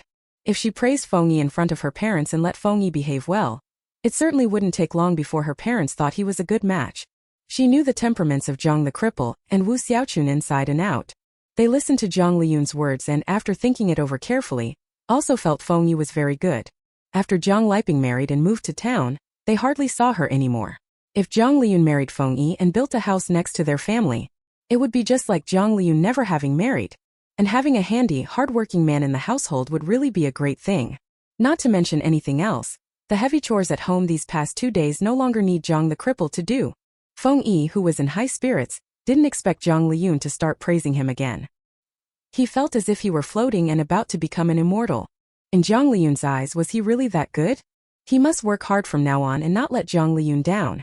Feng Yi, who had hardly ever been praised, walked as if floating. After Jiang Liyun finished speaking well of Feng Yi in front of her parents and turned her head, she saw Feng Yi grinning foolishly. Still annoyingly cute. Feng Yi was especially happy, but Xie Zugan was in a bad mood. The news that Jiang Liyun and Feng Yi had gone to town to set up a stall had already reached the brick and tile factory. Those fried dumplings were really delicious, even better than meat buns. I told my wife about these fried dumplings, so she rode her bicycle to town and bought one for a yuan. And just after our little brat finished eating it, he said he wants some again tomorrow. Dream on. Something that expensive isn't something you can eat every day. Your family really spoils the kids. I can't bear to go by these pan-fried dumplings. I didn't expect Jiang Liyun and Feng Yi to actually set up a stall together. Those two are together every day. They're clearly determined to be a couple. That kid Feng Yi is really lucky. Yeah, why don't I have that kind of luck? Hearing the gossip around him, Xie Zugan felt unbearably miserable. If Jiang Liyun looked down on him for being poor and preferred the wealthy, he could go around telling people about her faults, but now Jiang Liyun chose someone who was far poorer than he was. Does Jiang Liyun think he's the one in the wrong? This was downright outrageous. Jiang Liyun will regret it sooner or later. She has no idea how rich their family is. Thinking of the deposit slip his father had shown him, Xie Zugan finally felt a bit better. Jiang Liyun had no idea that anyone was imagining she would regret it. That afternoon she didn't sleep long. When she woke up, she borrowed a bicycle from second Uncle Jiang and went to a household in the neighboring village that specialized in raising laying hens. In recent years, after policies relaxed, more and more families have taken up animal husbandry at home. Some raise pigs, some raise chickens, some raise ducks. But none of them were on a large scale, and the breeding costs were high. 20 years later that feed would be very cheap, but in this era it was relatively expensive. Go back a few more decades and the people of Kwoto village didn't even know such a thing as pig feed existed. There was nothing to be done. Some people still couldn't eat their fill at this time, so naturally there wasn't much grain to spare for feed. Jiang Liyun had brought a basket lined with straw. When she arrived and learned they did sell eggs, she bought 100 of them in one go. On the way back, she went to Jiang Yuxian's place and bought a white-feathered chicken. Back home, the first thing she did was boil eggs. Jiang Liyun didn't make many, just 50. After boiling, she cracked the eggshells and simmered them further with soy sauce and tea leaves, finally leaving them to steep in an aluminum pot. Tomorrow Jiang Liyun plans to bring that single-eyed small coal stove, and put the nearly extinguished honeycomb coal from the big stove into it. Then keep the tea eggs warm on top. Tea eggs are really quite good. If they don't sell out in one day, they can be sold the next day. Jiang Liyun took out a piece of red paper and wrote on it, tea eggs 20 cents each. Actually, Jiang Liyun had many things in her mind that she could sell, but she was temporarily too busy to handle them all and could only take it slowly. First she had to earn the first pot of gold. She tore off another page from the calendar. October 27th, Tuesday, when Jiang Liyun went to town to sell pan-fried dumplings for the third time. She brought tea eggs. Feng Yi learned quickly. He already knew how to make the pan-fried dumplings properly, so he made them faster than before. Actually, selling breakfast is best from 6 to 7:30, but unfortunately pan-fried dumplings are somewhat troublesome to make, so their stall was often in a state of supply short of demand. Some people are idle and willing to wait, but others are impatient. When they see the dumplings aren't ready, they turn and go buy something else. Now Feng Yi's speed at making fried dumplings has increased, allowing them to sell more of them. As for the tea-infused eggs, some people buy them but not many. These days people spend money cautiously. Things like tea eggs that can be made at home they are unwilling to spend extra on. Of course there are also some who are loose with money and willing to spend. After Zhao Hai bought 5 mao worth of fried dumplings, he then bought a tea egg. Good morning, Teacher Zhao. Jiang Liyun smiled and handed Zhao Hai the items he had asked for. In her past life she sold breakfast in town for a long time and knew many people. This Teacher Zhao had been a regular at her breakfast stall in his previous life. She remembered that back then Teacher Zhao often timed his arrival to buy breakfast, then ran into school. She hadn't expected him to now get up early every day, coming to buy breakfast just after 6.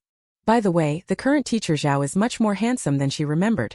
The Teacher Zhao in her memory had already gone bald on top. But he really does like sugary oily mixes. No wonder he later got so fat. In the following days, Jiang Liyun's life was busy yet fulfilling. She gets up early every morning to set up a stall in town. She usually waits until about 9 o'clock when all the fried dumplings are sold out before going home. After lunch she rests for a while, then starts boiling tea eggs and does some work in the fields.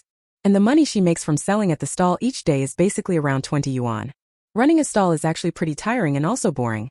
Jiang Liyun was a bit worried that Feng Yi might find it annoying, so while having lunch that day she asked him, Feng Yi, how have you been lately? Are you tired? I'm not tired at all, Feng Yi said. Lately he's been living like a god. Being with Jiang Liyun every day was one thing, but he also got to eat meat at every meal. Feng Yi had gone hungry more than once before. Jiang Liyun liked to eat and so did he. These days we eat meat every day, life is just too good. Jiang Liyun saw Feng Yi smiling and then looked at Wu Xiaochun. Mom, what about you? Have you been feeling tired lately? Although crippled Zhang's legs aren't good, his health is okay. Recently he only goes into town once a day to pick up some dumplings, so he won't be worn out. But Jiang Liyun is quite worried about Wu Xiaochun. After all, Wu Xiaochun's health really isn't good. She's been keeping an eye on Wu Xiaochun's health these past few days. Fortunately, Wu Xiaochun looks well. Wu Xiaochun said, "No, I don't feel tired. I just walk around and make dumplings." "Mom, are you really not tired?" "Not tired. I used to have trouble sleeping, but recently I've been sleeping quite well." Wu Xiaochun smiled broadly. Jiang Liyun thought it over carefully and found that Wu Xiaochun behaving like this was actually quite normal. They'd been eating fairly well during this time, so Wu Xiaochun could be sure of getting enough nutrition. As for going with them to the town to make dumplings, after walking the 40 minutes to the town, Wu Xiaochun could sit down so she wouldn't be exhausted. Going out like this can even make her body better. On top of that, now that they've earned money, Wu Xiaochun's mood improved. "Mom, you look healthier and healthier," Jiang Liyun said. Wu Xiaochun smiled. "I've been feeling much better recently, not tired at all." As for Feng Yi, he's been doing a lot of work and has lost weight. After a few days, the more Wu Xiaochun looked at Feng Yi, the more she liked him. She had never really disliked Feng Yi. She just thought he was a bit poor. Now that Feng Yi earned more than Jiang Liyun, she no longer had that worry. Then she began to notice Feng Yi's good qualities. Not only did Feng Yi rush to do work for their family, he also obeyed Jiang Liyun especially well. Come to think of it, Feng Yi really is better than the man Jiang Liping married. Jiang Liyun heard Wu Xiaochun's words and looked at Feng Yi. "Has Feng Yi lost weight? Why do I feel like Feng Yi looks a bit fatter?" "Well, it's only been a few days so you can't really tell." Jiang Liyun was just thinking this when Feng Yi hurried to speak. "Auntie, I haven't gotten thinner. I've actually gained weight. Before long I'll be strong. When I was setting up the stall today, someone actually thought I was Jiang Liyun's younger brother. I must eat more. Or should I keep a beard?" The whole family was happily eating when Jiang Lihai suddenly came in from outside. He was still wearing the ragged clothes he'd worn while working at the brick factory, looking like a wandering ghost. As soon as he came in he said, "Mom, Linlin is going to marry someone." Chapter 24. Jiang Lihai. Jiang Lihai had always been a man who cared about his face. When the people at the brick factory worked, they inevitably became covered in dust. Many of them would go home right after work still wearing their filthy clothes. But Jiang Lihai was different. Every time he would wash his body and hair and change into clean clothes before going home. The brick and tile factory's kitchen sold hot water, 2 cents a kettle. In winter he used at least 3 kettles a day. When he appeared before relatives and friends, he was always neat and clean. But now he looked like a dirty little poor thing. Jiang the Lame and Wu Xiaochun usually didn't go to the brickworks and had never seen him like that. They were startled when he first came in, and even more so when they heard what he said. Wu Xiaochun immediately asked, "What's going on?" Jiang Lihai looked as if he had been dealt a heavy blow.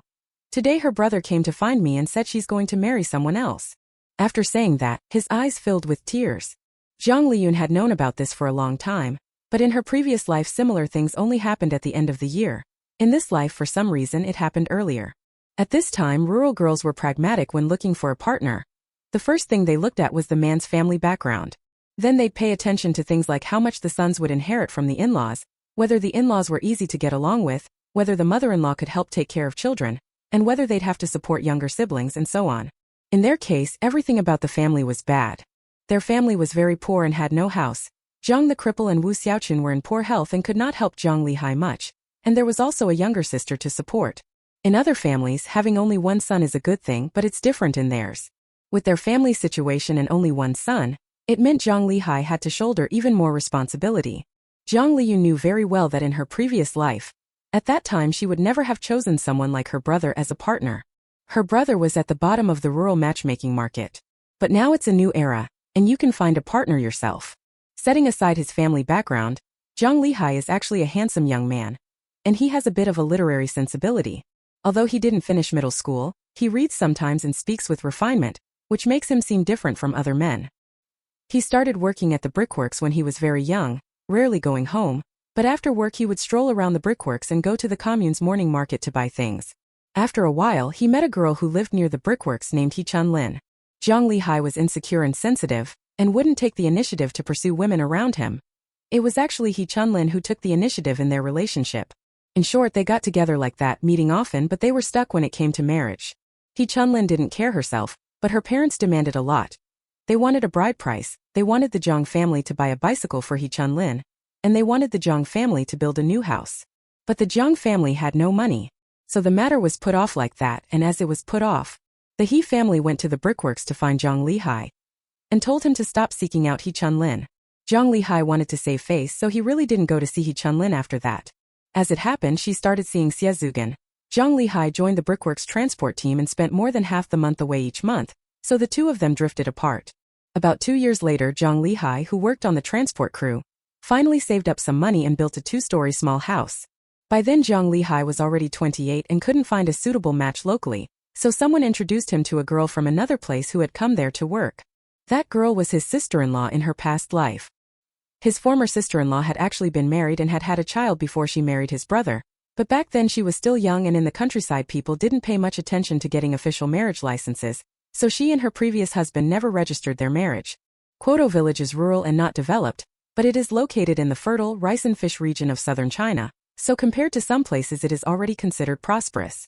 Her former sister-in-law used to live in a mountain hollow and was very poor, because after she married she gave birth to a daughter. The husband's family treated her badly. Then she followed a fellow villager who was said to be doing very well outside to find work. These days there are actually many people who trick fellow villagers from the countryside into going to big cities, and then may sell them or force them into prostitution. Her former sister-in-law was lucky. The fellow villager who brought her out of the mountains wasn't that bad, but that villager hadn't done well for himself here and couldn't really get a good job for her former sister-in-law, so he just persuaded her to marry someone here. Jiang Liyun was handsome and at the time earned 300 to 400 a month, so her former sister-in-law was naturally happy to marry him. When her former sister-in-law first married into the Jiang family, she treated Jiang Liyun especially well and took on every household chore. So, although they knew her former sister-in-law had been married before and had children, they had no real objections and were even rather sympathetic to her. But later her former sister-in-law gave birth to a son, felt she was a benefactor to the Jiang family, and upon discovering the Jiangs were considered poor here and that Mr. and Mrs. Jiang were easy to bully, her attitude changed instantly. Although Jiang Liyun didn't work after graduating middle school, she did housework. At the time the family raised silkworms, chickens and pigs, and Jiang Liyun took care of all of them. Jiang Liyun actually never took any of Jiang Liyun's money. All of Jiang Liyun's wages were in the hands of her former sister-in-law. Even so, her former sister-in-law still disliked Jiang Liyun, and was determined to marry her off to get a large bride price. Jiang Liyun had absolutely no good feelings toward her former sister-in-law. After she was reborn, she had already made up her mind. She'd rather her brother remain an old bachelor than let him be with her former sister-in-law. But about her brother's first relationship, she actually didn't know much. Only that in his previous life he suffered for a long time over it, even quarreled with the family, and for quite a while she didn't speak to him. Lin's brother said I was useless, looked down on my poor family, told me not to cling to him. Jiang Liyun grew more distressed as he spoke, and when he looked up he saw Jiang Liyun felt no sympathy for him at all, still leisurely eating. His temper flared up immediately. He glared at Jiang Liyun with hatred, but remembering that she never showed him any face and that Feng Yi was sitting nearby, Jiang Liyun lost his temper at Wu Xiaochun and Jiang the cripple. How many families in the village haven't built houses yet? Why can't our family build a house? Do you take me seriously? How old am I? I went to work at the brick factory, handed so much money to the family. Where is that money? I didn't even finish middle school. When I first started at the brick factory there was only a little allowance, and I had to take it home for Jiang Liping's schooling. And what happened? When Jiang Liping got married you didn't collect a single cent in bride price. Did you ever think about me? Why aren't you planning anything for me? Jiang Liyun watched Jiang Liyun throw a tantrum in silence. She knew what Jiang Liyun was thinking. Jiang Liyun blamed Jiang Qiaozi and the others for not demanding a bride price to build him a house when Jiang Liping got married. When that incident happened at the end of last life she was dating Xie Zugan. Back then, Jiang Liyun still daydreamed about having the Xie family pay to build him a house. In her last life she thought this brother was too much and broke ties with him, but now, Jiang Liyun looked at Jiang Liyun's collapsing state and suddenly figured something out. Jiang Liyun must have real feelings for He Chunlin. Otherwise Jiang Liyun, who cares about face even if he had some little schemes, wouldn't actually say them out loud. For example, when Jiang Liping got married before, he didn't make a fuss about demanding betrothal gifts from the crippled couple. At that time he even took pride in their family not asking for a bride price. Jiang Liyun fussed for a while, then found Jiang Liyun still quietly watching him. He wanted to blame Jiang Liyun for not being with Xie Zugan and instead choosing Feng Yi. After all, if she had chosen Xie Zugan they could have borrowed money from the Xie family to build a house. But he also knew that his attitude was wrong. Jiang Liyun's mind was flooded with all kinds of thoughts, and he felt deeply ashamed for having such thoughts. It was at this moment that Jiang Liyun noticed Feng Yi again. His match was gone, but Feng Yi had a good match, and there was even meat on their table. He couldn't get meat at the factory, Yet this guy Feng Yi dating his sister got to eat meat. Jiang Liyun felt inexplicably wronged and suddenly cried. Cried. Jiang Liyun was a bit taken aback. She recalled that in her previous life when Jiang Liyun came home and told about this, he blamed her parents, and she started arguing with him. The more they argued, the angrier they became. She accused Jiang Liyun of not caring about the family, and Jiang Liyun said he regretted being born into this family. At that time Jiang Liyun didn't cry. Jiang Liyun sighed softly. Jiang Liyun surely had his own little thoughts, but if you asked how bad he was, he really wasn't that bad. Like Feng Yi, he went to the brickworks at 16. Although he disliked going home to do farm work, he didn't truly neglect his family. Brother, tomorrow you should take some gifts to see your girlfriend and find out exactly what's going on, Jiang Liyun said. What's the point of asking now? She's going to marry someone else, Jiang Liyun said, and a snot bubble popped out as he spoke. Jiang Liyun couldn't bear to look directly. Jiang Liyun thought He Chunlin wouldn't marry so soon. The He family might be doing this to try to pressure their family. After all, in the last life, this matter didn't come up until 2 months later. At that time many people knew she was dating Xiezugan. The He family probably knew too and waited, but nothing happened and they didn't bring up marriage, and by the end of the year they came to pressure Jiang Liyun. As for this lifetime, she didn't date Xiezugan but ended up with Feng Yi. The He family was likely very displeased and came earlier to pressure Jiang Liyun. But that was the He family's thinking, not necessarily He Chunlin's. If Jiang Liyun truly liked He Chunlin, he should ask He Chunlin directly. Jiang Liyun knew that in the previous life He Chunlin hadn't actually married so quickly. Another year passed before He Chunlin married, and she married a bricklayer. At first the two of them got along fine, but later the bricklayer earned money doing renovations and cheated. I heard he even abused her. He Chunlin later divorced as well. The divorced He Chunlin even went on a matchmaking date with the divorced Jiang Liyun, but both of their children opposed it, so nothing came of it. Chapter 25 Taking Charge. Jiang Liyun knew in her previous life that money could solve most problems. Their family is doing poorly, all because they have no money. But speaking of someone else, take Jiang Liyun. If she hadn't been born in the 60s but in the 90s, and had been the family's only daughter, she is pretty and smart and knows what she wants. She would surely have gone to a good university and then found a good partner. Jiang Liyun too. His grades were even better than Jiang Liyun's.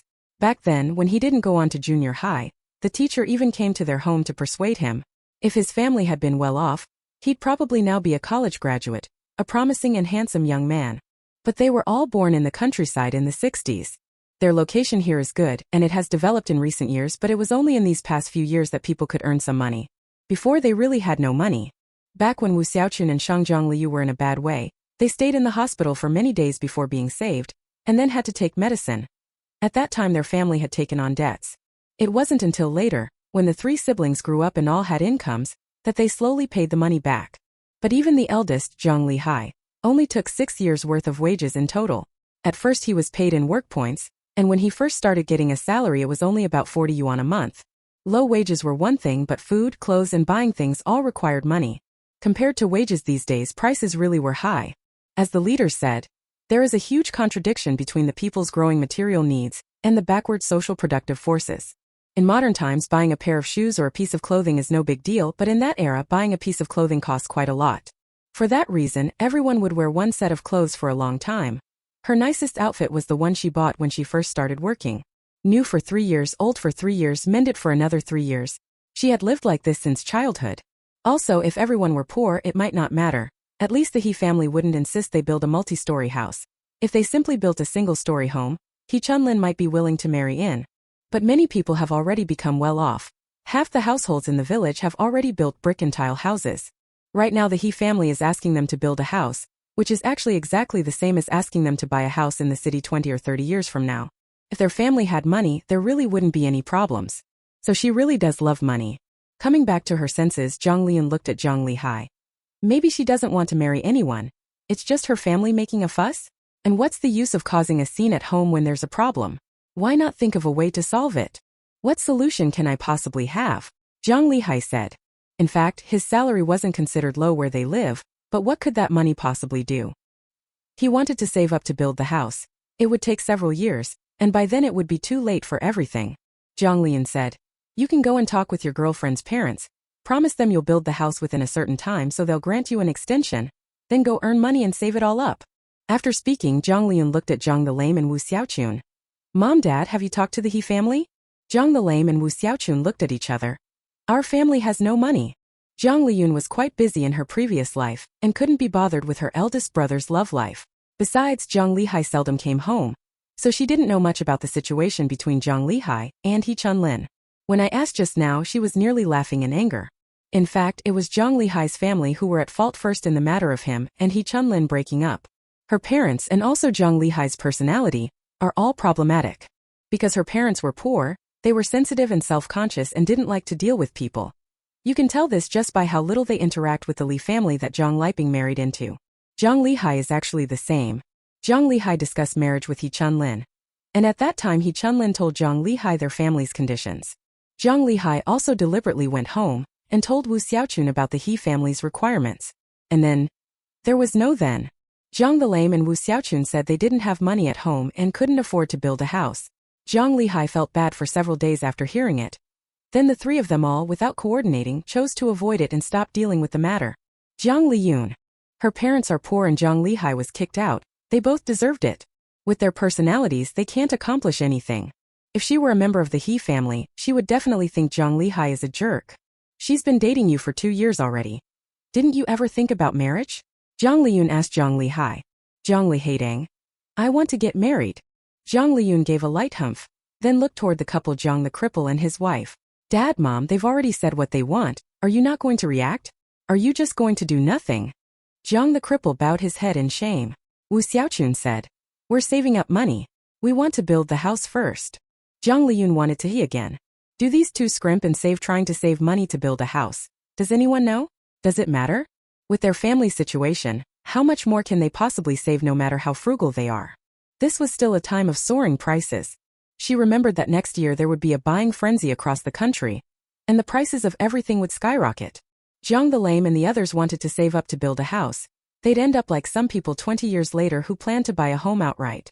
Those people wanted to save enough to pay in full, and after finally scraping together the money, well, it had already turned from a full payment into just a down payment.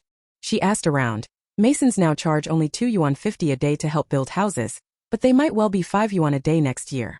Feng Yi, clear the table, Jiang Liyun said with a smile, looking at Feng Yi. Having already filled his own stomach, Feng Yi immediately began clearing the table. Jiang Liyun then looked at her parents and brother. Sit down, I have something to ask you. Jiang Liyun sat at one side of the 8 immortal table. Jiang the cripple and his wife and Jiang Lihai sat on the other 3 sides. Jiang Liyun asked, Mom, Dad, how much money do you have in total? Wu Xiaochun said, altogether there is 1,300. There had originally been 1,500, but Jiang Liyun had borrowed 200 from them for her business. Wu Xiaochun didn't tell them about this matter, fearing Jiang Lihai would be unhappy if he found out.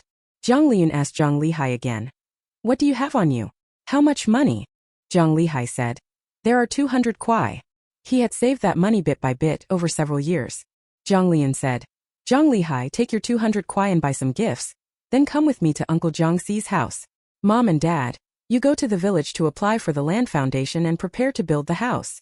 Why are we going to Uncle Jiang Xi's house? Jiang Lihai asked.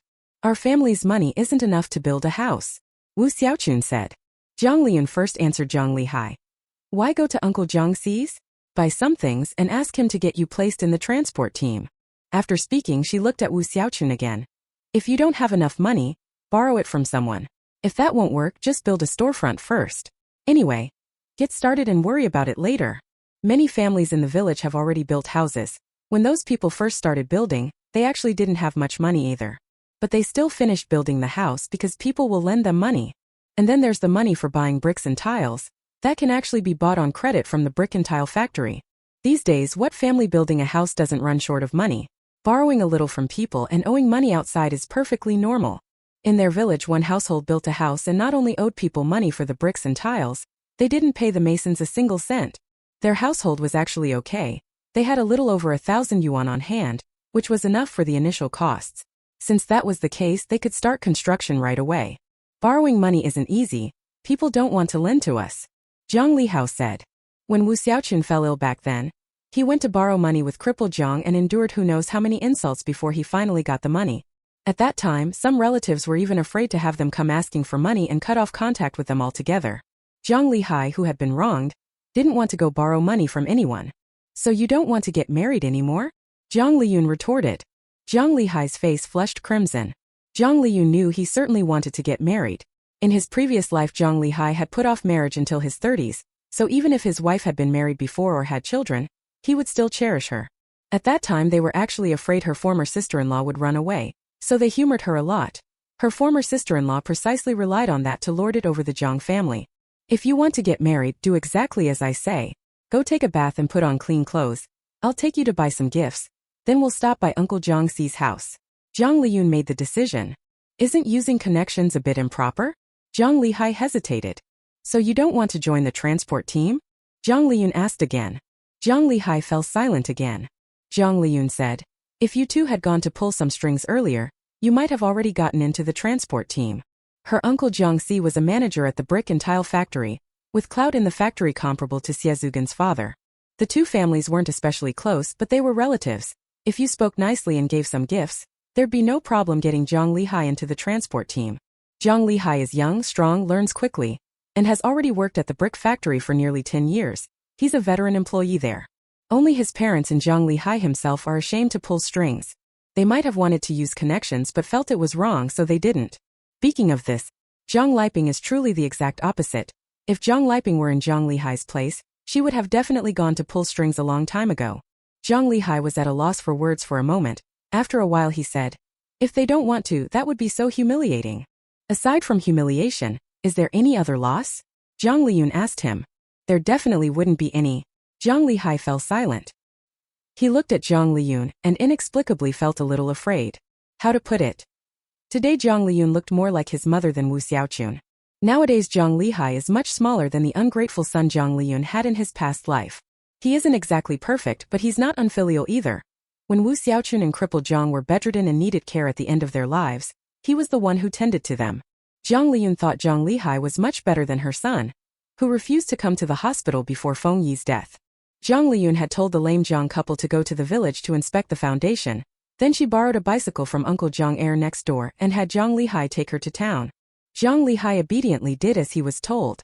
This time when Jiang Lihai left the brickworks, he had brought along his personal savings. Jiang Liyun led him on a tour of the town and spent the entire 200 yuan on various gifts. There were cigarettes and alcohol and some other foods. Buying this much? Jiang Lihai's hands were trembling. He had never spent this much money at one time before. Some of it goes to Uncle Jiang Xi and some you take to the He family, Jiang Liyun said. Liyun, will you go with me to the He family?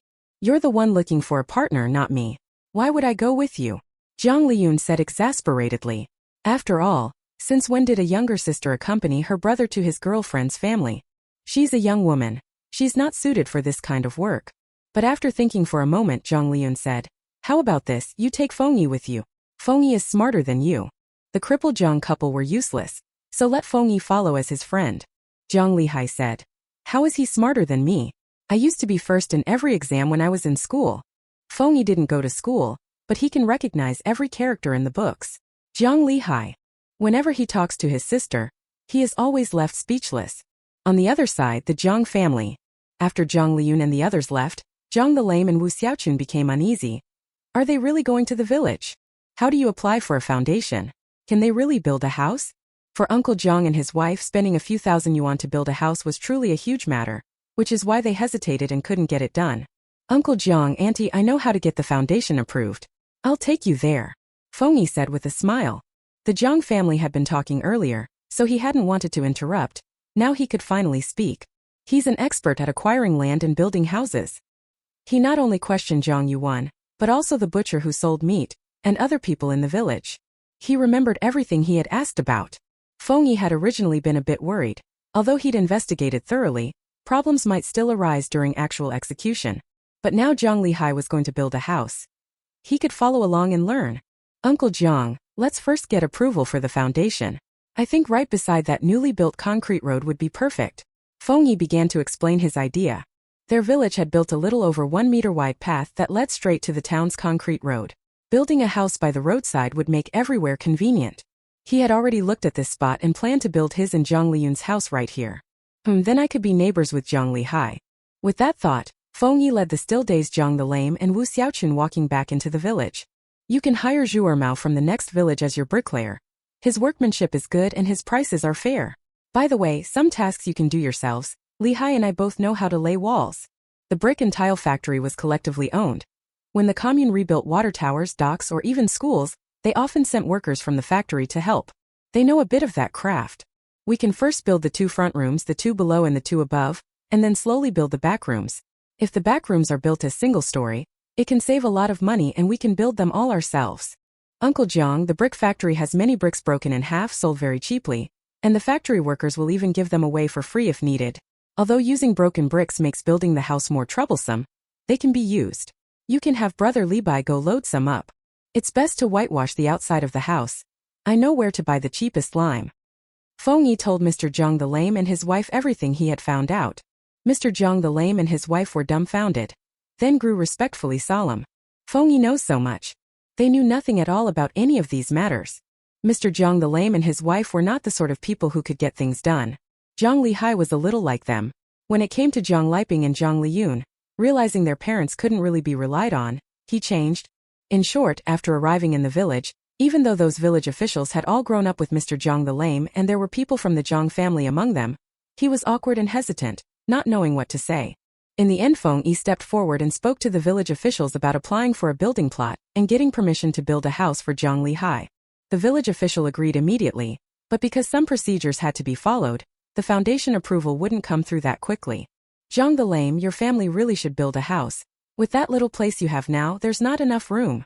Yeah, Lihai and your family is getting old enough. You should have built a house long ago. It's a good time for you to build now. Our village is getting water pipes installed, so the new house will have running water right away. They laughed as they spoke to crippled Jiang. Crippled Jiang smiled too, but he felt a bit puzzled inside. Is he really going to build a house?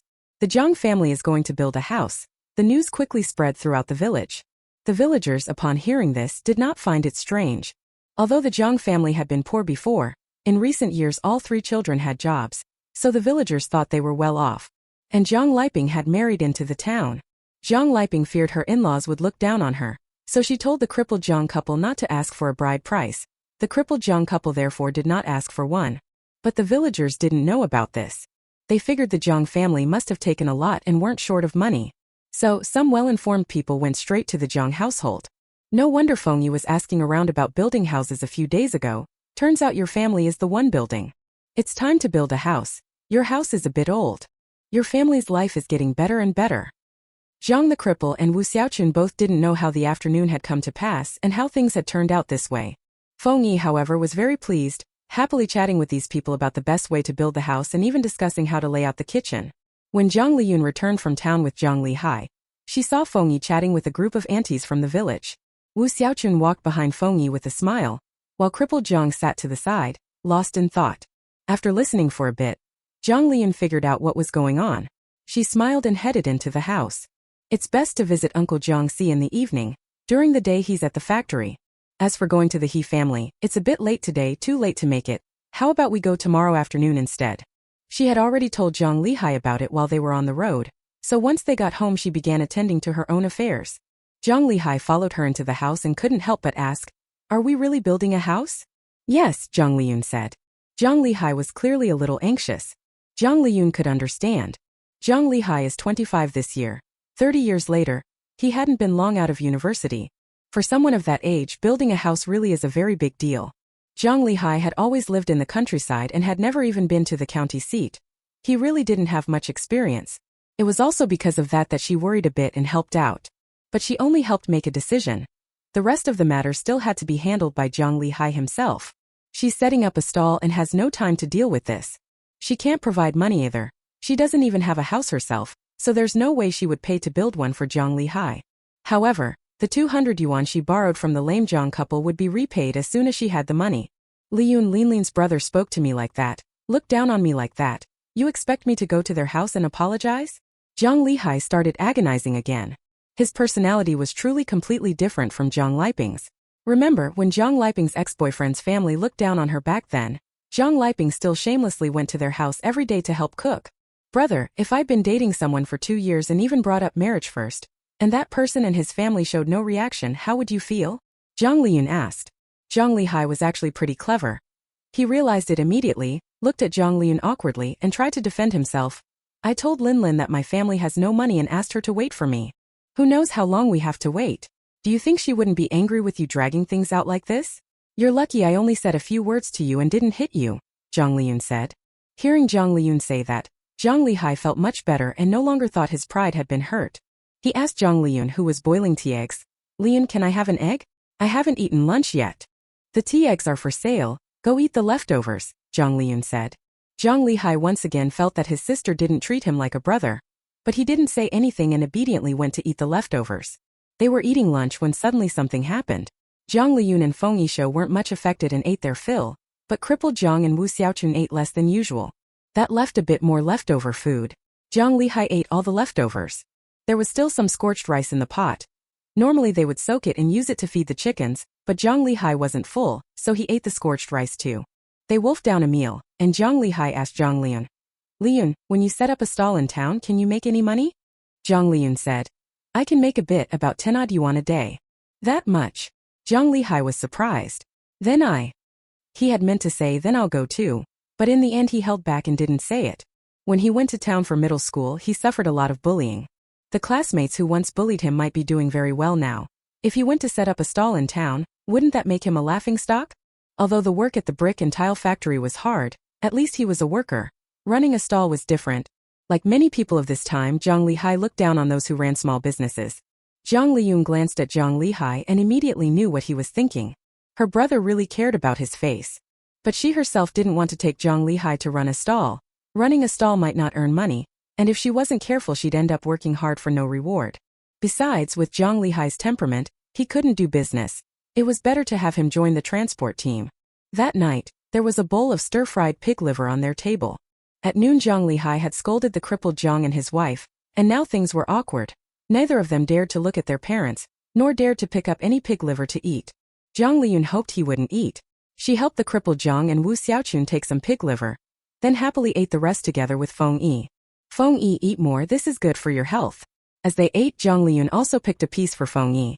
Feng Yi gleefully ate the pig liver, giving Jiang Lihai a triumphant glance. In his sister Liyun's eyes, he was more important than Jiang Lihai. Great. Jiang Lihai didn't see Feng Yi's expression. He felt very guilty and kept his head down, quietly eating plain rice.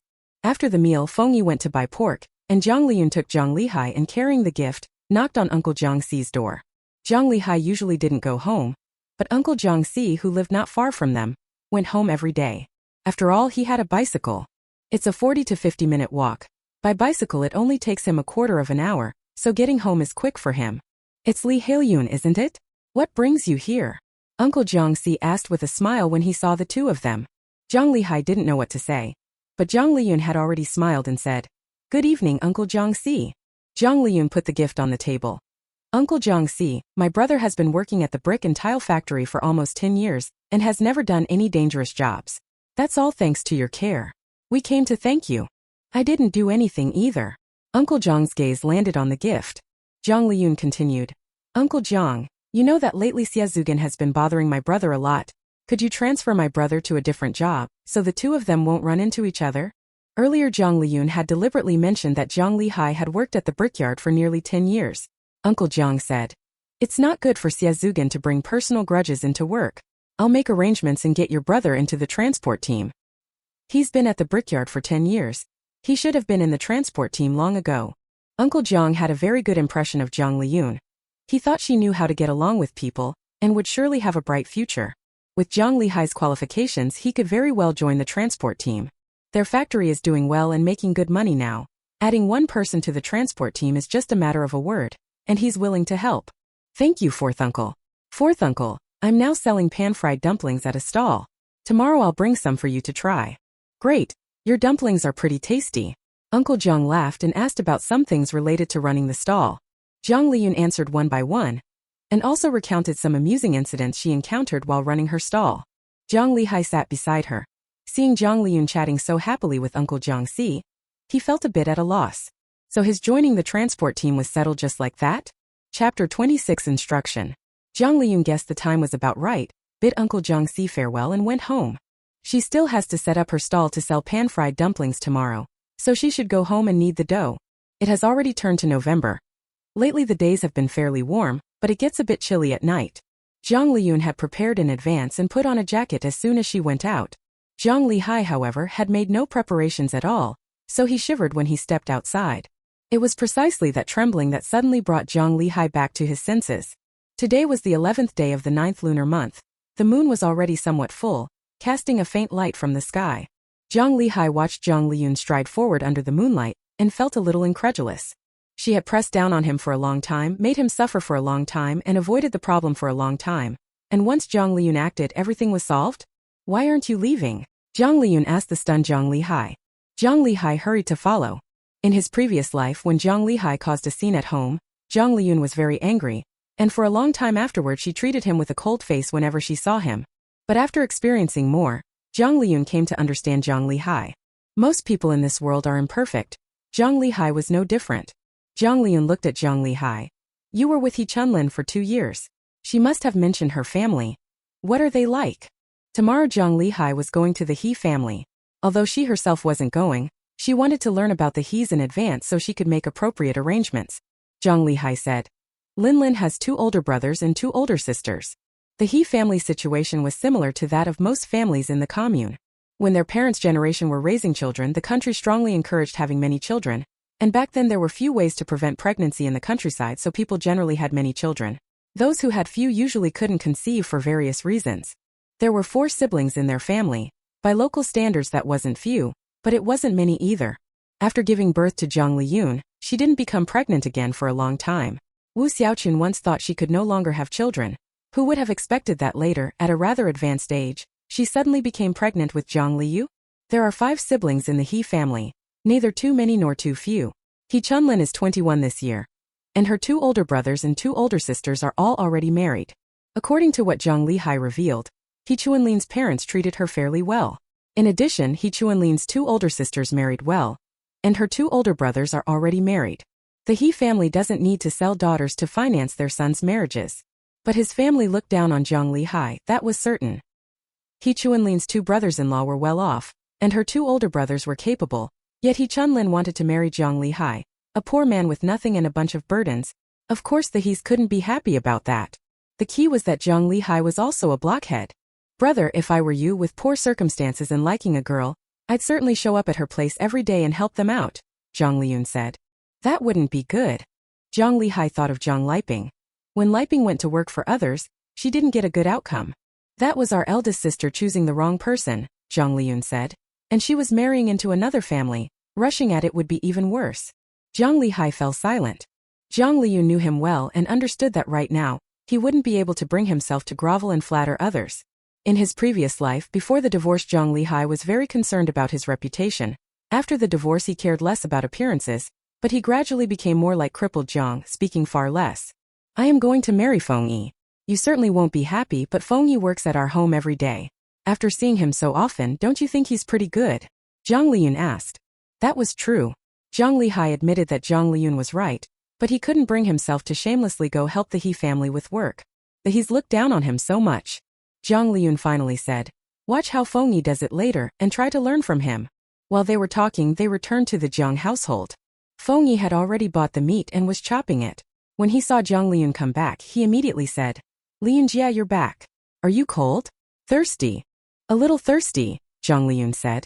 Feng Yi immediately poured hot water into a cup that had half a cup of cold water in it, then handed the warm water to Jiang Liyun. Jiang Liyun lifted the cup and took a sip, glancing at Jiang Liyun as she did. Jiang Liyun. On the other side, Feng Yi resumed chopping the meat vigorously. Jiang Liyun smiled and said to Feng Yi, thanks to you watering the vegetable patch every day, the vegetables in our garden are growing especially well this year. Today's chives for stir-frying the pork liver are especially tender and delicious. I see the radishes in the field are ready to eat too, though I don't know if they're spicy. We could pickle some to have with porridge. If it weren't for you, what would I do? Jiang Liyun chatted about everyday things with Feng Yi as she praised him. Feng Yi was already elated. Liyun sister, I've already chopped the meat up. I'm going to pull a few radishes and pickle them for you to eat. Feng Yi, you're so nice. Jiang Liyun smiled at Feng Yi. Feng Yi went out happily to pull radishes. Jiang Liyun watched the 2 of them being so affectionate in front of him, and felt completely uncomfortable. He didn't even realize his sister was so gentle when she was with Feng Yi. No wonder Feng Yi was completely dazzled. And, is Feng Yi the one who does chores like watering the vegetable patch for their family? Jiang Liyun asked Wu Xiaoqun. Mom, Feng Yi and Liyun are like this. They're not even married yet, how can they be so intimate? Wu Xiaochun said softly. Feng Yi is pretty good. Jiang Liyun fell silent for a moment. It turned out that what Jiang Liyun said about going to the woman's family to do work was indeed effective. At that moment, crippled Jiang returned from outside. After dinner tonight, Uncle Jiang next door called over Jiang the Lame to ask about their family's house-building situation. Jiang Liyun glanced at her father and asked, Dad, what did second uncle say to you? Jiang the Lame said. He didn't say much. Jiang Liyun knew her second uncle. Most likely he had grabbed Jiang the Lame and lectured him with a bunch of stuff about how Jiang the Lame should do this and that. Her second uncle liked to give his opinions on everything and help people make decisions. When Jiang Liping was going to marry Li Shuyang, he was particularly unhappy and firmly opposed it. For a while he lectured her father every day, criticizing him for not being able to control his daughter. Her father always listened carefully and agreed wholeheartedly, but afterward he still couldn't control Jiang Liping. When she was dating Feng Yi, her second uncle had also mentioned a few times to her father that Feng Yi wasn't suitable. Each time her second uncle brainwashed him, her father would look at her as if wanting to say something but stop short. Of course, in the end he still had no way to manage her. But now her second uncle no longer said anything, and his attitude toward Feng Yi had also improved. These days when Feng Yi went out at night to buy pork, he borrowed her second uncle's bicycle, and her second uncle even asked Feng Yi to help buy the pork. Jiang Liyun didn't ask any more and changed the subject. Mom, Dad, you should go to bed early. You have to get up early tomorrow.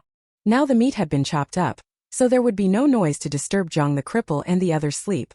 Jiang the cripple and Wu Xiaochun went back to their rooms to sleep, and Jiang Liyun, who had already finished her homework, was also urged to go to bed by Jiang Liyun. Feng Yi then came back carrying 7 or 8 radishes that had already been cleaned by the river. He used scissors to cut off the radish leaves, threw them into the sheep pen by the outhouse behind the Jiang family's house to feed the sheep, then washed the radishes again with clean water from the household water jar before slicing them thinly, salting them, and setting them to pickle. While doing this, Feng Yi looked very happy. The radishes they grew are red on the outside. Here they call them red radishes. These radishes aren't very spicy, and in winter they can even be a bit sweet, so people often eat them like fruit. Of course, radishes at this time of year are still a bit pungent. Sliced thin and salted to pickle overnight, they'll be just right to eat with porridge tomorrow morning. The work's done. Let's go to sleep too. Jiang Liyun finally finished kneading all the dough and looked at Feng Yi and Jiang Lihai. When Jiang Lihai used to go home, he always slept in Jiang the cripple's room and the others, but he actually disliked it very much. When he learned that Feng Yi was borrowing a room at Jiang Youen's house to stay, he immediately said he wanted to live with Feng Yi. Feng Yi, of course, did not object, and he and Jiang Lihai headed to Jiang Youen's house. When they were at the brick factory, Jiang Lihai often talked with Feng Yi, but now their relationship had changed. Today at noon he had cried and thrown a tantrum at home and made a fool of himself. In front of Feng Yi, Jiang Lihai kept silent as gold and didn't say a word. They didn't speak all night. Just before 5 the next morning, both of them were woken up by Jiang Liyun. Feng Yi got out of bed in high spirits while Jiang Lihai, who hadn't slept well all night from worry, guilt and regret, had a bit of trouble getting up. But Jiang Liyun wouldn't let him keep sleeping. Brother, get up too. Come with us to set up the stall in town. What am I going to do? Jiang Lihai didn't want to go. Jiang Liyun said, It's not that I need you to do anything, there are some things I need to tell you. Jiang Lihai fell silent, stood up and followed them to town. Jiang Liyun did indeed have some things to say to Jiang Lihai. This afternoon Jiang Lihai was going to the He family to apologize and to discuss the marriage. This matter was being left entirely to Jiang Lihai to handle, but it might not succeed. Jiang the Lame and Wu Xiaochun also couldn't offer any help. She could only brief everyone in advance on the various contingency plans. While Jiang Lihai was here today, Jiang Liyun wouldn't let Feng Yi pull the cart.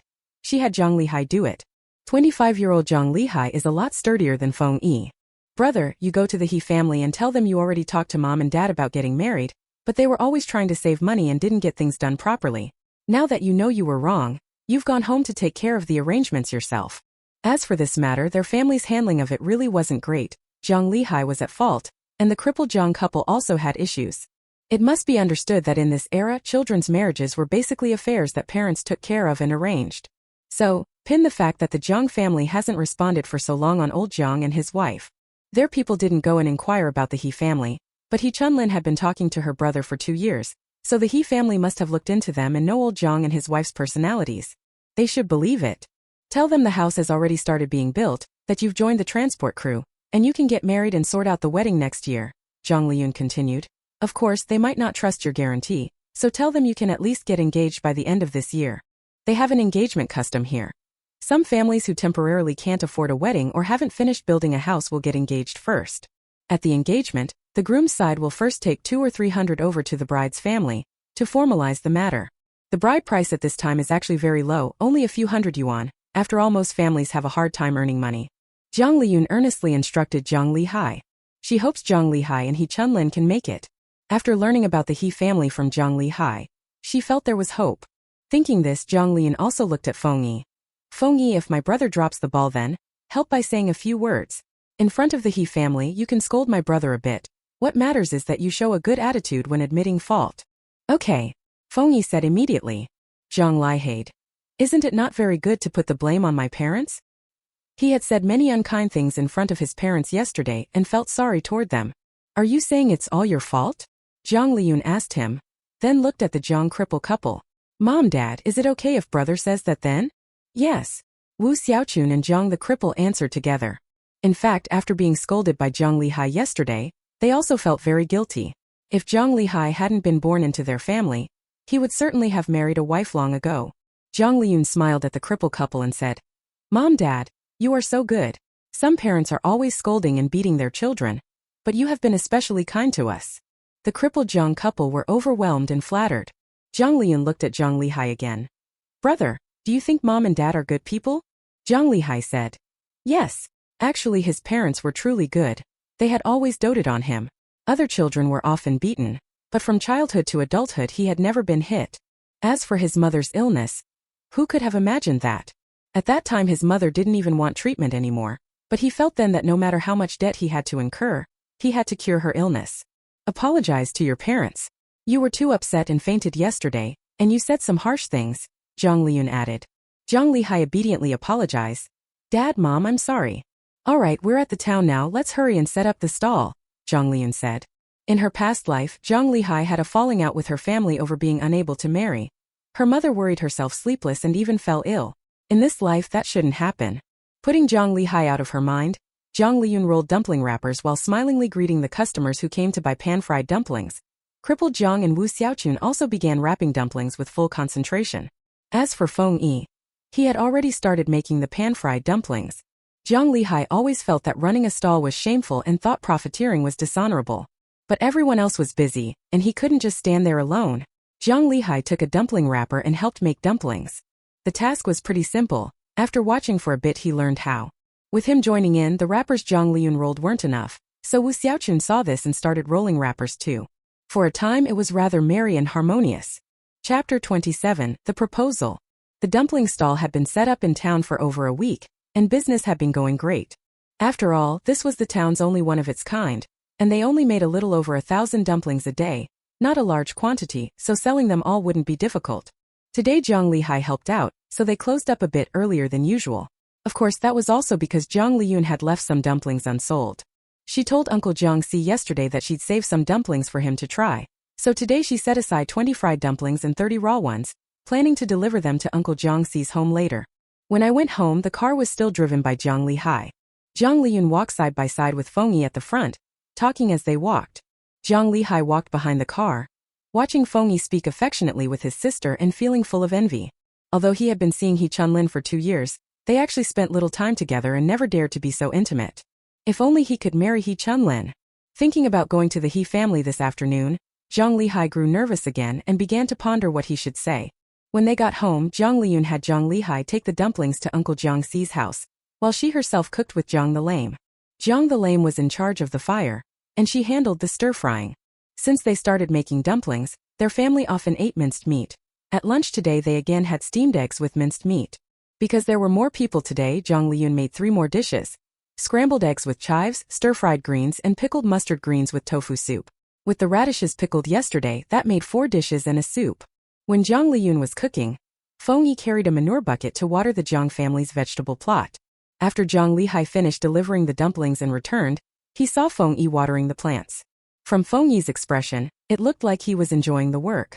Whenever Jiang Liyun had nothing to do now, his head filled with all sorts of messy thoughts, he stepped forward and silently took the watering job from Feng Yi.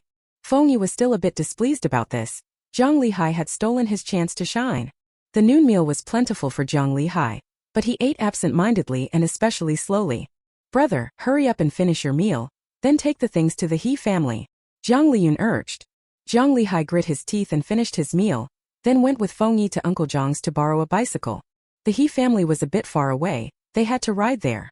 Jiang Liyun and Feng Yi didn't have bicycles, but the brickworks owned a few factory bicycles. After these young men started working at the brickworks, they would generally take a factory bike to practice and learn to ride. Because there was only one bicycle, Jiang Liyun rode it and gave Feng Yi a lift. "Brother, be careful, don't fall, Feng Yi," Jiang Liyun cautioned Jiang Liyun. "Just a few days and my own sister is already turning her elbow outwards." "Well, this isn't something that started just a few days ago. She's been like this since she was little." The two of them soon walked away, and at that moment, Uncle Jiang next door strolled over to their house and said to Jian the lame, "Liyun is going to his girlfriend's family? He should have gone long ago. They've been dating for so long, and you didn't help arrange anything earlier." Jian the lame and his wife felt very guilty. Uncle Jiang continued, "The children are still young. Their marriage is something you should urge and oversee. Now you want to build a house for Liyun, that's very good. When the time comes, I'll have my first and second sons come help you. When the masons are working, you need to keep an eye on them. If you see someone doing a bad job, tell them right away. If you don't speak up, they'll think you're easy to bully. Also, don't hire Zhang Guanghan. He specifically rips off people he knows. You two really can't stand on your own. Fine, I'll go take a look for you when the time comes." Uncle Jiang spoke and Lame Jiang kept obediently nodding. Lame Jiang had been lame in one leg since childhood and was not given much importance at home. Uncle Jiang though his younger brother, was favored more by Grandpa Jiang and Grandma Jiang. When they reached marriageable age, Jiang the lame couldn't find a partner, while Uncle Jiang had married early. Both of Uncle Jiang's two sons were older than Jiang Liyun. Back then, Jiang the cripple was an old bachelor who couldn't find a wife. Everyone thought he'd remain unmarried for life. Later he got lucky and picked up Wu Xiaochun, and only then did he finally get married. But by then, Grandpa Jiang and Grandma Jiang had already given the house and many other things to second Uncle Jiang. The house that Lame Jiang is living in now was built with help from second Uncle Jiang, but when it came to giving what was already in their hands to Lame Jiang, second Uncle Jiang was unwilling to do so, and even if he had been willing, second aunt would not have agreed. So when crippled Jiang first got married, he didn't even have a wooden basin. There were only 2 bowls in the house. At the beginning, their family owned very little. After finally managing to save some money, they still had to use it to buy pots, pans, and dishes. Jiang Liyun saw crippled Jiang and Wu Xiaochun sitting in front of second uncle listening to him seriously, yawned, and went back to her room for an afternoon nap. Crippled Jiang had no authority in front of his younger siblings. Later, after having a child, he still had no authority in front of the child. The He family. The He family lived near the commune.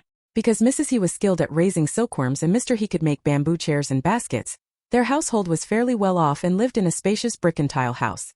The He family's 2 sons, one raising white-feathered chickens and the other working at the commune's straw paper factory, were doing quite well, and both daughters had married nicely. But Father He and Mother He were still unhappy. Their youngest daughter had fallen in love with a poor boy. First, they were actually fairly satisfied with Jiang Liyun. Although the Jiang family was a bit poor, the 3 siblings all had jobs, and they thought the Jiang family would be able to build a house before long. Precisely because of this belief, they did not stop He Chunlin from dating Jiang Liyun. Only after the two had been together for a while did they have He Chunlin reveal her family's circumstances to Jiang Liyun. According to their thinking, after He Chunlin did that, the Jiang family should start building a house. Once the Jiang family's house was finished, He Chunlin and Jiang Liyun could naturally get married. So what happened? They waited and waited. After more than half a year, there was no sign of movement from the Jiang family. Just when they were getting restless, Jiang Liyun's younger sister got married. She married into the town. Was the Jiang family planning to arrange Jiang Liyun's marriage only after Jiang Liping's wedding? It makes sense, they couldn't handle the arrangements together, and with Jiang Liping getting married they could still get the bride price. They kept waiting, but there was still no news from the Jiang family. It was around then they heard that the Jiang family's second daughter had not only chosen some poor guy with nothing, but had also quit her job. What exactly was the Jiang family thinking? Jiang Liyun wouldn't have to keep supporting his second sister in the future, would he? Mr. He and Mrs. He gritted their teeth and went to Quoto village, carefully inquiring about the Jiang family's affairs, and even went specifically to see the Jiang family's house. Mrs. Jiang and the Jiang family's youngest daughter were both in poor health. The Jiang family's house was especially dilapidated, and Jiang the cripple was disabled. The Jiang family had been quiet all along. Was it because they had no money? With this situation, if their daughter married into the Jiang family, would she have to look after the whole household? Mr. He and Mrs. He were unhappy and directly told their son to go find Jiang Liyun and tell him not to come looking for their daughter anymore. Of course, they did not tell He Chunlin about this matter. At this moment the He family was having a meal, and Mrs. He kept urging He Chunlin to go on a blind date. That Jiang Liyun has nothing but his face. Zhou Jinfa is so much better. The house his family built is especially nice, and he's a bricklayer. He has a skill. I don't like Zhou Jinfa, He Chunlin said. Zhou Jinfa was ugly and had a mouthful of yellow teeth. Just looking at him made her feel sick. What about Xie Zugan? The Xie family used to be picky, rejecting this one and that one. But now they're not so choosy and are looking for people everywhere. He Chunlin was startled. Xie Zugan is short and ugly, I won't marry him. Marry a man, for clothes and food, what's the matter with you? Why do you only care about looks? Mother, he was displeased. Xie Zugan's conditions are so good. If her daughter married into that family, she wouldn't worry about food or clothing. Mom, stop trying to set me up. I have a boyfriend, He Chunlin said. Jiang Liyun is the best. He's not only good-looking, he also writes poetry. Earlier on the Qixi festival, Jiang Liyun wrote a poem for her, and she can now recite it backwards and forwards. The Magpie Bridge meeting brings tears like rivers. Long partings and reunions bring many sorrows. The weaver girl and the cowherd meet from afar, gazing with affection and sending glances. Jiang Liyun said he wrote it when he was thinking of her. Besides poetry, Jiang Liyun also wrote her letters. Would Zhou Jinfa and Xie Zugan do that? They can't do anything at all. Then Jiang Liyun really won't do. The house at his place looks unlivable to me. I asked your eldest brother to go find him, and he's as wooden as ever, gave no reaction. Mother, he grew angrier as she spoke. Mom, you sent Big Brother to see him? He Chunlin panicked, looking at her eldest brother. Big Brother, what did you say to him? Mr. and Mrs. He of course didn't tell the truth. They told He Chunlin that they had sent her eldest brother to find Jiang Liyun to ask him to propose. Just wait at home. If he really likes you, he'll definitely come to propose. Right, you've been seeing each other so long, it's time to marry. If he still doesn't come to propose, it means he doesn't care about you. A man who only speaks sweet words is unreliable. He has to show some real action. The He family members were all talking at once, each chiming in. He Chunlin said. But his family doesn't have any money. We don't have money, but that's no reason we can't get married, and at least we should have an attitude, said his father. What angered them most was that after so long the Jiang family still hadn't given any response. What exactly did they think of his daughter? But their daughter happened to be enchanted by that Jiang Liyun. After hearing this, He Chunlin also thought it made sense. In the countryside people marry early. Some of the girls around her had already gotten married. As she was thinking this, He Chunlin glanced toward the door, and then saw Jiang Liyun. In rural areas people mostly eat in the main room. When they eat, the main room's door is definitely open so it's bright. At this moment, Jiang Liyun rode his bicycle to their doorstep, with several gifts still hanging from the handlebars. He Chunlin suddenly became excited and without thinking said to her parents, Dad, Mom, he's come to propose. Both Mr. and Mrs. He went dark-faced. Jiang Liyun had been restless the whole way, almost dropping Feng Yi. Before arriving at the He family, he had kept thinking he might be rendered speechless by meeting them, and that he might not be able to handle things properly. He was even more afraid the He family would look down on him, afraid that He Chunlin really was going to marry someone else. If that were the case, his coming all this way would have been nothing but a joke. However, as soon as he arrived at the He residence, he saw He Chunlin with a beaming face. Jiang Liyun immediately wasn't so afraid anymore. After that, he thought of Jiang Liyun again. That day he followed Jiang Liyun and watched her handle everything in an orderly way, feeling so envious. Jiang Liyun himself didn't even know how he managed it. He carried the gift and entered the He family home. Uncle He, Aunt He, Springlin and I have known each other for so long and I never visited you. I'm truly sorry. Jiang Liyun was actually fairly clever. He remembered everything Jiang Liyun had taught him. Before coming he was anxious and afraid, tossing and turning, even halfway there he wanted to turn back. But once he was really shoved into the He household, he just got the job done. He's like that. It's like the school demanding an 800-meter run. The students think they can't do it beforehand, but once they're dragged out to the playground and start running, before they know it they finished. I already told Mom and Dad about Chunlin and me before. I thought they would handle it, but I didn't expect them to just keep saving money and never actually arrange anything. It's my fault too. I've been working at the factory and rarely come home, so I didn't even know what was going on with the family. Brother He came to see me yesterday, and I immediately took time off and went home. Yesterday afternoon I went to the village to mark the foundation. Tomorrow I'll buy the bricks and start building the house. I've already confirmed I can join the transport crew. From now on I'll be earning 200 yuan a month. Building a house will take time, but the wedding can definitely be arranged next year. If you don't feel secure, you can get engaged at the end of the year. Feng Yi chimed in from the side.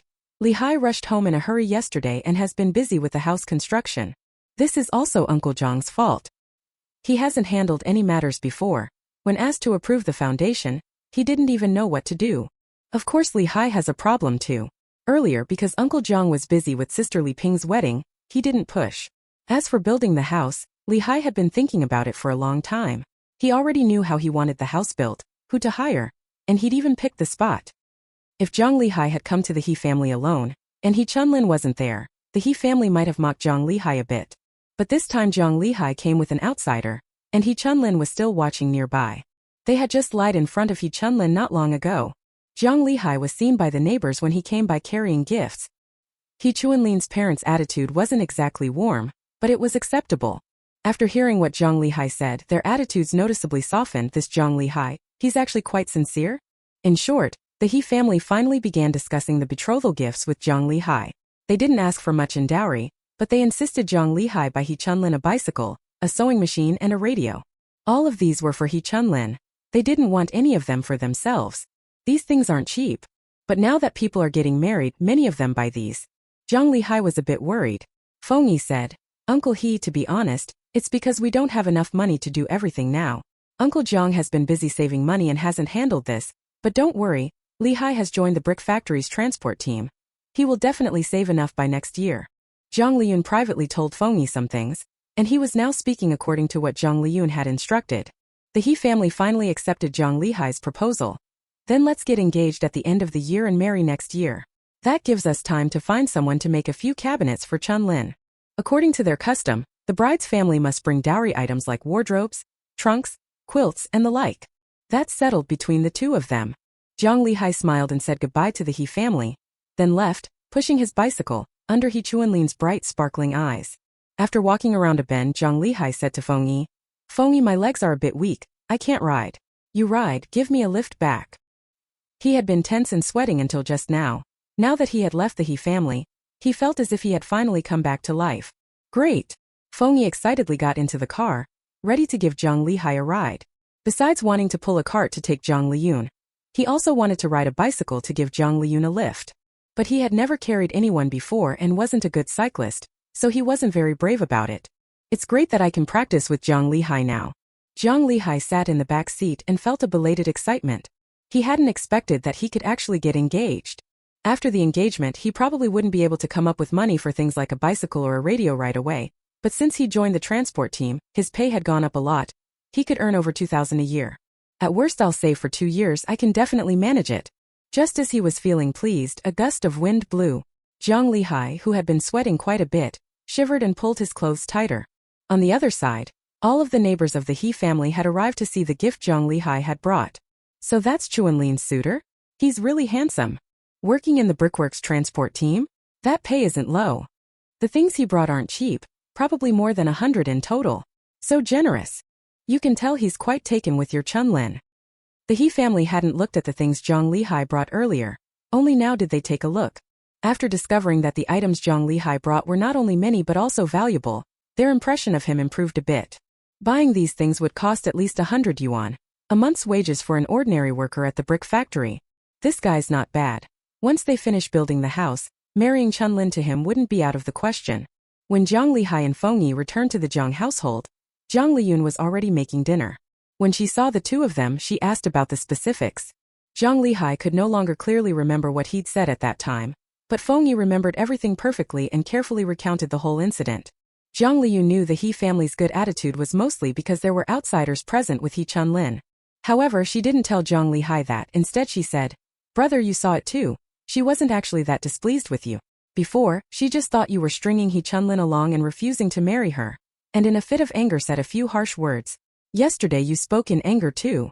Brother He Chunlin's words wounded Jiang Li Hai's pride. He minded it somewhat. But when Jiang Liyun said that, he stopped being angry. Jiang Liyun continued, Speaking of this matter, when I was hawking in town before, Zhang Liping also came to my stall and looked down on Feng Yi, saying a bunch of bad things about him.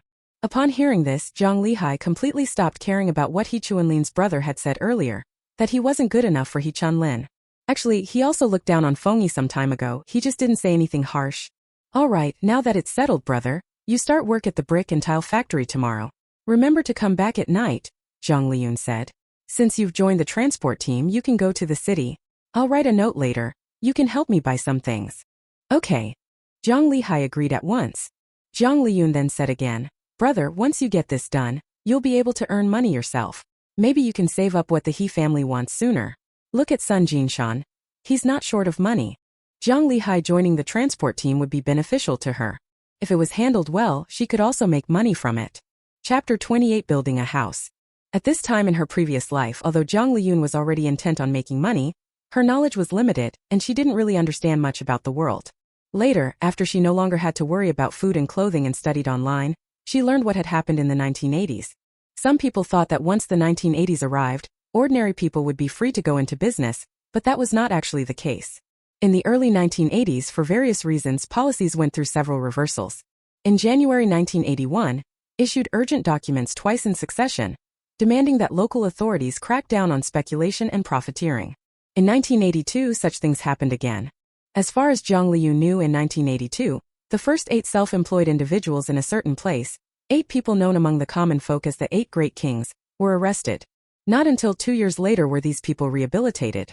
So actually it wasn't until the mid to late 1980s that people dared to freely hire workers. Earlier than that, if you got several hired hands to work for you, you could easily be accused of engaging in capitalism. It was also in the mid-1980s that, to invigorate the economy, their country began to implement a dual-track price system. For a long time before that, their country was under a planned economy. At that time all goods were priced by the state at very low levels, and ordinary people needed various ration coupons to buy goods. With low prices, enterprises made low profits, and with low profits there was no incentive to produce. At that time, productive capacity simply could not keep up with the people's needs. Goods were constantly in short supply. To stimulate the market, the state, on top of the existing planned economy, also established a free market. Goods within the plan were still sold at plan prices, while goods outside the plan were sold at market prices. To illustrate with everyday life, urban residents could use grain coupons to buy grain very cheaply. But if they didn't use coupons and spent their own money to buy grain outside the plan, the price was relatively high. Pork, cooking oil, and eggs were the same. The reason Jiang Liyun now finds pork expensive is that animal husbandry wasn't well developed at this time. And also because she simply didn't have meat coupons.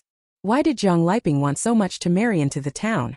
Because in the 1970s and 1980s, the lives of people in town were much better than those of rural residents. Of course, conditions varied by place in that era, so by then there were already pilot cities that had completely abolished various ration coupons. Also there were the daoi speculators of the 1980s. These people weren't simply buying low and selling high. Planned economy goods were priced very low, but were hard to obtain. Buying in bulk was even more difficult and required official approval documents from the authorities. Those who made big money as daoi basically had contacts within the bureaucracy. They used various connections to obtain official approvals, bought large quantities of planned goods, and then sold them at market prices, naturally making a fortune. For ordinary people, becoming a daoi was simply impossible. But in such a market environment, ordinary people also had some ways to make money. Jiang Liyun had heard of some money-making methods in her previous life. Back then, some people collected eggs in the countryside, then went to big cities to find those who had leftover food coupons. After exchanging for their coupons, they bought grain cheaply, then took the grain to places where prices were higher and sold it at market rates. Of course, buying grain still required ration books at that time, so the whole process needed the cooperation of people who had food coupons on hand. At that time, some elderly people in the city couldn't finish the supplied grain. They wanted eggs and meat. In any case, both sides were happy to exchange eggs for ration coupons. If Jiang Liyun was willing to hustle back and forth like that, getting rich was impossible, but he could still earn an extra 20 or 30 a month. He could also help people buy things in the big city, or find other ways to make money. For example, he could wholesale some items that were cheaper there but more expensive here from the big city and bring them here to sell. Of course, Jiang Liyun didn't expect to succeed overnight. Everything had to be done gradually. She had never been to a big city, didn't know much about them, and had no capital. It was simply impossible to think of making a fortune all at once. It depended on Sun Jinshan.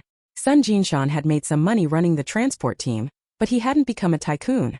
For the time being, Jiang Liyun only planned to have Jiang Liyun exchange for food coupons and from a big city like Shanghai, help her buy some cheap flour. She needs a lot of flour to make dumplings. The flour they sell here is fairly expensive. Of course, she would also leave Jiang Liyun some profit. After all, Jiang Liyun is short on money right now. The next day, Jiang Liyun went to work at the brick and tile factory. As soon as he arrived at the factory, Uncle Jiang For called him over, took him to complete the paperwork, and had him formally join the transport team. Xie Zugan was unhappy about this, but Xie's father did not oppose it. Xia's father felt his son had gone a bit too far recently. After all, it was just a little matter of a failed matchmaking meeting. His son mulling it over and refusing to let it go only made him a laughingstock. Father Xia even thought it was good that Jiang Liyun went to the transport team. Feng Yi was already gone. If Jiang Liyun went out with the fleet again, by then Xia Zugan wouldn't be able to find him, and he could be a bit more at ease. Lately he was picking other matches for Xia Zugan. He felt that rather than fixating on Jiang Liyun, Xia Zugan should go out on more blind dates. Thinking about Xia Zugan's matchmaking made Father Xia a little worried again. Xia Zugan was determined to find someone better than Jiang Liyun to avenge his previous humiliation, and by better he certainly didn't mean family background but looks. But the Jiang sisters were already considered very pretty in the countryside, so finding someone more beautiful than Jiang Liyun was difficult. Even if there were girls prettier than Jiang Liyun. Pretty girls are usually delicate and have many suitors, they might not take a liking to Xia Zugan. In any case, this matter wasn't likely to be resolved anytime soon. On the other side, Jiang Liyun had already joined the transport team. After going in, he happened to run into Sun Jinshan and the others returning from outside. And Sun Jinshan had also brought back the 2 large flat-bottomed iron pots that Jiang Liyun had asked for later. Jiang Liyun. So tonight, he has to carry 2 pots home on his back? Jiang Liyun didn't know about the brick and tile factory incident. Seeing that the dumplings were almost sold out, she said to Feng Yi, "Feng Yi, sell the remaining dumplings. I'm going over there to read." Jiang Liyun's stall was set up near the basketball court, and beside the court was the workers' club.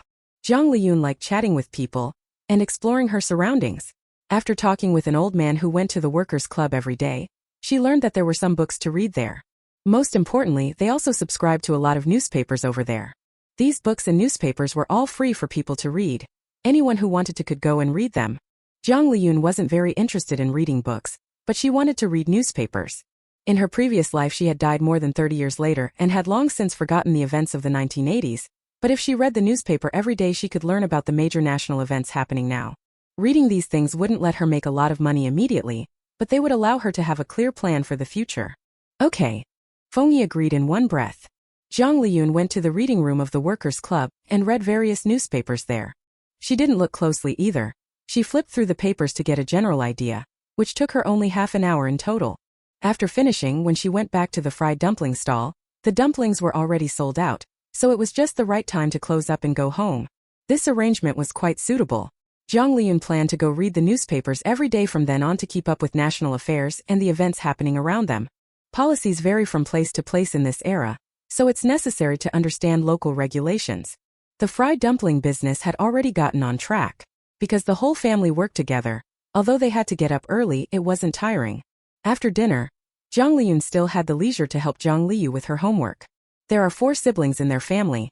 Among them, Jiang Liyu is the least quick-witted, but she isn't afraid of hardship or toil, works very diligently, and is willing to wrestle with a math problem for hours. It's just, after studying for so long and still not getting it, it really makes one anxious. Jiang Liyun tutored for a while and began to feel a bit impressed with Feng Yi. Tutoring homework is really annoying. Where on earth did Feng Yi get the patience in his past life to spend 10 years tutoring that ungrateful son?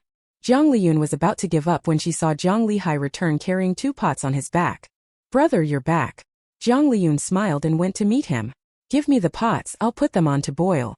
By the way, Liu has a math problem she can't figure out, go help her." Jiang Liyun met Jiang Liyun's smiling face and was overwhelmed by the favor. His younger sister hasn't been this enthusiastic toward him in a long time. So helping carry 2 pots could make his sister treat him a bit better? From now on, whenever he had the chance, he'd definitely help his sister with chores more often. Jiang Liyun thought this as he sat down in front of Jiang Liyu and started explaining the problems to her. Elementary school problems are really too simple. Jiang Liyun glanced at them and had already worked out the answers, confidently explaining them to Jiang Liyu. Jiang Liyu looked at Jiang Liyun in confusion. Jiang Liyun met his little sister's bewildered gaze and felt confused himself. Today Jiang Liyu's teacher had written 5 similar word problems on the blackboard. Jiang Liyu copied them into her notebook to take home and solve. Previously Jiang Liyun had already explained 2 problems to her, but she still couldn't wrap her head around the third. Now Jiang Liyun explained the 3rd problem to her. She still couldn't do the 4th. Jiang Liyun couldn't help asking his parents, "Mom, Dad, how many points does Li usually get on tests?" Liu always gets in the 80s on Chinese tests, and her handwriting is nice too, Wu Xiaochun said proudly. "How about math?" Jiang Liyun asked. Wu Xiaochun said, "Math is also in the 70s, better than next door Feng Xiaoxiao." Feng Xiaoxiao was the youngest daughter born to Feng Old Man after Zhou Qiaoxiao married him. She was 1 year older than Jiang Liyun, but they were in the same grade when they were studying. Jiang Lihai. When he, Jiang Liping and Jiang Liyun were in school, they all scored in the 90s. They often got 100 in math.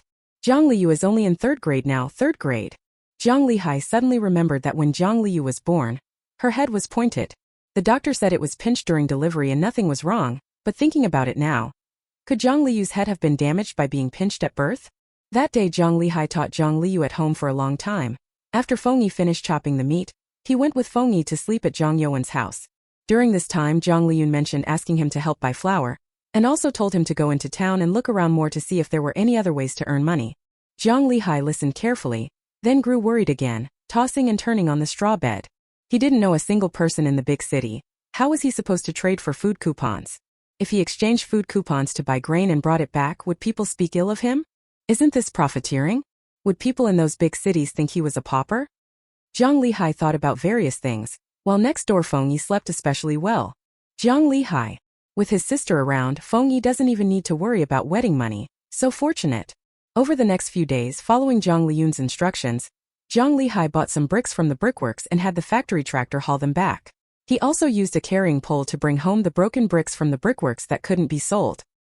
He was exhausted to death and had no time to worry about going to the big city on the boat. When it was finally his turn to go on the boat, he breathed a sigh of relief. He no longer had to carry bricks home.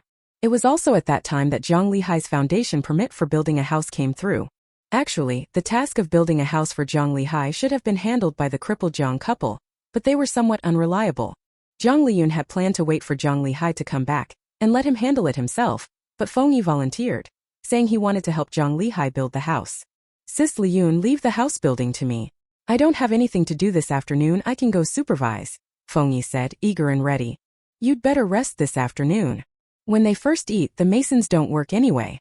I can take a break and go over to supervise around 1 or 2 in the afternoon, perfect timing. Feng Yi really has endless energy. But thinking carefully, at Feng Yi's age, if placed in the modern era, that would be just starting university. People that age can stay up all night and still go to school the next day. Jiang Liyun said. If you're willing, then go help. Letting Feng Yi do things like this is good for him. Whether a boy or a girl, if parents don't let them do anything, in the end they won't be able to do anything. But if you let them go and do it, let them take responsibility, they can gradually grow. Building a house is quite troublesome. Feng Yi can learn a lot from it. When this house is finished, the crippled Jiang and his wife and Jiang Lihai will still owe Feng Yi a favor. I agree, Feng Yi said. He wanted to build Jiang Lihai's house well, so that when it came to his own, he could build an even better one. At that time in the countryside, masons were actually technicians. What they did was snap lines to mark the wall's positions, tell others how to dig the foundation and mix the cement, and handle some of the more difficult tasks during the house building process. Generally speaking, hiring a bricklayer is enough to build a house. Of course, during the house building process you definitely need other people to help. Usually friends and relatives are recruited, and if you can't get friends and relatives, you pay for laborers. In short, building a house at that time wasn't considered difficult, but after 1995 the people here became much more particular about house construction. It was no longer something a single bricklayer could handle. Feng Yi took advantage of his free afternoon to call in a bricklayer, and then they got to work enthusiastically. By then, the crippled Jiang and his wife already thought he was perfect in every way. Even Uncle Jiang Air from next door, who strolled over after dinner, told Jiang Liyun, Lin, your taste is much better than your sister's. Jiang Liyun turned and embellished Uncle Jiang Air's words as she relayed them to Feng Yi. After that, whenever Feng Yi saw Uncle Jiang Air, he smiled and called him Air Shu at every chance, which made Uncle Jiang Air like him more and more. Chapter 29, White Feathered Chicken. The first thing in building a house is to dig the foundation. Once the foundation is done, you only need to build the walls on top of it. At this stage, houses are built very simply and are quite small. Jiang Liyun took some time to go and have a look, then didn't bother with it. After all, Jiang Lihai would probably only live in that house for about 10 years. Rural people really like building houses, and in the years that followed the changes came very quickly. Those in their village who had built houses in the 1980s started tearing them down and rebuilding in the mid to late 1990s. Many families had finally earned some money and spent it all on building houses, but since everyone was doing it, she didn't need to stop them, and besides, their house really wasn't big enough. She just felt a bit sorry for Feng Yi. Besides running the stall, he also had to take care of the house construction, and even had to do much of the work himself, which was pretty tiring. That day, after the pan-fried dumplings had mostly sold out, Jiang Liyun went to the reading room to read the newspapers as usual. She spent about half an hour flipping through all the papers in the reading room before returning to the stall, and then closing up to go home. They arrived home at 10 o'clock. As soon as she got home, Jiang Liyun was already there. At that time in the countryside, many people had no jobs. Uncle Jiang farmed for his whole life. Now his two sons were not only married but had already set up separate households, so he had become idle. With nothing to do, he would walk over to Jiang Liyun's new house every day to check on the progress of construction, and if help was needed, he would lend a hand. Uncle Jiang Liyun greeted Uncle Jiang with a smile. Liyun, have you returned from town? Uncle Jiang asked with a smile. How is business today? Not bad. Jiang Liyun chatted with second Uncle Jiang, while she and Feng Yi unloaded various things from the cart. The honeycomb coal in the stove hadn't finished burning, so Jiang Liyun casually filled a kettle and set it on the stove to boil. At this time, hiring a bricklayer was pretty cheap. A day's wage was only 2.5 kwai, but tea for the bricklayer had to be prepared, and lunch had to be provided. Uncle, have lunch at our place today. Jiang Liyun invited second Uncle Jiang. All right. Uncle Jiang agreed at once. Ever since Jiang Liyun started setting up her stall, the meals at the Jiang families had gotten better and better. Uncle Jiang was eager to eat at the Jiang household. Uncle Jiang went to talk to Jiang the Lame, while Jiang Liyun began cooking. She cooked garlic scallion stir-fried pork slices, braised radish, pickled mustard stems stir-fried with dried tofu, and chives scrambled with eggs. Finally she boiled a pot of water, put in 30 raw dumplings, and when the dumplings were almost cooked she added vegetables, making a pot of vegetable dumpling soup. Dumplings here can be eaten as a dish, and this dumpling soup is absolutely popular.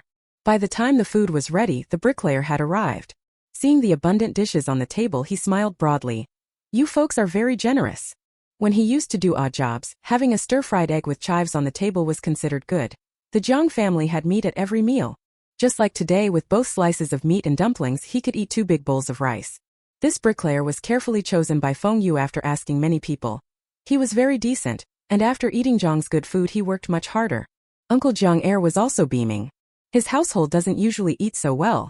Just as they were about to eat, 2 children, a boy and a girl, ran in and went straight up to Uncle Jiang. Grandpa! They were Uncle Jiang's grandson and granddaughter. The older grandson was 6, the little granddaughter 4. These past few days the 2 of them came to the Jiang household at mealtime every day, and then stayed to eat. Jiang Liyun knew the children would come, surely at the instigation of her second aunt, but she didn't mind letting them eat in her home, so she didn't stop them. Everyone ate and chatted, and in the course of the conversation Uncle Jiang began talking about the neighbors, the Fengs. Old man Feng has started raising chickens too. I saw him bring back a lot of chicks and keep them in the main room. The bricklayer said. They keep chickens now? More and more people have started raising chickens recently. Raising chickens can make money. And the new year is coming. Last New Year, chicken prices went through the roof. Uncle Jiang said. That's true. The bricklayer nodded. My boy wants to raise chickens too, but it's hard to buy chicks right now, prices are marked up. You even need connections to get them, Uncle Jiang sighed. Jiang Liyun couldn't help but say, second uncle, if everyone starts raising chickens and they don't sell, the price will definitely fall, and in the end we might lose money. Jiang Liyun remembered that in her previous life, many people in Quoto village lost money because of raising chickens. White-feathered chickens have a short breeding cycle and yield a lot of meat. After being introduced to their country in the 1980s, they were quickly promoted. At first the families here who raised chickens made a lot of money, and when everyone saw that they got jealous and all started raising them. Then around the end of this year, because they had raised too many chickens, the price of chicken meat crashed and it couldn't be sold. At that time people were very hungry for meat. Actually, for the whole larger market, such a small number of chickens could easily be consumed. But the key was, the logistics were failing. Here they raised chickens, ducks, and even pigs basically to supply the town, at most the county seat. Generally they wouldn't transport them far to sell, and the common people didn't have the channels to do so.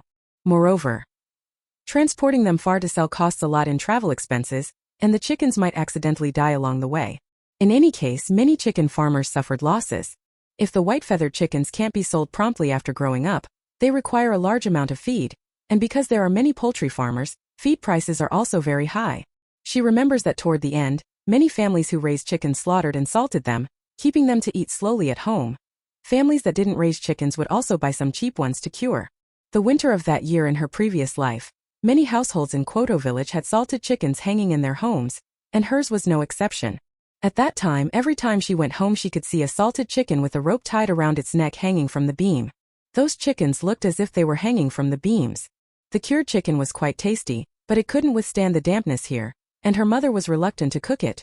By the time they ate it later, the chicken's flavor had changed. But they couldn't find anything wrong with it either. Jiang Liyun remembered that in her past life her second uncle's family raised dozens of chickens, while the neighboring Feng family did not keep any. So now Uncle Jiang hasn't started raising chickens yet, but the neighboring Feng family started first? Everyone loves chicken. It shouldn't be hard to sell, right? Uncle Jiang said. Jiang Liyun said. Even if everyone loves to eat it, they can't eat that much, and besides the prices of chicks and feed have risen. Raising chickens isn't profitable. In the countryside, whatever can make money, raising something or planting something, people will all rush to raise or plant it en masse. That way, supply will exceed demand and prices will plummet, and farmers and growers will lose money. Such things really were commonplace. Jiang Liyun remembered that throughout the entire 1990s, her parents were trapped in that cycle. Every time they heard pork prices had risen, crippled Jiang would go buy piglets to raise, and others did the same. Then by the time their pigs were grown, pork prices had fallen. Jiang Liyun had warned them, but they would do something similar next time. For example, when broccoli first reached them, some people made quite a bit of money planting it, so everyone went to plant it. Lame Jiang ended up planting his family's private plot full of broccoli. In the end, of course, it couldn't be sold. Jiang Lihai was eating so much broccoli his face almost turned green, and his former eldest sister-in-law scolded Lame Jiang for a long time. Ordinary folks really do follow the crowd. Uncle Jiang Heir is actually unwilling to listen to other people's opinions, especially those of his juniors. But Jiang Liyun made a lot of money from her stall. She was capable. He began to ponder whether to raise chickens. Jiang Liyun said a few words to second Uncle Jiang, then said no more. What needs to be heard will be heard. Those unwilling to listen won't, no matter how many times she speaks. As for the Feng family next door, Jiang Liyun glanced over and suspected the Fens had started raising chickens because she and Feng Yi had provoked them. She and Feng Yi ran a stall in town and could make just over 20 yuan a day. Of course she didn't tell outsiders that. She only said she made a little over 10 yuan a day. 10 yuan was already a lot. Quite a few people in the village envied her, and some even wanted to learn how to make pan-fried dumplings from her. The Feng family was of course envious as well. After Feng Yi left the brick kiln, although Feng Lauda, the second Feng, went to the kiln, the money he brought home was much less than what Feng Yi used to, and on top of that Feng Lauda's and Zhou Chaoxia's son hadn't married yet, so future expenses would be large. Old man Feng and Zhou Chaoxia were clearly hoping to make a profit from raising chickens. But unfortunately, raising chickens at this time wouldn't make money. It would only lose money. However, Jiang Liyun wouldn't point that out, and since the chicks had already been bought, if she did blurt it out she would just be seen as jealous. Wait! Jiang Liyun suddenly thought of something. Around the end of the year the price of chicken here would crash. Could she make money from that? Many people in their commune raised chickens. At the town's morning market back then, dozens of people set up stalls to sell chickens every day, and the prices were very low. But it was only like that here. If these chickens could be taken to a big city to sell, they would certainly sell. In fact, later on someone started buying white-feathered chickens cheaply, and taking them to the provincial capital to sell. If others can do it, then of course she can too. In her previous life that person bought live chickens to sell. Because transportation costs were relatively high, the profit wasn't much. So could she slaughter and process the chickens first and then take them to the big city to sell? Marinated chicken doesn't always taste good, but people at times like this aren't picky. Of course she needs to think in advance about the specific steps. She might not be able to get this done. She doesn't have much capital. She has no education and no connections, and doesn't know how to make big money in this era. But if she puts in the effort to explore, making a little money in this age is still quite easy. Jiang Liyun had something on her mind, so she ate a little more slowly. Feng Yi noticed this and worried that others would eat all the dishes and Jiang Liyun would have nothing left, picked out the good food and served it to Jiang Liyun. Before long, a few slices of meat and 2 dumplings appeared in Jiang Liyun's bowl. She immediately came to her senses and said to Feng Yi, "You eat too, don't just fuss over me." Only then did Feng Yi obediently eat. After finishing the meal, Jiang Liyun went to the doorway and used the hot water boiling on the coal stove to wash her face and hands. She had been busy since morning for 7 hours. She needed to quickly wash up and then take a nap. After washing, Jiang Liyun carried the basin and poured the now cold water into the vegetable plot by the door. It was at that moment she ran into old man Feng, who was pulling a cart of feed, and Zhou Chaoxia. Zhou Chaoxia glanced at Jiang Liyun sideways and said to old man Feng, "Old Feng, it was really hard for you to go set up the stall in town every morning before. From now on we'll just raise chickens and stop setting up stalls and having to deal with people's attitudes." After speaking, she looked at Jiang Liyun. "Liyun, your family only makes about 10 yuan or so a day from going out to set up the stall. When you divide it per person it's not much. Why don't you raise chickens too? Although it's hard to buy chicks right now, You might not be able to get any. Zhou Xiaoxiao was a bit smug. After all, they had used their connections to get so many chicks. Raising chickens isn't easy, but it's better than working from dawn till dusk at a stall, and the key is it earns more. Jiang Liyun must be very envious right now. Jiang Liyun. Judging by Zhou Xiaoxiao's expression, is she deliberately showing off in front of her? But she wasn't envious at all. The Feng family reportedly bought over 200 chicks. In the end, they'll probably lose 300 to 400 yuan. Jiang Liyun went back inside to take an afternoon nap, and over at the brick and tile factory, the boat that ships bricks to the big city finally returned. Jiang Lihai stood in the towboat and saw the brick and tile factory from afar. His feelings very complicated. Although this trip out lasted only a short 5 days, he truly experienced a lot. His mindset now was completely different from before he left. The big city was really prosperous. After talking with people there, he learned that in the factories of the big city, an ordinary female worker could earn over 300 in a month. He also learned that some employees at foreign companies earned over 1,000 yuan a month. The people there dressed smartly and looked like they lived in a different world from him. They really did look down on him and didn't take him very seriously.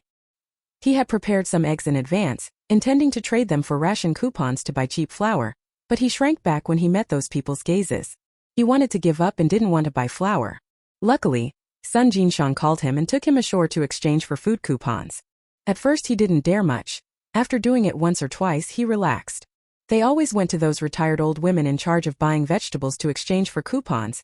Those women had food coupons, were relatively idle, and were willing to take them to buy grain. Some of those old women had good tempers, but others kept calling people outsiders, looking down on them. Jiang Lihai was very angry, but he realized these people actually didn't know him. No matter how much he embarrassed himself here, people back home wouldn't know. In the end, he still thickened his skin and began speculating and profiteering. In the end, he bought 100 jin of flour and 200 jin of rice. He also followed Sun Jinshan and bought a big pile of cheap scraps, the miscellaneous cuts of meat from pigs. He didn't buy anything else. They stayed in the big city for too short a time, and he didn't have time to buy more things. Finally back, Sun Jinshan washed his hair, put on clean new clothes and sighed a little. Jiang Lihai also changed into clean clothes but did not speak. A slightly different emotion suddenly arose in his heart. He's about to get married and will have children in the future. If he doesn't earn a bit more money, when his son goes to the city in the future, will he also be looked down on? When he's in the city, there are some shops he simply doesn't dare to enter. Will his child also be too afraid to go in someday? He doesn't want that. When members of the transport team return from a trip, they are allowed to rest for a day. Jiang Lihai borrowed a carrying pole and, shouldering the grain he had bought in the city, walked home. He had calculated that the rice he bought was at a relatively low price. Selling it here would earn him 5 cents per jin, which is 5 yuan for 100 jin and 10 yuan for 200 jin. Because food coupons have to be exchanged for eggs, which also incurs some cost, the real net result is that if he sold 200 jin of rice, he would make about 7 yuan. 7 yuan a trip. He could make 20 to 30 a month. A couple of years ago, Zhang Liping worked as a maid. Because room and board were provided, they only paid her a wage of 20 or 30 yuan a month. When Jiang Lihai returned home, he passed by the plot of land in the village that had been allocated to him. Then he saw that construction had already started. The foundation had been dug and Feng Yi was laying bricks up from the foundation, while Uncle Jiang was handing bricks to Feng Yi. Jiang Lihai was taken aback, and his eyes suddenly felt a little hot. Feng Yi truly lived up to being his good brother. He was even helping him build the house. And his second uncle.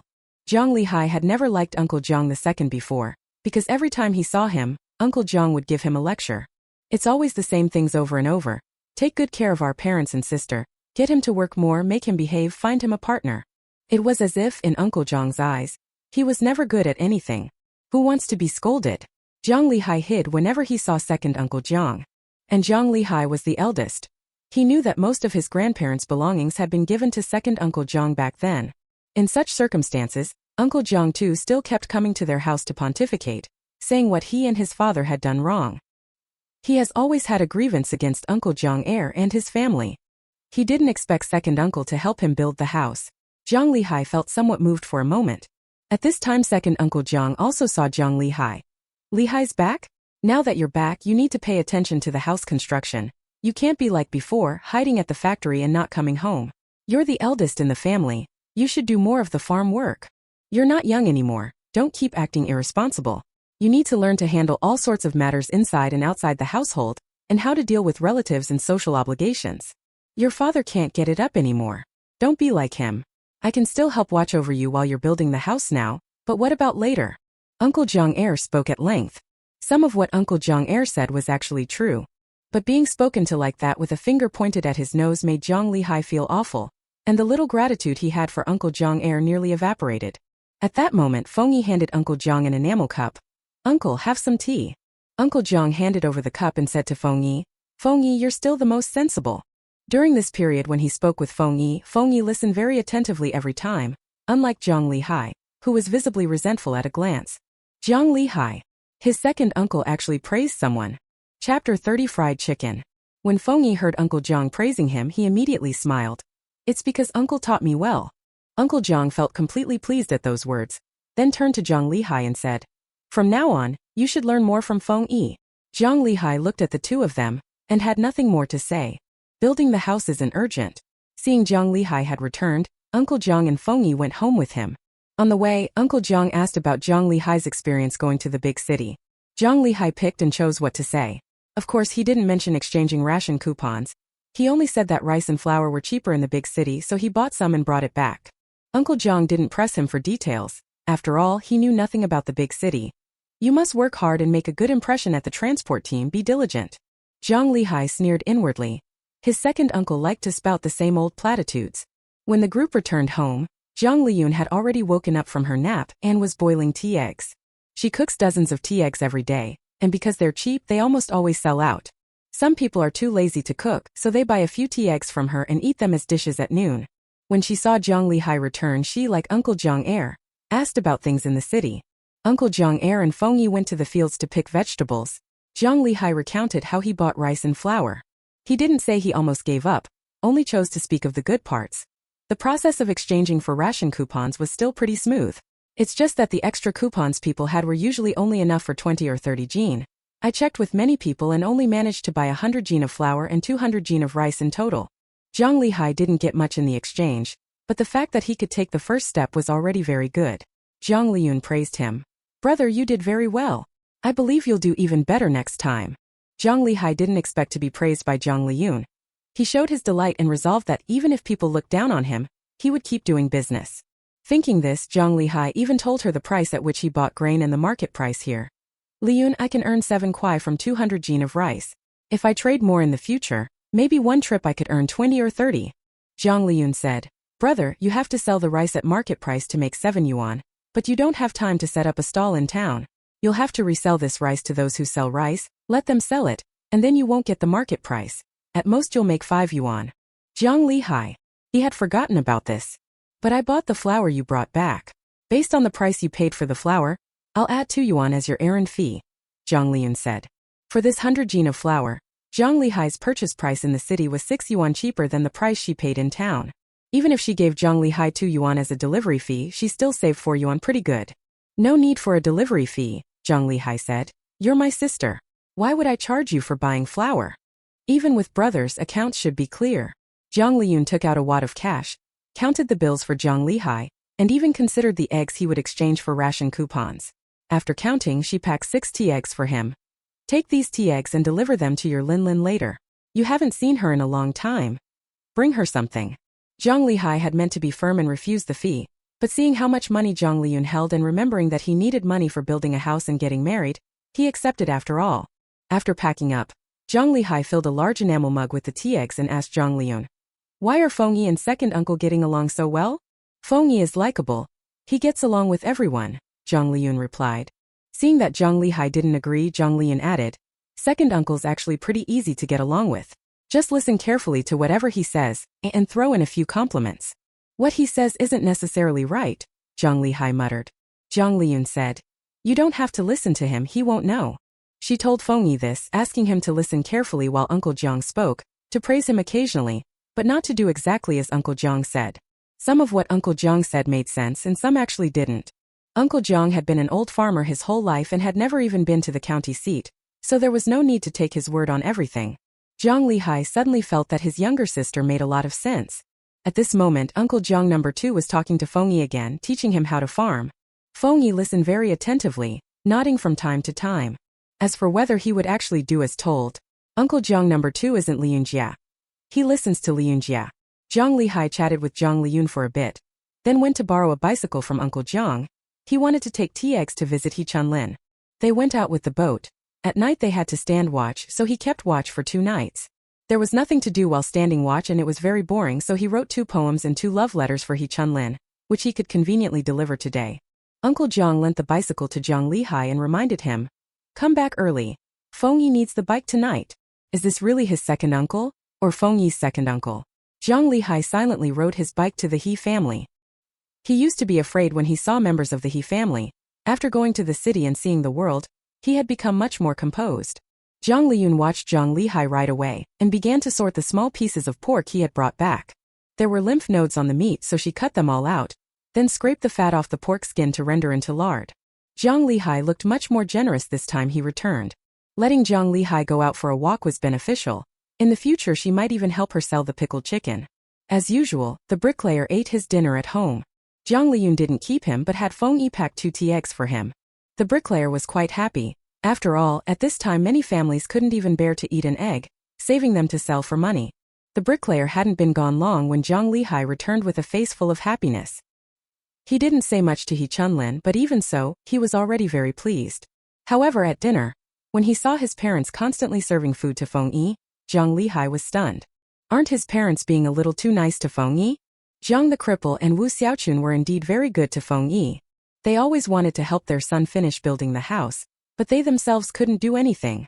These days Uncle Jiang said he came to help, but the work he did and the things he handled were far inferior to Feng Yi's. They had already seen clearly that finishing the house smoothly depended on Feng Yi. Since that was the case, they would certainly be nicer to Feng Yi. Jiang the lame used to never serve others food, but now he was mimicking Jiang Liyun and serving food to Feng Yi. Jiang Liyun was pleased to see this, but Jiang Liyun inexplicably felt threatened. He should go home more often from now on, otherwise Feng Yi would end up being more like his parents' son than he was. After dinner Jiang Liyun went to his new house, while Feng Yi went to buy pork. Jiang Liyun did the math, took out 200 yuan and returned it to the lame couple. "Mom, Dad, this is the money I borrowed from you before. I'm giving it back now. You don't have to pay me back, you used to work and sent a lot of money home," Wu Xiaochun said. "Money still has to be paid back. As for sending money home, Mom and Dad, I won't be sending money home anymore, but I will buy groceries and get you some better food," Jiang Liyun asked. "Is that okay?" "Of course," Wu Xiaochun agreed at once. "Liyun, you don't have to cook meat dishes every day. There's no need to eat so well. If you eat better you won't get sick. How great is that?" Jiang Liyun said. "You used to be unhealthy because you ate so poorly." Wu Xiaochun's health has indeed been very good recently. Jiang Liyun felt this was the result of multiple factors. Their household has been eating well lately, with nutrition guaranteed. Wu Xiaochun goes with them to the town every day to set up a stall, and she also gets exercise of the right intensity. There's also the psychological factor. Wu Xiaochun is actually someone who likes to think a lot. She used to spend all day alone at home brooding and worrying, so her health naturally suffered. This period has been different. Recently Wu Xiaochun has been doing exactly as they instruct, with no time to overthink, and her health has improved. So that's how it is. Then they should eat better. Jiang the cripple spoke rare words. Jiang Liyun said, "Then it's settled. From now on I won't contribute household expenses. I'll just buy the groceries for the family." She would definitely earn more and more in the future, so contributing household expenses would put her at a loss. As for buying groceries, now that she was already making money she didn't mind letting her parents eat better. The next day Jiang Liyun rested. Jiang Liyun was very excited about his new house. That morning he went to the building site early and stayed there the whole day. He didn't rest at noon and helped with a lot of work, so by the time he returned to the brick and tile factory to work on the 3rd day his whole body was sore. It was November 15th. Jiang Liyun was reborn on October 15th. A month has passed since that day, and she has been selling pan-fried dumplings for 20 days. Time really flies. What made Jiang Liyun happiest was that she had fully recouped the capital she used to set up her stall. She bought quite a few things before setting up, spending about 400 yuan in total. Now that money has all been earned back, anything she makes from now on will be pure profit. Once she had enough profit she wanted to buy new clothes for Feng Yi, buy a tricycle, and save some money as capital for doing business in the future. She also wanted to save up to buy a house. There were really so many things that required money. That morning, after the dumplings were mostly sold, Jiang Liyun went as usual to the reading room to read the newspapers. She skimmed through a lot of news in the newspapers, and besides that, Jiang Liyun's gaze lingered on a particular sheet of paper. The article said that a restaurant called KFC had opened in Beijing on November 12th, and business was exceptionally booming. Jiang Liyun knew from her previous life that when KFC first came to China its business was especially good, with countless people lining up to buy fried chicken. But in her previous life she didn't remember when KFC opened, so it opened at this time? This was actually just an ordinary news item, but lately Jiang Liyun had been pondering the white-feathered chickens flooding Quoto village. Speaking of fried chicken, she knew how to make it. Her fried chicken won't taste as good as KFC's. In her previous life after going online she saw people teaching how to make fried chicken and, on a whim, followed along and learned. When she was young and undernourished she liked fried foods, thought the fried chicken she made was very tasty, and afterward would make it from time to time. So, should she try making fried chicken to sell? Fried chicken isn't cheap to make, so it would definitely sell at a high price. There probably aren't many people in town willing to spend the money, but it would definitely be very profitable. She could start by selling a small amount to test the situation. If business is good, she can sell more. In any case, she needs to try to save up a sum of money by the end of the year. Chapter 31 Buying Clothes. Although Jiang Liyun thought of selling fried chicken, she wasn't in a hurry. Selling fried chicken, like selling pan-fried dumplings, also requires preparatory work. Also, she could set up a stall to sell pan-fried dumplings, but for fried chicken it would be best to rent a house in town. Jiang Liyun was pondering the fried chicken business as she returned to the pan-fried dumpling stall, and found Feng Yi gone, while a regular dumpling customer was chatting with Wu Xiaochun. Wu Xiaochun was introverted. She wouldn't speak to others unless spoken to, but if someone addressed her she would certainly answer. Right now the man was asking her questions, and she was racking her brains to reply. Seeing Jiang Liyun, Wu Xiaochun breathed a sigh of relief. My daughter is back. If you have questions, ask her. Hello, is something the matter? Jiang Liyun asked with a smile. Nothing much, I just wanted to ask where you bought that pot. The man asked. Jiang Liyun said. Someone brought it to me from the city. I don't know where he bought it. I see. The man felt a little disappointed, exchanged a few simple words with Jiang Liyun, and then hurriedly left. After he left, Jiang Liyun asked Wu Xiaochun. Mom, what did that man ask you? Wu Xiaochun said. He just asked where we buy our pork and things like that. When Jiang Liyun heard that, she knew the man must be planning to copy them and join the trend of selling fried dumplings. In fact, after she set up the fried dumpling stall, many people wanted to imitate her. In the 60s and 70s, China experienced a baby boom.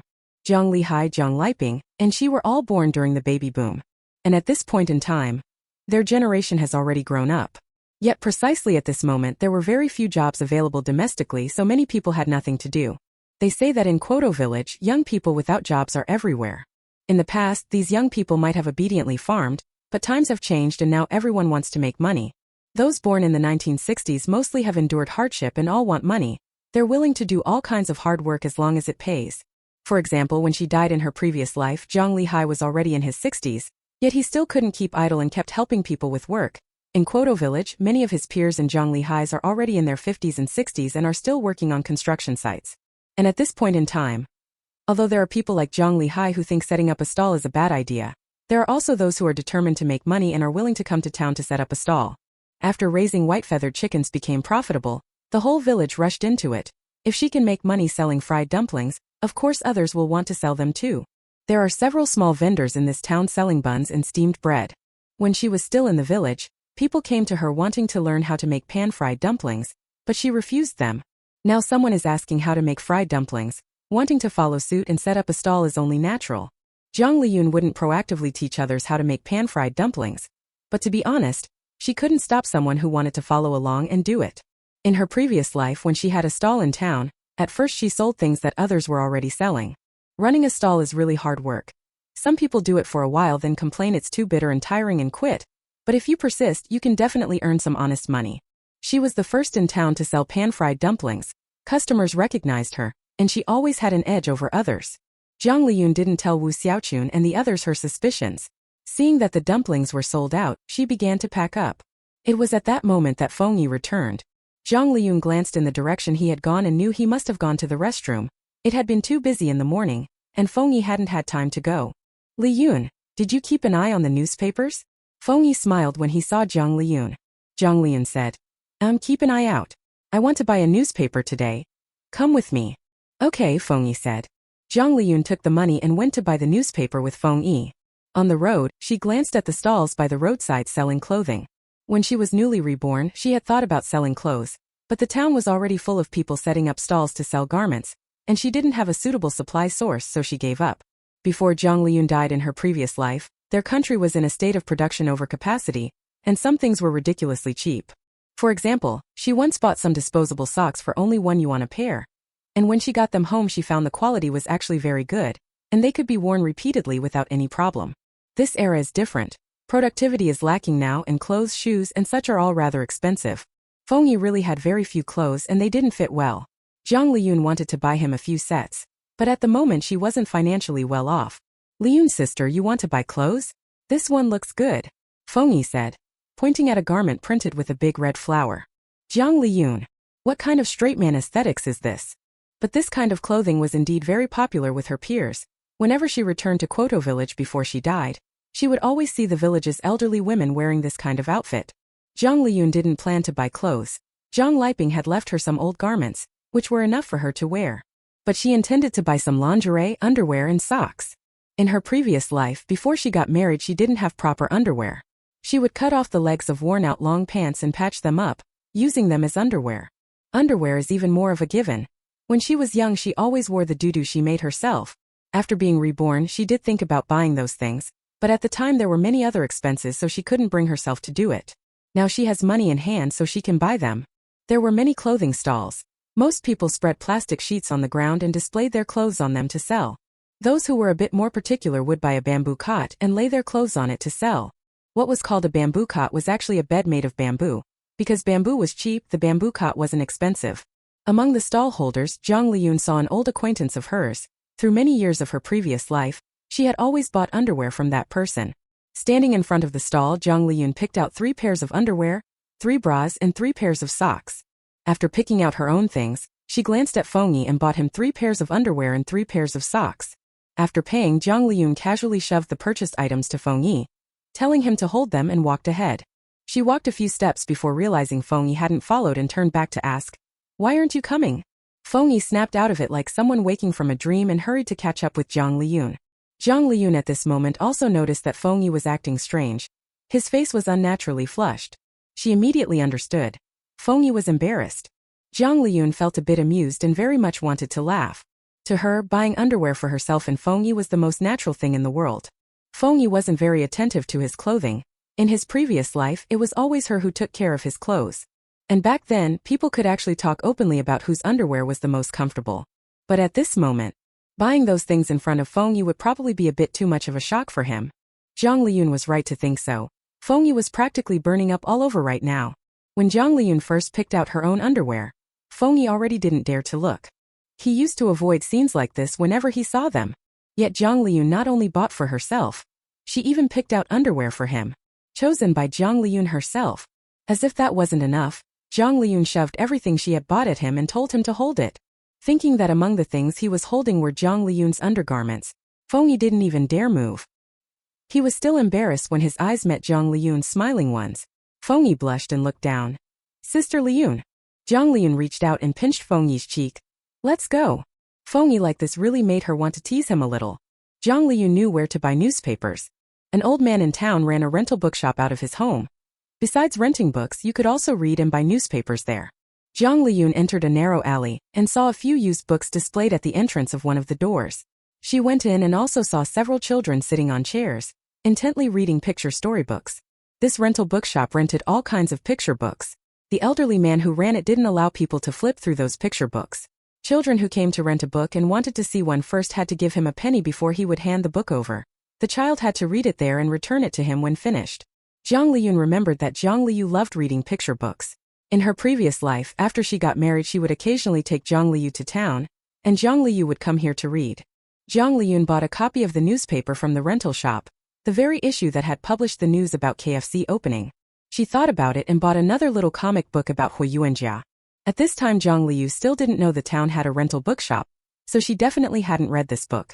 After buying it, Jiang Liyun, as usual, handed the items to Feng Yi to hold. Feng Yi was still in a dazed state. He took the things but didn't move, staring fixedly at Jiang Liyun. Jiang Liyun smiled and led him back. On the way home, Feng Yi remained very quiet. Wu Xiaoqun was a little worried and asked Jiang Liyun, "Did you have a fight with Feng Yi?" Jiang Liyun couldn't help laughing. "I didn't fight with him." After laughing, Jiang Liyun also asked Feng Yi, "Feng Yi, did I argue with you?" Feng Yi turned his head and hurriedly said, No, we didn't argue." Wu Xiaoqun didn't quite believe it, and Feng Yi head bowed reiterated. We didn't argue. Liyunjie is great, really great. Sister Liyun actually bought him underwear. Sister Liyun even had him help carry her intimate clothing. Feng Yi wanted a house even more than before. With a house they could get married. He wanted to get married very, very much. Feng Yi didn't look angry. He looked more like a shy little bride. Wu Xiaochun fell silent. When they arrived home, Jiang Liyun was washing vegetables. Today is Sunday, and Jiang Liyun has the day off. When they went to set up the stall, Jiang Liyun hadn't woken up yet, so they didn't take her along. Jiang Liyun didn't say she wanted to go either. Jiang Liyun thought maybe Wu Xiaochun had privately told Jiang Liyun not to go to town. Wu Xiaochun was always worried that Jiang Liyun going to town would distract her. Sister. Seeing Jiang Liyun smiled and came forward. Xiaoyu, I bought a comic book for you. Jiang Liyun handed the little comic book to Jiang Liyun. Thank you, sis. Jiang Liyun was overjoyed. She didn't have any extracurricular books, nor did any of her close friends. Next door, Feng Xiaoxiao did have a comic book, given to her by her brother, but Feng Xiaoxiao wouldn't let them read it. Now she also had a comic book. How wonderful. Jiang Liyun couldn't wait to start reading. Jiang Liyun tidied up briefly and then started cooking. While cooking, she also told Feng Yi to go buy a white feathered chicken. They would eat chicken that evening. She planned to try making fried chicken tonight. Chicken again. Wu Xiaochun wanted to stop. Mom, I want to eat it, Jiang Liyun said. The money was earned by Jiang Liyun. If she wanted to eat chicken, Wu Xiaochun couldn't stop her. He opened his mouth but didn't say anything. At noon today, Jiang Liyun made stir-fried tofu puffs with shredded radish, minced meat omelette, and dried tofu stir-fried with artemisia. She also made a soup that contained tofu puff stuffed with minced meat, baby bok choy, water bamboo shoots, and dumplings. The steaming hot meal was ready. Uncle Jiang Er and the bricklayer returned, and Uncle Jiang Er's grandchildren also arrived at their house on time. After everyone ate, Jiang Liyun washed the undergarments she had bought and hung them up to dry. When Wu Xiaochun saw them, he turned pale and had her hang them inside the room. You can't hang these outside, Jiang Liyun said. Clothes don't dry easily in the airing room. The south is humid to begin with.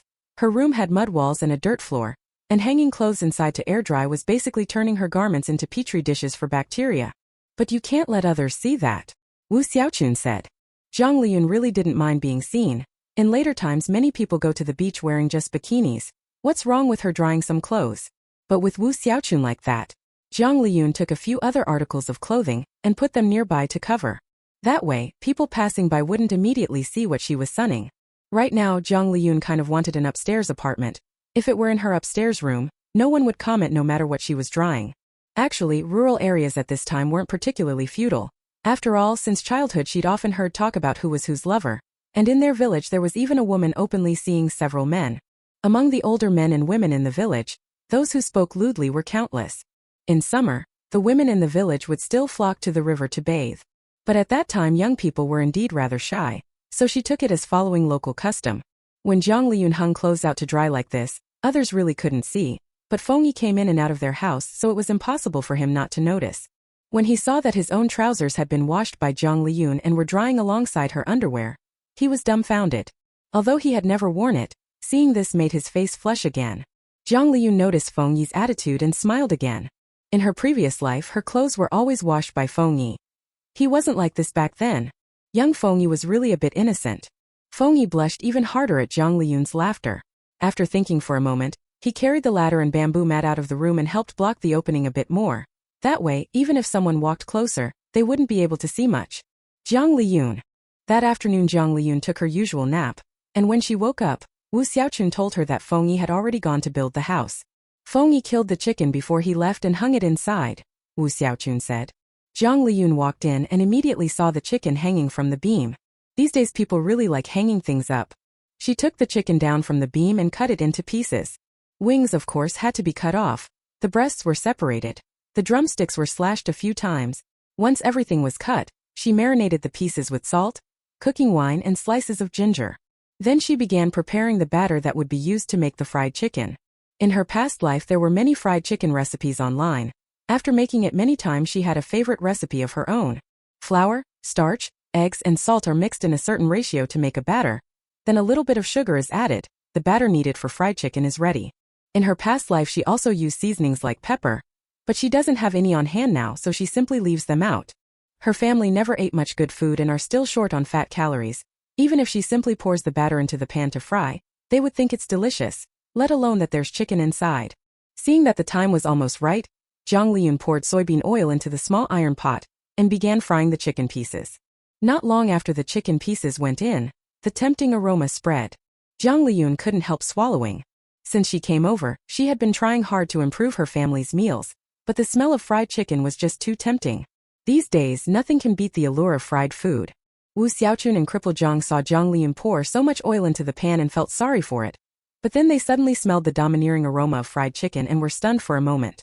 They seldom ate fried foods and could be happy for half a day over a fried dough stick. But now Jiang Liyun was frying chicken. Wu Xiaochun and crippled Jiang have eaten a lot of good things recently. They previously thought pan-fried dumplings were the most delicious thing they'd ever eaten, but now, they hadn't even eaten this fried chicken yet, and they could already imagine how delicious it would be. Sis, what is this?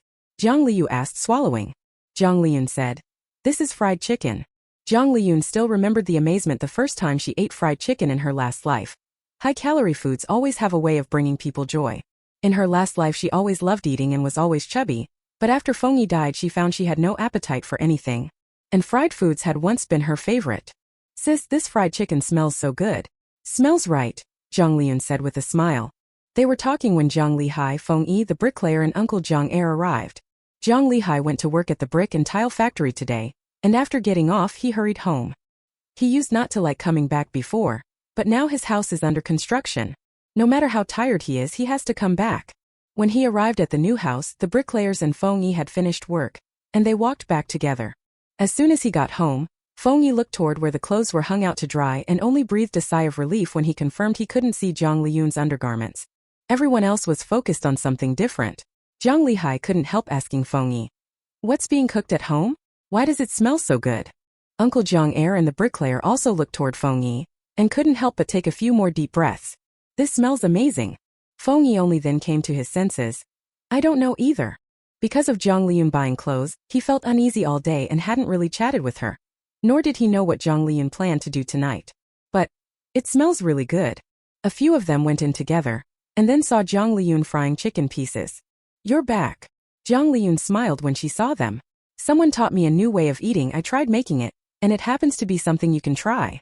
After speaking, Jiang Liyun gave a piece of fried chicken to the bricklayer, and 2 pieces to Uncle Jiang. How can we accept this? The bricklayer and Uncle Jiang tried to decline. Something that uses so much oil mustn't be cheap, right? There's nothing to be embarrassed about, you both try some. Jiang Liyun said. Only then did the 2 accept, and they both made their excuses to leave. The bricklayer walked home holding the fried chicken, planning to give it to his children to eat.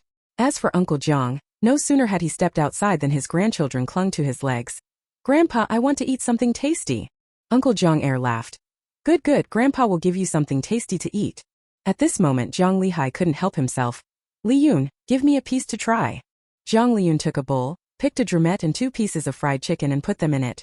Brother, this is your share. Once you finish it there won't be any left. Jiang Lihai took the bowl, picked the smallest piece of fried chicken from it and put it in his mouth. After one bite he said, this is too delicious. In my life, I've never eaten anything this good. Saying that, he ate that piece of fried chicken cleanly.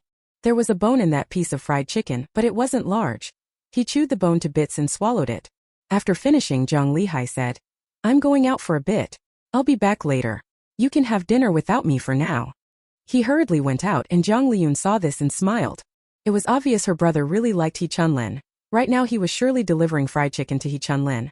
After Jiang Liyun gave Jiang Lihai his share of the fried chicken, she gave Jiang Liyu a fried chicken drumstick and 2 wingtips. Jiang Liyu had always liked wingtips. She gave the remaining fried drumstick to Feng Yi, and also gave Feng Yi a middle wing. As for herself, she had a drumet, a mid-wing and an extra piece of chicken. There was still a lot of chicken left. She split some between Jiang Quasi and Wu Xiaochun, and set aside a fried chicken neck for Jiang Lihai. Liyun sister, you take the drumstick. Feng Yi wanted to give the drumstick to Jiang Liyun. Jiang Liyun said, I like drumets, they're smaller and more flavorful. Hearing Jiang Liyun say that, Feng Yi finally didn't insist, and after he took a bite of the fried chicken leg, Feng Yi couldn't help but say something similar to what Jiang Lihai had said. This is the best thing I've ever eaten in my life. You said the same thing when I gave you dumplings before, Jiang Liyun said with a smile. Feng Yi said, this is all the most delicious. Liyun sister, the things you make are the best in the world. Chapter 32 Competitor. When Feng Yi was a child, he had never eaten a chicken drumstick. Although the Feng family lived reasonably well, they could only kill a chicken on New Year or other festivals. When they occasionally slaughtered one, with so many people in the Feng family, drumsticks were never his. He never even got any chicken. At first, when Madame Feng's housekeeper was in charge, he would even be given a chicken head to eat. Later, when Zhou Qiaoxia became the housekeeper, Zhou Qiaoxia didn't even give him a chicken head. The first time he ate a chicken leg was only a month ago, when Jiang Liyun brought a chicken leg to the brick and tile factory to see him. Then it got out of hand. During this period when their family slaughtered chickens, the chicken legs were basically just for him and Jiang Liyun. According to Jiang Liyun, because they were the youngest, the chicken legs were given to them. Now Jiang Liyun was making fried chicken, and he also got a fried chicken drumstick. Feng Yi had a feeling that someone was thinking of and caring for him. He really felt so happy right now. Jiang Liyun was really too good to him. Feng Yi ate happily, and so did the others. Jiang the lame bit into the fried chicken, reluctant to swallow. He who usually said little couldn't help but praise. This fried chicken is really tasty. Wu Xiaochun also ate his fried chicken with unusual care, and couldn't help but feel concerned. Frying this chicken must take so much oil. Jiang Liyu didn't think so much. She looked at Jiang Liyun, her eyes sparkling. Second sister, it's really great that you started the stall. She's been eating especially well lately. Jiang Liyun smiled and patted Jiang Liyu's head. After tasting the fried chicken, the whole family lifted the pot lid to serve rice, then ate the fried chicken with rice. Only eating fried chicken doesn't fill you up. There still has to be rice. With such fragrant fried chicken, they could eat an extra bowl of rice. The Jiang family ate especially happily. Next door at Uncle Jiang Er's house, his grandchildren were also eating happily. Jiang Liyun gave Uncle Jiang 2 not very large pieces of fried chicken, which he divided between his grandson and granddaughter. The 2 children ate while exclaiming how delicious it was, and Uncle Jiang watched, feeling unbearably tempted. He wanted some too, but he couldn't bring himself to snatch food away from the 2 children. Your brother is really stingy, just 2 pieces. How is that enough to eat? There are bones in them too, not much meat at all, Aunt Jiang grumbled. Uncle Jiang said. There was only 1 chicken in total, their household has so many people. Li Hai still had to give some to his girlfriend. How much do you expect them to give us? Earlier Li Hai came to borrow a bicycle, holding an enamel mug. Obviously he was taking fried chicken over to his girlfriend. Aunt Jiang said. You work for them every day, what's wrong with eating an extra 2 pieces? I already had lunch at their place at noon, and I took the 2 kids with me. Uncle Jiang sounded a bit displeased. You don't even watch the 2 kids. They run next door as soon as it's mealtime every day. How embarrassing. At that moment, Uncle Jiang's grandson said, Grandma told us to go. Uncle Jiang was instantly annoyed. Why do you always think about taking advantage of others? Aunt Jiang said, you work for people every day and they keep borrowing this and that from us. What's wrong with letting the 2 kids go to their place for a meal? Uncle Jiang Er thought Aunt Jiang Er was too petty, but Aunt Jiang Er felt it was the neighboring lame Jiang family's habit of taking advantage of theirs all the time. There was a small quarrel at Uncle Jiang Er's home, and on the other side, Jiang Lihai had already brought fried chicken to the He family. The fried chicken was really delicious. On the way, Jiang Lihai several times wanted to stop and eat it himself, then turn around and go home. Anyway, He Chunlin wouldn't know. But after much hesitation, he didn't do that. Instead, he went to the He family. The He family had just finished dinner and were clearing the table. Jiang Lihai parked the car at the door and said to his father, Uncle, is Chunlin home? I'd like to speak with her for a few words. After Jiang Lihai showed up last time with a bunch of gifts, his relationship with He Chunlin became public. Living in the same commune, the He family was also somewhat aware of the Jiang family's situation. His father knew the Jiang family had already begun building a house, and his attitude toward Jiang Lihai improved a lot. Before, they didn't want Jiang Lihai to date He Chunlin, which is why they treated Jiang Lihai unpleasantly, but now that Jiang Lihai and He Chunlin have already decided to get married, of course they wanted their son-in-law to get along well with everyone. Mr. He invited Jiang Lihai in for tea, and began calling for He Chunlin again. He Chunlin came out quickly. Jiang Lihai naturally didn't have tea at the He family. He took He Chunlin for a walk in the nearby fields and while he was at it, gave the fried chicken to He Chunlin. Chunlin, my sister made something tasty, I brought some for you to try. The fried chicken was a bit cool but still crispy. He Chunlin bit into a drumette and immediately said, What is this? It's so delicious. This is fried chicken, Jiang Lihai said. This fried chicken is really good. Seeing there was another piece of chicken, He Chunlin said to Jiang Lihai, Lihai, do you eat too? Jiang Lihai really wanted to eat it, but coming all the way here and only giving He Chunlin a chicken drumette seemed too stingy. He finally forced himself to refuse. I've already eaten. This is for you. He Chunlin made a sound of and started eating that piece of chicken again. Jiang Liyun looked at her and suddenly thought of his sister making promises to Feng Yi this and that. Jiang Liyun said, "Lin, if you marry me, you'll be able to eat fried chicken every few days." He Chuanlin's eyes brightened. At first she liked Jiang Liyun because Jiang Liyun was good-looking. Later she was determined to marry Jiang Liyun because he was educated, different from the other men in the village. She thought it didn't matter if Jiang Liyun was a little poor, as long as he liked her. But at that time she wasn't actually eager to marry Jiang Liyun. It wasn't until this moment that she couldn't wait to become his wife. Realizing this, He Chunlin fell silent. Could it be that, to her, fried chicken was more important than the love poem that embodied Jiang Liyun's feelings? Jiang Liyun didn't chat with He Chunlin for long. After she finished eating, he hurried home on his bicycle. Feng Yi still had to ride that cart to buy meat. He couldn't delay his sister's business. By the time Jiang Liyun got home, Jiang Liyun and the others had already finished dinner. When he sat down at the table, Jiang Liyun realized his family had saved some fried chicken necks for him. His family was still thinking of him. Jiang Liyun was deeply moved and ate 2 bowls of rice in one sitting. That night, as usual, Jiang Liyun went to sleep at Jiang Yuan's house with Feng Yi. Recently, his relationship with Feng Yi had improved again, and they talked more. He didn't feel like sleeping, so he began telling Feng Yi about his romance with He Chunlin. Lin really likes me. I only brought her 2 pieces of fried chicken in total, and she insisted on giving me one of them. Feng Yi actually had a lot he wanted to tell others, wanting people to know how good Jiang Liyun had been to him. Hearing Jiang Liyun say that now, he definitely wasn't sleepy. Sister Liyun insisted I eat the fried chicken drumstick. She wouldn't eat it herself, she saved it for me. Jiang Liyun paused and said, "Before, Lin's parents wanted her to marry someone else, but Lin refused no matter what.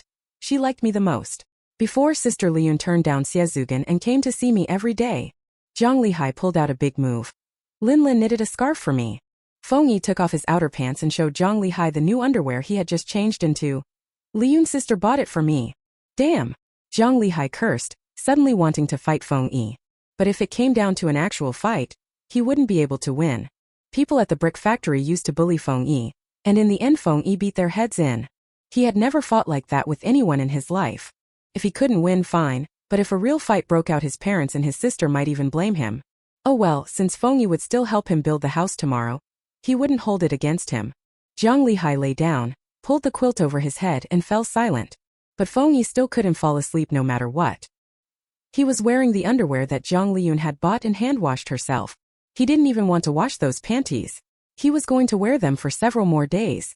Feng Yi, who had been thinking of wearing the pants for a few more days, got up early the next morning and sneakily went to wash them. Imagination is beautiful. Reality is harsh. Jiang Liyun didn't know that Feng Yi had had a vivid dream the night before. As usual, she got up early, finished the preparations, and took the whole family to set up a stall in town. They were walking along the road when old Feng from next door rode past them on his bicycle, with 2 baskets of vegetables tied to the rear rack. Old man Feng selling vegetables at the market in town again? Did raising chickens become too costly for him to handle? You should know that chicken feed prices have been rising recently, and the Feng family was especially greedy. They once brought back more than 200 chicks to raise. At the moment, villagers raising white-feathered chickens do so on a small scale. Most households only keep a few dozen. White-feathered chickens are prone to illness and can't be free-range. When it gets cold, you have to keep them warm, so they have to be kept inside, and these days people's homes aren't big. An average family would free up a single room to raise chickens. At most they'd keep a few dozen. The Feng family kept over 200 at once, which meant freeing up several rooms. These past few days the Feng family squeezed into the remaining space, and the house reeked. This is only the beginning. As the chicks grow, they will consume more feed, and naturally there will be more chicken droppings. For the Feng family, the only thing recently worth being happy about is probably that they can eat chicken from time to time. There are always chicks that get sick and die, and they can't bear to throw them away, so they eat them themselves. Wait, losing a chick is a financial loss. The Feng family wouldn't necessarily be happy about that. In this era, there really are many people who raise chickens, ducks, pigs, and sheep at home. These people generally had never learned farming techniques, and with weak government oversight they raised animals haphazardly. In the 1990s, many breeders used drugs carelessly during rearing, feeding large amounts of antibiotics to chickens and ducks, and livestock manure was discharged into rivers causing pollution. Later the state introduced some related policies, and the situation improved somewhat. Jiang Liyun remembers that after that, farmers here were no longer allowed to raise pigs. Now the situation is a bit better than in the 1990s. Back then ordinary people didn't even know there were so many drugs they could feed to chickens and ducks. It was also for this reason that she dared to eat white-feathered chickens without worry. By the time the 1990s came, She wouldn't recklessly eat the white-feathered chickens the people in her village raised, for fear of the veterinary antibiotics that might remain in her body. In this life she wanted to live to 100 and truly enjoy her life. When they reached the town and set up the stall, Feng Yi began making pan-fried dumplings. They had only just set up their stall when a couple came by carrying a coal stove, placed a large iron pot filled with water on it, and set a steamer on top. The steamer held freshly steamed buns. The woman selling them greeted everyone who came. Buns, delicious buns, cheap buns. Some people who originally intended to buy pan-fried dumplings ended up buying steamed buns. Luckily Jiang Liyun and the others now had 3 large iron pots, so after alternating making pan-fried dumplings, customers buying dumplings hardly had to wait. Many people were impatient to wait. When they came to buy pan-fried dumplings and found they weren't ready, they turned around and bought meat buns instead. Pan-fried dumplings are delicious, but after trying them a few times they weren't that coveted anymore. Wu Xiaochun felt terrible when she saw someone set up a stall beside theirs, and even call over customers lining up at their stand. How can they be like this? Jiang Liyun, however, didn't mind. She had experienced many things like this in her previous life. At that time she ran a stall by herself. Someone once caused trouble at her stall, saying the things she sold were unsanitary and blackmailed her for money. Others took her goods without paying, some used to buy food from her, and some stood by her stall speaking filthy words to her. An old bachelor in town even stalked her, and only after she beat him with a spatula did he leave her alone. Back then she weighed over 130 jin and worked all day with great strength. Her fighting ability should not be underestimated. In their lifetime there were plenty of people at their stall, so messy affairs had become rare. Over the next few days, the man selling steamed buns lingered by their side and poached some of their customers. But the 3 of them took turns making dumplings in the iron pot, so customers didn't have to wait. Their business didn't suffer. They even sold a bit more dumplings each day than before. Now they sold about 1,600 dumplings each morning, and with the tea eggs they could earn nearly 30 yuan. At that time another stall selling fried dumplings appeared nearby. The one selling fried dumplings like them was the young man who used to come by to watch them make dumplings, asking questions and prying about various things. Jiang Liyun didn't find it strange that he was following the trend in selling fried dumplings. Making fried dumplings was not difficult. Pork-filled dumplings can be made by practicing a few times. As for pan-fried dumplings, they always sell pan-fried dumplings made to order. If that person stood by and watched more, they'd learn. After going back and trying a few times and paying attention to the heat, they could make something close. In her previous life, she learned to make pan-fried dumplings the same way. But after she learned, she went to sell them farther away to develop a new market, and that person set up their stall next to hers, determined to steal her customers. This is a bit too much. Chapter 33: The Yang Family. While selling her pan-fried dumplings, Jiang Liyun glanced a few times at the neighboring dumpling stall. The man selling the dumplings was very young, only in his early 20s. His potsticker stall was almost an exact copy of hers. The man used the same kind of wok, the same coal stove, and even wrote the 4 characters Dongbei Jianjiao on red paper and stuck it to a wooden board as a sign. Even the couple helping him wrap the dumplings were about the same age as Jiang the cripple and his wife. Unless there was some surprise, they were probably his parents. There was also a girl who looked no more than a teenager selling dumplings. She resembled him closely and was probably his sister. This was clearly a copy of her stall, set up to steal her customers. Jiang Liyun's Juka town used to be a county seat in ancient times. It already had a large population, and because it was located in the fertile fish and rice region of the Jiangnan, and was still quite close to the provincial capital, in her previous life, later on this place developed very well. The town's permanent residents numbered 20,000, and the total population exceeded 100,000. Although at this time the town's population wasn't as large and the town itself was smaller than it would be later, there were certainly more than just this one suitable spot for selling breakfast. If 2 identical fried dumpling stalls are placed together now, they would definitely split the customers between them. As for what comes next, if nothing unexpected happens, whoever can run their business honestly and steadily will be the one to keep customers. In her previous life, Jiang Liyun had also encountered similar business poaching. She had always sold at a stall in front of the primary school, and later her shop opened not far from the school, yet there were more breakfast shops nearby than just theirs. Some shops sold the same things she did.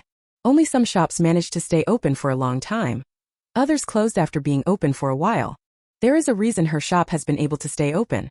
The items in her store are affordably priced, and the ingredients used to make the buns and dumplings are very good. For example, for the meat used in the fillings, she has always used pork front leg. She won't use those inferior cuts. Some people are different, they use the scraps and bad pieces from the pig to make fillings, the kind Zhang Lihai bought back from the big city. There are some parts of the pig that most meat buyers won't buy. For example, the meat on the pig's neck that has lymph attached. This meat is sold very cheaply. They're not inedible. If properly cleaned and the lymph removed, they're fine to eat. But some vendors, to cut costs, use this meat for mince. They don't even bother to clean it or remove the lymph. They don't only use this meat, they mix it with good meat, and customers might not be able to tell. But Jukatown is a small place. It's impossible for others to be completely unaware of what they're doing. The people who sell meat at the market all know one another. They know which breakfast shops use good meat and which ones use bad meat. They would tell the people around them about this. In her previous life, her breakfast shop always had a great reputation among these people. Although sometimes some business was taken away, she had a group of regular customers and never lost money. Later on, the staff canteens of the nearby elementary school and kindergarten even bought buns from her for the teachers, simply because they trusted her. Her online store kept getting better, and when she turned the shop over to someone else, those people were quite reluctant to see her go. Ordinary people's demands are actually very low. If a shop uses good ingredients, sells breakfast at reasonable prices, and the food isn't bad, they'll keep coming back. As for producing absolutely exquisite flavors, these are just ordinary buns and dumplings. It's impossible to make them supremely delicious. Jiang Liyun felt her dumplings weren't bad, so she didn't care that someone was stealing customers. From her experience, there was no need to bother with those who poached business. She just had to keep making dumplings at her own pace as before. Over time, customers would learn which place had the best breakfast. Moreover, she was planning to sell fried chicken. Fried chicken sells better in the afternoon. If mornings were too busy, she wouldn't have the energy to sell fried chicken later, so this arrangement was actually pretty good. Jiang Liyun didn't care about losing business, but others were different. While frying dumplings, Feng Yi kept glancing angrily at the neighbors. Wu Xiaochun looked even more guilty as he stared at Jiang Liyun. Liyun, it's all my fault. I told him a lot of things before. At the time, Wu Xiaochun only thought the man was a bit talkative. Thinking back now, he had been quietly asking how they made their dumplings. She knew nothing. When people asked her where she bought the pork, how much it cost, how many dumplings a gene of meat could make, she actually answered everything. Mom, it's okay. Even if you don't tell him, he can learn, Jiang Liyun said. Besides, I actually learned these fried dumplings from someone else. There's no reason I can sell them and others can't. Yet Wu Xiaochun was still very worried. They were making quite a lot now, but if someone snatched their business, would they only be able to earn a dozen or so yuan a day? Seeing Wu Xiaochun's worried face, Jiang Liyun knew she was surely fretting about one thing or another again. That was just Wu Xiaochun's personality, and there was nothing she could do about it. Business was pretty good early in the morning, and Jiang Liyun couldn't pay much attention to anything else. She smiled and greeted the customers who came to buy the pan-fried dumplings. A while back she had already gotten friendly with some customers. After chatting with them now, she learned that the people running the stall next door were indeed a whole family and lived nearby. Their family name was Yang, and the young man who had come to her to learn a few tricks was called Yang Haitao. His parents had given him 2 older brothers through their work, and when it came to Yang Haitao, he could never find steady employment. In recent years some small factories had appeared in town, hiring people to make clothes and the like, but they all hired female workers. Yang Haitao, an unskilled man, could only do hard physical labor, and even those jobs were hard to come by. The young people in the countryside are much more hardworking than he is. Construction sites don't want a soft-skinned man like him. At first it was fine, but over time he couldn't help being looked down on by her brother and sister-in-law. If nothing unexpected happens, Yang Haitao took interest in her dumpling business because he couldn't find steady work and wanted to join in. Yang Haitao copies you in everything, even sets up his stall right next to yours. Really not decent, said the person buying dumplings from Jiang Liyun. Jiang Liyun smiled and said, judging by how things look today, my dumplings might not all sell. Do you want raw dumplings? 1 yuan for 13. Boil them at home. Add a little bok choy to make a dumpling soup. It tastes especially good. This customer buying pan-fried dumplings from Jiang Liyun was dressed quite well, and probably came from a decent family, which is why Jiang Liyun recommended them so enthusiastically. Can dumplings be eaten like that? The customer asked, a little curious. Jiang Liyun said, there are many ways to eat dumplings, you can steam them too. But I like pan-fried dumplings and soup dumplings. Boil a pot of hot dumpling soup. And eating it in this season warms you right through. The customer was moved by Jiang Liyun's words. Then give me 1 yuan's worth of raw dumplings. Jiang Liyun packed some raw dumplings for her and added, when making dumpling soup, besides baby bok choy you can also add ear mushrooms, fried tofu puffs, spinach, things like that. Making just 1 pot at night is enough for the whole family. Now that you mention it, that really could work. Would it taste good that way? Delicious. If you want it even better, you can fry 2 eggs and put them in. Blanch the spinach or similar greens briefly before adding. Jiang Liyun shared her tips for making dumpling soup. It turned out that not only did that customer buy a yuan's worth of raw dumplings, another customer standing nearby, who overheard, also bought a yuan's worth of raw dumplings. After that, whenever Jiang Liyun saw a suitable customer, she would recommend them. Although there were a few fewer customers at her stall, she didn't sell any fewer dumplings. As for the people next door, after learning about the Yang family's situation, Jiang Liyun vaguely remembered who they were. They all lived in town, and in her previous life she had seen members of the Yang family, especially Father Yang and Mother Yang. But Yang Haitao and his sister, she hadn't seen much of them. According to the gossip she heard in her previous life, it seemed the two older brothers of the Yang family drove away the younger brother and sister. Later the younger siblings went to work in the county town and settled there. She didn't know much about the Yang brothers, but she had heard quite a bit about Mother Yang from guests. As far as she knew, Mother Yang was not an easy person to get along with. In her previous life, Yang's mother later became ill, and the children pooled money to hire a caregiver for her. But the woman caused all sorts of trouble and drove away several caregivers, so that in the end the Yang family couldn't hire anyone and had to send her to a nursing home. Jiang Liyun couldn't be bothered with other people's gossip either. She patiently sold her own dumplings. In the blink of an eye, it was time for her to go to the workers' club reading room to read the newspaper. Normally at this time they would have only a few dozen dumplings left, but today there were more than 100 remaining. But it was much better than expected. With this small amount of dumplings, they could eat them themselves or take them to give to others. Jiang Liyun looked at Feng Yi. "Feng Yi, I'm going to read the newspaper." Feng Yi was not very happy, and responded in a low voice. At this moment, Feng Yi felt an urge to get into a fight with the neighbor Yang Haitao. This person stole their business, so Jiang Liyun earned less. After Jiang Liyun started earning less, they slowed down the pace of building the house. Feng Yi had been fixated on building the house. Now that it might be delayed, he felt very upset.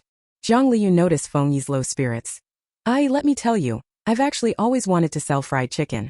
From now on I'll sell fewer dumplings in the morning and sell fried chicken in the afternoon. We should be able to make more." Feng Yi was stunned for a moment. "Selling fried chicken?" "Yes," Jiang Liyun said. She hadn't hurried to sell it because she was overwhelmed and the weather had been a bit hot. To sell fried chicken, the chickens definitely need to be slaughtered, marinated, and refrigerated a day in advance, but she didn't have a refrigerator, so it would be better to wait until it got a bit colder to start selling. Yes, the temperature had just dropped these past few days, so she could begin. When Jiang Liyun mentioned fried chicken, Feng Yi's mouth began to water. Yesterday Jiang Liyun made fried chicken again, and it was even better than the first time. Because Jiang Lihai had gone out on the boat and wasn't there, and because they hadn't given any to the bricklayer or Uncle Jiang Air, he got to eat a lot. Last night Jiang Liyun gave the 2 drumsticks from that chicken to the crippled Jiang and his wife, but he got the middle wing and wing root. Jiang Liyun was right. Those parts are more flavorful than the drumsticks and especially tasty. If Jiang Liyun wants to sell fried chicken, then selling fewer dumplings in the morning really isn't a big deal. Feng Yi relaxed and wasn't so concerned about the pan-fried dumpling stall next door run by the Yang family. "Don't worry, I'll make a lot of money and we'll build a house of our own sooner," Jiang Liyun coaxed him. Feng Yi couldn't help laughing, revealing 2 small tiger-like canine teeth. Jiang Liyun wanted to kiss him again, but in the end she didn't. She only pinched Feng Yi's face. After Jiang Liyun went to the reading room, the dumpling selling job was handed over to Feng Yi. Anyway, crippled Jiang and Wu Xiaochun definitely couldn't handle this work. Feng Yi didn't much like dealing with people, but he liked Jiang Liyun, so he was willing to learn from her. Following Jiang Liyun's example, Fu Yong slowly sold the remaining dumplings while greeting customers. Next door Yang Haitao was actually a bit flustered. Before coming to set up the stall, Yang Haitao had wanted to practice his pan-fried dumpling technique more, but his mother thought it was enough if the dumplings were cooked through. Practicing more would be a waste of money, so she wouldn't allow him to do so. He had been unemployed and short on cash, and the startup funds for the stall all came from his parents. Since they refused to spend money on flour and pork for him to practice with, there was nothing he could do. And this is why today he was very slow when making dumplings. In fact, Feng Yi was also very slow at first when making pan-fried dumplings, but Jiang Liyun never rushed him and even poured out all her past life experience to teach him. Gradually Feng Yi got better and better. Yang Haitao, however, had no one to guide him. Yang's mother kept urging him to hurry up so the guests wouldn't leave. Yang's father and mother had lived in the town for most of their lives, and Yang Haitao had also grown up there. They knew many people in town. Besides, they lived nearby. People in the neighborhood all knew them. When the Yang set up a stall to sell pan-fried dumplings, anyone who knew the family went to buy from them. And some people, seeing a new stall and wanting to try whether the taste was the same, also went to buy from the Yangs. The Yang family's business was doing very well, and Mrs. Yang kept complaining that Yang Haitao was too slow. Being rushed, Yang Haitao became even more flustered. Some of the pan-fried dumplings he made weren't browned at all on the bottom, while others were overcooked. If Feng Yi had seen them, he would have found that the dumplings Yang Haitao made today were about the same as the ones he used to make for people at the brick and tile factory. But he was at the brickworks where dumplings were given away for free, yet Yang Haitao was selling them for money. By now many people had gone to work or school, and far fewer were coming to buy dumplings. Yang Haitao finally had a free hand and blamed his mother. "Mom, why do you keep hurrying me? If I go too fast the dumplings won't cook through. You take a little longer to cook a pot of dumplings than the place next door. How could they not be done?" Yang's mother said. Indeed, Yang Haitao had timed the family next door making dumplings. Today he took longer to make them than they did. Yang Haitao added, "Mom, why do we have to set up a stall here? Wouldn't it be better to go somewhere else?" His skills were stolen. He felt ashamed to go and steal someone else's business again, so he wanted to sell elsewhere, staying far away. But his mother insisted on setting up a stall here. "We live here, people nearby all know us. Setting up a stall here is better for business. Why go somewhere far away?" said Yang's mother. "There's not only an elementary school nearby but also a morning market with especially many people. It's as good a location as you could hope for." Selling fried dumplings was Yang Haitao's idea and the business he wanted to run. But once it really started, it was no longer under his control. All the capital came from his parents, so he had to listen to them. Yang Haitao stopped speaking. He took the iron pan off the coal stove, planning to put on a fresh coal briquette. They had prepared a lot of flour and filling, and there were still quite a few uncooked dumplings left, so he had to keep making them. "Why are you changing the coal balls?" Yang's mother frowned. "The coal balls are almost burned up," Yang Haitao said. "Aren't there still some left?" "There aren't many dumplings left either. If you add coal balls now you won't finish burning them later." Yang's mother cherished the coal balls and was reluctant to let Yang Haitao use them. But the heat was too low and the dumplings wouldn't cook. Yang Haitao told his mother his concern, and after pondering she finally allowed him to change the coal briquette. But Yang's mother wouldn't let him change all 3 coal balls at once. She only allowed him to change the one in the eye. Meanwhile, the people who had bought pan-fried dumplings from the Yang stall had already started eating. An old woman who used to often buy pan-fried dumplings from Jiang Liyun for her grandson knew Mrs. Yang, and today she bought dumplings from Mrs. Yang. She took the pan-fried dumplings home, and her little grandson immediately ran over calling Grandma, waiting to eat the dumplings. The child loves fried dumplings, but today he took one bite and frowned.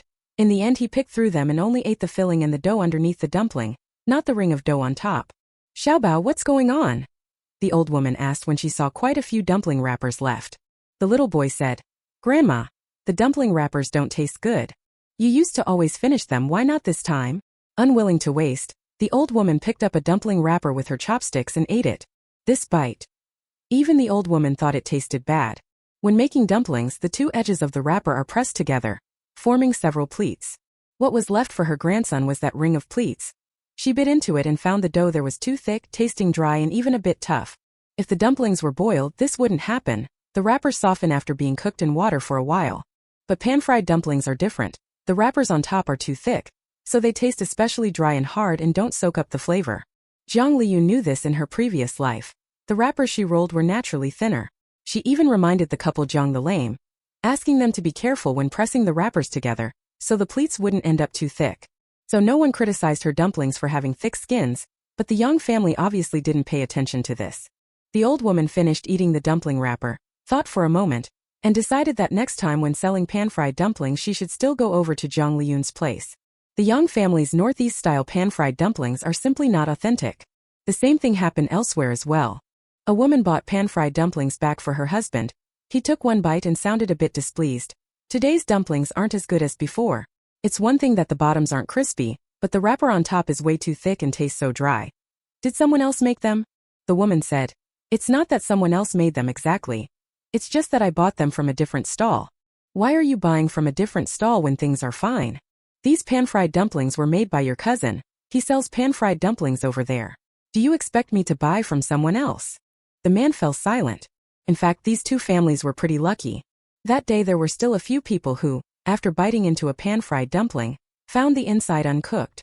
Those people's moods were terrible, but it seemed inappropriate to go complain over a few dumplings. They steamed or boiled the dumplings at lunch and ate them, but felt very uneasy. "Next time when buying dumplings I still have to go to the authentic place." Jiang Liyun didn't know about what was happening with the Yang family. After she finished reading the newspaper and went back, she found there were only 20-some pan-fried dumplings left. The Yangs next door still had quite a few left. They clearly intended to keep selling, but she was planning to pack up and go home. The bricklayer is building their house for them, and they need to go back to make lunch. There aren't many fried dumplings left. They can eat them at noon. In the afternoon, she plans to go to Jiang Liyun's to buy a few chickens. Jiang Liyun plans to go to town tomorrow to sell fried chicken. As for where to sell, right in front of the kindergarten would be perfect. Today's middle and elementary school students aren't necessarily only children, but the kids in kindergarten are definitely pampered only children. Chapter 34. A bit stinky. There were dumplings left unsold. Jiang the lame man and Wu Xiaochun felt pretty bad. When they were in town before, Jiang Liyun had been too busy selling dumplings to comfort them, but now she had time. Dad, Mom, even if we sell fewer dumplings, we can still make 10 to 20 yuan a day, which is already a lot more than working for someone else. I'm planning to sell fried chicken. If we close the stall a bit earlier in the morning, we can go sell fried chicken in the afternoons. The money made selling fried chicken might even be more than selling pan-fried dumplings. You want to sell fried chicken? How would you sell that? Wu Xiaochun asked. Jiang Liyun said, break the whole chicken down and sell its parts separately. Fried chicken wings, fried chicken drumsticks, fried chicken frames, and boneless chicken strips. Jiang Liyun made the fried chicken at home. After chopping it up, she cooked it right away. But if she sold fried chicken, she definitely couldn't do it like that. She planned to break the chicken down and sell it in parts. Drumsticks and wings could be fried and sold as is. The breast meat would be made into boneless chicken strips to sell. The remaining carcasses could also be fried and sold. As for the chicken offal, she was going to invite the bricklayer Uncle Zhang and the others to lunch soon, so they could eat it at home first. If the fried chicken business did well later and there were too many offal to eat, she could braise some and also sell prepared foods. Actually, the time and labor-saving way to sell fried chicken is to buy frozen drumsticks and wings and marinate them. But at this time in Juka town, there were no frozen drumsticks or wings to buy. Big cities might have them, but she couldn't possibly go to a big city to buy them. She could only buy whole chickens herself, cut them up and sell them, which was rather troublesome. However, at first she didn't plan to sell too many. Selling 2 or 3 chickens at a time would do, so it wouldn't be too exhausting. There weren't many people in town willing to spend money on fried chicken. After Jiang Liyun painted a broad prospect of selling fried chicken for Mr. and Mrs. Jiang the cripple, the couple stopped worrying about others stealing their business. At that moment Jiang Liyun added, Mom, Dad, we don't need to worry about others. We just need to do our own thing well. Mr. and Mrs. Jiang the cripple nodded in agreement. Jiang Liyun was quite satisfied with them. Her parents couldn't make decisions, but at least they were obedient. For example, when making dumplings, she said how to do it and her parents followed her instructions without taking matters into their own hands. In her previous life she hired people to help make buns and dumplings, and what angered her most was that some of them didn't listen to her. She remembered one time she hired someone who was especially thoughtful for her. When making buns, that person insisted on putting less meat in to save costs for her. She noticed and told the person to change it, but the person refused, thinking the buns didn't need that much meat inside. She was speechless and immediately fired the person. Jiang the lame and his wife were pretty good. She said to put as much meat as requested. When the group returned home, they ran into Zhou Qiaoxia. Zhou Qiaoxia beamed when she saw them. I heard someone copied you and started selling fried dumplings, stealing all your business? Jiang Liyun wasn't surprised that she knew about it. After all, old man Feng has been going to the town morning market every day lately to sell vegetables, and the place where they sell fried dumplings is pretty close to the morning market. But Zhou Qiaoxia was also kind of exasperating, so eager to jump out and mock her. She was just like the brainless cannon fodder in TV dramas. Jiang Liyun said, I heard you can barely afford to keep those chickens now? Auntie, you used to say Uncle Feng wouldn't sell vegetables anymore, but he's been going every day recently, probably to make money to buy feed. You. Zhou Qiaoxia was furious. Mom, you smell a bit. Feng Yi blocked in front of Jiang Liyun, looking sincere. Can you stay a little further away so you don't stink up Liyunjia? If Zhou Qiaoxia weren't helpless against Feng Yi, she would definitely have gone up and started a fight. Jiang Liyun stood behind Feng Yi and seeing Zhou Qiaoxia's ugly expression, couldn't help but let out a snort of laughter. Feng Yi was telling the truth. Zhou Qiaoxia really does stink a bit.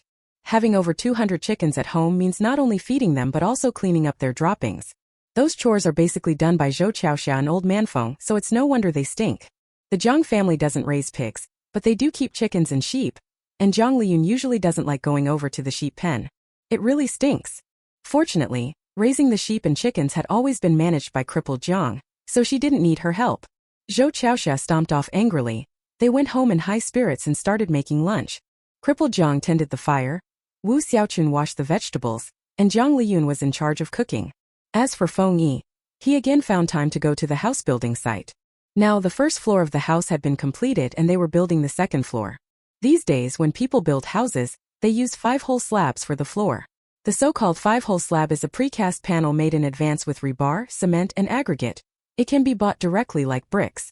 After finishing the walls of the first floor, they simply lay the 5-hole slabs on top and can go on to build the second floor. In the eyes of people at that time, 5-hole boards were a good thing, but they actually had many drawbacks. For example, the width of the house had to match the 5-hole boards. And for example, merchants selling 5-hole boards would often skimp on materials to save costs, so the quality of the boards wasn't very good. Decades later, people no longer use 5-hole boards to build houses, but being able to use them now was considered fortunate. Some families in the village used wooden planks as floorboards, which were even more dangerous than 5-hole boards.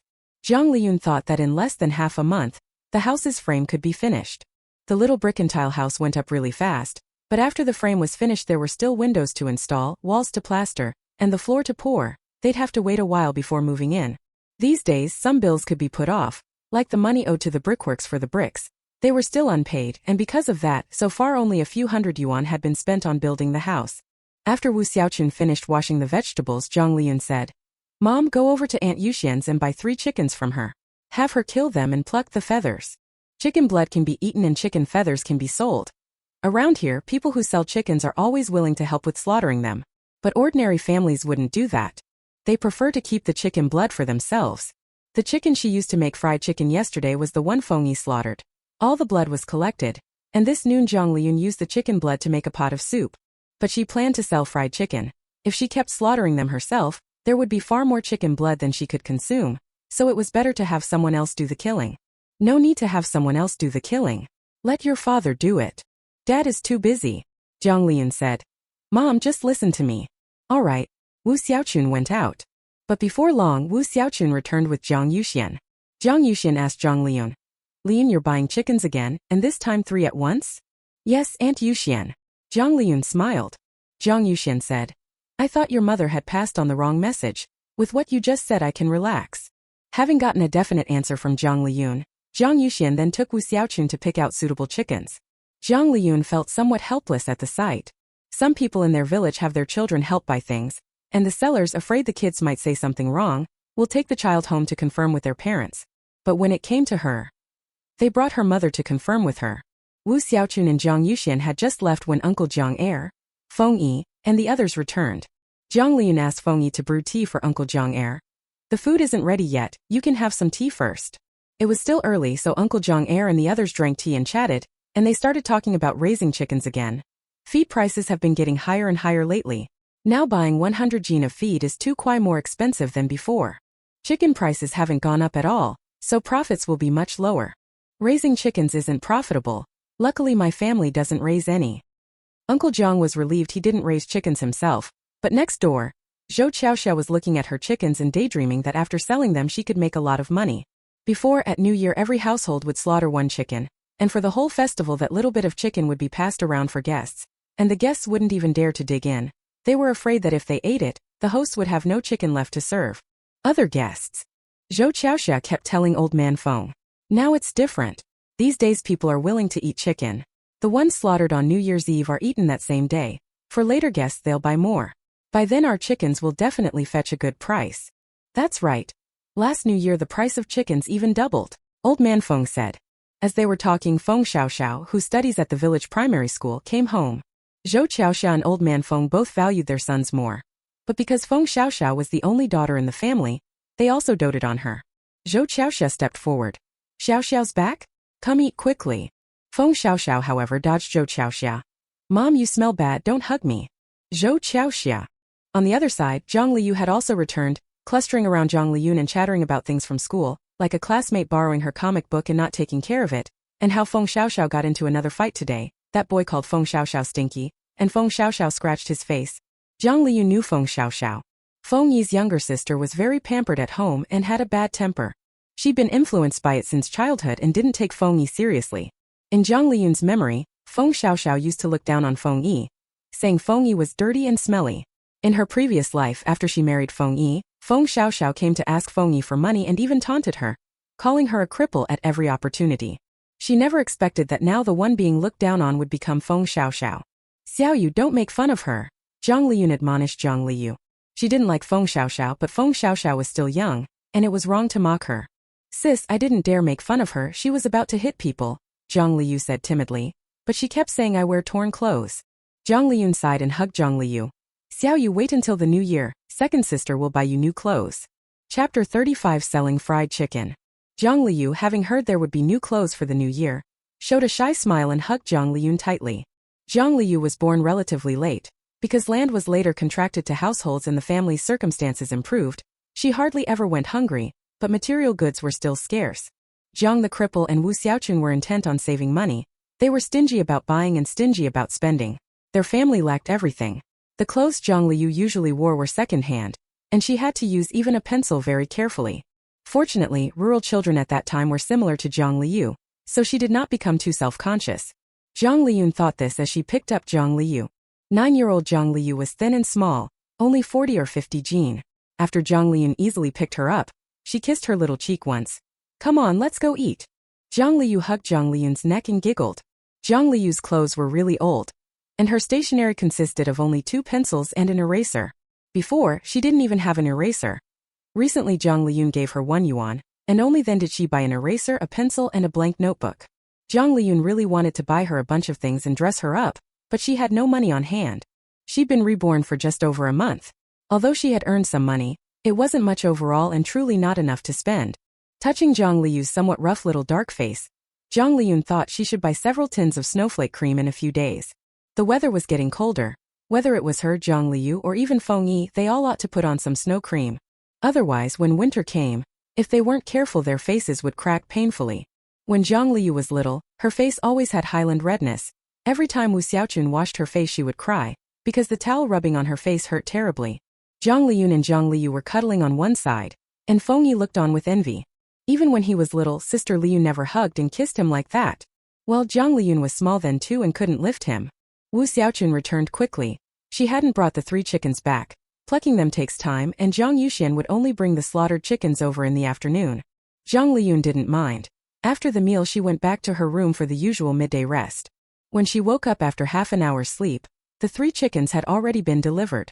Jiang Liyun took a knife and began cutting up the 3 chickens. She cut off the chicken breasts, wings, and whole legs, leaving only the carcass. The whole chicken leg, commonly called the leg, Jiang Liyun split in half into the drumstick and the regular thigh, then marinated them together with the wings.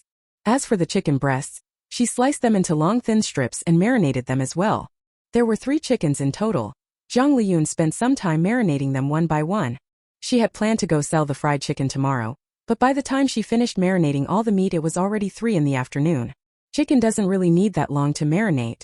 Jiang Liyun gritted her teeth, went to call Feng Yi, and together they hitched up the cart and headed toward town. She had long since prepared the pots, seasonings, and everything else needed to sell fried chicken, so since that was the case, she might as well go sell them today. Even if they don't all sell, they can just continue tomorrow. With this weather, freshly brined chicken left overnight won't cause any problems. In her previous life, some shops used to repeatedly thaw and refreeze chicken. Feng Yi, who was building a wall, was somewhat surprised by Jiang Liyun's words, but he agreed at once and hurried off to wash his hair and change his clothes. He had been building houses earlier. If he didn't wash up he'd be covered in dust and couldn't go sell food. Luckily his hair was short so washing up was fairly quick. Wu Xiaochun was a bit worried. Liyun, are you going to sell today? Since the preparations are already done, might as well go sell right away. Dawdling is pointless, Jiang Liyun said. Hesitating and never taking action will only cause one to miss opportunities. Wu Xiaochun felt guilty when she thought of how her family's house construction was dragging on. 2 people were enough to sell the fried chicken. Jiang Liyun didn't invite the crippled Jiang and his wife, but went with Feng Yi. Not long after they left, Jiang Ersen complained to Jiang Ershu, who had returned with Feng Yi. They're treating our family's cart as if it belongs to them, always taking advantage of us. Say no more, Uncle Jiang said. Aunt Jiang wouldn't listen. Last night they made fried chicken again and didn't give you a single bite. You care about your brother, but he sure doesn't care about you. We're building a house, my brother came to help too, Uncle Jiang said. He's limping on one leg, what can he do? I haven't been doing any heavy work these days myself. Uncle Jiang put on a stern face to lecture Aunt Jiang. Brothers should help each other. Don't keep worrying about those 3 squashes and 2 jujubes. We don't usually use the cart. What's wrong with letting them use it? If our eldest borrowed the cart from the second and the second refused, how would you feel? Uncle Jiang went on, and Aunt Jiang, who had been fierce a moment ago, picked up her little granddaughter and walked out. I'm going to the field to pick some vegetables. Uncle Jiang, still savoring his words, turned and went next door intending to educate his older brother and, while he was at it, to find out what Jiang Liyun planned to do. Before rebirth in her previous life, Jiang Liyun's kindergarten dismissed very early. Some parents couldn't even make it back from work to pick up their children. But at this time the town's public kindergarten didn't finish until 4:40. So parents who got off work at 4:30 arrived just in time to pick them up. Of course, many children were picked up by elderly relatives. Some seniors, having nothing to do, even came early and queued at the kindergarten gate. Jiang Liyun parked the cart near the kindergarten, then stoked up the coal stove, set a pot on it, and poured in some soybean oil. People watched them curiously, but no one stepped forward to ask questions, so Jiang Liyun could take her time. When the oil got hot, she put the batter-coated chicken frames into the fryer. The oil in the pan sizzled, and the aroma of fried chicken quickly spread. A few elderly women who had come over to wait for their grandchildren to finish school couldn't help but come closer and ask Jiang Liyun, "What is this?" Jiang Liyun said, "I'm selling foreign fried chicken. Foreigners just like to eat chicken this way. They run a shop in Beijing and business is great. I'm making it according to their secret recipe." Saying that, Jiang Liyun also pointed to the wooden plank leaning against the cart. A red paper was pasted on the plank, with 4 large characters written on it. Foreign fried chicken. Underneath those 4 characters were several lines of small print. Fried chicken leg, fried chicken frame 1 yuan. Fried chicken pieces, fried chicken wings, fried chicken wing roots 0.5 yuan. Boneless chicken strips 0.5 yuan per serving. This pricing wasn't cheap. After all, wages were low at that time. But at this time there were also wealthy people, and the cost of fried chicken was inherently high. Being the only place in town, it was normal to charge a bit more. "This is a bit expensive." An illiterate old woman who could read spoke up. "Auntie, this uses a lot of oil and I spent money to buy the secret recipe to make it. The cost isn't low," Jiang Liyun said. As she spoke, the aroma from the fried chicken stand grew ever more fragrant. An elderly lady, dressed fashionably for the occasion in a bright red peony pattern jacket, spoke first. "Give me an order of boneless chicken strips." "Your taste is excellent. These boneless chicken strips are all meat and a great deal," Jiang Liyun said with a smile. Jiang Liyun had been thinking about selling fried chicken. This was something she had decided a week earlier. During that time she had been making all sorts of preparations, buying all the things needed to sell fried chicken. At that moment she first fried the boneless chicken strips until golden, took them out and set them aside to drain, then rolled up a clean piece of greaseproof paper into a tube, put the boneless chicken strips inside, and stuck a bamboo skewer through them before handing it to the old woman. 10 years later, people in town would use special paper bags to hold boneless chicken strips. But back then paper bags weren't available, so they could only package them that simply. 5 cents worth of boneless chicken strips wasn't actually much, but they were delicious. The old woman ate 2 in a row and asked Jiang Liyun, "Are all the other things this good?" "They're all delicious. Do you want to buy a drumstick for your child?" Jiang Liyun asked with a smile. The old woman said, "Fry me a chicken wing." The fried chicken wings were the middle and tip of the wing joined together, selling for just 50 cents, really a bargain. The wing roots also sold for 50 cents because when Jiang Liyun cut them up, she deliberately left a bit more meat on them. As for the fried chicken pieces, they were actually thigh meat. This piece had a good amount of tasty meat, so buying one for 50 cents was also a good deal.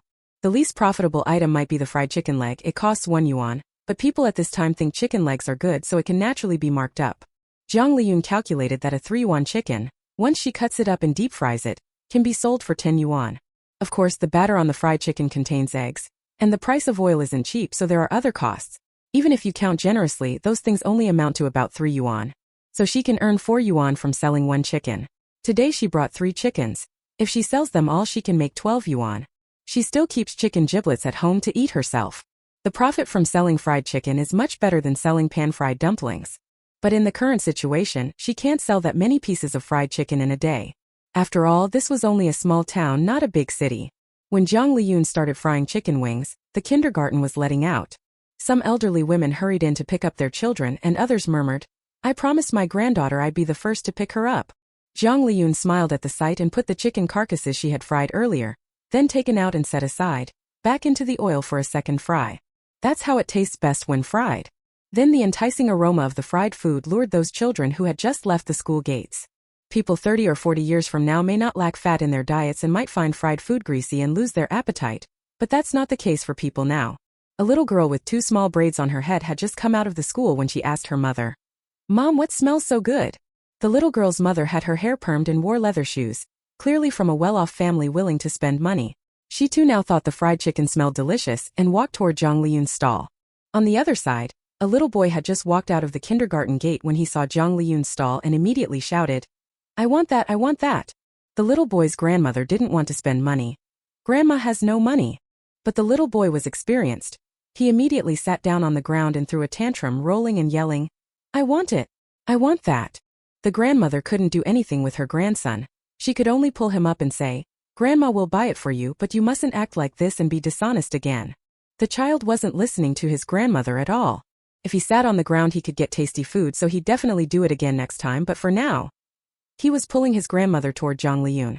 Another young man who had come to pick up his child, upon suddenly smelling the aroma of fried chicken, paid no attention to his child and hurried over to Jiang Liyun's stall.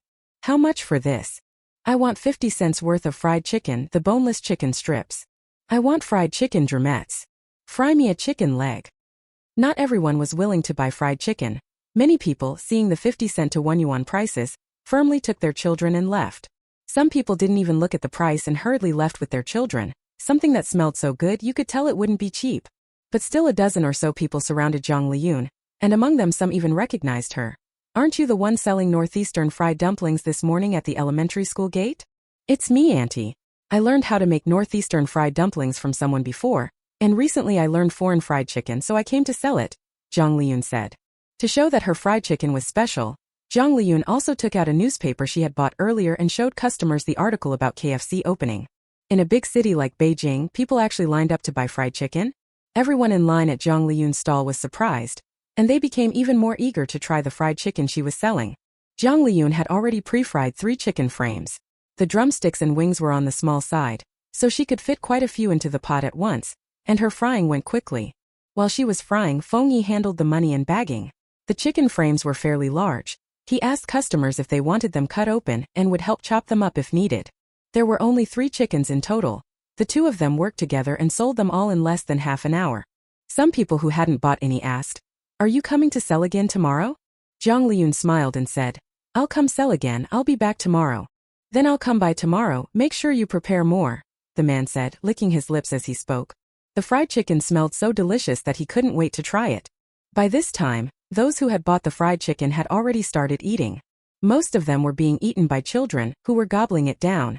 Some parents, seeing this, pried a piece from their child's hand to try it, and were then amazed. The skin on the outside of the chicken is so tasty. This crunchy, oil-rich fried batter is just delicious. It's just that the portion is a bit small. It was gone in no time. Of course, some people buy items with larger portions. That morning she had bought pan-fried dumplings from the Yang family, but the grandson didn't like the dumpling wrappers, so the old woman, forced to eat a pile of wrappers, bit the bullet and bought a fried chicken carcass, asking Feng Yi to cut it open. She gave a piece to the child on the spot and let the child hold it and gnaw on it, but took the rest all the way home. Before leaving, the old woman had already prepared the meal. When she arrived home, her son and daughter-in-law had just returned and were about to eat. "Mom, what did you buy? Why does it smell so good?" The daughter-in-law couldn't help but ask.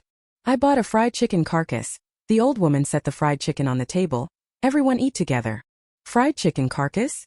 The old woman's son opened the bag and saw pieces coated in batter, fried to a golden brown chicken bones.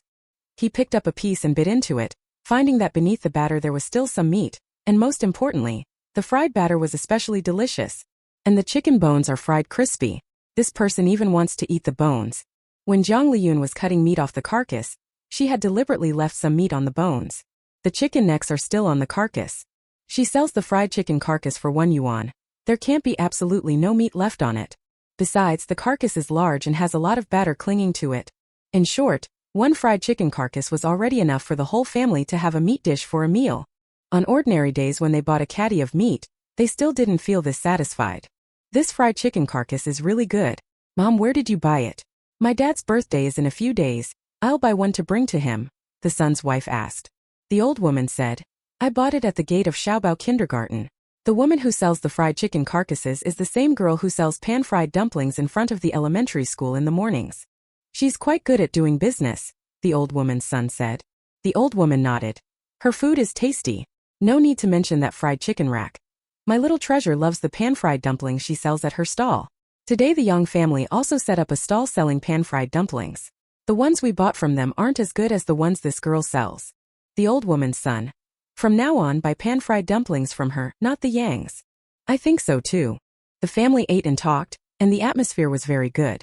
Jiang Liyun and Feng Yi went home together, and the mood between them was also very good. Feng Yi, we made over 10 kwai selling fried chicken today, and judging by how things went, selling 5 chickens a day won't be a problem. If that happens, just from fried chicken we could make 20 kwai a day, plus the 20 from selling pan-fried dumplings in the morning, that's 40 a day, which is 1,200 a month. Jiang Liyun did the math for Feng Yi, growing happier the more she calculated. When she was happy, she began painting rosy pictures for Feng Yi, telling Feng Yi about her future plans. Today is the 3rd day of the 10th lunar month. There are about 3 months until the new year. We'll set up our stall properly and by New Year we'll earn a big sum. Then we'll buy a few new outfits. I'll buy you 2 new pairs of shoes. When Feng Yi heard the words buy clothes, the tips of his ears turned red. Jiang Liyun, however, was still muttering about other things. Clothes aren't urgent. Your quilt needs to be made soon. Tomorrow I'll buy some cotton linings and have my parents spin you a quilt. They raise silkworms here and silk is cheap. Most people cover themselves with silk quilts. When rural people harvest cocoons, they boil them to make cotton linings. Pulling the linings apart and layering them can make a silk quilt. I have a quilt. Don't spend money on that. Your quilt is filled with cotton. It's not only lumpy but not warm. It can be used as a mattress pad underneath, but it's definitely no good as a quilt. Then Sister Liyun, you make a quilt for yourself too. Okay, my quilt isn't warm enough either. In previous winters I slept with Xiaoyu to be a bit warmer. The two chatted as they walked back, the setting sun casting 2 long shadows behind them. This morning, neither Feng Yi nor the Jiang cripple couple were in a good mood. If the Yang family came and stole their business, of course they wouldn't be in a good mood. But by evening they were all very happy. Jiang Liyun went to sell fried chicken and actually made more than 10 kwai. That way, even if some of their breakfast dumpling business was snatched away in the morning, the total amount they earned in a day would remain unchanged. As for it being a bit hard, to the crippled Jiang and his wife, physical labor wasn't worth much. A little hardship was nothing. The Feng family next door made money selling vegetables. The whole process of growing them was very hard work, but they didn't mind at all. They thought selling vegetables was a business with no capital required. Jiang Liyun knew she couldn't change their deeply held view, so she only said, Mom, Dad, I can make money, so don't worry. Tomorrow we'll happily go to town to sell the fried dumplings. If they were happy, the customers who came to buy dumplings would be happy too. If they wore sour faces, who knew, customers might not come to buy. No one likes watching someone else's face. As long as their daughter's earnings didn't decrease, the crippled Jiang and his wife nodded repeatedly and agreed. The next day, the family, as usual, pulled their cart to the town to set up their stall. Jiang Liyun began telling Feng Yi about her plans again. By the end of the year, I want to buy a 3-wheeled cart and another bicycle, that way it will be easier to do business. Pulling the cart had to be done by towing it. The pace to town was indeed a bit slow. If there were a tricycle, it would be much more convenient. Only the one she wanted, a slightly larger tricycle, would cost 200 or 300 yuan. She had just given the lame Jiang couple a total of 100 yuan in wages, so she didn't have enough cash on hand now. Oh well, she'd earn it slowly. Yesterday the Yang's pan-fried dumpling stall was set up after Jiang Liyun's stall, but today they got up early, so their dumpling stall was put out ahead of Jiang's. Father Yang and Mother Yang didn't hesitate and took the spot where Jiang Liyun had been set up before. Yang's mother, who had taken Jiang Liyun's place, was quite happy. While making dumplings she kept urging her son to hurry up and make the pan-fried dumplings. After she got home last night, she did the math and found that they made 20 kwai in a day. 20 a day, that's 600 a month. Although there are 4 of them, on average that's 150 per person a month. Yang Mu's eldest and second son got raises again this year, but each of them only makes about 150 a month. Their daughters-in-law earn even less, only around 100 a month. For 2 retired old people to be able to earn so much with their children, that's really not bad. Yesterday the family next door sold a lot of dumplings too and stole a lot of business. If we could drive them away, wouldn't we be able to make 40 in a day? Yang Mu was very pleased. That family came from the countryside. Country people are so dirty. I don't know why those customers buy their fried dumplings. Mom, don't talk about them like that, Yang Haitao said. Am I not allowed to tell the truth? Yang's mother glared at her son. Yang Haitao lowered his head and said nothing. Yang's mother then told her husband, they had their business snatched by us. Those country folk must be feeling awful. They were talking when a customer came over. You've set up the stall so early today? Oh, why are there different people? This customer hadn't come to buy pan-fried dumplings yesterday. He came today and found the vendors had changed, and was a bit surprised. Yang's mother said, yeah, they're different people now. They don't sell them anymore. How many dumplings would you like? The customer didn't understand why Jiang Liyun had suddenly stopped selling pan-fried dumplings, but he said, I'll take 5 cents worth. There were 6 people in his household. 5 cents worth of dumplings would give each person one to have with porridge. Is buying only 50 cents a bit little? Want to buy a bit more? Yang's mother said. I'll be fine with 50 cents. Seeing he wouldn't buy more, Yang's mother turned her face and muttered softly, so stingy. The customer didn't catch Yang's mother's words, but felt her sudden coldness and was a bit displeased. The girl who sold dumplings before was still better. The old woman at this place talked too much, and the girl who packed his fried dumplings didn't say a single word. Just as the customer had finished buying the fried dumplings, Jiang Liyun and Feng Yi arrived, pulling the cart. He immediately asked, "Are you still selling fried dumplings? Then why did they say you weren't selling them anymore?" When Jiang Liyun heard that, she became even more speechless about the Yang family. But she still smiled and answered the customer's words. "We're still selling fried dumplings. Come buy them next time." "All right." The customer smiled and left. Seeing that someone had taken her stall spot, Jiang Liyun wasn't upset. She moved to another place to set up and didn't forget to check on Feng Yi. "We're leaving early today. Feng Yi, did you sweat? If you did, don't rush to take off your jacket." Yang Haitao glanced enviously at Feng Yi, who was being cared for. But Yang's mother was a bit angry. After she took Jiang Liyun's position, she wanted to see Jiang Liyun get angry. Before Jiang Liyun and the others arrived, she had even worked out exactly how she would argue with Jiang Liyun. She was especially good at arguing. By then she was sure she could leave Jiang Liyun speechless with her insults. As it turned out, Jiang Liyun didn't come over to question him as she had imagined. Instead, she happily set up their stall nearby. Yang's mother suddenly felt unwell all over. After Jiang Liyun and the others set up the stall, Feng Yi began making pan-fried dumplings. Feng Yi was getting more and more experienced at making pan-fried dumplings. With a flat iron pan in his hands, he was practically turning it into an art. He was in the middle of it when another customer arrived. The Yang family had already made a pot of fried dumplings, and the man was still someone Mrs. Yang recognized. Mrs. Yang immediately called out, "Director Liu, here to buy fried dumplings? How many would you like?" Director Liu smiled at Mrs. Yang. "Yes, I'm here to buy fried dumplings." With that, he walked to Jiang Liyun's stall and began to wait. Chapter 36, Quarrel. Director Liu is the deputy director of the town's chemical fiber factory, and isn't short of money. He came through hard times, has no particular hobbies, and just likes to eat good food. Before Jiang Liyun set up her pan-fried dumpling stall, he went every day to the state-run breakfast shop to eat soup dumplings. But he'd been eating soup dumplings for a long time and wasn't as fond of them anymore. Then suddenly a pan-fried dumpling appeared. In the previous month, he bought pan-fried dumplings to eat on 20 of the days. Yesterday he also came to buy fried dumplings, and seeing people he knew from the Yang family selling them, he bought and ate dumplings from the Yangs. The dumplings he bought from the Yangs weren't exactly terrible, but at the folded parts the skin was thick and didn't absorb the flavor. Dough for buns is leavened, so even if the folds are thick the bun is soft to eat, but dumpling skins are made from unleavened dough, and fried dumplings are dry to begin with. That hard layer of skin was really unpleasant. The Ginger family's fried dumplings are still the best. Old Lu said to Jiang Liyun, "I'll have 1 yuan's worth of fried dumplings." He has a good appetite. 50 cents isn't enough for him. "The dumplings will be ready soon, just a moment." Jiang Liyun laughed, then said to Feng Yi, "Factory Director Lu likes his dumplings crispy and browned. Feng Yi, be careful when you cook them." Feng Yi replied, took the flat iron pan and spun around once more. Factory Director Lu was very pleased that Jiang Liyun remembered his preferences. He sat down beside the folding table she had set up and waited for the fried dumplings to come out. He liked to eat at the stall and then pack some to take home for his family. Jiang Liyun had always liked this customer and knew him well. After all, in his previous life, Factory Director Lu had often eaten breakfast at her breakfast shop. By then Director Lu had already retired. Every morning she would linger over breakfast at her small shop for a long time, taking the opportunity to chat with the other customers. But later Director Lu's son settled in a big city and took her away. Jiang Liyun remembered that Director Lu liked to chat. Her son did well academically and graduated from a well-known university. It just so happened that it was only a little after 5 and there weren't many customers, so she started talking with Director Lu. "Director Lu, I heard your son did exceptionally well in school?" Those words hit Factory Director Lu right in the heart. "Yes, his grades are especially good. He just got into a university in Shanghai." The first batch of pan-fried dumplings was quickly done. Feng Yi placed them in front of Jiang Liyun and began making the second batch.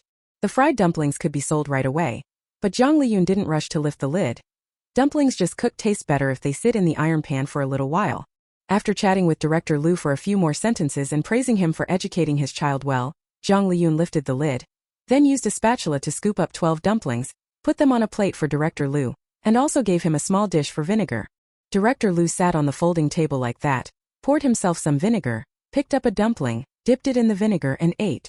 Once he started eating, he felt that dumplings from the Jiang family were still the best, thin wrappers and generous filling. At that moment, other customers came over to buy dumplings. Jiang Liyun greeted them with a smile and chatted with them as she served. Among those people were the ones who bought uncooked dumplings from Jiang Liyun yesterday, saying that the dumpling soup Jiang Liyun taught them to make was especially delicious. "Isn't it been cold lately? A bowl of hot dumpling soup at night warms you through," Jiang Liyun said.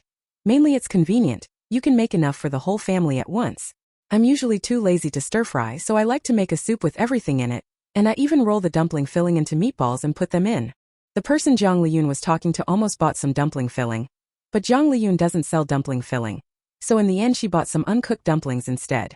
After Director Lu finished his plate of dumplings, he not only bought 2 yuan's worth of pan-fried dumplings but also 2 yuan's worth of uncooked dumplings. "Director Lu, did you buy so many?" Jiang Liyun exclaimed. Factory Director Lu said, "I also want to eat dumpling soup. I especially like soaking rice in broth. Director Lu, if you want you can buy some spare ribs to make the broth, then put the dumplings, spinach, whittier mushrooms, tofu skin and the like into it to cook. It'll definitely be delicious." "Alright, I'll take your advice. Today I'll have my husband make it." Factory Director Lu happily took the dumplings and left.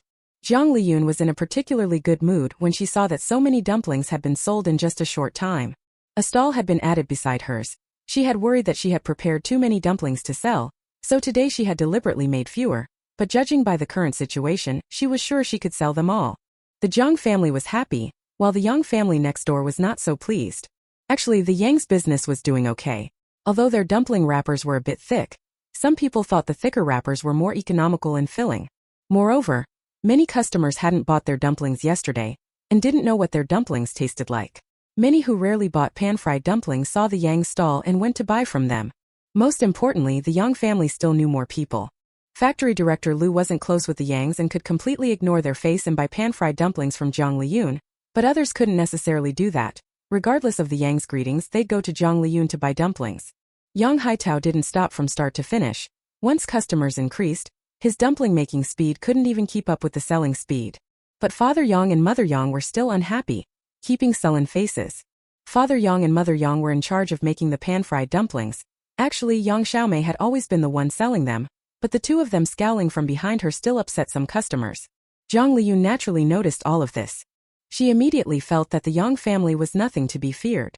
Actually, when the Yang family set up their stall next to hers, she already felt they were a bit hasty, and in business the worst thing is impatience. Besides, greeting customers with a smile is really the most basic requirement. She couldn't believe the Yang family couldn't even do that. But Yang's mother used to work at the supply and marketing cooperative? No wonder.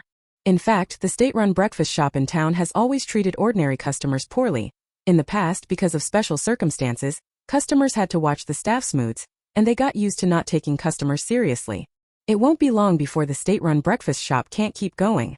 Jiang Liyun remembered that after the state-run breakfast shop went under, the cook in charge of making breakfast there opened his own shop, but he had a bad temper, so the new breakfast shop never did well. Before she had set up her own stall in her previous life, she had once gone to that cook's shop to eat wontons. She liked to add vinegar to her wontons, and that time she put in several spoonfuls but couldn't taste any sourness, so she made a remark. As a result, the chef at that state-run breakfast shop stared at her and repeatedly insisted that his vinegar was sour, saying he bought very good bottled vinegar, not like the bulk vinegar some people buy. A tall, big-boned fat man stood in front of her and lectured for a long time. After that, Jiang Liyun never went to that shop for wontons again. The town shops that sell oil, salt, soy sauce and vinegar have always sold vinegar in bulk, and it truly tastes much better than that so-called bottled vinegar from their place. These days street vendors make money because those state-run shops don't treat customers as important, and yet the Yang family, selling goods at a stall, still put on airs like they were a state-run shop. Their business won't last long. It was only 7:30 that day, and Jiang Liyun and the others had sold out of their pan-fried dumplings. Jiang Liyun looked at Feng Yi. "You stay here and rest for a bit, I'll go check the newspaper." "Okay." Feng Yi replied, took off his apron, tidied himself briefly, and also left the stall to go to the restroom. That left only Father and Mother Jiang at the stall, slowly packing up their things. The dough and fillings the Yang family had prepared were plentiful, and Yang Haitao was slow at making dumplings, so they were still selling. Seeing that the Jiang family had sold out, Mrs. Yang grew angrier and said to Wu Xiaochun, "Your daughter smiles at everyone she sees. Is she here to sell pan-fried dumplings or to sell smiles? So young and already knows how to flirt. Wu Xiaochun's face flushed with anger. You. She had said you. And didn't know what to say next. Yang Haitao still couldn't stand it. Mom, don't say that. Yang's mother said. Why shouldn't I say it? You're defending her. Could it be you've taken a fancy to her too? I won't allow you to marry a country girl. They look filthy and their minds are rotten. Yang's mother had a stomachful more to say, but couldn't go on. A stylish woman with permed hair suddenly rushed up and slapped her hard. Your mouth is fouler than a latrine. Country people really don't compare to you. Yang's mother was dumbfounded. She was notorious for speaking harshly and had offended many people over the years, but their anger never went beyond shouting matches. No one had ever laid a hand on her. When it came to verbal sparring, those people still couldn't outcurse her. But Yang's mother soon recognized who had come. Jiang Liyun, so it was you little bitch. You actually dared to hit me. Yang's mother immediately wanted to grab Jiang Liyun by the hair. But Jiang Liyun was not someone easy to deal with. There was a knife on the Jiang family stall, the one Jiang Liyun used to cut the dough. She would first cut the large dough into smaller pieces, then roll out dumpling wrappers. Jiang Liyun snatched up the knife and pointed it at Yang's mother, saying, If you've got the guts, come and hit me. Yang's mother went weak at the sight of that knife. Jiang Liyun said, You old bitch, because you're no good you think everyone else is like you, always talking shit about others. When you die you'll surely go down to the hell where tongues are pulled. Jiang Liyun and Yang's mother actually had both new and old grudges. The town was so small and Yang Haitao was about the same age as her. Back then they were in different classes in junior high, so they knew each other. The first man she was seeing also lived not far from the Yang family, and he got along well with Yang Haitao. After Yang's mother learned about her involvement with that previous man, she kept spreading rumors and talking bad about her, even saying that a country girl had seduced her ex to climb up socially, and that she had seduced Yang Haitao. Jiang Liyun wasn't close with Yang Haitao at all. Back then she looked down on him, and Yang Haitao knew he had no interest in her either. But Yang's mother opened her mouth and lied. Some people didn't believe it, but others did. Jiang Liyun had long since come to hate Yang's mother. In the past, although Jiang Liyun hated her, she only spoke ill of Yang's mother behind her back and wouldn't have done anything drastic. But today she had come in a fury, and when she heard Yang's mother spouting filth, she couldn't restrain herself and rushed up. After the beating she felt quite relieved. Chapter 37 Jiang Liyun. The last time Jiang Liyun came to town to find Jiang Liyun, after leaving on bad terms she started thinking about going out to find a job. Staying at the Li family she indeed lacked nothing to eat or drink and had very good living conditions, but not having money in hand still made her uncomfortable. She shamelessly asked her parents-in-law for money, but while they were willing to provide for her food and drink, they were unwilling to give her cash. Jiang Liyun looked for work in town for a while and actually found a job. Working at a small workshop operating a sewing machine to make clothes, being paid by piece. Jiang Liyun didn't like hardship. She went to that small workshop after 8 every day, always used the excuse of needing to take care of the household, went home without fail at noon to eat and rest for 2 hours, and went home even earlier in the evening. Although she earned less this way, life was comfortable, and during that previous month she simply didn't go to look for Jiang Liyun. Her parents-in-law, however, brought it up several times, wanting her to get along well with Jiang Liyun. She naturally wasn't willing, but after her in-laws mentioned it so often she remembered what her sister had said about her husband's foolish illness being hereditary. Jiang Liyun was willing to marry Li Shuyang because he was different from the speechless, drooling fool she had imagined. Li Shuyang was fully able to take care of himself in daily life, and he could speak and do household chores. The most important thing was that Li Shuyang obeyed her in everything. When she asked Li Shuyang to heat water for her foot bath and wash her feet, he did it without a word. When she was with her ex-boyfriend, she was the one who lowered herself to flatter him and even his whole family. Now that she's met someone like Li Shuyang, of course she likes him. At home she has Li Shuyang running around at her command. However, if her own future child turned out like that, it would indeed be a real problem.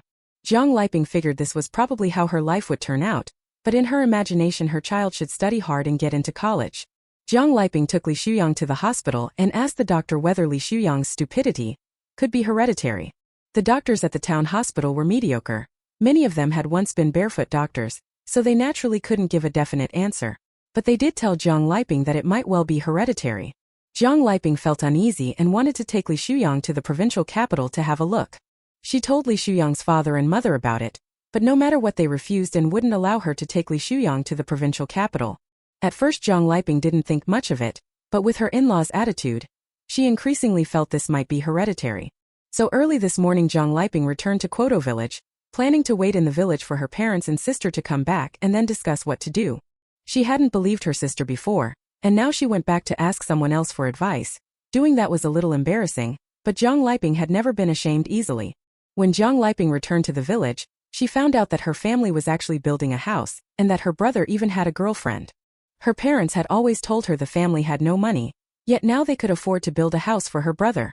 Whether it's setting up a stall or building a house, they still didn't tell her. Jiang Liyun, boiling with anger, went to town intending to make a scene with her parents and sister. Not to mention anything else, just saying that since the family could afford to give her brother money to build a house, shouldn't they also give her some dowry? But Jiang Liyun hadn't expected that when she arrived in town she didn't see Jiang Liyun. Instead she saw Mother Yang spreading rumors that Jiang Liyun was bullying her parents.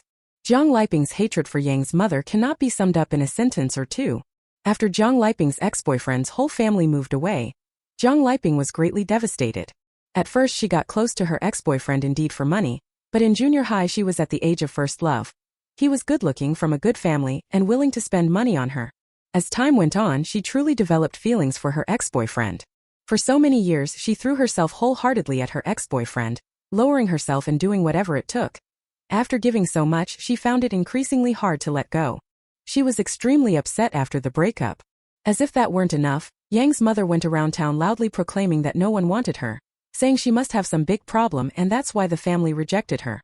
At the time Jiang Liyun wanted to slap Yang's mother, but there were too many people in the Yang family, so she didn't dare to act. All the old and new grudges came together today. It would be surprising if she could hold them in. And with her parents there, Jiang Liyun still had confidence. Holding a knife, Jiang Liyun said, "You bitch, always talking bad about others is one thing but bullying my parents is another, so I beat you. What's wrong with that? If you've got the nerve, curse me a few more times and see whether I won't cut you to death." Yang's mother had a filthy mouth, but she bullied the weak and feared the strong, so she kept silent when Jiang Liyun and Feng Yi were around. Only after those two left did she dare swagger at the meek and easy-to-bully Wu Xiaochun and lame Jiang. Now Jiang Liyun was holding a knife in her hand, and Yang's mother didn't dare make a sound. Their commotion had already drawn quite a crowd. Jiang Liyun glanced around, blinked, and tears suddenly began to flow. "Everyone, judge for me. My family is just quietly running a stall here, and she sets up an identical stall to steal our customers, and on top of that she insults my parents. How could she do that? My sister and brother-in-law set up a stall together. They get along very well, and yet she says my sister came here to sell fried dumplings to seduce someone. We were minding our own business, running an honest trade, and she spread such rumors. She wants to drive my sister to death.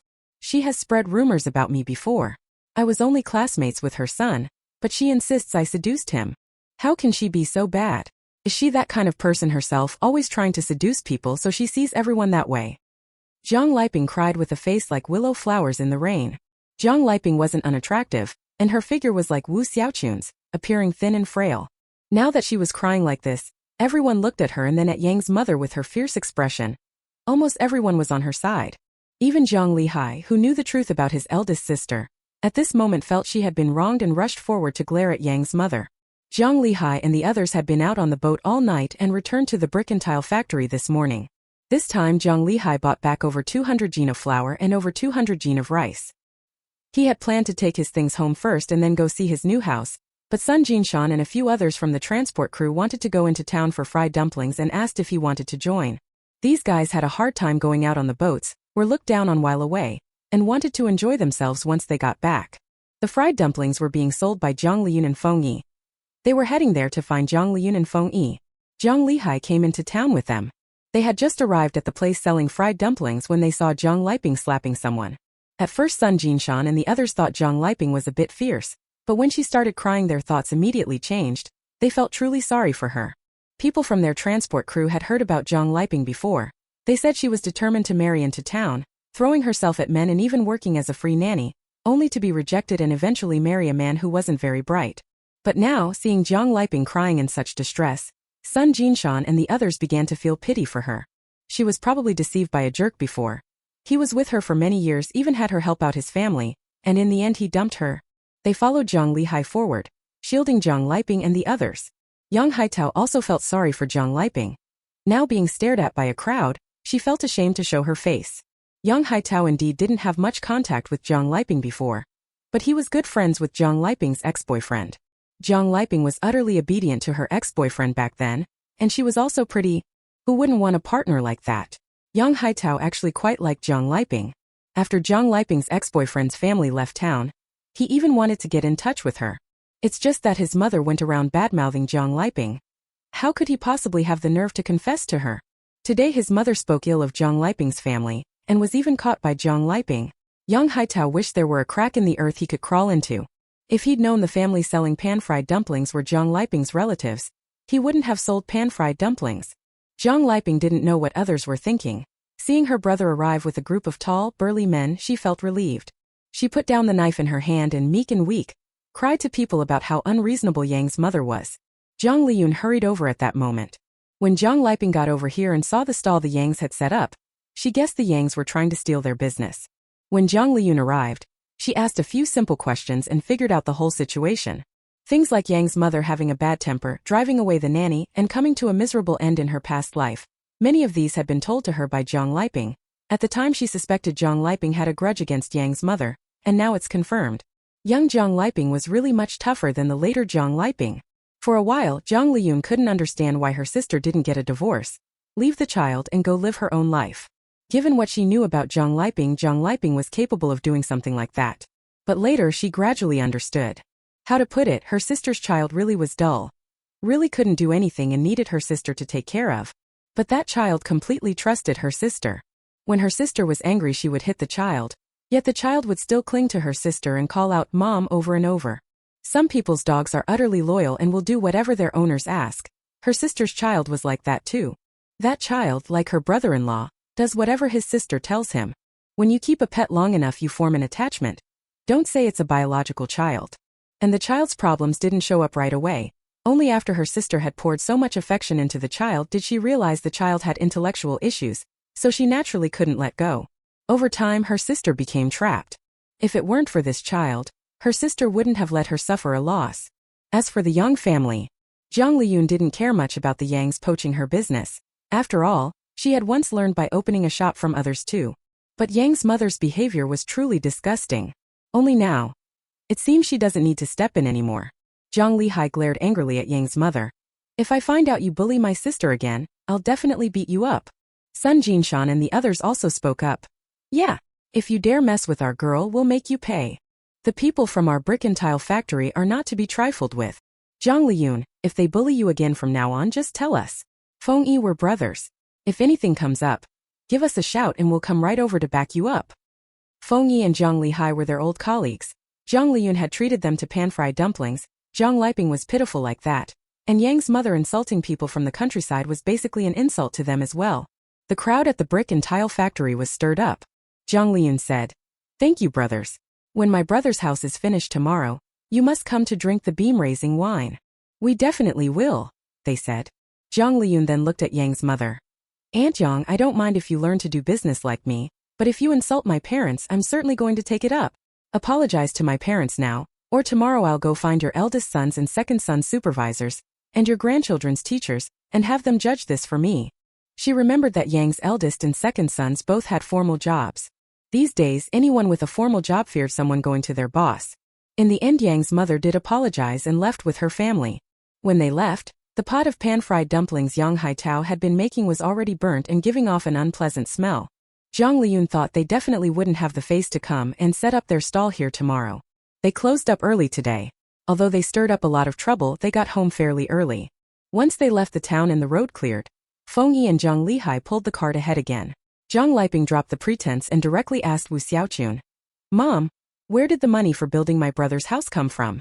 Haven't you always said the family had no money? Now that I'm leaving there's money to build his house? They're all your children. How can you be so biased? Do you even know how much I've suffered out there?" Jiang Liyun. Her sister was still her sister. "At that time that guy looked down on our poverty and wouldn't stay with me.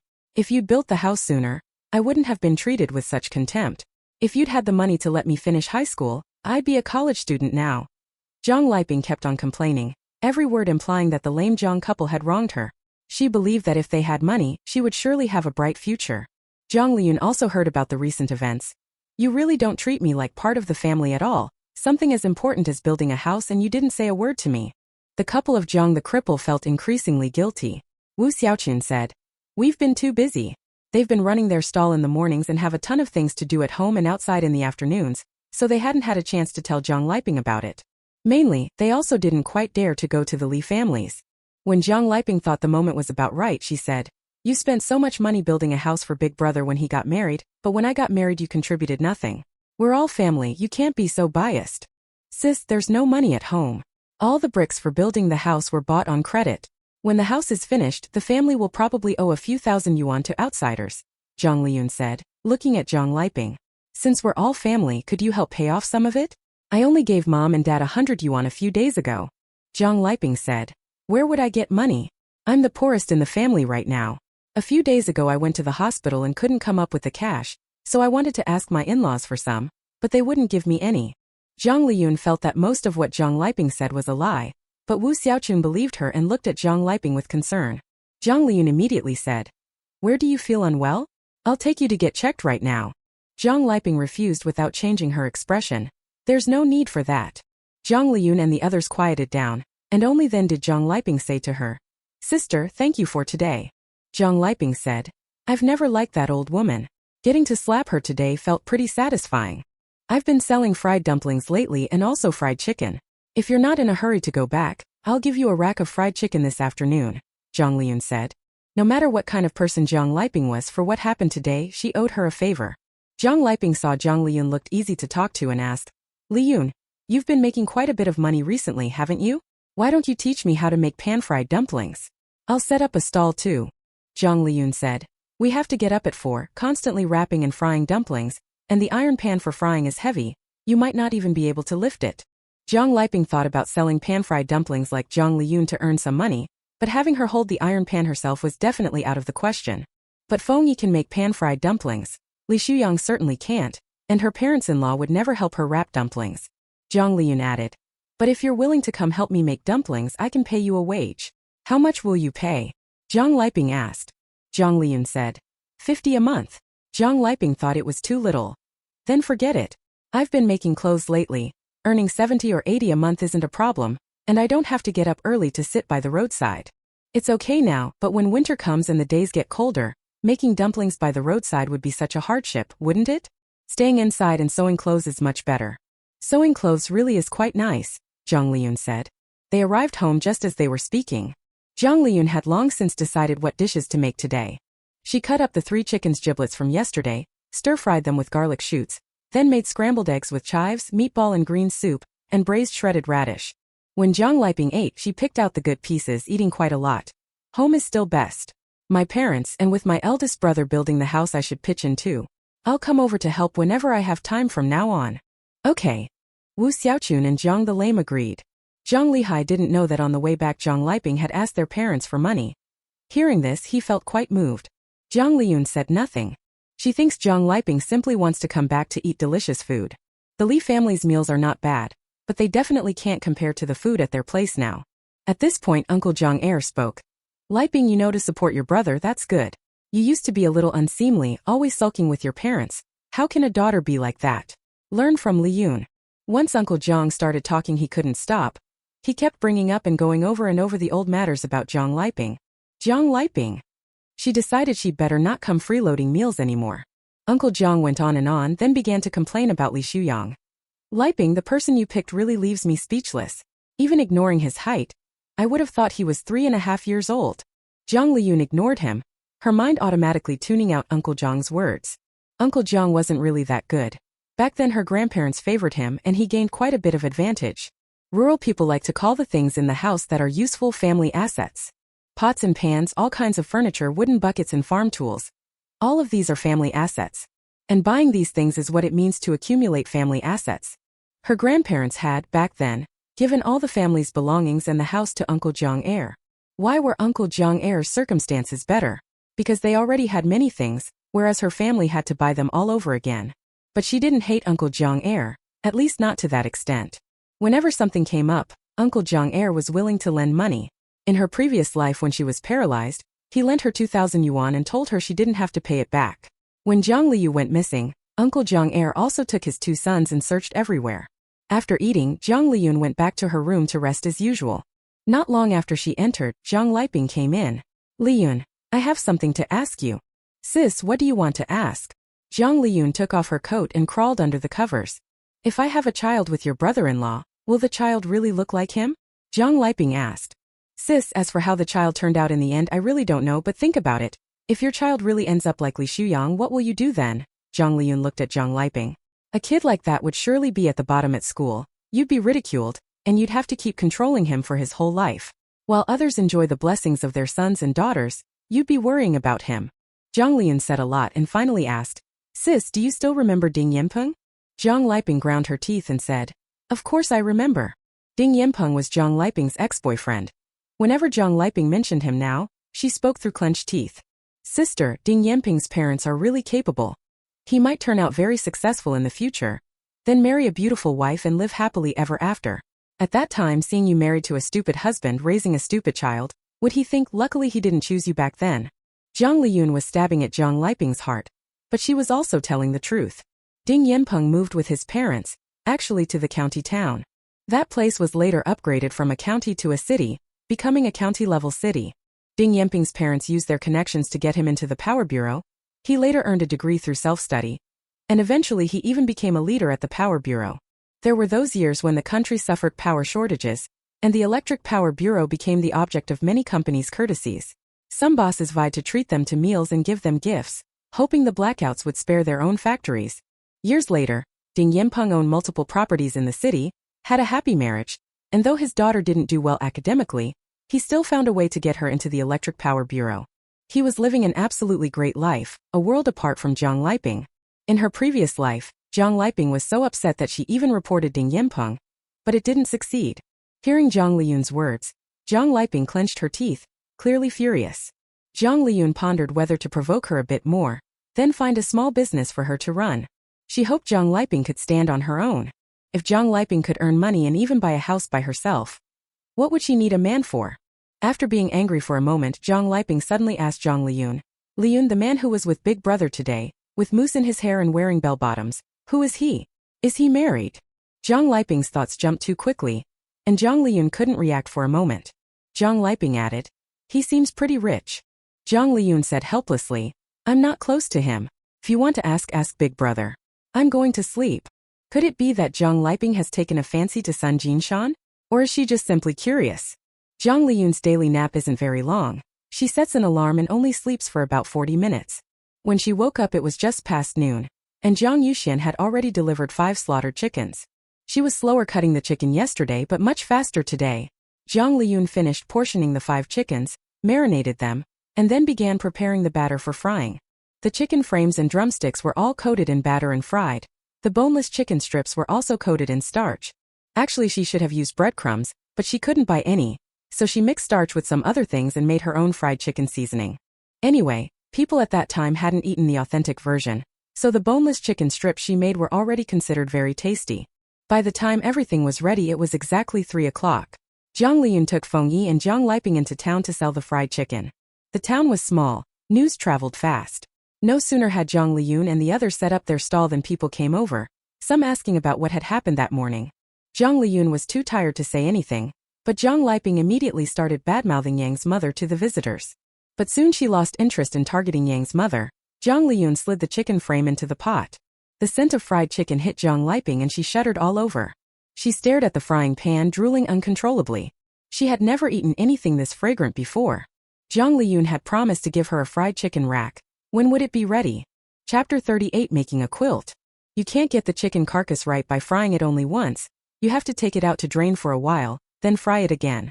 When Jiang Liyun took it out, Jiang Liping couldn't wait to say, Hurry and let me try it. Jiang Liyun said, It needs to be fried one more time. So troublesome? Jiang Liping watched the fried chicken carcass eagerly and asked, How did you come up with this method? Did it really come from abroad? Saying that, Jiang Liping picked up the wooden sign that had foreign fried chicken written on it and looked it over. Then noticed the other side of the sign said, Northeast Fried Dumplings. Look, there's news in the paper about foreigners coming here to open fried chicken shops. Jiang Liyun showed the newspaper to Jiang Liping. Jiang Liping stared at the paper for a while, then asked quietly, Did you come up with the method yourself after reading the paper? Jiang Liyun smiled without speaking, which amounted to an admission. Jiang Liping saw this, went back to chatting with the customers, and began saying how authentic their fried chicken was, that her younger sister had once gone to the provincial capital to learn from a foreigner. Jiang Liyun had said the same things yesterday, but she was quite busy and only said a few words at first, then stopped. But Jiang Liping was different. She didn't have to make the fried chicken. So with nothing to do, she helped Jiang Liyun invent stories. She talked endlessly, and the customers who came to buy fried chicken listened in astonishment, feeling that this little fried chicken stall was somehow grand and lofty. As she spoke, Jiang Liping also said to Jiang Liyun, "Liyun, give me another order of boneless chicken strips." Seeing that she was constantly speaking well of her stall, effectively attracting business, Jiang Liyun fried her an order of boneless chicken strips. Jiang Liping held a bamboo skewer, eating and chatting with customers, and asked Jiang Liyun again, "Can you give me another fried chicken drumstick?" "No." Jiang Liyun refused without hesitation. "So stingy," Jiang Liping said. Jiang Liyun sighed. "Sis, you've never been generous with me either." That was true. Jiang Liping kept her composure. Jiang Liyun's business was excellent today. People kept gathering in front of her stall. But hers was handmade fried chicken, quite slow, so she couldn't sell too many. Jiang Liyun remembered that the later hamburger and fried chicken shops all had machines dedicated to frying chicken. They had fixed procedures for oil temperature and frying time, so orders came out especially fast. She couldn't do that. After selling 5 chickens, she was already a bit tired and felt the smell of fried chicken all over her body. Jiang Liyun thought she should buy some work masks to avoid inhaling too much oil smoke, since that's bad for the lungs. Labor protection masks are generally worn by people who work in dusty environments, and they can also filter out most cooking oil smoke. She remembered that in her previous life, by the 1990s, the brick and tile factory had already started issuing masks to employees. She just didn't know whether they were still sold on the market now. After the fried chicken sold out, Jiang Liping left carrying the fried chicken rack, while Jiang Liyun handed the portion of boneless chicken strips she had set aside to Feng Yi. "Feng Yi, you should try these boneless chicken strips too." If Jiang Liping had them, how could Feng Yi not have them? On the other side, Jiang Liping had barely gone far when she took a piece of fried chicken carcass out of the bag to eat. She ate several of the meatier fried chicken carcasses in a row, then carried the leftovers back to the Li family. She had brought them the fried chicken carcasses herself. They should be pretty happy. Jiang Liping walked into the house with a radiant smile, only to see Li father and Li mother sitting at the table with stern faces. The joy in Jiang Liping's heart vanished instantly, and she felt a little upset. "Li Ping, did you have a fight with the Yangs this morning? You even pulled a knife." Li's mother asked. "She insulted my sister and my parents, so I had an argument with her," Jiang Liping said. "You've always said your family treated you badly, and that your relationship with them is just SOSO. Why offend the Yangs over something so trivial?" Li's mother snapped. "We're family. Even if you break the bones, the tendons remain connected. My relationship with my family isn't that bad either." Jiang Liping, also unhappy, said. Li's mother said, "No matter what, it's never right for you to make a scene and shout at people. You only end up making a laughingstock of yourself." Jiang Liping used to be willing to listen to Li's mother. She had always thought the townspeople were more cultured, different from the villagers. But Li's mother had first forbidden her from taking Li Shuyang to the provincial city, and now she was defending Yang's mother. She put on a sullen face. She was the one who started insulting people. If anyone should be embarrassed, it's not me. After speaking, Jiang Liping went back to her room. Li Shuyang stayed in the room, playing with building blocks. In a bad mood, Jiang Liping went over and knocked his blocks down. Li Shuyang wasn't upset either. He looked up and smiled at Jiang Liping. "Wife." Seeing him like that, Jiang Liping stopped being angry, sat on the bed, and took out a fried chicken rack for him to eat. "I brought you something good, try it." Li Shuyang stared at that piece of fried chicken, his eyes not moving at all. Jiang Liping shoved a piece of fried chicken into Li Shuyang's mouth and asked, Yang, am I good to you?" "Yes." Li Shuyang nodded. Jiang Liping said, "Go bring my meal in, I'm eating in the room today." Li Shuyang went out to serve the food without a word.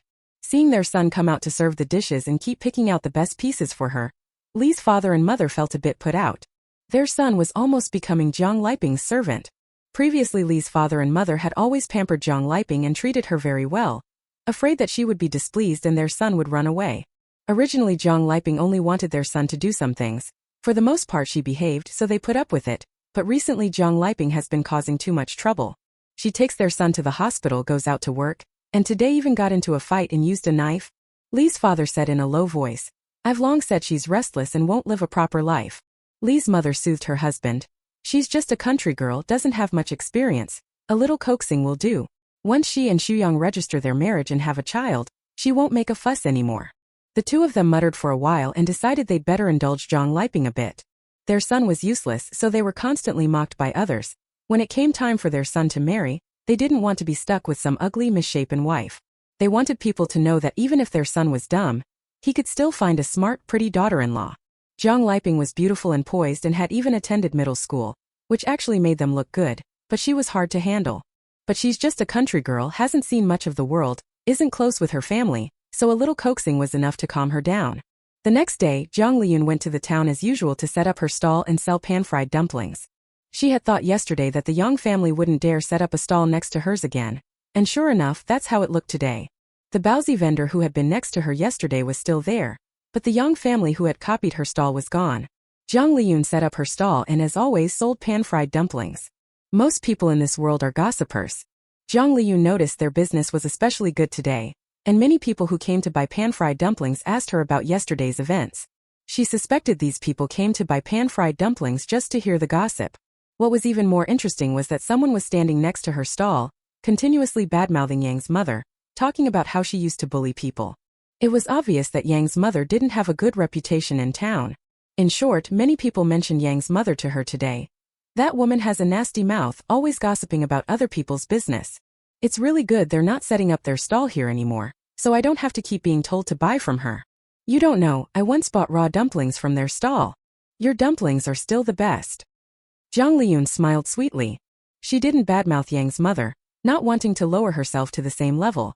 She kept thanking the customers for their support. The customers enjoyed themselves so much that in the end they not only bought all her dumplings early, but they also bought all her tea eggs. The filling and dough Jiang Liyun prepared the night before last were less than usual, but the filling and dough she prepared last night were the same amount as before. So when she tallied up at home, she found that she had earned almost 30 yuan today. Jiang Liyun was in a particularly good mood. After dinner she asked Wu Xiaochun to help buy some cotton batting. She wanted to make 2 quilts. Wu Xiaochun said softly, 2 quilts aren't enough, at least 6. 6 quilts. Jiang Liyun didn't react for a moment. Wu Xiaochun said, nowadays when people marry they bring 6 quilts as part of the dowry, some even bring 8. Or Liyun, why don't you wait? I'm feeling much better now. Next year I can definitely raise silkworms, and I'll make them myself for you. Your sister's quilt will be made by me. When Jiang Liyun got married she prepared 4 quilts. That used up all the cotton sacks the family had stored. Jiang Liyun is getting married. She will certainly need to provide 4 quilts. If Jiang Liyun contributes a bit more money, they could make 6 quilts. Jiang Liyun said helplessly, Mom, I need them now. My quilt isn't warm enough and neither is Feng Yi's. Feng Yi won't be able to register their marriage for another 3 years. They still have nothing now. She really hadn't thought about getting married. There are plenty of couples who date for years before marrying. Jiang Liyun felt it wouldn't hurt for her and Feng Yi to date a few more years. Wu Xiaochun suddenly felt embarrassed. Is that so? Then I'll ask your second aunt. Jiang Liyun said. Mom, ask your younger aunt for help, not your second aunt. Her second aunt wasn't a bad person, but she definitely had her own petty thoughts and wouldn't be happy to help others. If her mother asked that second aunt for help, she might be talked about behind her back. Asking her aunt for help was a different matter. Her aunt was close to her father and had a cheerful personality. For small things like buying some cotton padding to make a quilt, her aunt would take care of it without a second thought. Just treat her aunt to a meal then. Okay. Wu Xiaochun obediently complied.